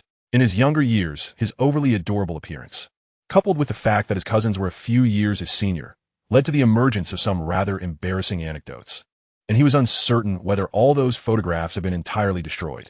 Eventually, Luke rose to assist his aunt in the kitchen, leaving Cardinal and Winslow to converse. It must be noted that the 2 were remarkably aligned in their understanding and contemplation of politics. Meanwhile, Winslow began recounting some of Luke's experiences during his time in America, as well as the reasons why their families have consistently showered Luke with affection, even considering him akin to their own child. "Cardinal, we genuinely appreciate your willingness to remain a steadfast friend to Luke, but we implore you to stand by him and offer assistance should he encounter any challenges in the future." Chapter 7. A night of distinction in the estate of the Rockefeller family. A boy appeared, exuding an aura of despondency. His silver and blue irises reflected no spark of vitality. Beside the boy sat a couple. The husband, clad in a coat, bore a gaunt visage devoid of emotion, while his blue eyes flickered with a faint trace of sorrow beneath the brim of his hat. The wife gently caressed the boy's head. Nearby, a few curious heads peered from the doorway, observing the boy with intrigue. "We shall entrust you with him during this time. Rest assured, Yano, we will care for Luke. And with Bronya and Kasha along with the other children, he shall be well looked after." The 2 men conversed and ultimately agreed that once the child was prepared to return to England, he would do so independently. Following their discussion, the couple departed. As time flew by, the little boy spent his days either in the study or lounging in the garden. One day, a girl, accompanied by 2 other children, stood before Luke. "Hey, Luke, cousin, let's play together." The eldest girl extended her hand, while the other 2 children visibly struggled to suppress their fear, as though they were silently praying for something, gazing intently at the young boy, observing the forced smile on his face, his flushed cheeks, and the beads of sweat forming on his forehead. One couldn't help but wonder, why do such individuals exist? No one is coercing them. Why are they unafraid of me? In that moment, within his mismatched pupils, a desolate world of gray and white revealed the silhouettes of these 3 figures. This was the tale of Lux in America. Subsequently, his mental state improved, and he returned to England. "Upon hearing from Yano that you were by Lux's side, we felt reassured." Winslow reflected on that period, during which they were deeply concerned about Lux's well-being. In their childhood, the 3 brothers, due to their parents' incessant busyness, were accompanied solely by their aunt, who brought warmth and comfort during those times. Thus, they yearned to reciprocate that affection to their nephew. Winslow continued to address Cartland. I recognize that this request may be excessive, yet I am aware that you are one of the few close friends Lux has. Aside from family. Mr. Rockefeller, I understand your sentiments, but I do not require this request. I know that without me, Lux would be in peril. I am, after all, his doctor. Cartland's resolute words brought immense comfort to Winslow. As dinner time approached, they had to wait for other family members, leading to a delayed meal. However, this did not hinder Lux from contemplating his discussion with Cartland while seated at the dining table. Diana, noticing the only vacant seat next to Lux, promptly took it, quietly listening to their conversation. Witnessing that the sole empty spot beside Lux had been occupied by Diana, his cousin Joshua felt a twinge of displeasure. Observing his little cousin's demeanor, Lux invited him to sit on his lap. Lux, you are spoiling Joshua. He will become spoiled, Winslow jested. Do not worry. We have yet to dine, so let him stay for a while, Lux replied, cradling Joshua in his embrace. Joshua's radiant smile was infectious. Cartland, somewhat taken aback by Lux's affectionate gesture, reflected that he had never seen this side of him before. I remember you never behaved this way in England. Please, Carl. If you had a sister who was perpetually lazy and disinterested in cooking, coupled with an extraordinarily clever sibling who explored physics experiments, you would behave just like me. Lux retorted. Winslow, upon hearing Lux's words, mused at his wife and he would likely have a son like Joshua, owing to the nature of their eldest daughter, Kasha. It was only after witnessing his younger brother with Diana that they took action. However, regarding Lux's family situation, he had heard rumors that they were characterized by a blend of pride and cunning. Suddenly, the front door swung open, and a voice rang out. Cousin Lux, come let your sister give you a hug. A figure dashed forward, enveloping Lux in her arms. Little Lux, it's been far too long. I've missed you terribly. The girl nuzzled her face into Lux's hair. Lux extended his hand to pat the young girl's arm. Cousin Kasha, in 6 minutes, I shall succumb to asphyxiation and lapse into unconsciousness. Upon hearing this, the girl promptly withdrew her hand and stood aside, laughing nervously. The older sister also restrained her excitement a tad. After all, she was not a lady, and there was no need to be so thrilled at the sight of her cousin Lux. A short-haired girl with silver hair and glasses sauntered in and turned to Lux. Saying, long time no see, cousin Lux. Lux, a boy greeted him cheerfully. It's been ages, Andre, Lux waved back. Subsequently, the remaining members of the Rockefeller family gathered. As it was already 9 in the evening, they first indulged in dinner before discussing other matters. During the meal, Lux introduced them to Cataland, while the young Joshua reluctantly descended from Luke's embrace to return to his seat.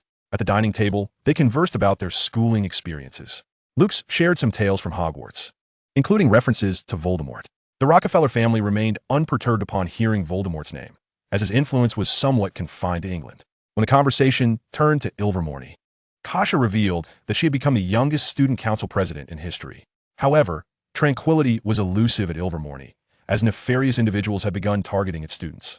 Consequently, the American Ministry of Magic intensified protective measures for Ilvermorny's pupils. Kasha complained incessantly as she spoke. Later, Luke inquired about Grindelwald, to which Kasha responded that the ministry initially suspected Grindelwald's involvement and even approached him directly for clarification, only to find that he claimed no connection to the matter. Luke chose not to pursue the topic further, merely noting this information in his mind. Regarding the Triwizard Tournament, Kasha, as the president of the Student Council, possessed full authority to participate in discussions and decisions related to the event. At Ilvermorny, she, along with her 2 cousins and Andre, had already begun maneuvering to influence the governing board behind the scenes. Interestingly, the trio belonged to 3 different houses. Kasha was a Thunderbird, Bronya a Horned Serpent, and Andre a Wampus. The group jested about which house Diana and Joshua might join in the future. If Luke recalled correctly, the house sorting at Ilvermorny mirrored that of Hogwarts, albeit without the latter's absolute standards of excellence. However, judging by Joshua's demeanor, it seemed likely he would end up in Pukwudgie. After dinner, Luke found himself inevitably drawn into games with his cousins. Due to their childhood experiences, they had all developed a penchant for deduction, not yet reaching Luke's level, but still far exceeding the average person's capabilities. Their sole aim in seeking Luke's company was to outsmart him in reasoning. However, such outcomes were predictably elusive. Once, in a moment of generosity, Luke had intentionally lost to them, resulting in cousin Kasha bursting into tears, exclaiming that Luke had let them win, effectively releasing the entire Pacific Ocean. Even Bronya and Andre found themselves in tears, which led to Luke's refraining from letting the water flow freely thereafter. On that occasion, Luke merely turned his head, indicating that the round did not count, and suggested a redo. Although Kasha and her companions consistently faced defeat, Lux discerned that they bore no sorrow, but rather wore smiles that curved upward at the corners of their mouths. How could Lux be unaware that they were intentionally indulging him in play, all the while engaging in detective games? Of course, from that point on, once they recognized their prowess in other domains, they continued to partake in these detective games with him. As the hour grew late, Lux returned to his chamber and collapsed onto his bed. Even Sherlock Holmes possessed finite energy. Lying motionless, his mind wandered to what others might be doing at that moment, and whether he had forgotten someone. Simultaneously, Rian arrived at 221B Baker Street, clutching a loaf of bread and pouring water into a cup. As he gnawed on the plain loaf, tears streamed down his face while he read the note. Dear brother, we have received a commission to solve a case in America. There is nothing else to eat at home, only bread. Eat sparingly, as that is meant to last for 2 weeks. Rian sniffled. Lux, if you must go solve cases, then so be it, but this bread, 2 weeks' worth, won't even last a week here. In the adjacent room, Olivia and Hermione were engrossed in their books. Olivia lay prone, while Hermione sat upright. Olivia's little feet tapped rhythmically against the bed, while Hermione supported her book with her thigh. As Hermione read, she encountered a passage about the Triwizard Tournament, discovering that in the final challenge, the champion must rescue either their best friend or their beloved. She pondered whether, should she and Lux find themselves in a romantic relationship, she might be the one he would save. However, she recalled that Lux had Catalan by his side, and she mused about the enigmatic woman, a cat Adler. Surely, she would not harbor feelings for Lux. Meanwhile, in the neighboring room, Elway was penning a letter. Dear brother Lux, I have learned so much from my teacher, and I am happy every day. The teacher tells me that life is not eternal, but love, knowledge, and wisdom are everlasting. I miss you, brother. Once I finish my studies, I will come and help you. After sealing the letter with care, he climbed into bed, tucked himself in, extinguished the light, and hoped to see Lux in his dreams. At that moment, Harry encountered Dobby, yet remained unperturbed due to his affiliation with the Pioneers, even maintaining his composure when his uncle arrived. Meanwhile, in the bakery, the cat assisted her parents in tidying up. Each night, the Adler family's bakery remained open until midnight, ensuring that every birthday celebrant could enjoy their bespoke birthday cake. Clad in an apron and standing with hands on her hips, the cat surveyed the immaculate counter, satisfied that everything was in order. "A cat, my dear daughter, come help your father and mother."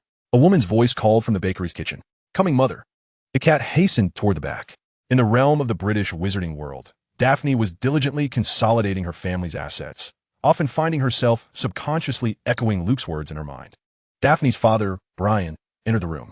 "Father," Daphne began to rise, but Brian raised a hand to stop her and took a seat opposite her. "Daphne, I am aware of your dissatisfaction with my choice. I have chosen your sister. You may detach yourself from the Gringlass family, as it will no longer confine you. However, I implore you not to let this family fade into oblivion." A profound silence enveloped the father and daughter. Meanwhile, within the Macmillan family, Cassandra was engrossed in a spell book when a knock echoed through the room. "Father, come in." Vio stepped inside, asking, "May I sit beside your bed?" "Of course, father. What brings you here?" Cassandra set her book aside. "There is indeed something to discuss. First, how did you know it was me?" Viewing Guayev, a puzzled expression on his face. "Because you're the only one who knocks so politely.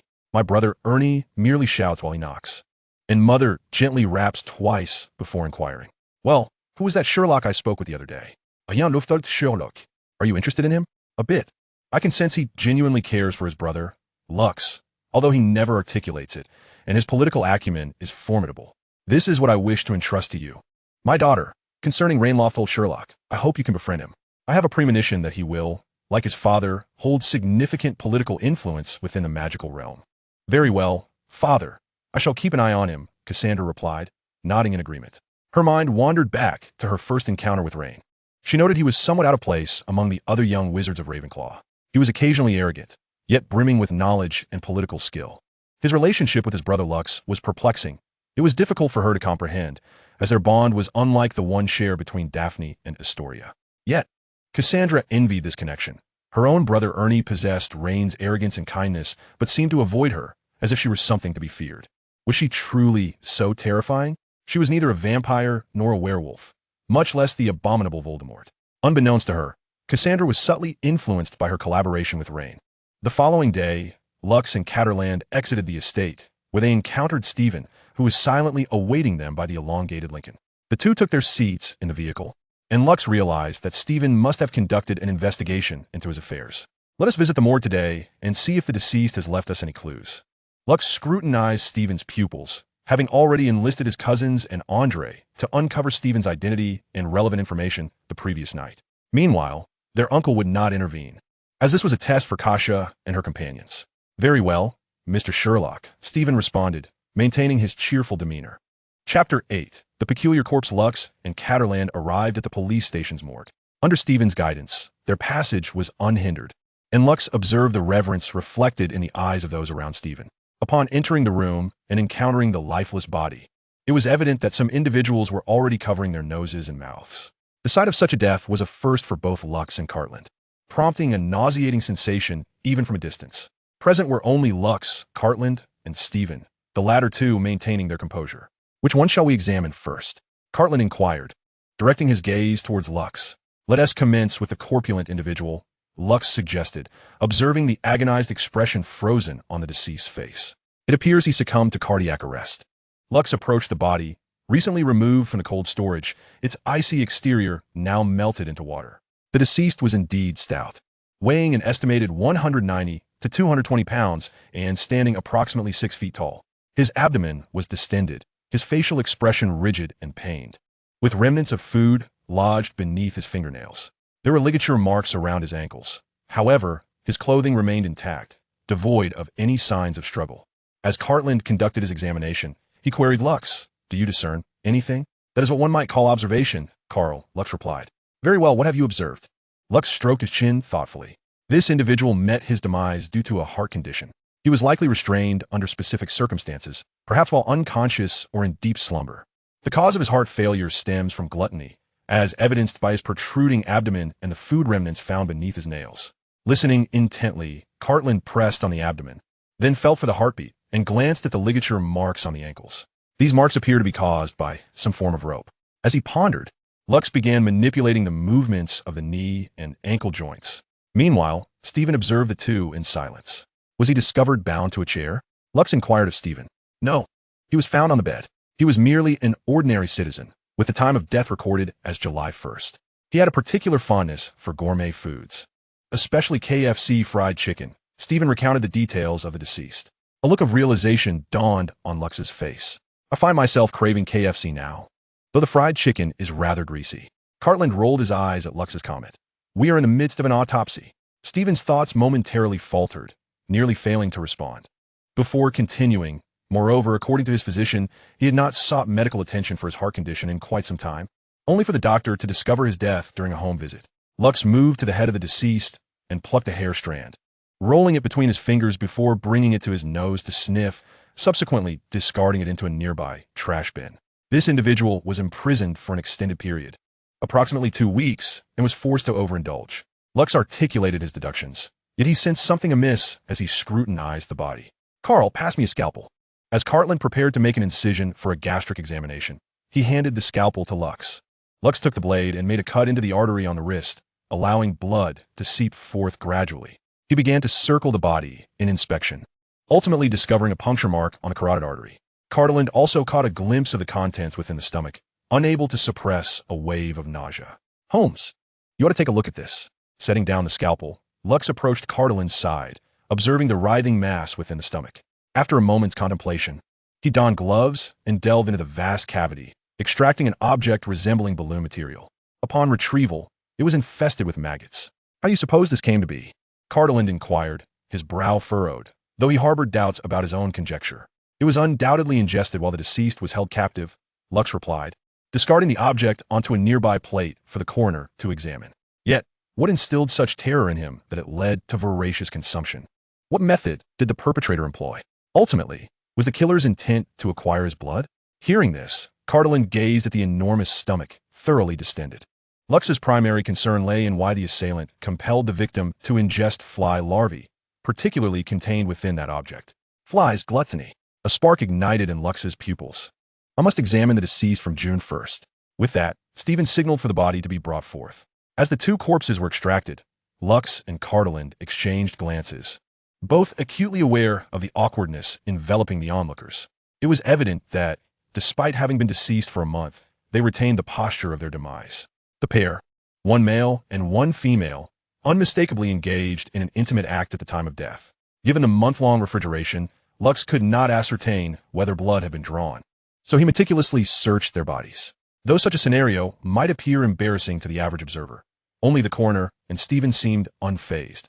After all, in death, one is merely a conglomeration of matter. It was established that neither of them had been bled. Thus, what had the killer taken? Lux turned to Stephen.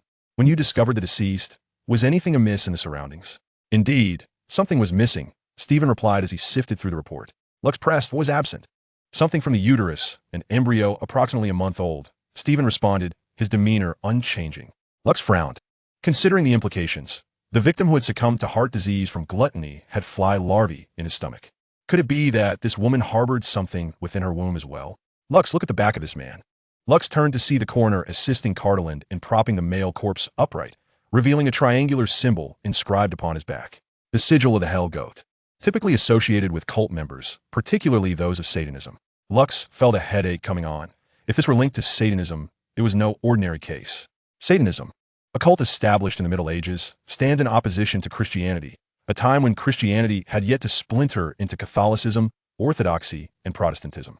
Watson, perform an autopsy on her uterus. I suspect there may be more to uncover within, Lux instructed. He then turned to Stephen. Now, regarding these two individuals, what do we know of their identities? The woman, a 31-year-old housewife, encountered the 19-year-old male escort while her husband was away on a business trip. Fueled by passion, they decided to check into a hotel together. The following morning, hotel staff discovered that they had not vacated their room by noon. After knocking and receiving no response, they opened the door only to find the couple lifeless in bed, still entwined in their last embrace. Stephen spoke with a tone laced with disdain and contempt. Luke glanced at the female corpse being examined by Cardeland, alongside the male body, reflecting on the peculiarities of the situation. The old cow, instead of grazing on tender grass, had opted for a young duck. What could be the cause of death? Perhaps it was a case of overexertion? Stephen nodded at Luke's query, acknowledging that such a case was a first for him since embarking on his investigative journey. Previously, he had encountered only bizarre cases alongside his father, but nothing quite like this. Cardeland extracted an object from the uterus with forceps. Goodness, how could that have been inserted?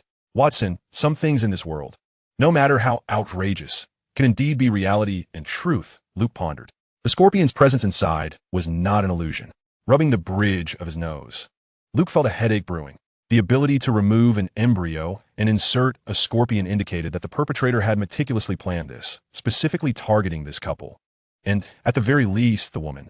Such a grand scheme suggested the involvement of at least 3 individuals, orchestrated by a leader guiding the operation. Lust, scorpions, goats, coupled with gluttony and flies. This was no mere coincidence. The glutton's stomach contained such a thing, indicating a connection. Carl, there is no need to continue examining these bodies. I already grasped the killer's modus operandi. Though the means remain unclear, Luke interjected, halting Cardeland's autopsy. Do you understand? We haven't yet examined the causes of death for the remaining 3 bodies, Cardeland insisted, eager to continue his examination. There's no point in that. The 3 corpses merely serve to obscure the true intentions of the killer. An autopsy on them would yield no useful clues. Their deaths may have simply entertained the murderer.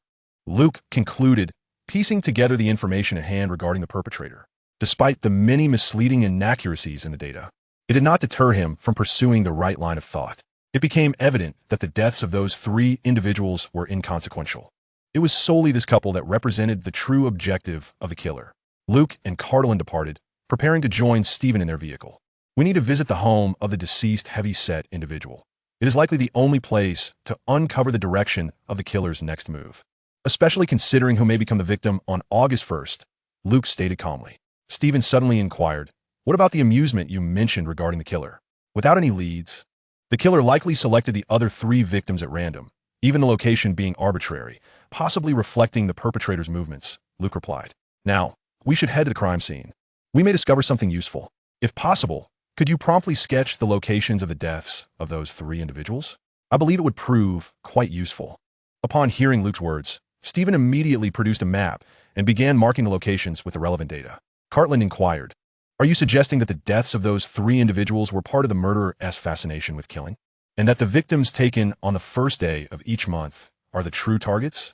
Indeed, much like a culinary masterpiece, the main dish holds the spotlight. while the side dishes serve merely to whet the appetite. I surmise that the deaths of those three were perhaps a means for the perpetrator to refine his murderous techniques. Regarding the identity of the assailant, Luke was already quite certain of one aspect: a member of a satanic cult. In his research on the cult, Luke had previously encountered cases documented in files held by his grandfather. However, those were instances of mimicry, for the goat insignia was drawn too precisely. Upon seeing the design etched behind the corpse of a duck, he became convinced that it belonged to a cult member. Cartland pressed further. What exactly guided the killer in their actions? Is it connected to the flies, scorpions, and that emblem? Certainly, Carl. It is highly likely that the murderer is indeed a member of the satanic cult, operating in a group, and aiming to execute their crimes based on the 7 deadly sins. As he spoke, Luke glanced at Stephen, who was engrossed in marking the map. Due to the map's obstruction, Luke failed to notice Stephen's annotations and lines. The 7 deadly sins? The 7 sins described in the Bible: pride, envy, wrath, sloth, greed, gluttony, and lust. Cartland was somewhat familiar with these biblical transgressions. Indeed, Carl, it could potentially be a reverse order, Luke contemplated, concluding that the next victim would likely embody greed. In demonology, the symbol of greed is represented by the fox, the porcupine, and the raven. Thus, the greed of the deceased may stem from treasure. Such individuals would either be jewel thieves or unscrupulous merchants. The likelihood of a jewel heist occurring on August 1st is rather slim. If it concerns a corrupt merchant, however, that would be the easiest target. It seems prudent to investigate any recent cases of smuggling or even substandard products. The most reliable source of information would likely be the underground black market in America. At that moment, Stephen gazed at the markings on the map, a faint smile gracing his lips. Luke recalled the photograph sent to him and asked Stephen regarding that photograph. Should I presume that the letter was discovered at the crime scene? Stephen snapped back to attention, affirming, indeed. The most striking aspect of the scene was that letter written in blood, yet we found it was not the blood of the deceased. After sampling and analyzing it, none of the blood matched any known animal. This revelation caused Luke and Cartland to furrow their brows. No animal blood matched? Are you certain? No animal blood whatsoever. Cartland sought confirmation from Stephen, who solemnly nodded, his expression devoid of any mirth. This was a troubling point for the police as well. So, how did you come to think of me, rather than seeking out my father? Luke fixed his gaze intently upon Stephen's eyes. Stephen patiently elucidated, due to this letter. An elderly inspector, while seeking assistance from an old acquaintance, stumbled upon handwriting samples related to James Moriarty, which subsequently led him to think of Sherlock Holmes. As for not contacting your father, it was because he declined. Luke's, evidently skeptical of this explanation, recognized that such a ruse might deceive someone like Hermione. But it was insufficient to fool the Holmes family. Chapter 9.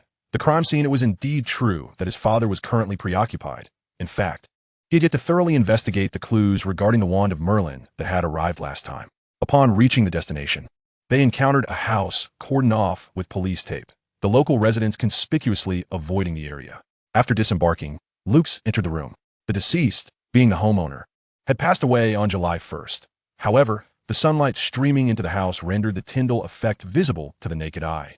Luke stepped into the room and brushed his hand across the dust on the table. Strangely, the dust appeared a dull yellowish hue, interspersed with soil. Approaching the window, he noted the thick layer of dust remained undisturbed. Luke opened the window and surveyed the surroundings, where irrigation systems adorned the greenbelt. Even the neighboring yards were equipped with long hoses. The apples on the table had begun to rot, and the chips in the packaging had softened to a consistency reminiscent of mashed potatoes. Where did you discover the deceased? Luke inquired. On the bed, Stephen replied. Luke proceeded to the bedroom, forcefully pushing the door open, only to find the bedclothes in disarray while the rest of the room was surprisingly tidy. Did the police initially determine it was an accidental death? He asked, crouching down to scrutinize something on the floor with a magnifying glass. Yes. The police initially believed it was accidental until the doctor indicated that the deceased had not undergone a follow-up examination, raising suspicions of foul play. There was a hint of sarcasm in Stephen's tone, which made the accompanying officers feel somewhat awkward. Luke discovered a grain of soil and gestured for everyone to remain still. He then began to roam through the various rooms, continually observing the floor. Upon reaching the kitchen, he opened every cabinet for inspection, finding utensils scattered across the floor. After counting, he noted that a set of cutlery was missing. Subsequently, Luke led the group to the basement. In the dimly lit basement, he switched on the light, illuminating the space. Nearby, a freezer was still operational. Luke approached and opened it, revealing an assortment of pork, chicken, and duck, all notably fatty. Luke's naturally harbored a distaste for greasy meats, likely due to the presence of lecithin and cholesterol, coupled with the peculiar oily sensation left on his mouth and tongue. After a brief examination of the basement, Luke's remarked, "This is not the primary crime scene." Cartland and Stephen exchanged glances with Luke's, their expressions seemingly questioning. "Are you serious?" Luke's began to inspect the periphery of the basement, observing that the items within were systematically cleared away. Only the walls, ceiling, and floor of the basement remained. A basement, in its essence, offers the most optimal space beneath the house, at the subterranean level. Luke's gaze fell upon a wall that appeared somewhat out of place. With a firm knock against the wall, Lux confirmed a particular spot repeatedly before saying, "Carl, hand me a crowbar or something." Cartland obliged, presenting a nearby iron rod to Lux. After a moment of contemplation, Lux turned to Cartland, inquiring, "Are you certain we should use this?" Cartland shrugged. "What other option do we have? This is all that's available." Thus, Lux grasped the iron rod and struck the wooden door twice, realizing just how robustly it was constructed. "May I borrow a handgun?" Lux set down the iron rod and addressed Stephen. Stephen handed over the firearm, which Lux then passed to Cartland, urging him to take the shot while he gathered some lime and water, using it to draw a cross on a specific spot on the concealed door. Bang! Bang! The gunshots reverberated as bullets pierced the center of the white cross. With a forceful kick, Lux burst through the door, revealing an exceedingly bizarre scene. On the ground lay a pentagram, accompanied by an inverted cross. The crimson paint suggested it was reminiscent of congealed blood. Atop the symbol rested a skull, encircled by white candles. Lux approached, noticing the soil surrounding the symbol had turned to dust. This must be the site of the satanic congregation's nefarious activities. He wrapped some of the soil in a tissue and handed it to Stephen for analysis, speculating that the soil's pH could reveal traces of the perpetrator's presence. What were their intentions? Cartland approached a toppled chair, where frayed rope lay severed by a knife, which rested nearby. Lux observed a ritual they were performing as sacrifice. As Stephen and the others communicated with the officers regarding the soil analysis, Lux discreetly opened the altar, stunned by its contents. In the next moment, he retrieved some items and concealed them in his pocket, feigning nonchalance. His gaze shifted to the blood-written letter M. Upon seeing it, Lux sighed internally, as if a heavy stone had slowly descended within him. The handwriting was undoubtedly imitative. Earlier photographs had lacked clarity, leading him to mistakenly believe Moriarty had returned. However, Lux recognized all too well from his extensive research into his great-grandfather Sherlock Holmes's cases that he had encountered the distinctive style of the letter M countless times. Yet, the M here diverged significantly from Moriarty's established penmanship. Each individual possesses a unique method of inscribing their name or title. But what could be the purpose? The items within the altar were certainly not meant for the mundane world. This situation had grown complicated. He would need to enlist his cousin and her associates to investigate at the Ministry of Magic. Lux's silver pupils gleamed, as if the patterns on the ground were ablaze. He then picked up the skull displayed on the pattern and handed it to the accompanying officer, instructing him to investigate this small cranium. Lux speculated that it might belong to an infant, though he did not rule out the possibility of it being another primate skull. Well, that will be all for today. There likely are no further leads. Lux wiped his hands with a few sheets of paper, as the iron rod was smeared in pig fat. Stephen glanced at the shrine on the ground before looking back at Lux. At this moment, Cartland remained silent, having realized that Lux had uncovered something significant. In the car, Lux closed his eyes, appearing to rest, though inwardly he was retracing his thoughts back to the crime scene. The room was enveloped in dust, indicating that their activities had been confined to the basement, leaving only when they placed the deceased on the bed. They had taken a set of cutlery, presumably to prepare for the next planned incident. By noon, Lux, Cartland, and Stephen entered a restaurant for a meal. It was evident that Stephen was treating, so Lux and Cartland paid little attention as he conversed with the manager. During this interlude, Cartland inquired, "Lux, have you discovered something?" Indeed, the presence of an object that should not exist in the Muggle world at a crime scene transcended mere Muggle cult crimes. It could very well pertain to the magical realm. "Are you suggesting that this matter involves more than mere sacrificial murder?" Lux responded, "I would prefer to refer to it as a sacrifice rather than a ritual." At this moment, Stephen returned. He took a seat and said, "I just ordered some dishes you should enjoy. By the way, what were you discussing?" Lux picked up a small dessert and began to eat, casually replying, "Oh, nothing much. We were just talking about which foods easily lead to obesity." Cartland nodded in agreement. Stephen did not question Lux's words, but engaged in a different topic. "Do you believe in magic in this world?" Lux and Cartland exchanged a knowing glance. How could there possibly be magic? This is a material, realistic world, Lux mused, resting his chin on his hand. Mr. Strange, centuries have proven that magic is merely a figment of human imagination, Carlton added. Stephen Siged, I actually hope for the existence of magic. Shortly after, the food arrived. One could only say that American cuisine was quite lacking. Lux mused that he would rather dine at KFC. Steak alone would not suffice. Next time, let us eat at a Chinese restaurant in Chinatown. After the meal, Lux and Cartland returned to Rockefeller Manor. As the soil analysis was still ongoing, there were plans for comparisons across various locations in America. However, results were expected imminently. Likely by tomorrow, Lux returned to his room and began constructing his mental palace. Before him, he was transported back to that scene, stepping into the house where all the windows were tightly shut and the curtains drawn. Upon entering the kitchen, a figure frantically rummaged through the utensils, and in their haste, many items were knocked to the floor. Ultimately, they located the dining set frequently used by the deceased. Proceeding to the bedroom, two individuals lifted the unconscious body of the deceased and placed it upon the bed, covering it with a quilt to feign slumber. They initially believed the deceased to be lifeless, but once they departed, he was jolted awake by excruciating pain, writhing upon the bed. His distended stomach, the spasms of his heart, the choking sensation from his airways, and the weakness induced by blood loss led him to gradually cease all movement, until even the slightest twitch of his fingers became impossible. In the basement, 5 individuals bound the deceased to a chair, coercing him into excessive consumption, and ultimately, they extracted his blood. Once their grim task was complete, they carried the deceased away and began arranging various implements to commence their dark ritual. After the offering was concluded, they inscribed the letter M, sealed the hidden door, and departed. The sole enigma remained. They were sorcerers, and the magical fluctuations of the crime scene would not deceive. Yet, what incantation had been employed? The restoration spell was evidently implausible. Moreover, why did they choose to mimic Moriarty's handwriting, leaving behind that particular letter? Was it fervent admiration, a claim to Moriarty's legacy, or merely clumsy imitation? Each possibility plunged Lux into profound contemplation. Was the frail Moriarty orchestrating these events from behind the scenes? Or was this a mere imitation by a devotee within the magical realm? Perhaps someone was invoking Moriarty to provoke the Holmes family? Ultimately, Lux grew increasingly suspicious that it was the elusive Moriarty who sought to challenge the lineage of Sherlock Holmes through this very opportunity. It should be noted that this Moriarty was not the infamous James Moriarty. When Lux opened his eyes, Cartland sat before him. Have you been chewing coca leaves or consuming cola nuts again?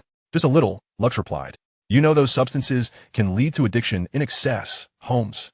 Cartland expressed his concern for Lux.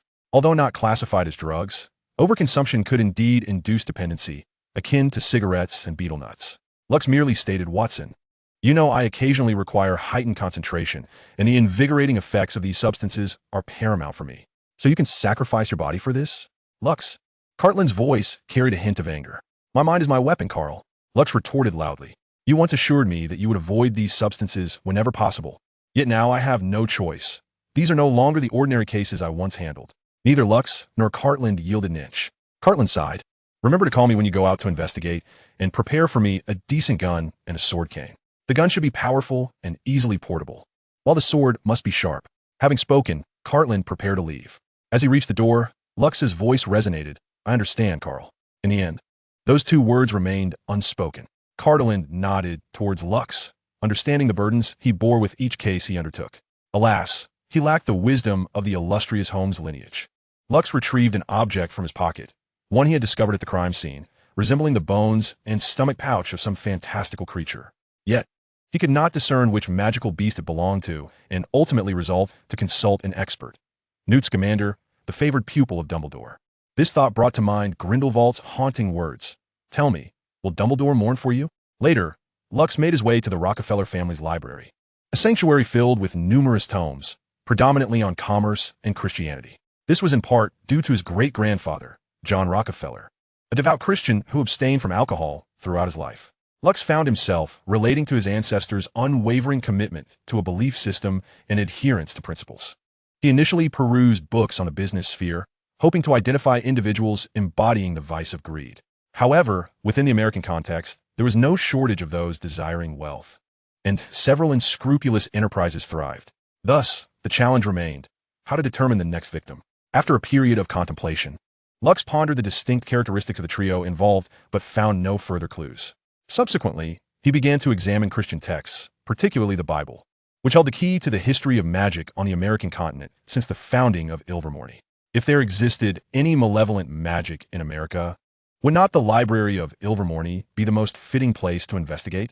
With this in mind, Lux resolved to seek out his cousin and Andre. Chapter 10. The Church of St. Yekisa. Stepping out of his room, Lux proceeded directly to his cousin Kasha's quarters. Upon entering, he was greeted by the essence of spring emanating from a summer-themed room. Observing Kasha, clad in a strapped dress with her legs swinging from the bed, Lux felt exasperated. "Sister, must you wear such a dress at home?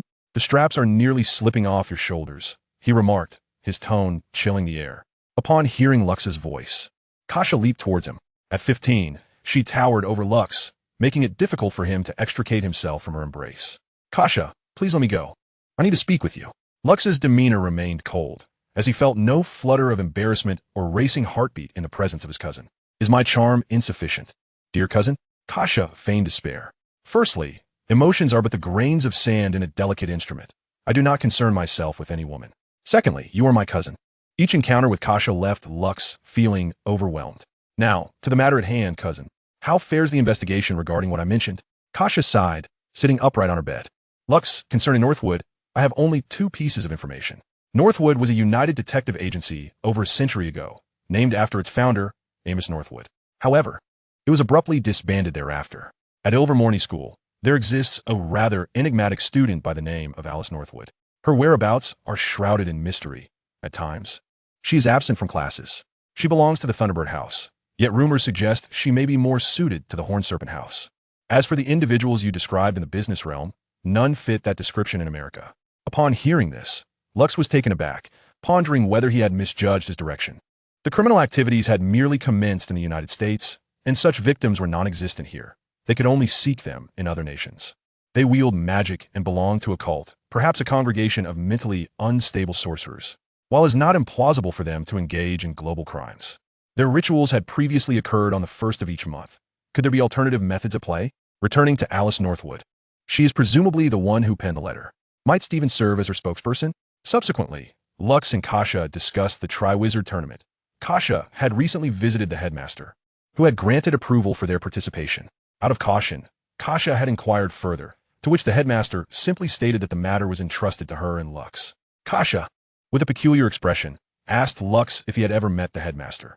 Never, not once, Lux thought, wondering who could secure Ilvermorny's consent to join the tournament without prior notice. It was clear only the esteemed headmaster Dumbledore could wield such influence. It appeared Dumbledore had also arrived in America, and Lux resolved to find an opportune moment to inquire about his intentions. As Lux rose to depart, he recalled a matter of interest. "Sister, do you know where there is a library with a comprehensive collection? There is a reading room with an extensive selection, located on Queen Street." "Thank you, sister." Lux then exited the room, contemplating that if it were indeed a satanic cult, their activities would likely occur in some church or underground temple. If they required a hidden venue, it would surely be an ancient site, possibly abandoned. Before long, Lux arrived at the library, which was quite expansive.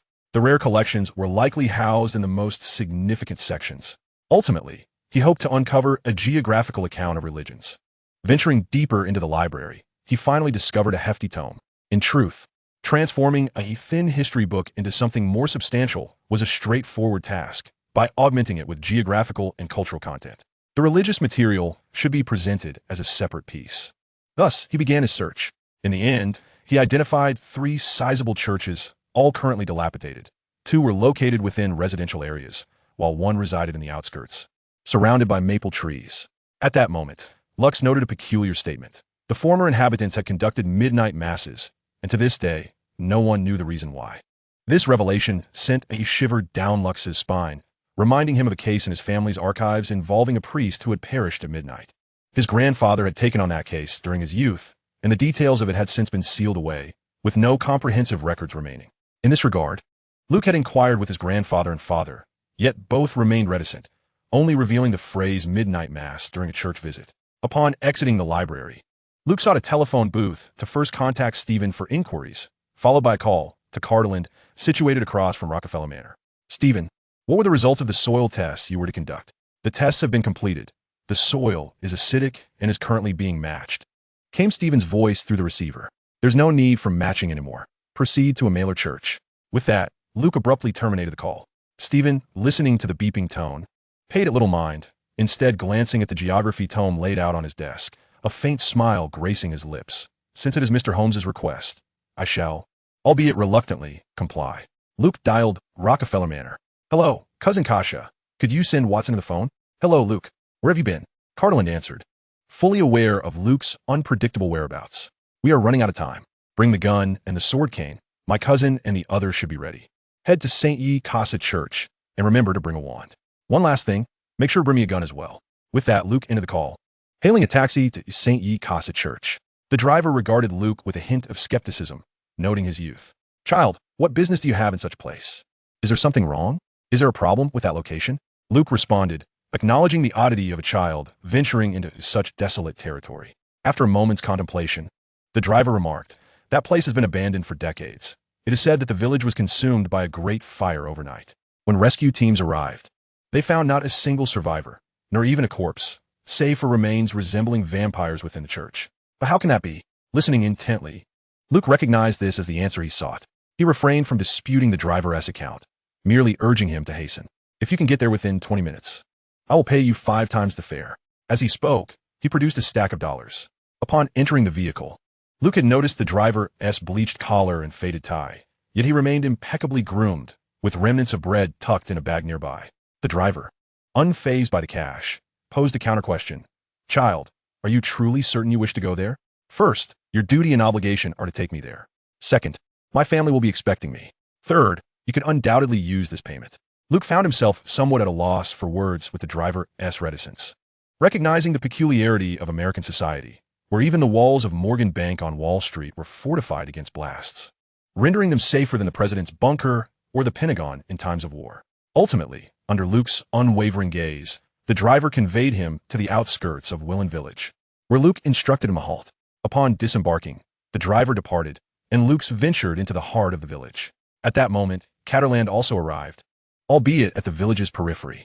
Carl, over here, Luke called out to Catterland, cognizant that the impending dangers were shrouded in uncertainty. Catterland approached Luke's, questioning, why did you summon me here? There is not a soul in sight. Have you examined the area thoroughly? Luke raised an eyebrow. The entire village, both inside and out, including the church, is devoid of life, save for the charred remnants of homes and furniture. As he spoke, Catterland handed Luke a handgun along with 2 spare magazines. No life whatsoever? Not even plant life? Luke inquired while accepting the firearm from Catterland. Are you jesting? This is the newly released Desert Eagle, 127mm caliber. 50 AE version. Naturally, it suits you well. You have always preferred a single, lethal strike, Catterland remarked with a smile. In response, Luke merely tucked the handgun away and, accompanied by Catterland, began their exploration of the village. By the way, your assertion of no living beings does hold true. I inquired about the houses along the way, and it was said they were consumed by a great fire. As for the church you mentioned, it lies beyond that grove of maple trees, Catterland indicated with his cane. Luke glanced at the church concealed within the foliage, a sight that was unsettling even in broad daylight.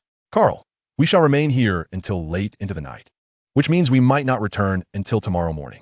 For now, let us investigate the remnants of this village, Luke proposed, initiating his inquiry into the forsaken settlement. Wait, is it just the 2 of us? Catterland queried, perplexed. Indeed, Stephen has obvious issues, and this matter has now entangled the magical realm. We cannot permit any muggle involvement. Luke insisted, resolute in his decision to exclude Stephen, despite his own morbid curiosity. As Luke entered a room, he made his way to the kitchen and restroom, turning on the faucet only to find no water flowing. Photographs remained undisturbed upon the table, even in homes ravaged by fire. It was evident that the inhabitants had seemingly vanished into thin air. Furthermore, the surrounding area was utterly barren. What do you make of this village? Luke asked, glancing back at Catterland, who appeared troubled by the eerie atmosphere. Everything seems highly irregular, as if the residents simply disappeared, Catterland mused, furrowing his brow. Did you hear any rumors about this place on your way here? Luke inquired. I did hear a few. Some speak of vampires, others claim it is haunted at midnight, and there are those who assert it is a forsaken place, punished by God. It's all rather absurd, Catterland replied, pushing open a door with his cane. Luke located a flashlight and discovered it still functioned. Calm down, Carl. We are wizards now. I know you fear ghosts. When did I ever say I was afraid of ghosts? Catterland retorted, turning to face Luke. when you mention hauntings, but have we not encountered ghosts at Hogwarts? In response to Luke's statement, Catterland feigned indifference, clearly reluctant to linger in the unsettling village of Wyland. Cardlin recalled something and inquired, by the way, you mentioned I should bring a wand. Are there dark wizards present here? Indeed, Luke replied softly, nodding. Then why bring a handgun? A wand suffices, doesn't it? Cardlin retorted. Carl, I trust you've heard the saying, a gun is quicker than a sword from 7 paces. What about within 7 paces? A gun is both accurate and swift. Luke's theatrically asserted. Cardlin stared at Luke's in disbelief, who returned the gaze with equal intensity. At that moment, Cardlin mused, by your logic, there is no need to carry a wand. I could just as easily bring you 2 C4 explosives. Luke's discerned Cardlin's incredulity. I know what you're thinking, but sometimes physical attacks are less effective against magical beings. I merely wish to be prepared for all contingencies. After all, no matter how powerful a wizard may be, his body is no different from that of an ordinary person. With that, Luke's led Cardlin towards the church. After exploring the village, they found no useful leads, and the villagers seemed to have lost their loved ones. The only family left were those who remained with them in grief. With the entire family together, who could they ask for information when even the neighbors had departed? Though summer lingered, the climate in the maple forest was far from warm. Their footsteps crunched upon the fallen leaves and twigs, creating a cacophony in the eerie silence. In this profound stillness, an unsettling fear arose. Even the roar of a tiger or a bear might provide a semblance of comfort. The sun approached the mountaintop, preparing to set, casting its final rays upon the church's grand entrance. As they gazed at the door, Luke's and Cardlin exchanged a glance and together pushed it open.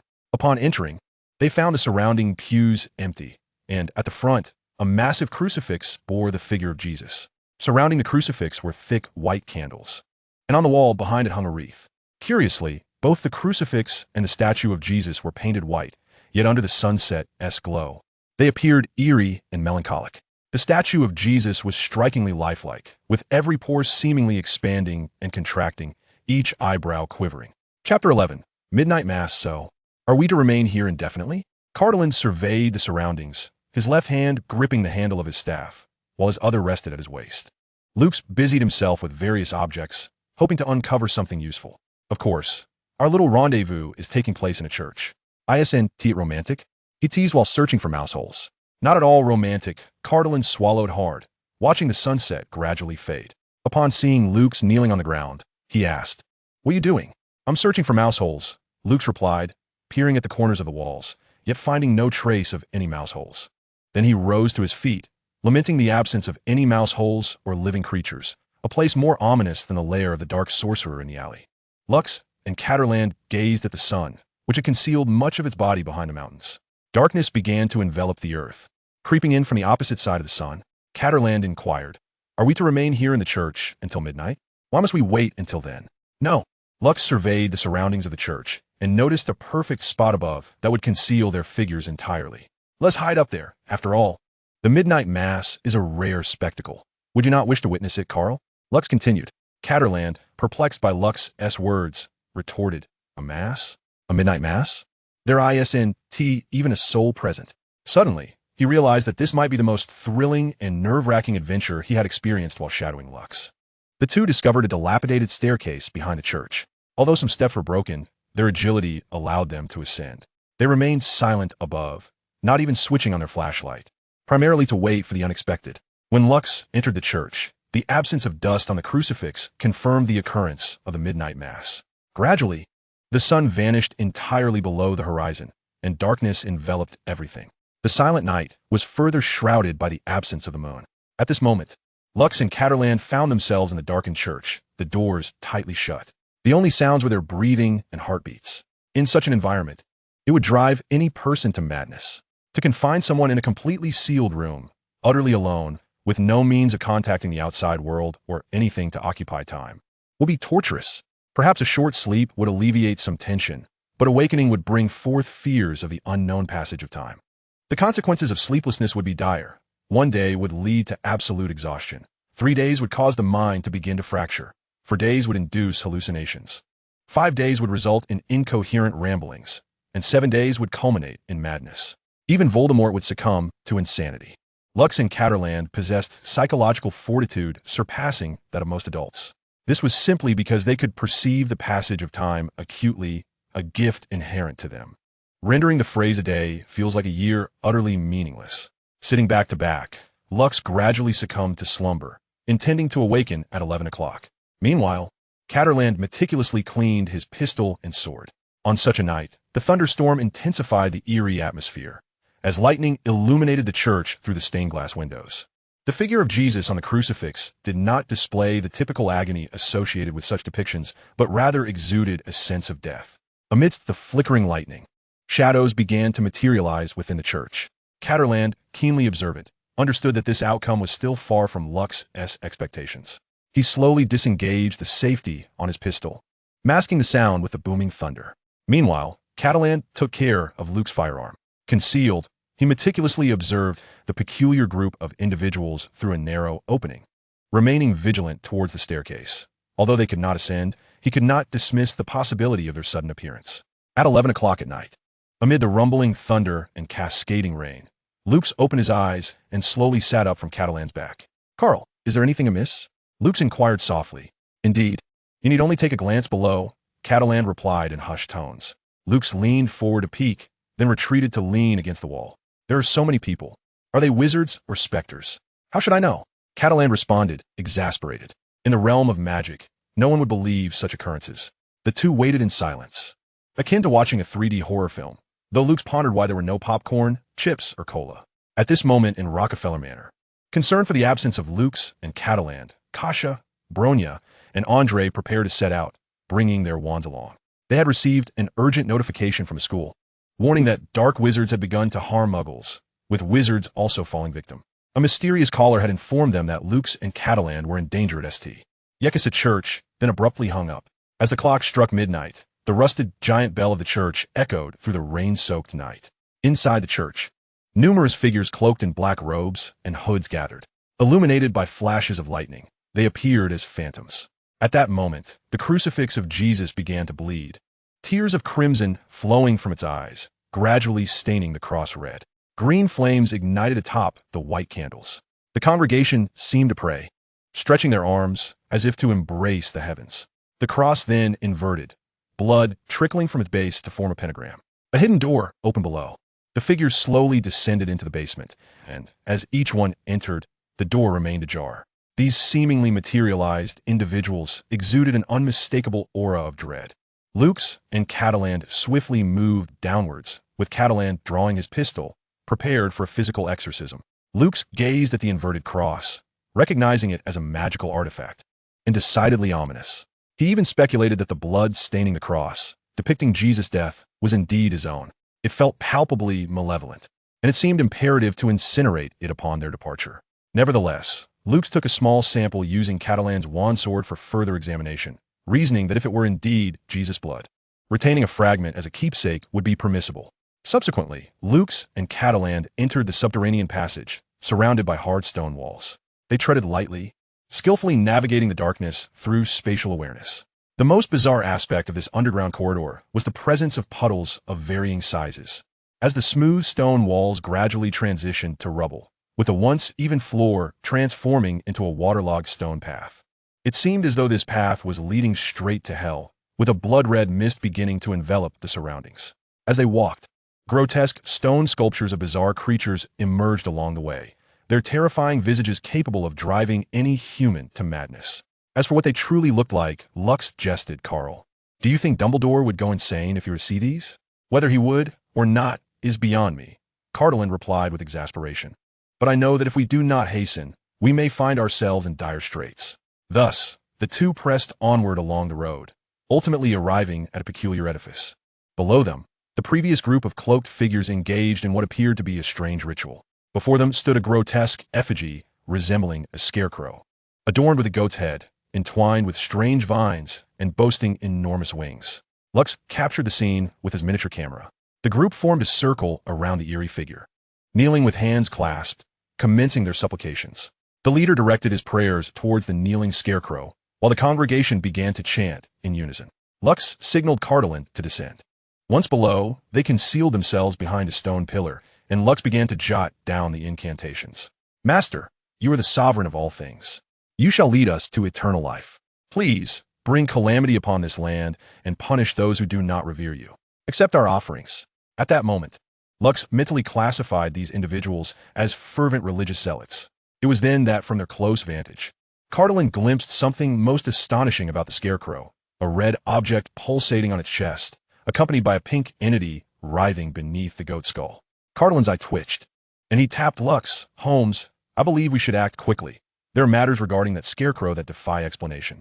Upon hearing Cardolin's words, Lux retrieved his binoculars, using Cardolin's body for support to take a closer look. The two objects Cardolin referred to were none other than a brain and a heart, albeit living ones.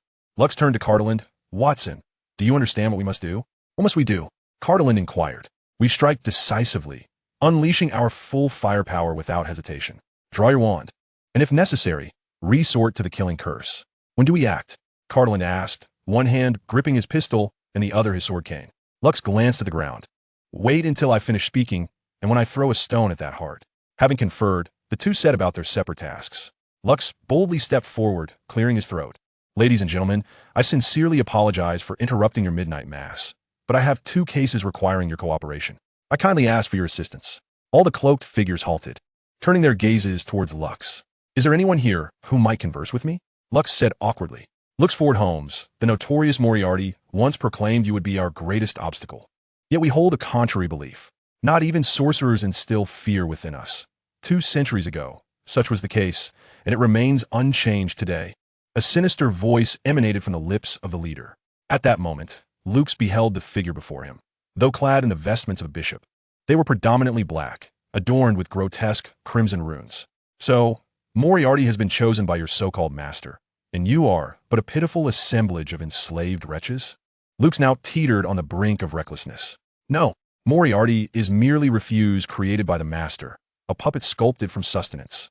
We are the most faithful servants of a master. The leader bellowed, akin to a heartbroken lover cast aside by a scoundrel after 6 months of bearing child. Thus, what grants Moriarty the authority to command you?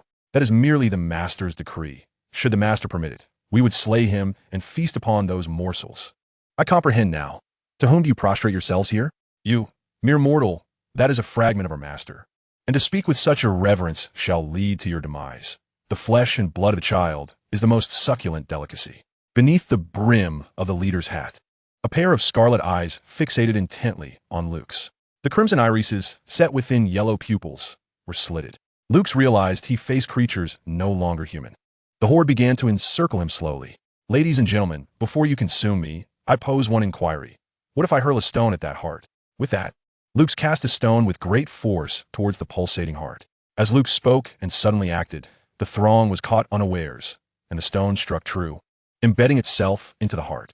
A howl of agony erupted from the sheep's skull. No! The leader screamed, his hand frozen in the act of grasping for the stone. It had morphed into something inhuman, fingers grotesquely elongated, claws replacing fingernails. Kill him. The moment the leader uttered those words, the assailants who had yet to pounce were met with a bullet to the head from Cardolin's revolver. Simultaneously, Lux brandished a desert eagle, intent on emptying the magazine, regardless of efficacy. However, the bullets inflicted little harm upon the creatures, who gradually shed their outer black robes, revealing forms that could hardly be deemed human. The visage beneath the hat was that of the villagers captured in photographs. Thus, these were indeed the villagers. They bared their fangs, some with flesh still clinging to their teeth, and at that moment, Lux connected the dots. The earlier mention of food indicated that the 3 slain by number 1 were genuine sacrifices, while the remainder were merely fodder to satiate their hunger. Chapter 12. Night Battle. Meanwhile, the monstrous horde had taken note of Cardolin, with some of them gradually advancing toward him. Yet, with the crack of gunfire, they fell one by one, each head punctured. The immense power of the Desert Eagle and revolver had burst their brains asunder. However, their wounds were visibly healing at an astonishing rate. Cardolin observed that all the monsters had temporarily lost their mobility, and he hurried to Luke's side. At that moment, Luke had already placed the heart and brain into the void. Strangely enough, these 2 entities still showed signs of life, even in the emptiness. As he gazed at the monsters lying on the ground, their forms reminded Luke of vampires, albeit a far cry from the vampires spoken of by the sorcerers. Just as Luke was about to crouch down for a closer inspection, a cacophony of sounds erupted nearby, interspersed with growls. Carl, do you hear any strange, beastly sounds? I believe they're emanating from that dark hole behind us. Cardolin pointed toward the cave obscured by straw. which he had discovered while stealthily moving to that side, but had not paid much attention to at the time. Luke drew forth his wand, recalling how an ancestor once envisioned a spell that could illuminate the entire sky with a flickering glow. Then, a wizardly flash burst forth, tearing through the night. The wand's radiance coalesced into a small orb of light before shooting out to illuminate the entire underground space and the dark passageway. As the darkness at the cave's entrance dissipated, both Luke and Cardelin gasped in astonishment. "Run!" Luke shouted, seizing Cardelin's arm as they began to sprint. Inside the cave, a swarm of the monster's offspring emerged, a veritable nightmare for those afflicted with claustrophobia. The two raced onward, while the small creatures crawled out of the hole in pursuit of Luke. In such a confined space, casting spells was utterly impractical. Cardelin inquired, "Don't you have any explosive spells? That would be far too perilous. If unleashed here, the entire underground chamber could collapse, and the destructive force would be overwhelming, potentially depleting all my current magical energy. So why can Gryffindor Simon cast mini explosions anytime, anywhere?" Luke mused, considering that perhaps Simon's wand simply refused to heed his somewhat embarrassing incantations. At this juncture, a thought struck Luke. Simon's explosive genius primarily stemmed from the collision and compression of magical energy. Luke retrieved his wand, slightly compressing his magical energy before inducing a collision. To achieve a certain degree of collapse, he would need to infuse a greater amount of magical power. "Carl, once I cast the spell, accelerate your escape," Luke instructed, then directed his wand upward to release the incantation. The spell struck the stone, and an explosion resounded as rocks began to tumble downward. Luke and Cardelin quickened their pace to flee, and to hinder the monster's pursuit, Luke unleashed several successive explosive spells. The cascading effects of the collapse directly impacted the ground above them, and cracks began to form overhead. The collapse had already initiated a chain reaction, which Luke decided was advantageous, as it would eliminate the need for constant explosive spells. The two dashed fervently toward the exit, while the smaller monsters were continually crushed by the falling stones, yet a portion still managed to keep pace. After Lux and Caterland emerged from the cave, the entrance had completely collapsed, obstructed by a pile of stones. Both of them were panting, having never run so frantically before.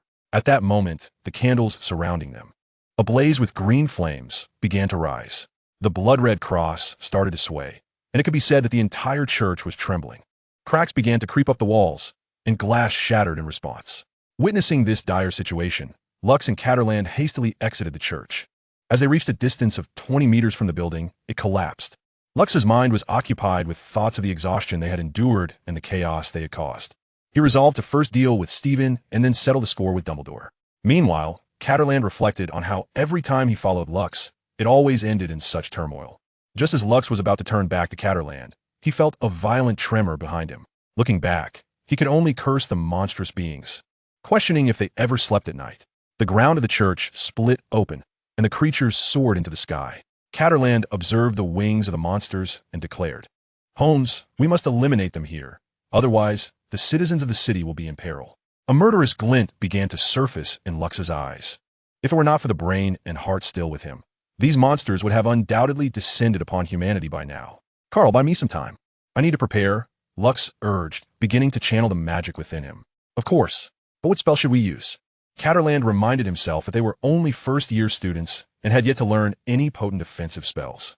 "Think of the spells I often mention, especially those related to fire," Lux replied, his silver and blue pupils shimmering with intensity. The great fire from decades past was certainly no accident. Caterland recalled the incantation Lux frequently uttered, Dumbledore's Path of the Fire God, a spell of significant destructive range. Caterland brandished his wand, positioning himself in front of Lux, and shouted, "Path of the Fire God." A torrent of red flames surged toward the monsters in the sky, incinerating some before they even had a chance to react. Caterland manipulated the flames, transforming them into a fiery bird that soared through the inferno, hunting the creatures.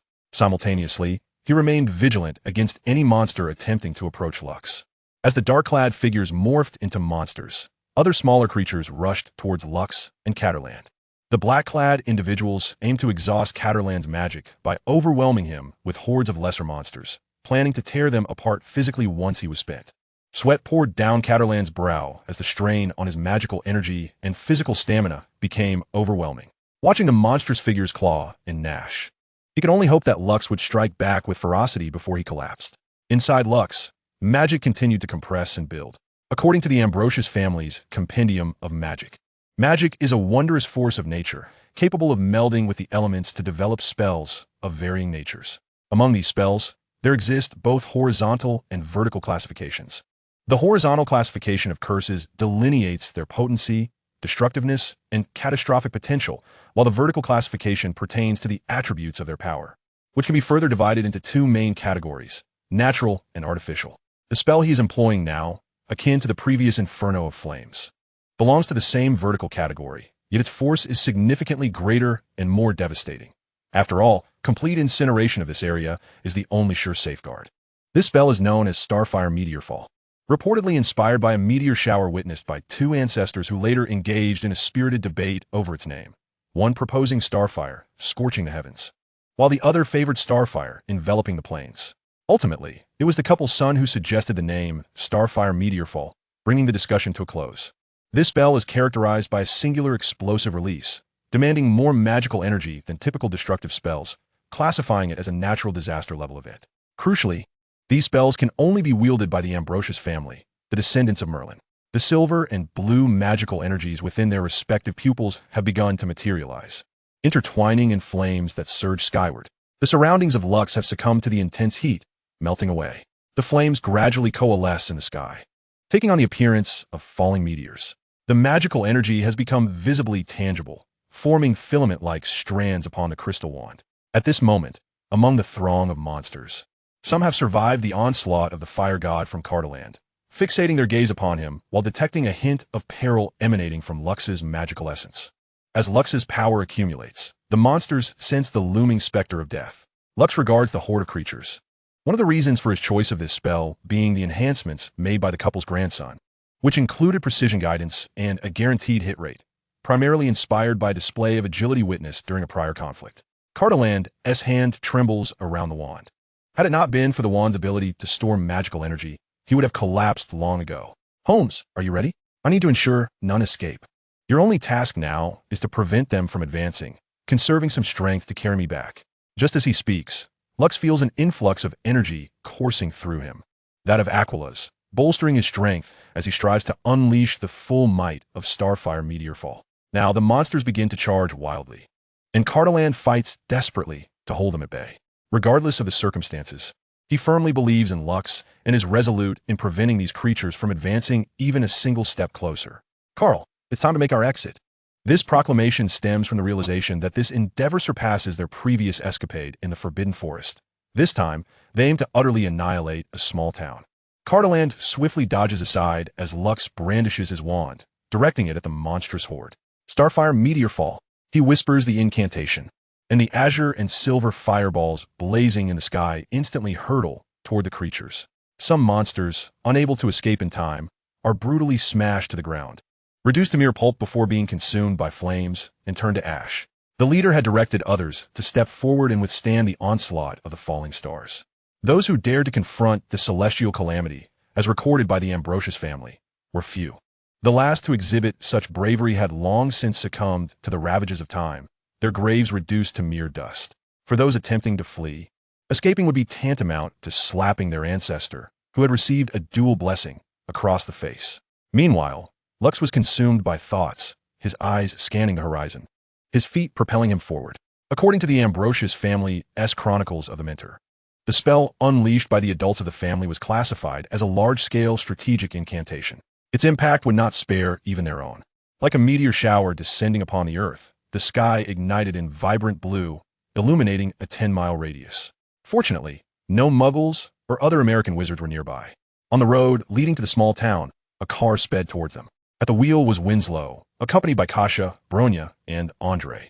They gazed at the sky in disbelief, aware of their distant cousin's formidable power, yet astonished by its magnitude. The last individual to wield such strength and wreak havoc across America was none other than Gellert Grindelwald. Meanwhile, another group was hastening towards the scene, and if their old acquaintances were present, they would be left utterly astounded. The emergence of the Saints once more signaled an ominous portent. The entire village of Wyland and the St. Yekasa Church had been utterly obliterated in the baptism of the falling stars. All monsters lay slain, save for the leader, who remained ensnared, reduced to mere ashes from the waist down, yet still possessed the strength to speak. Catarand assisted Lux as they approached.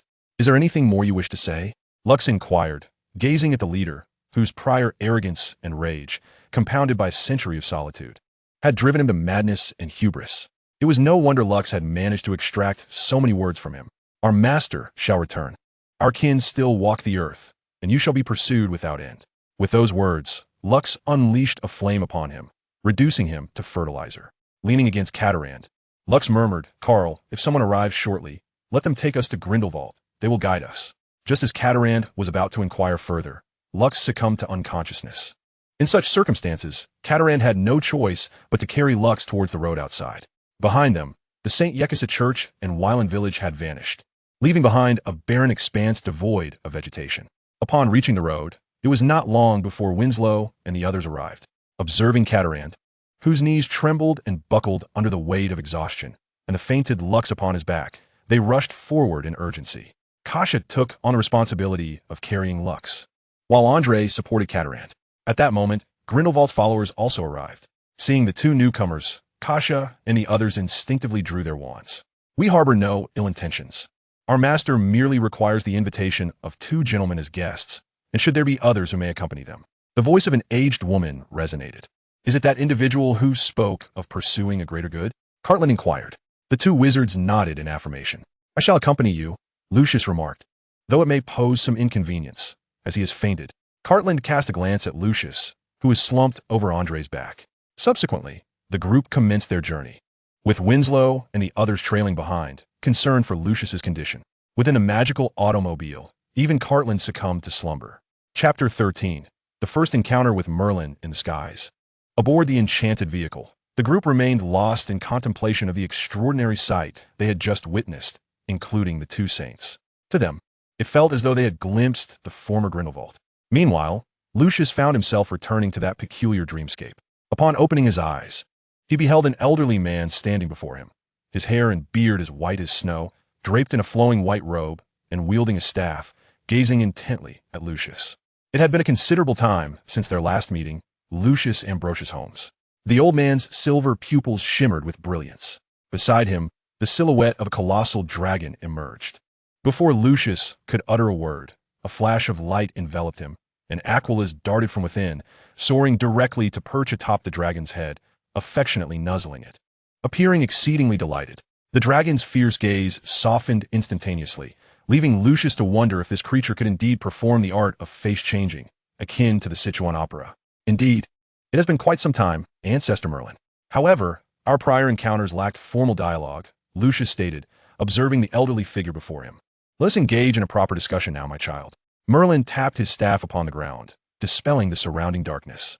Lucius realized that he and Merlin remained within the palace from their last encounter, with a ceiling adorned by a constellation reminiscent of a dragon.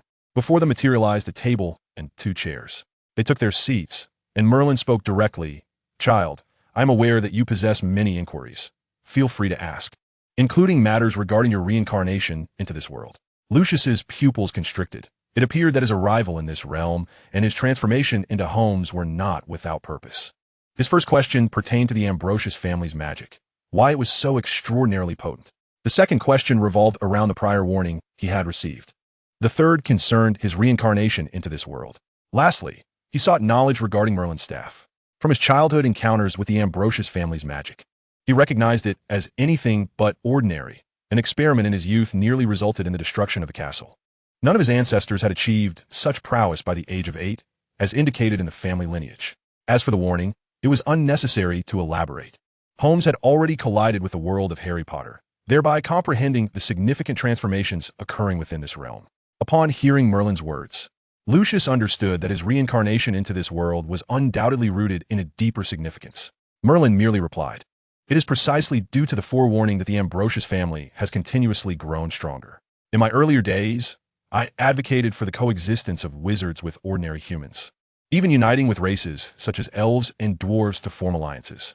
However, upon utilizing my destiny-oriented abilities, I discovered that this world is rife with suspicion and distrust, leading to the obliteration of all I had constructed throughout history." Lux pondered whether this forewarning was connected to a certain war. "Do you not already possess the answer within you?" Merlin gazed at Lux. "Yet, it is imperative that you seek the truth on your own. Is it not a matter of the possibilities of fate? Indeed, the possibilities of fate is a remarkably apt and illustrative expression. Merlin stroked his beard thoughtfully.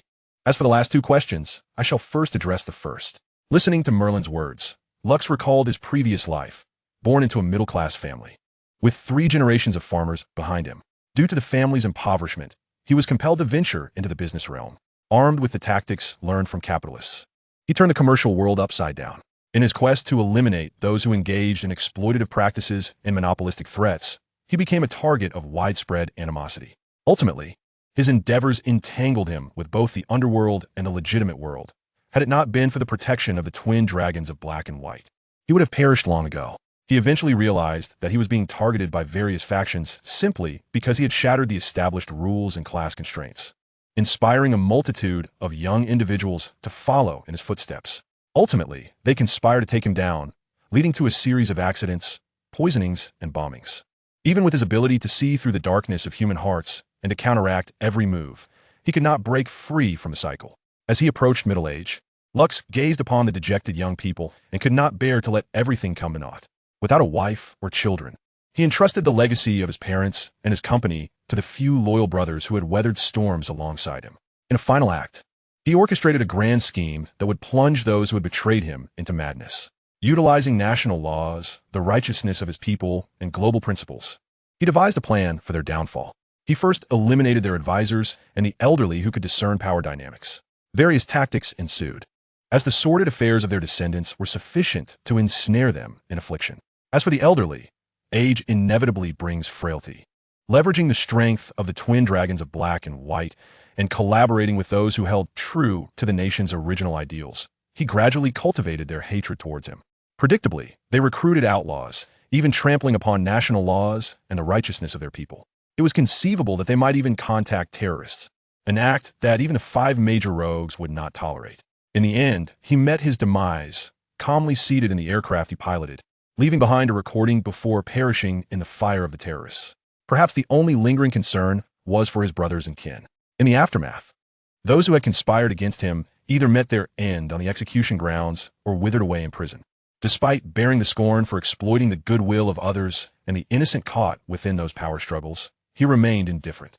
Returning to the present, Lux looked at Merlin and declared, "My rebirth into this world is not a mere coincidence, is it? Indeed, dear child, this world is not the one you once comprehended. Thus, it requires an extraordinary individual, and you are precisely endowed with such qualities. Why not the original person? After all, this vessel may belong to someone who once traversed this world's former path.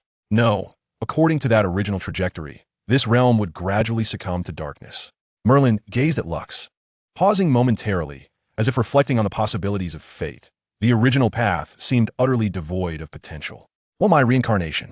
It was a deliberation with a deity from yonder realm that facilitated your rebirth, thus charting a new course for destiny. Lux found himself at a loss for words. Although he had once subscribed to the notion of deities as a race, the secrets uncovered in this world rendered such beliefs even more compelling. Yet, the exaggeration surrounding deities was excessive. The act of sending you to this world was merely a matter of natural progression. Whether in this life or the previous, you remain. For had you not reincarnated here, there would exist another version of you in the original world, while this world would lack a Lux. Upon hearing Merlin's words, he acquiesced. The matters of the past need not concern him, for returning was an impossibility. Lux's gaze fixated on the wand in Merlin's hand. As for the divine, even inquiries to Merlin's ancestors would yield no answers. It was best to seek out the legends regarding deities on his own. He recalled that Egypt possessed a tome known as the Golden Book of the Sun and the Black Codex of the Dead, artifacts of ancient magic intertwined with the Egyptian gods and sorcerers. Merlin noticed the intensity in Lux's gaze towards the wand, realizing that this was the appellation it garnered in later eras. Merlin's eyes shimmered with nostalgia for the passage of time. "This is merely my current staff. As for the Wand of Origin, it has long since rested within my coffin. Its power is something you must seek for yourselves." Leaning back in his chair, Merlin indicated that their journey was far from over. He then rose and regarded Lux, stating, "This place is the Matrix Palace, where you may freely contemplate and connect with magic. It is a creation born of the enigmatic illusions. And you, what are your essence? I am but a fragment of consciousness left here to guide the heirs of my lineage and yours. By the way, it would be prudent for you to review the family's magical doctrines once more. With that, Merlin vanished, and before Lux appeared the tome titled The Family's Secret History. The dragon also dissipated, and Achilles tumbled to the ground, glancing around in dismay before flying dejectedly to Lux's side. Lux offered a gentle consolation to the little creature before resuming his examination of the book. Speaking of which, the Ambrosius family's categorization of magic is notably stringent. Within the category of destruction alone, there are subdivisions: fortress, siege, and national warfare. Subsequently, in the annihilation category, there exists strategic, clan devastation, natural disasters, and world-ending levels. These classifications are determined by the upper limits of magic. The Starfall spell I previously cast was at the natural disaster level, though I had only unleashed a mere fraction of its potential, at most achieving a strategic level. As for the world-ending magic, I have yet to witness it. The page I turned is entirely blank, visible only to my father and grandfather. It is said that this is due to an inadequate level of magical power. According to Lux's research on Dumbledore and Grindelwald, the two can at most cast spells reaching the level of clan catastrophe. As for the dual socket, it has yet to attain the level of a natural disaster. Furthermore, the casting of spells of varying levels depends on the minimum capabilities of the caster rather than their maximum potential. Otherwise, one might exhaust nearly all their magical energy. For magic is intrinsically linked to life force. Depleting it entirely could affect one's vitality and even lead to death. As time gradually passed, Lux's magical energy slowly began to replenish. Nonetheless, he still needed to retain some magic within him. Subsequently, the Matrix Palace closed, and Lux leisurely opened his eyes, realizing he was lying in bed with those around him gazing intently at him. Cardillan stood nearby, leaning on his staff, having previously exhausted himself considerably. Lux's gaze traversed his cousin and uncle, landing on the elegantly seated elder. It was unnecessary to ponder who it was. It was Gellert Grindelwald. During the activation of the Starfall, relying on the predictive capabilities of destiny, he discerned that the first to seek him out was Grindelwald, with Dumbledore shortly thereafter. Eventually, the American Ministry of Magic arrived, only to witness the aftermath left by the Starfall. "It seems you are well now, Lux," remarked another elder who stepped forward, mouth full of cake. "No, I still have matters to attend to, dear Headmaster Dumbledore and Mr. Grindelwald." Lux's countenance was far from pleasant. Recalling the indignation he felt regarding his dual roles as the assistant to the headmaster and the head of the dueling club. One an old busybody, the other a cunning, proud schemer. When these two were together, trouble was inevitable. Lux rose from the bed, slightly unsteady, ultimately finding his balance with Cardillan's shoulder. He then slowly approached Grindelwald. "I have long anticipated our meeting, Mr. Grindelwald." Lux raised an eyebrow. "Splendid.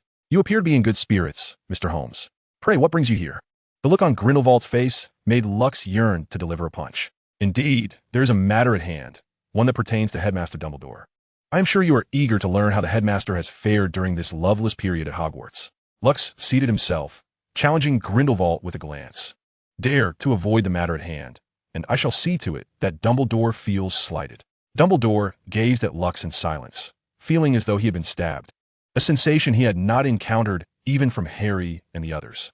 Grindelwald, observing the disdain and contempt Lux held for Dumbledore, erupted into laughter.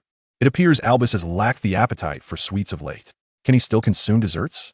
Why, to be honest, when Albus first mentioned you to me, I assumed you were unlike any other at Hogwarts," Grindelwald remarked, casting a knowing glance at Dumbledore. "First, I am not a foolish lion of Gryffindor. Second, even if I, like Newt, hail from Hufflepuff, I am certainly not one of Dumbledore's prize pupils."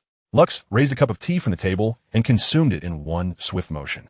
Grindelwald momentarily paused. He harbored no fondness for the impudent youth who had thwarted him, yet the lad before him seemed rather agreeable to his temperament. "Albus, do take a seat. I trust there are numerous matters for us to deliberate." Having said this, he gestured towards Lucius. "Your friends and family may listen in as well." Lucius nodded, inviting Cartland to sit beside him. "Are you not afraid of me, boy?" Grindelwald inquired, intrigued by Lucius's demeanor. "Afraid? What is there to fear from you? Save for the fact that you and Dumbledore have thrust me before the public, granting me power? That irks me. One intriguing lad. Why do you reject such power?" Grindelwald, having foreseen Lucius's visit and reflecting upon Dumbledore's letters which hinted at the boy's character, felt a twinge of mischievous delight. It was a question posed with feigned ignorance. At Lucius's response, Dumbledore rolled his eyes at Grindelwald. "I warned you of his temperament." "Very well, lad. I sought you primarily because there are matters that require your insight. After all, Only you possess the answers, particularly regarding the recent appearance of the shadows. Grindelwald's tone shifted from playful to serious. Lucius regarded Grindelwald. In contrast to Dumbledore's riddling ways, he preferred Grindelwald's more forthright approach. I have an inkling, but first, you must enlighten me as to why you, a failed radical, ceased your pursuit of the Deathly Hallows. The question left everyone stunned, with only Dumbledore's expression betraying the gravity of the moment. Grindelwald fell silent. This matter was a result of his own volition. Even Albus was unaware of it. Chapter 14. Grindelwald, after a moment of contemplation, Grindelwald remarked, "Lad, how did you discern this?" "It was not a matter of discernment, but rather observation," Lucius replied. The three present were lost in their thoughts. Dumbledore reflected on the past. Grindelwald pondered how to explain himself, while Lucius scrutinized Grindelwald, suspecting he had uncovered something significant back then. Seeing the two remain silent, Lucius interjected. "The Elder Wand rests with Headmaster Dumbledore. The invisibility cloak belongs to Harry Potter, and the Resurrection Stone, which is the Gaunt family ring, is in my possession." As he spoke, Lucius produced the Gaunt family ring, the stone's radiance momentarily entrancing Dumbledore, prompting Grindelwald to cast a complex glance at him. That event remained a regret in their hearts. Grindelwald initially sought only to teach Albus a lesson, yet Albus, the peacemaker, found himself in a precarious position with both sides. Ariana became the tragic victim of their conflict. Lucius stowed the Resurrection Stone away and awaited Grindelwald's response. Grindelwald sighed. "Lad, you are aware of that tale. I once discovered a place where the power of death would never be granted to a mere mortal. Since then, I have pondered the true purpose of these three objects. Ultimately, I ceased my search for the Deathly Hallows." Dumbledore was presently pondering the matter, feeling that the three Deathly Hallows were fraught with problems. The Grim Reaper relishes the act of harvesting lives. The Hallows merely serve as instruments for claiming the lives of the three brothers, Lucius remarked nonchalantly. Dumbledore felt a deep sorrow, understanding that Lucius's implication was that it was fundamentally a deception of the Grim Reaper. Grindelwald turned his gaze upon Lucius, stating, "Now, young man, you ought to enlighten me about the shadows and your purpose in that place." As a detective, he had indeed uncovered certain truths. With that, Lucius retrieved a heart and a brain from the void, placing them upon the table, causing a sense of numbness to wash over everyone present. "Fear not. These are not human organs. They resemble the remnants of some unknown species, possibly linked to vampires," Lucius quickly clarified, observing the varied expressions on their faces. Once the group had settled, Lucius divulged further details. "Someone commissioned me to investigate matters here in America, and I ultimately unearthed these. Did none of you notice these in your youth?" Dumbledore and Grindelwald shook their heads in response. "So, what exactly was that creature that attempted to kill you last night?" Dumbledore inquired. "I am uncertain. It does not appear to be a creature from our world, yet possesses some basic magical abilities. Further investigation is warranted, and I intend to consult with Newt Scamander regarding the nature of this creature," Lucius announced, producing an item he had taken from the crime scene. However, while Dumbledore focused on the object Lucius presented, Grindelwald fixated on the mention of Newt. Instantly, he recalled the young man who had thwarted his plans in France. Meanwhile, far away in England, Newt suddenly sneezed, bemused that he was still being thought of at his age. Lucius cast a disbelieving glance at Grindelwald, his eyes now filled with a mournful expression directed at Dumbledore. Dumbledore merely cleared his throat awkwardly and remarked, "What is this?" "It appears to be some sort of magical creature s innards." Grindelwald also regained his focus, turning his attention to the object. Lucius, feeling increasingly exasperated, wondered why they assumed he would know. Suddenly, he remembered that he still needed to investigate the shadows and deal with Stephen in relation to that Ellison would matter. "Headmaster Dumbledore, I believe you should take this item to your most cherished student. Perhaps he would be quite pleased," Lucius teased lightly, acknowledging the thrill of the situation. Grindelwald's gaze turned sharp, almost threatening, yet Lucius remained unfazed, sipping his water calmly. "Albus, there is no need for you to go. I shall undertake this task on your behalf and pay a visit to that young man. Newt, is it not?" Grindelwald's tone was oddly melodic, oscillating between light and heavy. Dumbledore glanced at Lucius with a vacant expression before turning back to Grindelwald, stating, "No, I shall go myself. You, Gellert, may remain here with this young detective, Holmes. Indeed, to uncover the shadow servants, we must rely on your followers, the power of the saints," Lux concurred. Grindelwald cast a quizzical glance at Lux. "Hey lad, they're also my people. Why should my followers lend their strength to you?" "Oh, right. I have yet to clarify the matter of the shadow servants," Lux responded, suddenly realizing. The shadow servants may be linked to Moriarty, and the mastermind behind this case is also Moriarty. Who is this individual? Is he more terrifying than Voldemort? Grindelwald chuckled lightly. To him, even Voldemort was merely a brute with power but devoid of intellect. Moriarty, although not James Moriarty, poses a similar threat. James Moriarty single-handedly constructed a criminal empire and instigated a world war. In the realm of magic, he is far more perilous than you, Mr. Grindelwald. Lux elaborated, his familiarity with Moriarty unparalleled. It was not merely through the experiences of his great-grandfather, but rather through the mental duels in the Palace of Thought that he had become well acquainted. So, according to your assertion, this individual appears to be a gem in Grindelwald's eyes. If only he had possessed such talent back then. Do not entertain such thoughts. James had already aspired to incite a world war in the Muggle realm. I have a premonition that this one seeks to ignite a cataclysmic conflict that encompasses the fate of all humanity. After all, he is a being created for this purpose. Lux warned Grindelwald, emphasizing the last point. Boy, give me a reason, otherwise I shall not assist you, Grindelwald declared. I understand that you have always desired wizards to live openly under the sun, without the need for concealment. However, the world of mankind has transcended the age of cold weapons. In this era, the devastating power of thermonuclear weapons is sufficient to obliterate a small nation, especially now that major Muggle powers harbor mutual suspicion. If wizards were to wield immense power in front of ordinary Muggles, they might once again face persecution and extermination. Lux was acutely aware of the horrific nature of human desire and suspicion, which, when magnified, could lead to the trampling of laws. Furthermore, now that a potential harbinger of darkness capable of overturning the world had emerged, would you tolerate his growth? Lux fixed his gaze firmly on Grindelwald, confident that this proud dark wizard would make the right choice. From this moment forth, the saints shall heed your command, lad, Grindelwald instructed, silencing his subordinate with a glance. After all, only individuals like Grindelwald and Dumbledore would believe such matters. Their abilities were evident, and the truth was clear. Others lacked their long-term vision. Later, Lux and Dumbledore speculated about Ilvermorny joining the Triwizard Tournament. You sought out the headmaster of Ilvermorny, didn't you? That is why it proceeded so smoothly, Lux remarked, feeling his fondness for the old wizard dwindling. Dumbledore nodded. I believe you, Lux, with your intellect, should have deduced this. You did well, but such actions should not be repeated in the future. Moreover, regarding matters of the Ministry of Magic in America, I entrust you, the esteemed White Dark Lord, to address them. I trust they will afford you some respect. If all else fails, perhaps you could bring along Mr. Grindelwald. Lucius's words caused the others present, save for Dumbledore, to stifle their reactions, with only Dumbledore's wounded spirit resonating in agreement. The blend of mockery and a plea to clean up the mess left Dumbledore preoccupied with thoughts of hastening his return to England and the commencement of the school year. Subsequently, Lucius and Caterland departed with Winslow and the others, leaving Dumbledore to converse casually with Grindelwald. This young man is bolder than I had envisioned, and his power may already rival our own. Albus, Grindelwald remarked, reclining in his chair with his eyes closed in contemplation. Gale, I find myself troubled. Uncertain if our actions are justified, Dumbledore confessed.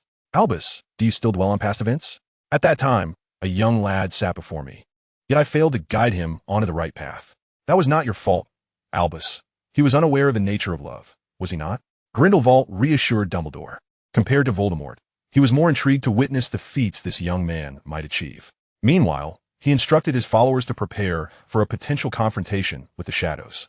Though he had not yet descended from his tower, he pondered the necessity of stepping out for the sake of the boy. Dumbledore could only hope that this choice would not lead him astray. Returning to Lucius's side, he inquired, Cousin, how did you come to know of my presence with Caterland? There must be some detail he had overlooked, for how else could his relatives ascertain his whereabouts?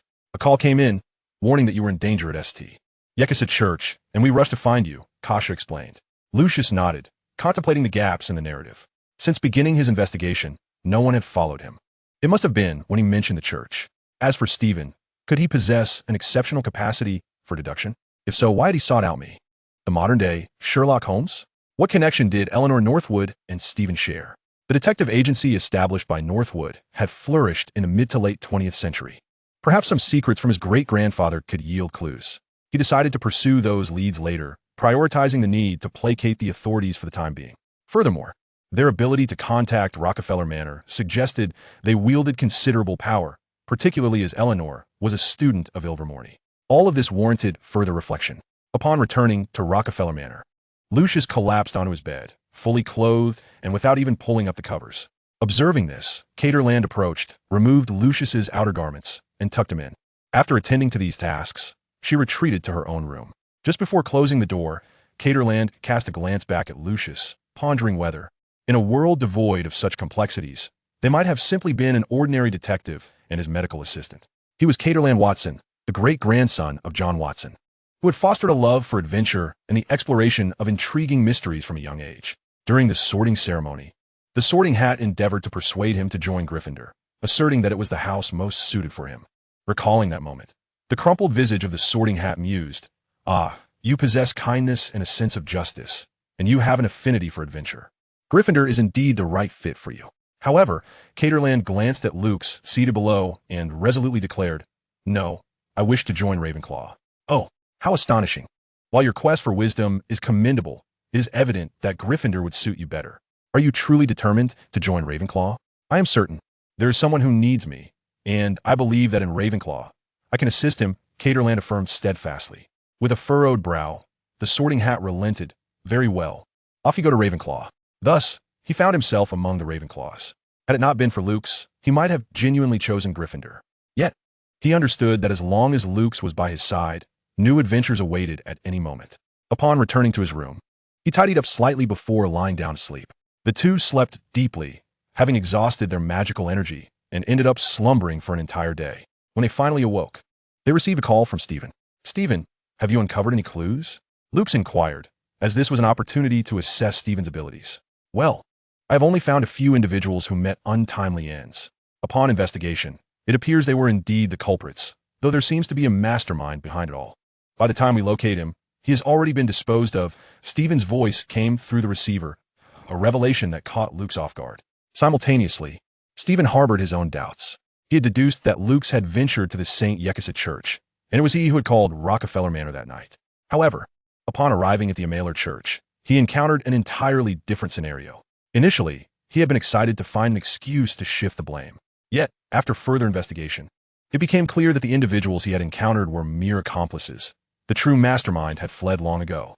Upon deeper reflection, everything felt amiss, as someone had orchestrated a scheme that ensnared both him and Holmes.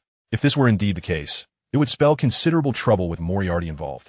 After all, he was well aware of the magnitude of the traps Moriarty had laid in the past, although the police were now able to provide explanations. The politicians seemed intent on drawing a line under the matter, which was utterly disgraceful. Even the American Ministry of Magic sought to downplay the situation. Ultimately, they could only place their hopes on Holmes. Otherwise, the matter concerning the Shadow Walker would prove difficult to resolve. Chapter 15. Return to England subsequently. Luke's entrusted the remaining tasks to Stephen, planning to meet once more before departing. Both parties hung up the phone, each with their own thoughts. Luke's reclined on the sofa, realizing that the case had exceeded his expectations by far. Moriarty's involvement indicated a larger game at play. Even if the murderer had been identified, the underlying motives remained elusive. However, whether this Moriarty bore resemblance to James Moriarty was a question fraught with uncertainty. Allowing such monstrous figures to take action seemed beneath even him, the detective. There must be a deeper, more sinister objective at work. The only discernible path lies in sacrifice. However, the tenets of Satanism are scarcely documented. Crime has become the new fashionable allure. Although this sentiment was articulated by Irene Adler, James concurs wholeheartedly. It is evident that he has fallen prey to Moriarty's machinations. Presently, Luke's sole concern is that Moriarty may not seek mere criminality. If he were a bloodthirsty, murder-addicted individual, it would spell trouble. At the tender age of 10, Luke had delved into the psyche of murderers, particularly those who were serial killers. Unsurprisingly, he arrived at the conclusion that murder is an addictive act, whether executed with a firearm or a blade. In the natural world, humans, akin to predatory beasts, possess a genetic hunting instinct that incites madness at the sight of blood. Dark magic in the wizarding realm can warp a wizard's psyche. Should this Moriarty embody both traits, he would be more formidable than Voldemort. At least Voldemort was governed by fear and pride. A rational psychopath would truly be a cause for concern. Later, Luke placed a call to Rain, who was far away in England, urging him to investigate any peculiar occurrences in the country, while keeping a close watch on France. Luke harbored a foreboding intuition that this incident was far from over. 5 of the 7 deadly sins remained unaccounted for. This was not a mere imitation of previous cases. but rather a fervent obsession and pursuit. However, when Rain answered the phone, Luke found himself at a loss for words. His brother was lamenting about bread, which he had done on a previous occasion. Yet, he was undoubtedly scheming to procure some money for sustenance. As Luke had surmised, Rain was indeed surrounded by delectable food. After conveying the necessary information, Luke received fresh news from Rain. The flower fairy, Jihad, had been apprehended by the Aurors, and the details of his crimes had been thoroughly ascertained. The only lamentable aspect was that this fool had applied for a position teaching defense against the dark arts at Hogwarts. His arrogance was boundless. One must ponder whether he possessed the requisite ability for such a role. It remained uncertain if Dumbledore would consider seeking Remus Lupin for the professorship. However, Luke's conjecture was misguided. At that moment, Dumbledore, within the confines of Hogwarts, was listening to Professor McGonagall's reports and contemplating whether to appoint Luke as a substitute professor for the first 3 years, leaving the latter 4 years to Snape. Just then, the door swung open, and Snape entered. "I heard the new applicant has been arrested by the Aurors," he stated in his familiar tone, devoid of mockery, yet lacking some of its usual flavor. Dumbledore and Professor McGonagall were well aware of Snape's intentions, for he had coveted that position for quite some time. The three of them engaged in conversation, the details of which remained unknown. All that was apparent was Snape's rigid expression upon exiting, while Dumbledore appeared resigned. He could only hope that the older students would not hold his decisions against him. Unfortunately, Snape's mind was already racing with plans for the defense against the dark arts curriculum for those upperclassmen, as well as the potions syllabus for the younger students. Upon returning to America, Lux and Cardelin found themselves with rare moments of leisure, taking the opportunity to indulge in some exploration before the results were revealed. Simultaneously, the remaining sum of $150,000 had finally arrived. A few days later, Lux and Cardelin were set to depart, as it was already mid-July. Edging towards late July, the actions of the Saints had commenced, being closely monitored across various nations to thwart any movements of the shadows. Meanwhile, the French Ministry of Magic appeared to be struggling, the aftermath of war leaving its scars. One day, Lux and Cardelin awaited Stephen's arrival at a restaurant. Stephen arrived, punctually greeting them with, "Gentlemen, it has been quite a while. I hope all has been well?" "Of course, all is well, except I have 2 questions," Lux replied, blinking as he aimed to discern the true nature of this individual, curious if his abilities matched his conjectures. "Pray tell, Mr. Holmes, what are your inquiries?" Stephen inquired, blinking back. "First, are you not at all curious about our recent itinerary and why I did not visit the scene of the crime?" As Lux posed his first question, Stephen responded without hesitation, "Mr. Holmes, you have already disclosed the location of the murderer, and it would be rather inconsiderate to intrude upon your rest further." A smile graced Stephen's face. His response seemed logical, yet Cardelin was not convinced. Lux observed Stephen closely. Those familiar with the Holmes family understood that during an investigation, Sherlock Holmes was always involved until the perpetrator was apprehended. "Ah, I see. Now, for my second question, Stephen, you must be aware of Elisono's Wood. What is her relation to you?" Lux sought to probe, harboring an outrageous theory that Stephen might actually be Ellison herself. Disguising oneself as the opposite gender is relatively discernible in adults, and even at 16, appearances could give one away. However, at merely 13 years of age, identifying him was a challenge, as Stephen appeared to be no older than 12. Would he need to sneak a glimpse while others were bathing or using the restroom? Lux fixed his gaze upon Stephen's eyes, hoping to extract any hint of information. Yet, apart from a fleeting pause, confusion, and contemplation, nothing was revealed. After a moment, Stephen replied, "Oh, Miss Alice is the daughter of my superior, and I am under her command. Then it was she who penned the letter?" Lux pressed further. "Indeed, she has read numerous biographies about your great-grandfather, Sherlock Holmes, and inquired about you, even reviewing your published academic papers." Stephen's words were astutely crafted, leaving no room for doubt. Lux had initially sensed that he was concocting an identity, but it now appeared he was merely seeking to provide a reasonable explanation. As their conversation meandered, Stephen inadvertently mentioned that the case seemed to have religious undertones, as if he were attempting to shift the blame onto himself, perhaps wishing to remain uninvolved. However, he added, "I have heard rumors of recent terrorist activities occurring in America." Luke directly stated, "Of course, this matter is false. The terrorist attacks in America, known as 9/11, occurred in 2001, and it has been a decade since then. If Stephen is indeed a wizard, he should be familiar with the Saints and the Shadows. Naturally, the terrorists Luke referred to are the Shadows." "Luke, are you jesting? How could there possibly be terrorists here?" Stephen replied with a laugh, as if he truly believed Luke had made an absurd joke. At that moment, Luke was certain that Stephen was a wizard. Furthermore, the name Stephen Strange was indeed a pseudonym. Previously, He had shifted his approach and asked his cousin to investigate whether there existed a Stephen Strange within the American magical community. The result was that no such wizard could be found in the magical realm. If Stephen were not a wizard, his responses would have originated from the current state of the Muggle world in America. It is essential to recognize that modern terrorists are only just emerging. To put it plainly, they exist in nearly every part of the world, albeit with less significant threats than those that followed. Thus, nations believe them to be merely a new, small faction. It was not until the 9/11 Twin Towers incident that countries began to take terrorism seriously, launching campaigns to eradicate terrorists, prioritizing lethal responses upon detection. Moreover, those involved in the Golden Triangle can only be classified as local armed groups and drug traffickers. A far cry from terrorists. Terrorists are defined as individuals brainwashed by various ideologies, engaging in a series of actions that jeopardize societal and national security and are fundamentally inhumane. Even the saints, who once acted for a greater cause, can only be labeled as radical reformists, as they had yet to reach the level of terrorist acts.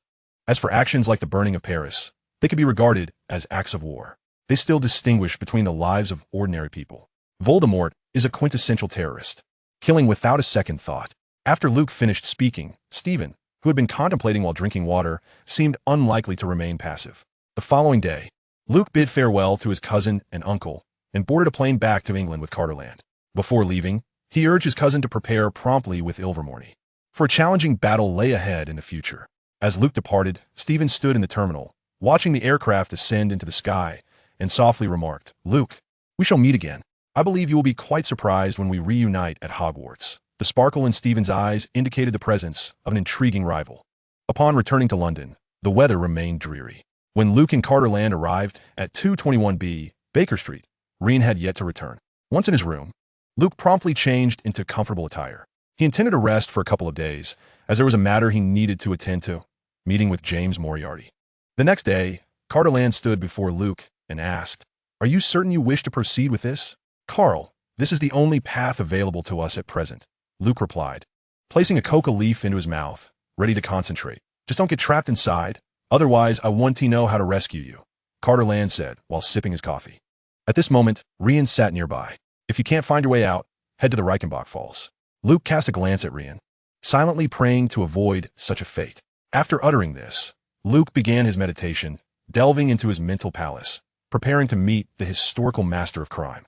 As the mental palace began to take shape in Luke's mind, outside, Catterland and Rian engaged in conversation. "What do you think will happen to Luke this time?" Catterland inquired of Rian. "I don't know. The last time he entered like this, he lay bedridden for a week afterward." "He is not Sherlock's ancestor," Rian replied, pausing. Catterland understood. It was always their small group who inherited their ancestors' talents, yet many abilities still paled in comparison to those of their forebears. For Luke to defeat James Moriarty at this age, he would need to surpass Sherlock Holmes in the present. Luke opened his eyes to find himself in a grand palace, resembling a castle hall. In the center sat a middle-aged gentleman, dressed elegantly, exuding the air of an elder. Yet Luke recognized him as Professor Moriarty. "After years, you have finally returned," Moriarty remarked, manipulating both white and black pieces on a chessboard, engaged in a solitary game against himself. A rematch of a crucial game lost to Sherlock Holmes. Luke gradually took a seat opposite him. "Speak, and out of respect for Sherlock, I shall provide you with answers. However, the rules remain unchanged," Moriarty stated. Luke began to play, taking the white pieces. "There is another, also named Moriarty." Moriarty paused, disbelief etched on his face. "That is impossible. I have no descendants, no children. I assumed you wouldn't be surprised. Such occurrences defy reality. Why would I have reason to believe it?" Moriarty fixed his gaze on Luke. Magic, sorcery, and forces not of this world are now revealing their claws upon this chessboard. Luke pondered the strategy of the game. Moriarty moved a black piece and said, "Elaborate. A case of the 7 deadly sins, with an unseen force and race behind it. Involves satanic cults that had begun to lurk since the 18th century. The final clue was the letter left at the crime scene, along with the name Moriarty, spoken by the perpetrator." Luke produced a photograph, the letter inscribed in mysterious blood at the scene, placing it before Moriarty. Moriarty examined the letter in the photograph, recognizing it as his own style of writing, though it was evident that someone else had penned it. "Tell me more." Moriarty's eyes gleamed with intrigue. This was, indeed, fascinating to him. If someone were committing crimes under his name, even if he was merely a figment of this young boy's palace, he possessed the capacity to eliminate that individual. After all, the weight of the name Moriarty is self-bestowed. Shortly thereafter, Lux began to recount the details of the case, yet some matters were unnecessary to articulate, given James Moriarty's capabilities. He would infer certain aspects without them being explicitly stated. Chapter 16. A thorny dilemma. This encapsulates the entirety of the events. Lux narrated everything to Moriarty, yet he remained unable to outmaneuver him in this game. This fellow resembles me in many ways, but there is one stark difference. His efficiency in killing far surpasses mine. He does not measure the worth of lives by their utility. Moriarty gazed at Lux, who had lost the game. Lux compared their situations and surmised that Moriarty would find himself in a more precarious position. He referenced the influence of those individuals on his own strategies, suggesting he had learned from the case involving Adler. I have conveyed all that I can, but now, can you still make your exit? A mysterious glint flickered in Moriarty's eyes as he captured Lux's white king with one of his pieces. This is my mental fortress. Yet, I remain here alive. In an instant, Lux drew a pistol, aiming it at Moriarty. But I am here to eliminate you. Moriarty remained unfazed, resting his chin on his hands. You know that here, you cannot kill me. You perished at Reichenbach Falls, falling alongside my great-grandfather. Lux's emotions surged. So what? It was you who confined me to this memory palace 3 years ago, merely to hone your own skills and surpass your great-grandfather, Sherlock. Lux stood, pressing a black handgun against Moriarty's forehead. You understand this is futile. I will exist here until you succeed, and I shall not vanish. Your absence for 3 years is a testament to your fear. Now, will you continue to flee as a coward, or will you confront me and face repeated defeat? Moriarty's low tone questioned Lux. I will vanquish you, just as my great-grandfather once did. Lux fixed his gaze unwaveringly on Moriarty. You do not match your ancestor, yet now. You ought to contemplate your escape. Moriarty exhibited no trace of fear, remaining composed. This is my mental fortress. You shall dwell here until I defeat you. I am curious to know if you will fear death when confronted with it. However, for me, in this place I need not fear. With that, Lux aimed the gun at his own temple and pulled the trigger. Bang! Lux opened his eyes, gasping for breath, realizing he was still alive in reality. Cartland stepped forward to support Lux. Are you feeling unwell? No, Carl. Merely the sensation of dying once is rather unpleasant. Death within the mental palace can resonate with the physical body, though not everyone can achieve the extent that Lux has. You killed yourself inside and then emerged? Lux nodded. He could only escape by doing so.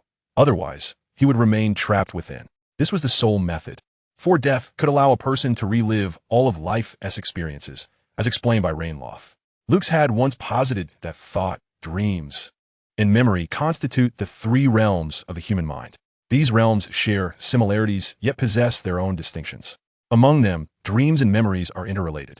Dreams are creations of humanity, born from emotions and tangible realities. Moreover, this realm may serve as a conduit connecting parallel worlds.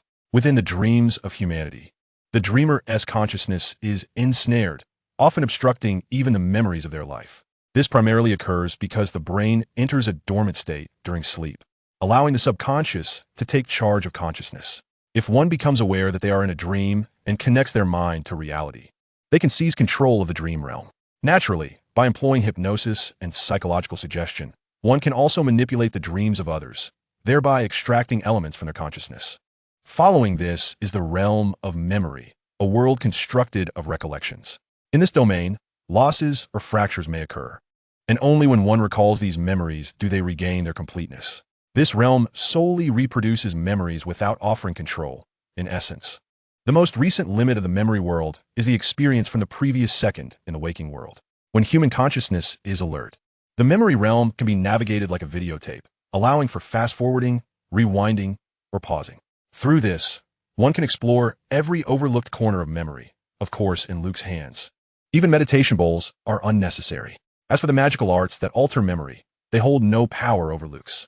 He once conducted an experiment revealing that ordinary memories are governed by their owner. Thus, modifying memories proves ineffective. And even the forgetfulness spell merely offers a temporary erasure of the memory. It is not permanent, as evidenced by Jacob, that mortal body which withstood the spell. Luke speculated that certain spells could be resisted by sheer will. Finally, the realm of thought emerges as humanity's most precious domain. Here, one delves into philosophy, civilization, academia, art, and truth, or engages in boundless imagination, epic inspiration, visions of the future, and the birth of the fantastical. Even the dualities of human nature manifest within this realm. The application of the realm of thought has allowed human civilization to radiate with unprecedented brilliance, yet can also give rise to a series of absurd existences. The Palace of Thought was born from such a realm of cognition. However, not everyone possesses the ability to construct a Palace of Thought. Its establishment requires exceedingly stringent conditions. This is because the Palace of Thought indirectly employs the realms of memory and dreams, necessitating a profound conceptualization of time and space.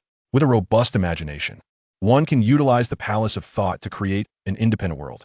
In such a context, Lux fashioned a world uniquely his own, reminiscent of the 19th century, where he supplanted his great-grandfather and confronted James Moriarty. The motive for all these endeavors stemmed solely from his former weakness and incapacity. In pursuit of surpassing the achievements of his great-grandfather, Lux endeavored through various means, yet ultimately faced failure. Even by the time Cartland discovered him, Lux had already collapsed to the ground. For the subsequent 3 years, Lux refrained from entering his mental palace. Cartland assisted Lux to a sofa and graciously offered him a glass of water. What insights did you glean from him?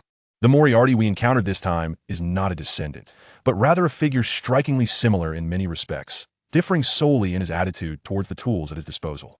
It would be more accurate to describe the previous case not as a mere sacrifice for preservation, but as an elimination of rivals. Upon finishing his drink, Lux clarified many thoughts. So, is this individual an imitator, an admirer, or perhaps a scion of his lineage? Cartland mused. That seems implausible. After his demise, my great-grandfather, McCock, concluded matters. Moriarty was an orphan, having lost his parents at a tender age. They were but a family of 3, devoid of any relatives. Coupled with his school friends and later experiences as a university professor, few recognized his criminal empire. Under the covert pursuit of Luke's great-grandfather, all his remaining followers were apprehended and sentenced to death. None survived. Unexplained.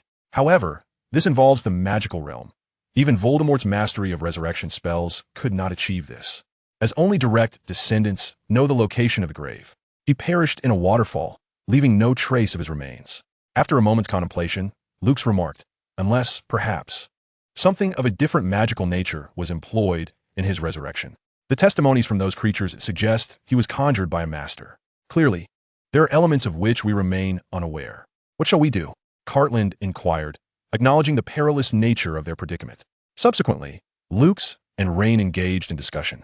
Cartland ascended from downstairs with a newspaper and settled onto the sofa to peruse its contents. Upon encountering a particular article, he remarked, Lux, there's both good and bad news here. Lux approached, glancing at the newspaper Cartland handed him. The information within rendered him momentarily dazed. The most notorious drug lord of the Golden Triangle met an inexplicable demise, with thousands of armed men suffering horrifying fates, allegedly torn apart by beasts. Delving into the details, it revealed that the drug lord's eyes had been gouged out and utensils were laid before him. With a knife and fork in hand, Lux now comprehended. They were beginning their operations globally, and that date merely misled them in the wrong direction. For more must perish before he would cease. He was scouring the globe for targets, and the shadows of those monsters loomed everywhere. Setting the newspaper aside, Lux slumped on the sofa, acutely aware of their actions, yet feeling powerless to intervene. Rain approached, took the newspaper, and glanced at it, acknowledging the futility of the situation. According to Luke's previous descriptions of the case, identifying one individual among over 6 billion people worldwide, while correlating with the 7 deadly sins, seemed utterly insurmountable, unless one could protect every single soul. Rain, expedite Dunk's ascension. We must engage the Ministry of Magic. Once the school term commences, I shall accompany Dumbledore to attend the Wisengamot. We find ourselves in a position of passivity, and I trust the various magical ministries are quite beleaguered. Lux rubbed his brow in contemplation. What do you imply? A United Nations of the magical realm is evidently requisite. Reen harbored no objections. After all, witnessing the magical community in such disarray had long inspired a desire for reform. The title of political steward in Britain is not bestowed lightly. In the subsequent days, Lux diligently perused archives at home, particularly those concerning Northwood. Ultimately, he uncovered information regarding Northwood within a solitary document, the 1884 dossier on the mysterious sea. It was within this case that Sherlock encountered the Northwood Agency. This mysterious disappearance case transpired in the northeastern maritime region, where countless locals and tourists vanished, and even many detectives who followed suit subsequently disappeared. Upon learning that the British detective Sherlock Holmes had arrived, the case was resolved, leading to the culprit's demise beneath the waves. Thereafter, no further disappearances were reported. Among the missing detectives was one from the Northwood Agency, which, 20 years later, was entirely disbanded. The Northwood Agency seemed to revel in engaging with enigmatic supernatural cases, and that particular maritime incident appeared to be one such case. If the re-emergence of the Northwood Agency is indeed connected to the matter of the 7 deadly sins, it becomes understandable. Individuals associated with the agency had also appeared in the mystery of ancient Egypt, yet the specifics remain elusive. Only his great-grandfather had mentioned that Northwood would personally attend, though they never met. Thus, it seems the matters concerning ancient Egypt have now secured the next extended holiday. Knock, knock, knock. Luke's turned toward the window, where an owl perched, tilting its head inquisitively. It bore a letter, likely news from Dumbledore. Luke's opened the window, allowing the owl to enter, offering it a morsel of bread before he began to read the letter. I have ascertained the nature of the creature's insides through Newt. It is a magical beast from millennium ago, an exceedingly perilous species. It is believed to have become extinct around the 9th century. Yet the specimen you presented perished only last century. Furthermore, due to the vacancy in the dark arts defense professor position, I hope you can substitute for the 1st through 3rd year students. Additionally, at the commencement of the term, please assist in guiding the new students. Dumbledore. Luke's eye twitched. That old bee had set his sights on him. With a flick of his wrist, blue flames ignited, incinerating the letter to ash, and he activated his port key, teleporting to the headmaster's office at Hogwarts. Upon his sudden appearance, in a state of furious indignation, even the cockroaches momentarily forgot to scurry. What brings you here, Luke's? Certainly, I have matters to address. What you call hope is nothing more than a command. Luke's articulated through gritted teeth, his tone deceptively calm. Dumbledore paused, then replied, No. My child, you are the assistant headmaster, and your capabilities are indeed well suited for this. Thus, these 2 matters are both your duties and your training. Assistant to the headmaster? Dumbledore nodded. My responsibilities and training. Again, Dumbledore nodded, feeling that this tone sounded vaguely familiar, as if he had heard it somewhere before. A certain dark wizard from Newgateman sneezed, undoubtedly because Albus was pondering him again. You had better remain silent. Having already caused trouble for Professor McGonagall, now you wish to trouble me, the assistant to the headmaster? Snape cannot teach both the advanced and the junior defense against the dark arts classes, can he? You must be aware of how long he has coveted this position. Are you not afraid that one day he may concoct a potion that renders you incapable of tasting sweetness, leaving only bitterness to endure? Furthermore, do you not realize that the proficiency levels in dark arts vary greatly among students of different grades? I wager that once Snape learns of my appointment, he would wish to cast the killing curse upon me. You have ignited countless barrels of gunpowder. No, you have dropped an atomic bomb. Who knows what monstrous feats Snape will perform during the dueling club demonstrations? Luke's suddenly felt a surge of exhilaration, while Dumbledore appeared somewhat breathless. Chapter 17. Assistant to the Headmaster. The Worker. The atmosphere in the headmaster's office was palpably tense as Dumbledore continually evaded Luke's gaze. My dear child, forgive me. I am an old man. You may be old, but you are not dead. Your desk is so immaculate. And what about that heap of cockroaches in your drawer? Do not tell me you have offloaded all your work onto Professor McGonagall. In response to Luke's remarks, Dumbledore replied earnestly, I have too many responsibilities, so I must delegate some tasks to Minerva. Luke's found himself at a loss for words. Could you at least put some effort into your lies? He sat down and took a sip of the red tea on the table. Luke's, my child, I beg you. With the position of the dark arts professor vacant, it would be most advantageous for you to take it. Dumbledore winked. Luke sighed. Very well, I have no objections. But you must not interfere with my teaching curriculum or my methods. Dumbledore nodded, reassured that Luke's would likely not cause any unforeseen incidents. However, unbeknownst to Dumbledore, Luke's intended to impart his acquired knowledge to the students, offering a fresh perspective to the 3 houses, aside from Hufflepuff. Luke's rose to leave. Wait a moment, Luke's. Here is a list of new students that requires your guidance. Thank you very much. Dumbledore handed the list to Luke's, who promptly teleported away with it. The youth of today truly are impatient. Oh well, I shall continue with my pile of cockroaches. No sooner had he thought this than Professor McGonagall entered. Dumbledore, Wisingamot requires your presence. Dumbledore reluctantly set aside the pile of cockroaches and prepared to organize the meeting. In reality, it was merely a minor matter regarding the establishment of the death penalty. To the human society, it may seem trivial, yet it holds great significance within the realm of magic. Long ago, following a decline in the number of wizards, the death penalty was abolished. Upon his return to 221B, Baker Street. Lux gazed at the list handed to him by Dumbledore. The name Luna Lovegood instantly captivated his attention. Luna, the eccentric daughter of Ravenclaw, bore a name derived from the moon goddess, symbolizing purity, although often labeled as mad by society. Her eccentricity possessed an element of innocence and individuality when juxtaposed against the norms of the world. Lux found himself intrigued by her, whether it be her tales of unknown creatures or her peculiarities. He even speculated that Luna's condition might be connected to her late mother.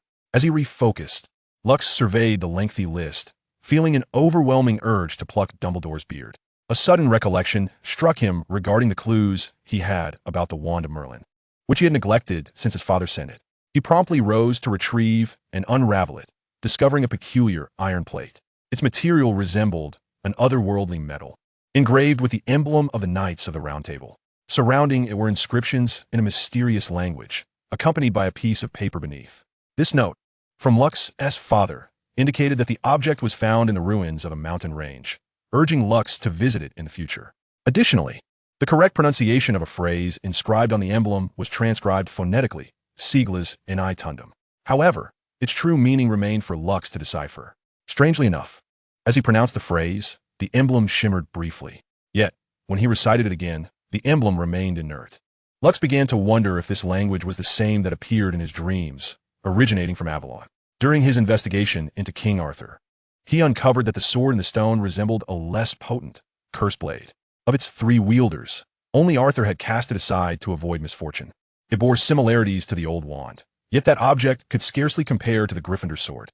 The true sword of Arthur was the Sword of Kings, a divine blade forged by the elven race in Avalon. This sword also symbolized dominion over the British Isles and Avalon in legend. Lux prayed that when he ventured to the mountain ruins, he would not encounter any malevolent forces, hoping it was not the palace of the Mountain King. In the days that followed, Lux practiced magic alongside Catterland and Rian. By the end of July, he learned of the 7 deadly sins that had unfolded in other countries, gradually impacting the wizarding community, particularly as one of the deceased was a wizard. This news spread through the magical realm, inciting panic. For Rian, such occurrences represented a prime political opportunity, as the deceased were deemed deserving of their fate. On this day, Lux prepared to guide the new students as part of their home visits. He also sent Catterland away to practice potion making, specifically concocting a potion that would induce a loss of taste. As for whom to gift it to, at that moment, Catterland appeared utterly speechless, while Lux chuckled lightly. Meanwhile, Dumbledore, who was convening a meeting in Wisnagamore, sneezed. Shortly after, Lux donned a short-sleeved t-shirt paired with a hoodie and fitted black trousers adorned with red patterns, before embarking on home visits to several Muggle families. After all, wizarding families typically posed no issues, even if they did not attend Hogwarts. They would likely enroll in other magical schools, unless their parents forbade them from attending school. Upon stepping outside, Lux suddenly recalled, "Goodness, this Dumbledore has me working for free again, without a single galleon in compensation. It seems that if one does not pay, it somehow circumvents the definition of child labor." It appeared that the potion required refinement. Losing the sense of taste was unacceptable, as one should only perceive bitterness. Otherwise, it would be a disservice to Dumbledore for putting himself in such a predicament. He planned to seek collaboration with the oily-haired bat, confident that he would relish affording Dumbledore such an experience. The first child he encountered was a little girl named Elena Patrick. He hoped she would be a delightful child, and that her parents would possess a modicum of reason.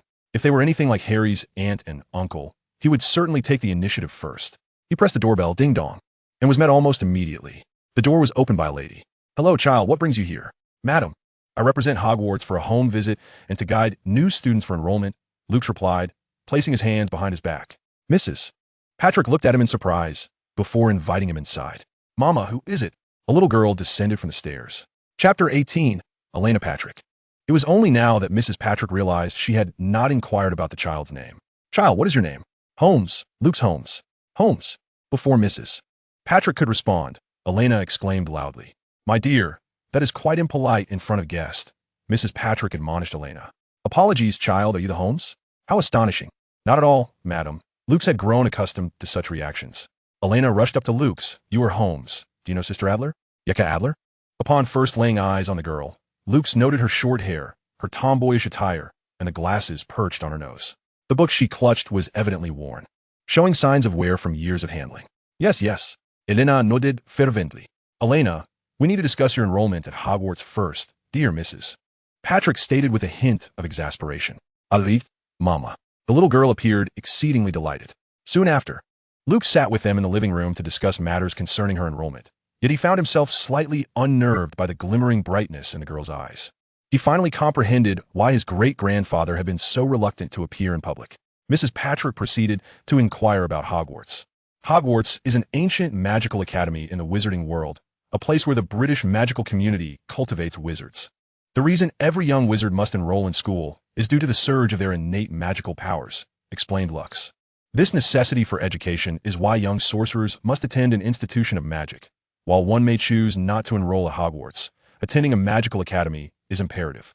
So, can I learn magic to become a detective wizard? Lux turned to the little girl, her eyes sparkling with curiosity, and felt an inexplicable pang of guilt. He nodded slightly, as she reminded him of a golden retriever, or perhaps a Samiette.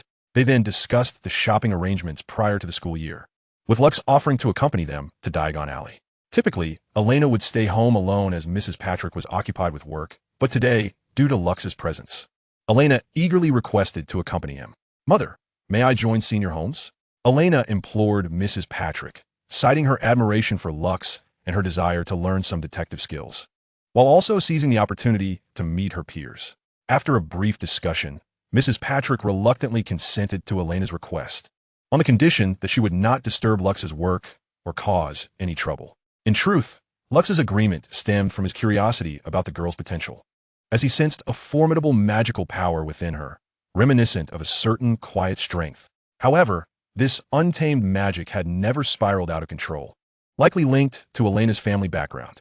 As they made their way, Elena skipped along beside Lux, occasionally inquiring about various detective skills. While walking, Lux posed a question. How did you come to know Yekaterina Adler? Sister Adler owns a bakery, Elena explained, recounting her encounter with Yekaterina, who had once defended her against some boys who had bullied her in her childhood, leading to their blossoming friendship. It appeared that the book she clutched was a gift from Yekaterina. After completing his tasks, Lux returned Elena home, then strolled leisurely back to Baker Street. On his way, he noticed a family portrait on the table and proceeded to a nearby telephone booth, dialing Reen. I need you to investigate a person, surname Patrick, male, a soldier who has fallen in duty, approximately 182 meters tall, who participated in the decade-long war from 1979 to 1989, awarded second-class merit. After hanging up, Lux had deduced from Mrs. Patrick that Elena was from a single-parent household, with Mr. Patrick having perished in service. Lux then headed to the next home visit for enrollment, feeling as though he were partaking in a sort of pyramid scheme, deceiving both children and their parents. Most of the home visits proceeded smoothly, albeit some parents were less than cordial. Nevertheless, Lux managed to maintain a calm demeanor, encouraging them to sit down and engage in a constructive dialogue. However, what surprised Lux was that Elena possessed some martial arts skills, teaching a lesson to a few rebellious children. Throughout the day, there seemed to be no promising prospects. As most were problematic youths, Elena appeared to be the only one worth noticing. That little girl seemed quite eager to become a detective, though one could only hope it wasn't merely a fleeting whim. As night fell, Lux gradually approached the cake shop that Elena had mentioned. The rose cake shop was rather intriguing. Lux did not enter, but stood outside, peering in from a distance. He felt a twinge of regret for not possessing a smartphone, for he would have surely captured Yeka's current appearance. Clad in an apron paired with a pink dress, she was indeed dressed as a maid. Yeka Adler. The cake shop S, made exclusive. Lux jested, his eyes shimmering with an inexplicable light. He had never envisioned this lively, adorable, and enthusiastic side of Yeka, so different from the person he had known at Hogwarts. Perhaps at Hogwarts, he had only glimpsed her unreal facade. It seemed the next academic year would not be dull. After this reflection, Lux's figure gradually faded into the darkness. At the moment Lux departed, Yeka sensed something, glancing toward the spot where he had stood, puzzled for a moment. Was it merely an illusion? Why did she feel the gaze of Sherlock? She then returned to her tasks. Upon returning to 221B, Baker Street, Rain and Cartland awaited Lux. My dear brother, I have two pieces of news for you. One good, one bad, but do tell me if there's anything of interest to me. Lux interrupted Rain. Brother, you truly lack excitement. The good news is that Jihad has been apprehended by the Ministry of Magic. The bad news concerns the case you mentioned. The 7 deadly sins have all transpired across the globe. The last pride has occurred right within the magical realm. The victim was a wizard who met his demise while attempting to enslave a muggle. Rain and Lux exchanged glances. A wizard persecuting a muggle. resulting in the wizard's death, undoubtedly provided a fresh opportunity for the pure blood theory. Lux settled onto the sofa. And the final outcome? He inquired. The muggle went mad, and the wizard met a tragic end. What about the death penalty? This incited strong opposition, as they relentlessly pursued the wizard who had persecuted the muggle. Furthermore, the crime scene bore no longer the letter M, but rather a phrase. Jim sends his regards, SH. Rain looked solemnly at Lux, which caused Lux a slight headache. Undoubtedly, that group would not care for the matter of the 7 deadly sins. Their concern lay with the establishment of the death penalty. The 7 deadly sins. The first 2 sins led one astray, while the deceased enlightened one about the monstrous cruelty of that group. Now, the final sin of pride was being employed to disrupt his plans and simultaneously provoke him. This Moriarty had already acknowledged his identity. What was most terrifying was his ongoing scrutiny of the magical realm situation. From his shadows, he greeted the light of Lux. We must alter our plans, brother. This time, we cannot proceed incrementally. Lux began to devise a new scheme, preparing to deliver a potent shock to the magical realm, coinciding with the long absence of the saints, hoping that they and their descendants still possessed sufficient power. Chapter 19. The Forgotten Harry. In the ensuing days, Lux commenced mobilizing the saints for action. On August 15, 1992, fugitive Death Eaters launched an assault on Azkaban, leading the imprisoned Death Eaters to attempt an escape, thwarted only by the arrival of Aurors. 2 days later, on August 17th, Dark Wizards attacked Gringotts with the intent of liberating the imprisoned dragons, sowing chaos, and speculation arose that it was the work of the Death Eaters. On August 21st, Shadows initiated a series of assassinations and terror attacks against members of pure blood families in public, resulting in numerous fatalities. The following day, Shadows struck the Ministry of Magic worldwide, prompting the convening of the First World Wizarding Conference, where the death penalty was enacted and a manhunt for Shadows commenced, during which lethal force was authorized against them. Consequently, pure blood families began to feel a sense of crisis, urging many members to adopt a more subdued demeanor. Meanwhile, the upper echelons of the Ministry of Magic found themselves overwhelmed. Look at what you have incited among those people, Cardinal remarked, perusing the information published in the Daily Prophet.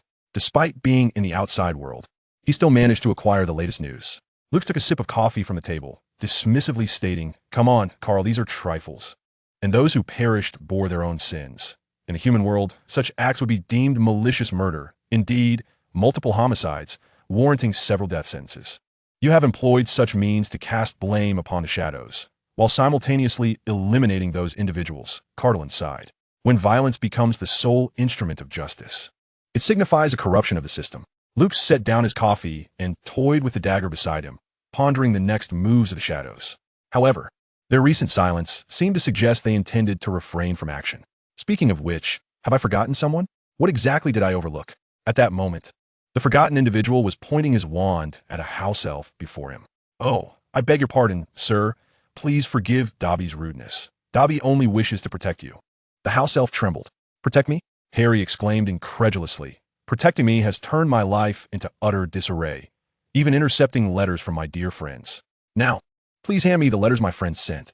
"Okay," Harry asked Dobby politely. Dobby exclaimed joyfully, dancing with excitement. Harry was somewhat puzzled as to why a mere word of politeness elicited such glee, yet he prioritized retrieving the letters from Ron, Hermione, and Olivia. As Harry took the letters, he began to read them one by one, only to be struck by the dates inscribed, feeling as though the world was collapsing around him. He wondered if Ron and Hermione might resent him for not responding, but now Hedwig was utterly incapable of delivering messages. A thought crossed his mind. What did Dobby mean by protection? Was there some imminent danger? "Hey, Dobby, what do you mean by danger?" "At Hogwarts, someone seeks to harm Harry." Dobby cannot allow Harry to go to Hogwarts. "Dobby, can I forego attending Hogwarts? Would you reveal the identity of the one who seeks to harm me?" Harry endeavored to extract valuable information from Dobby, yet reality fell far short of his expectations. Dobby cannot speak. Revealing such information would incur punishment from his master. Upon uttering this, Dobby began to bash his head against the wall. The resounding thuds sent a pang of dread through Harry. "Potter, what mischief are you up to now?" Came the furious bellow of a middle-aged man. "Nothing, I just tripped." Harry deceitfully soothed his uncle, knowing that if he caught sight of Dobby, it would spell disaster. Harry resolved to regain composure. The priority was to ascertain Dobby's master. "Dobby, who is your master?" Dobby cannot say. Fear glimmered in Dobby's eyes before he vanished. At that moment, A series of knocks echoed from outside. Upon hearing it, Harry swiftly concealed the letter in his hand, ensuring it was hidden in every nook and cranny, drawers, wardrobes, under the bed, leaving no potential hiding spot overlooked. Just as he secured the letter, the door swung open. Harry focused intently on Uncle Vernon, praying he wouldn't notice anything amiss. "What are you up to now?" The rotund figure loomed before Harry. "Nothing. Do you need something, Uncle?" Harry feigned a smile, though a hint of impatience surfaced as he allowed a corner of his wand to peek out. "No funny business, you freak." Seeing Harry's demeanor, Vernon swiftly exited, unwilling to invite trouble upon himself, and fearful of what the boy might conjure. With his uncle's departure and the door closing behind him, Harry breathed a sigh of relief. He then began to peruse the letters from his friends, a smile gracing his lips, grateful for the companionship he now had. In his youth, he had been bullied by Dudley, left alone as even other children shunned him. As he reminisced, the image of Lucius suddenly came to mind. Indeed, during that time at Hogwarts, Lucius had been by his side. Without him, Harry would have been at a loss. Moreover, hadn't Lucius previously mentioned that Voldemort's last Horcrux was concealed within a notebook belonging to Lucius Malfoy? Draco had claimed that his father was a board member at Hogwarts, and if anyone were to pose a threat there, it would most likely be Lucius. This matter surely tied back to him. As for Dobby's master, he could only seek answers from Lucius later. Yet, how could he contact them? They had previously agreed to act in Diagon Alley, and he needed to set forth without delay. Returning to Lucius, Reen had also arrived. "Is there any favorable news?" Lucius inquired. "Thanks to your tactics, they have relented and agreed to establish the death penalty. However, they added a clause. Execution is reserved for those with serious crimes." "Are you afraid Grindelwald will come after you?" Reen asked, munching on a pastry from the table. Lucius pondered. What is there to fear? This is better than nothing. After all, they remain intent on preserving the pure-blood families. Regarding the Death Eaters, I surmise that their justification must be that the current shadowy figures are of greater significance, and that the cases concerning the Death Eaters require a thorough reevaluation. You are indeed correct. It is most vexing to deal with such obstinate individuals. Rian, with cake in his mouth, emitted a muffled sound as he swallowed, and continued, "Why not have you revisit those cases? After all, dear brother, you possess ample leisure time." I declined, for a genius never associates with fools, and the entirety of the British Ministry of Magic appears utterly foolish due to its political figures, particularly the minister.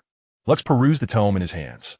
Cartland interjected, "So, how can we ensure that those imbeciles are ousted and replaced with capable individuals?" "Political blemishes," Rian reminded. "For the persistent nuisances in the magical community pale in comparison to those in national politics. After all, they are merely a ministry incapable of transforming darkness into light. I believe we can investigate a few intriguing Death Eaters, for their demeanor hardly resembles that of typical Death Eaters. Moreover, if even dear Severus can be exonerated, it stands to reason that simple defamation could be managed." Indeed, Lux contemplated Sirius Black, despite his disdain for that mutt, who trivialized the matter of school bullying. However, considering the subsequent plans involving Wormtail and the Large Foot, he was indispensable. As for whether this world's version of him would meet his demise, he remained indifferent. Knock, knock, knock. The resounding thuds against the window captured the attention of the trio. It was an owl, specifically Olivia's. Cartland ushered the owl inside, retrieving the letter it bore, while offering it some dried fish and water. A glance at the signature revealed its origin, and he promptly handed it to Lux. Lux accepted the envelope and began to read, gradually realizing the identity of the person he had neglected to inform, along with the ire of his sister Olivia and Hermione. And the grievance of Elway. They had stealthily arrived at 221B Baker Street without notifying them.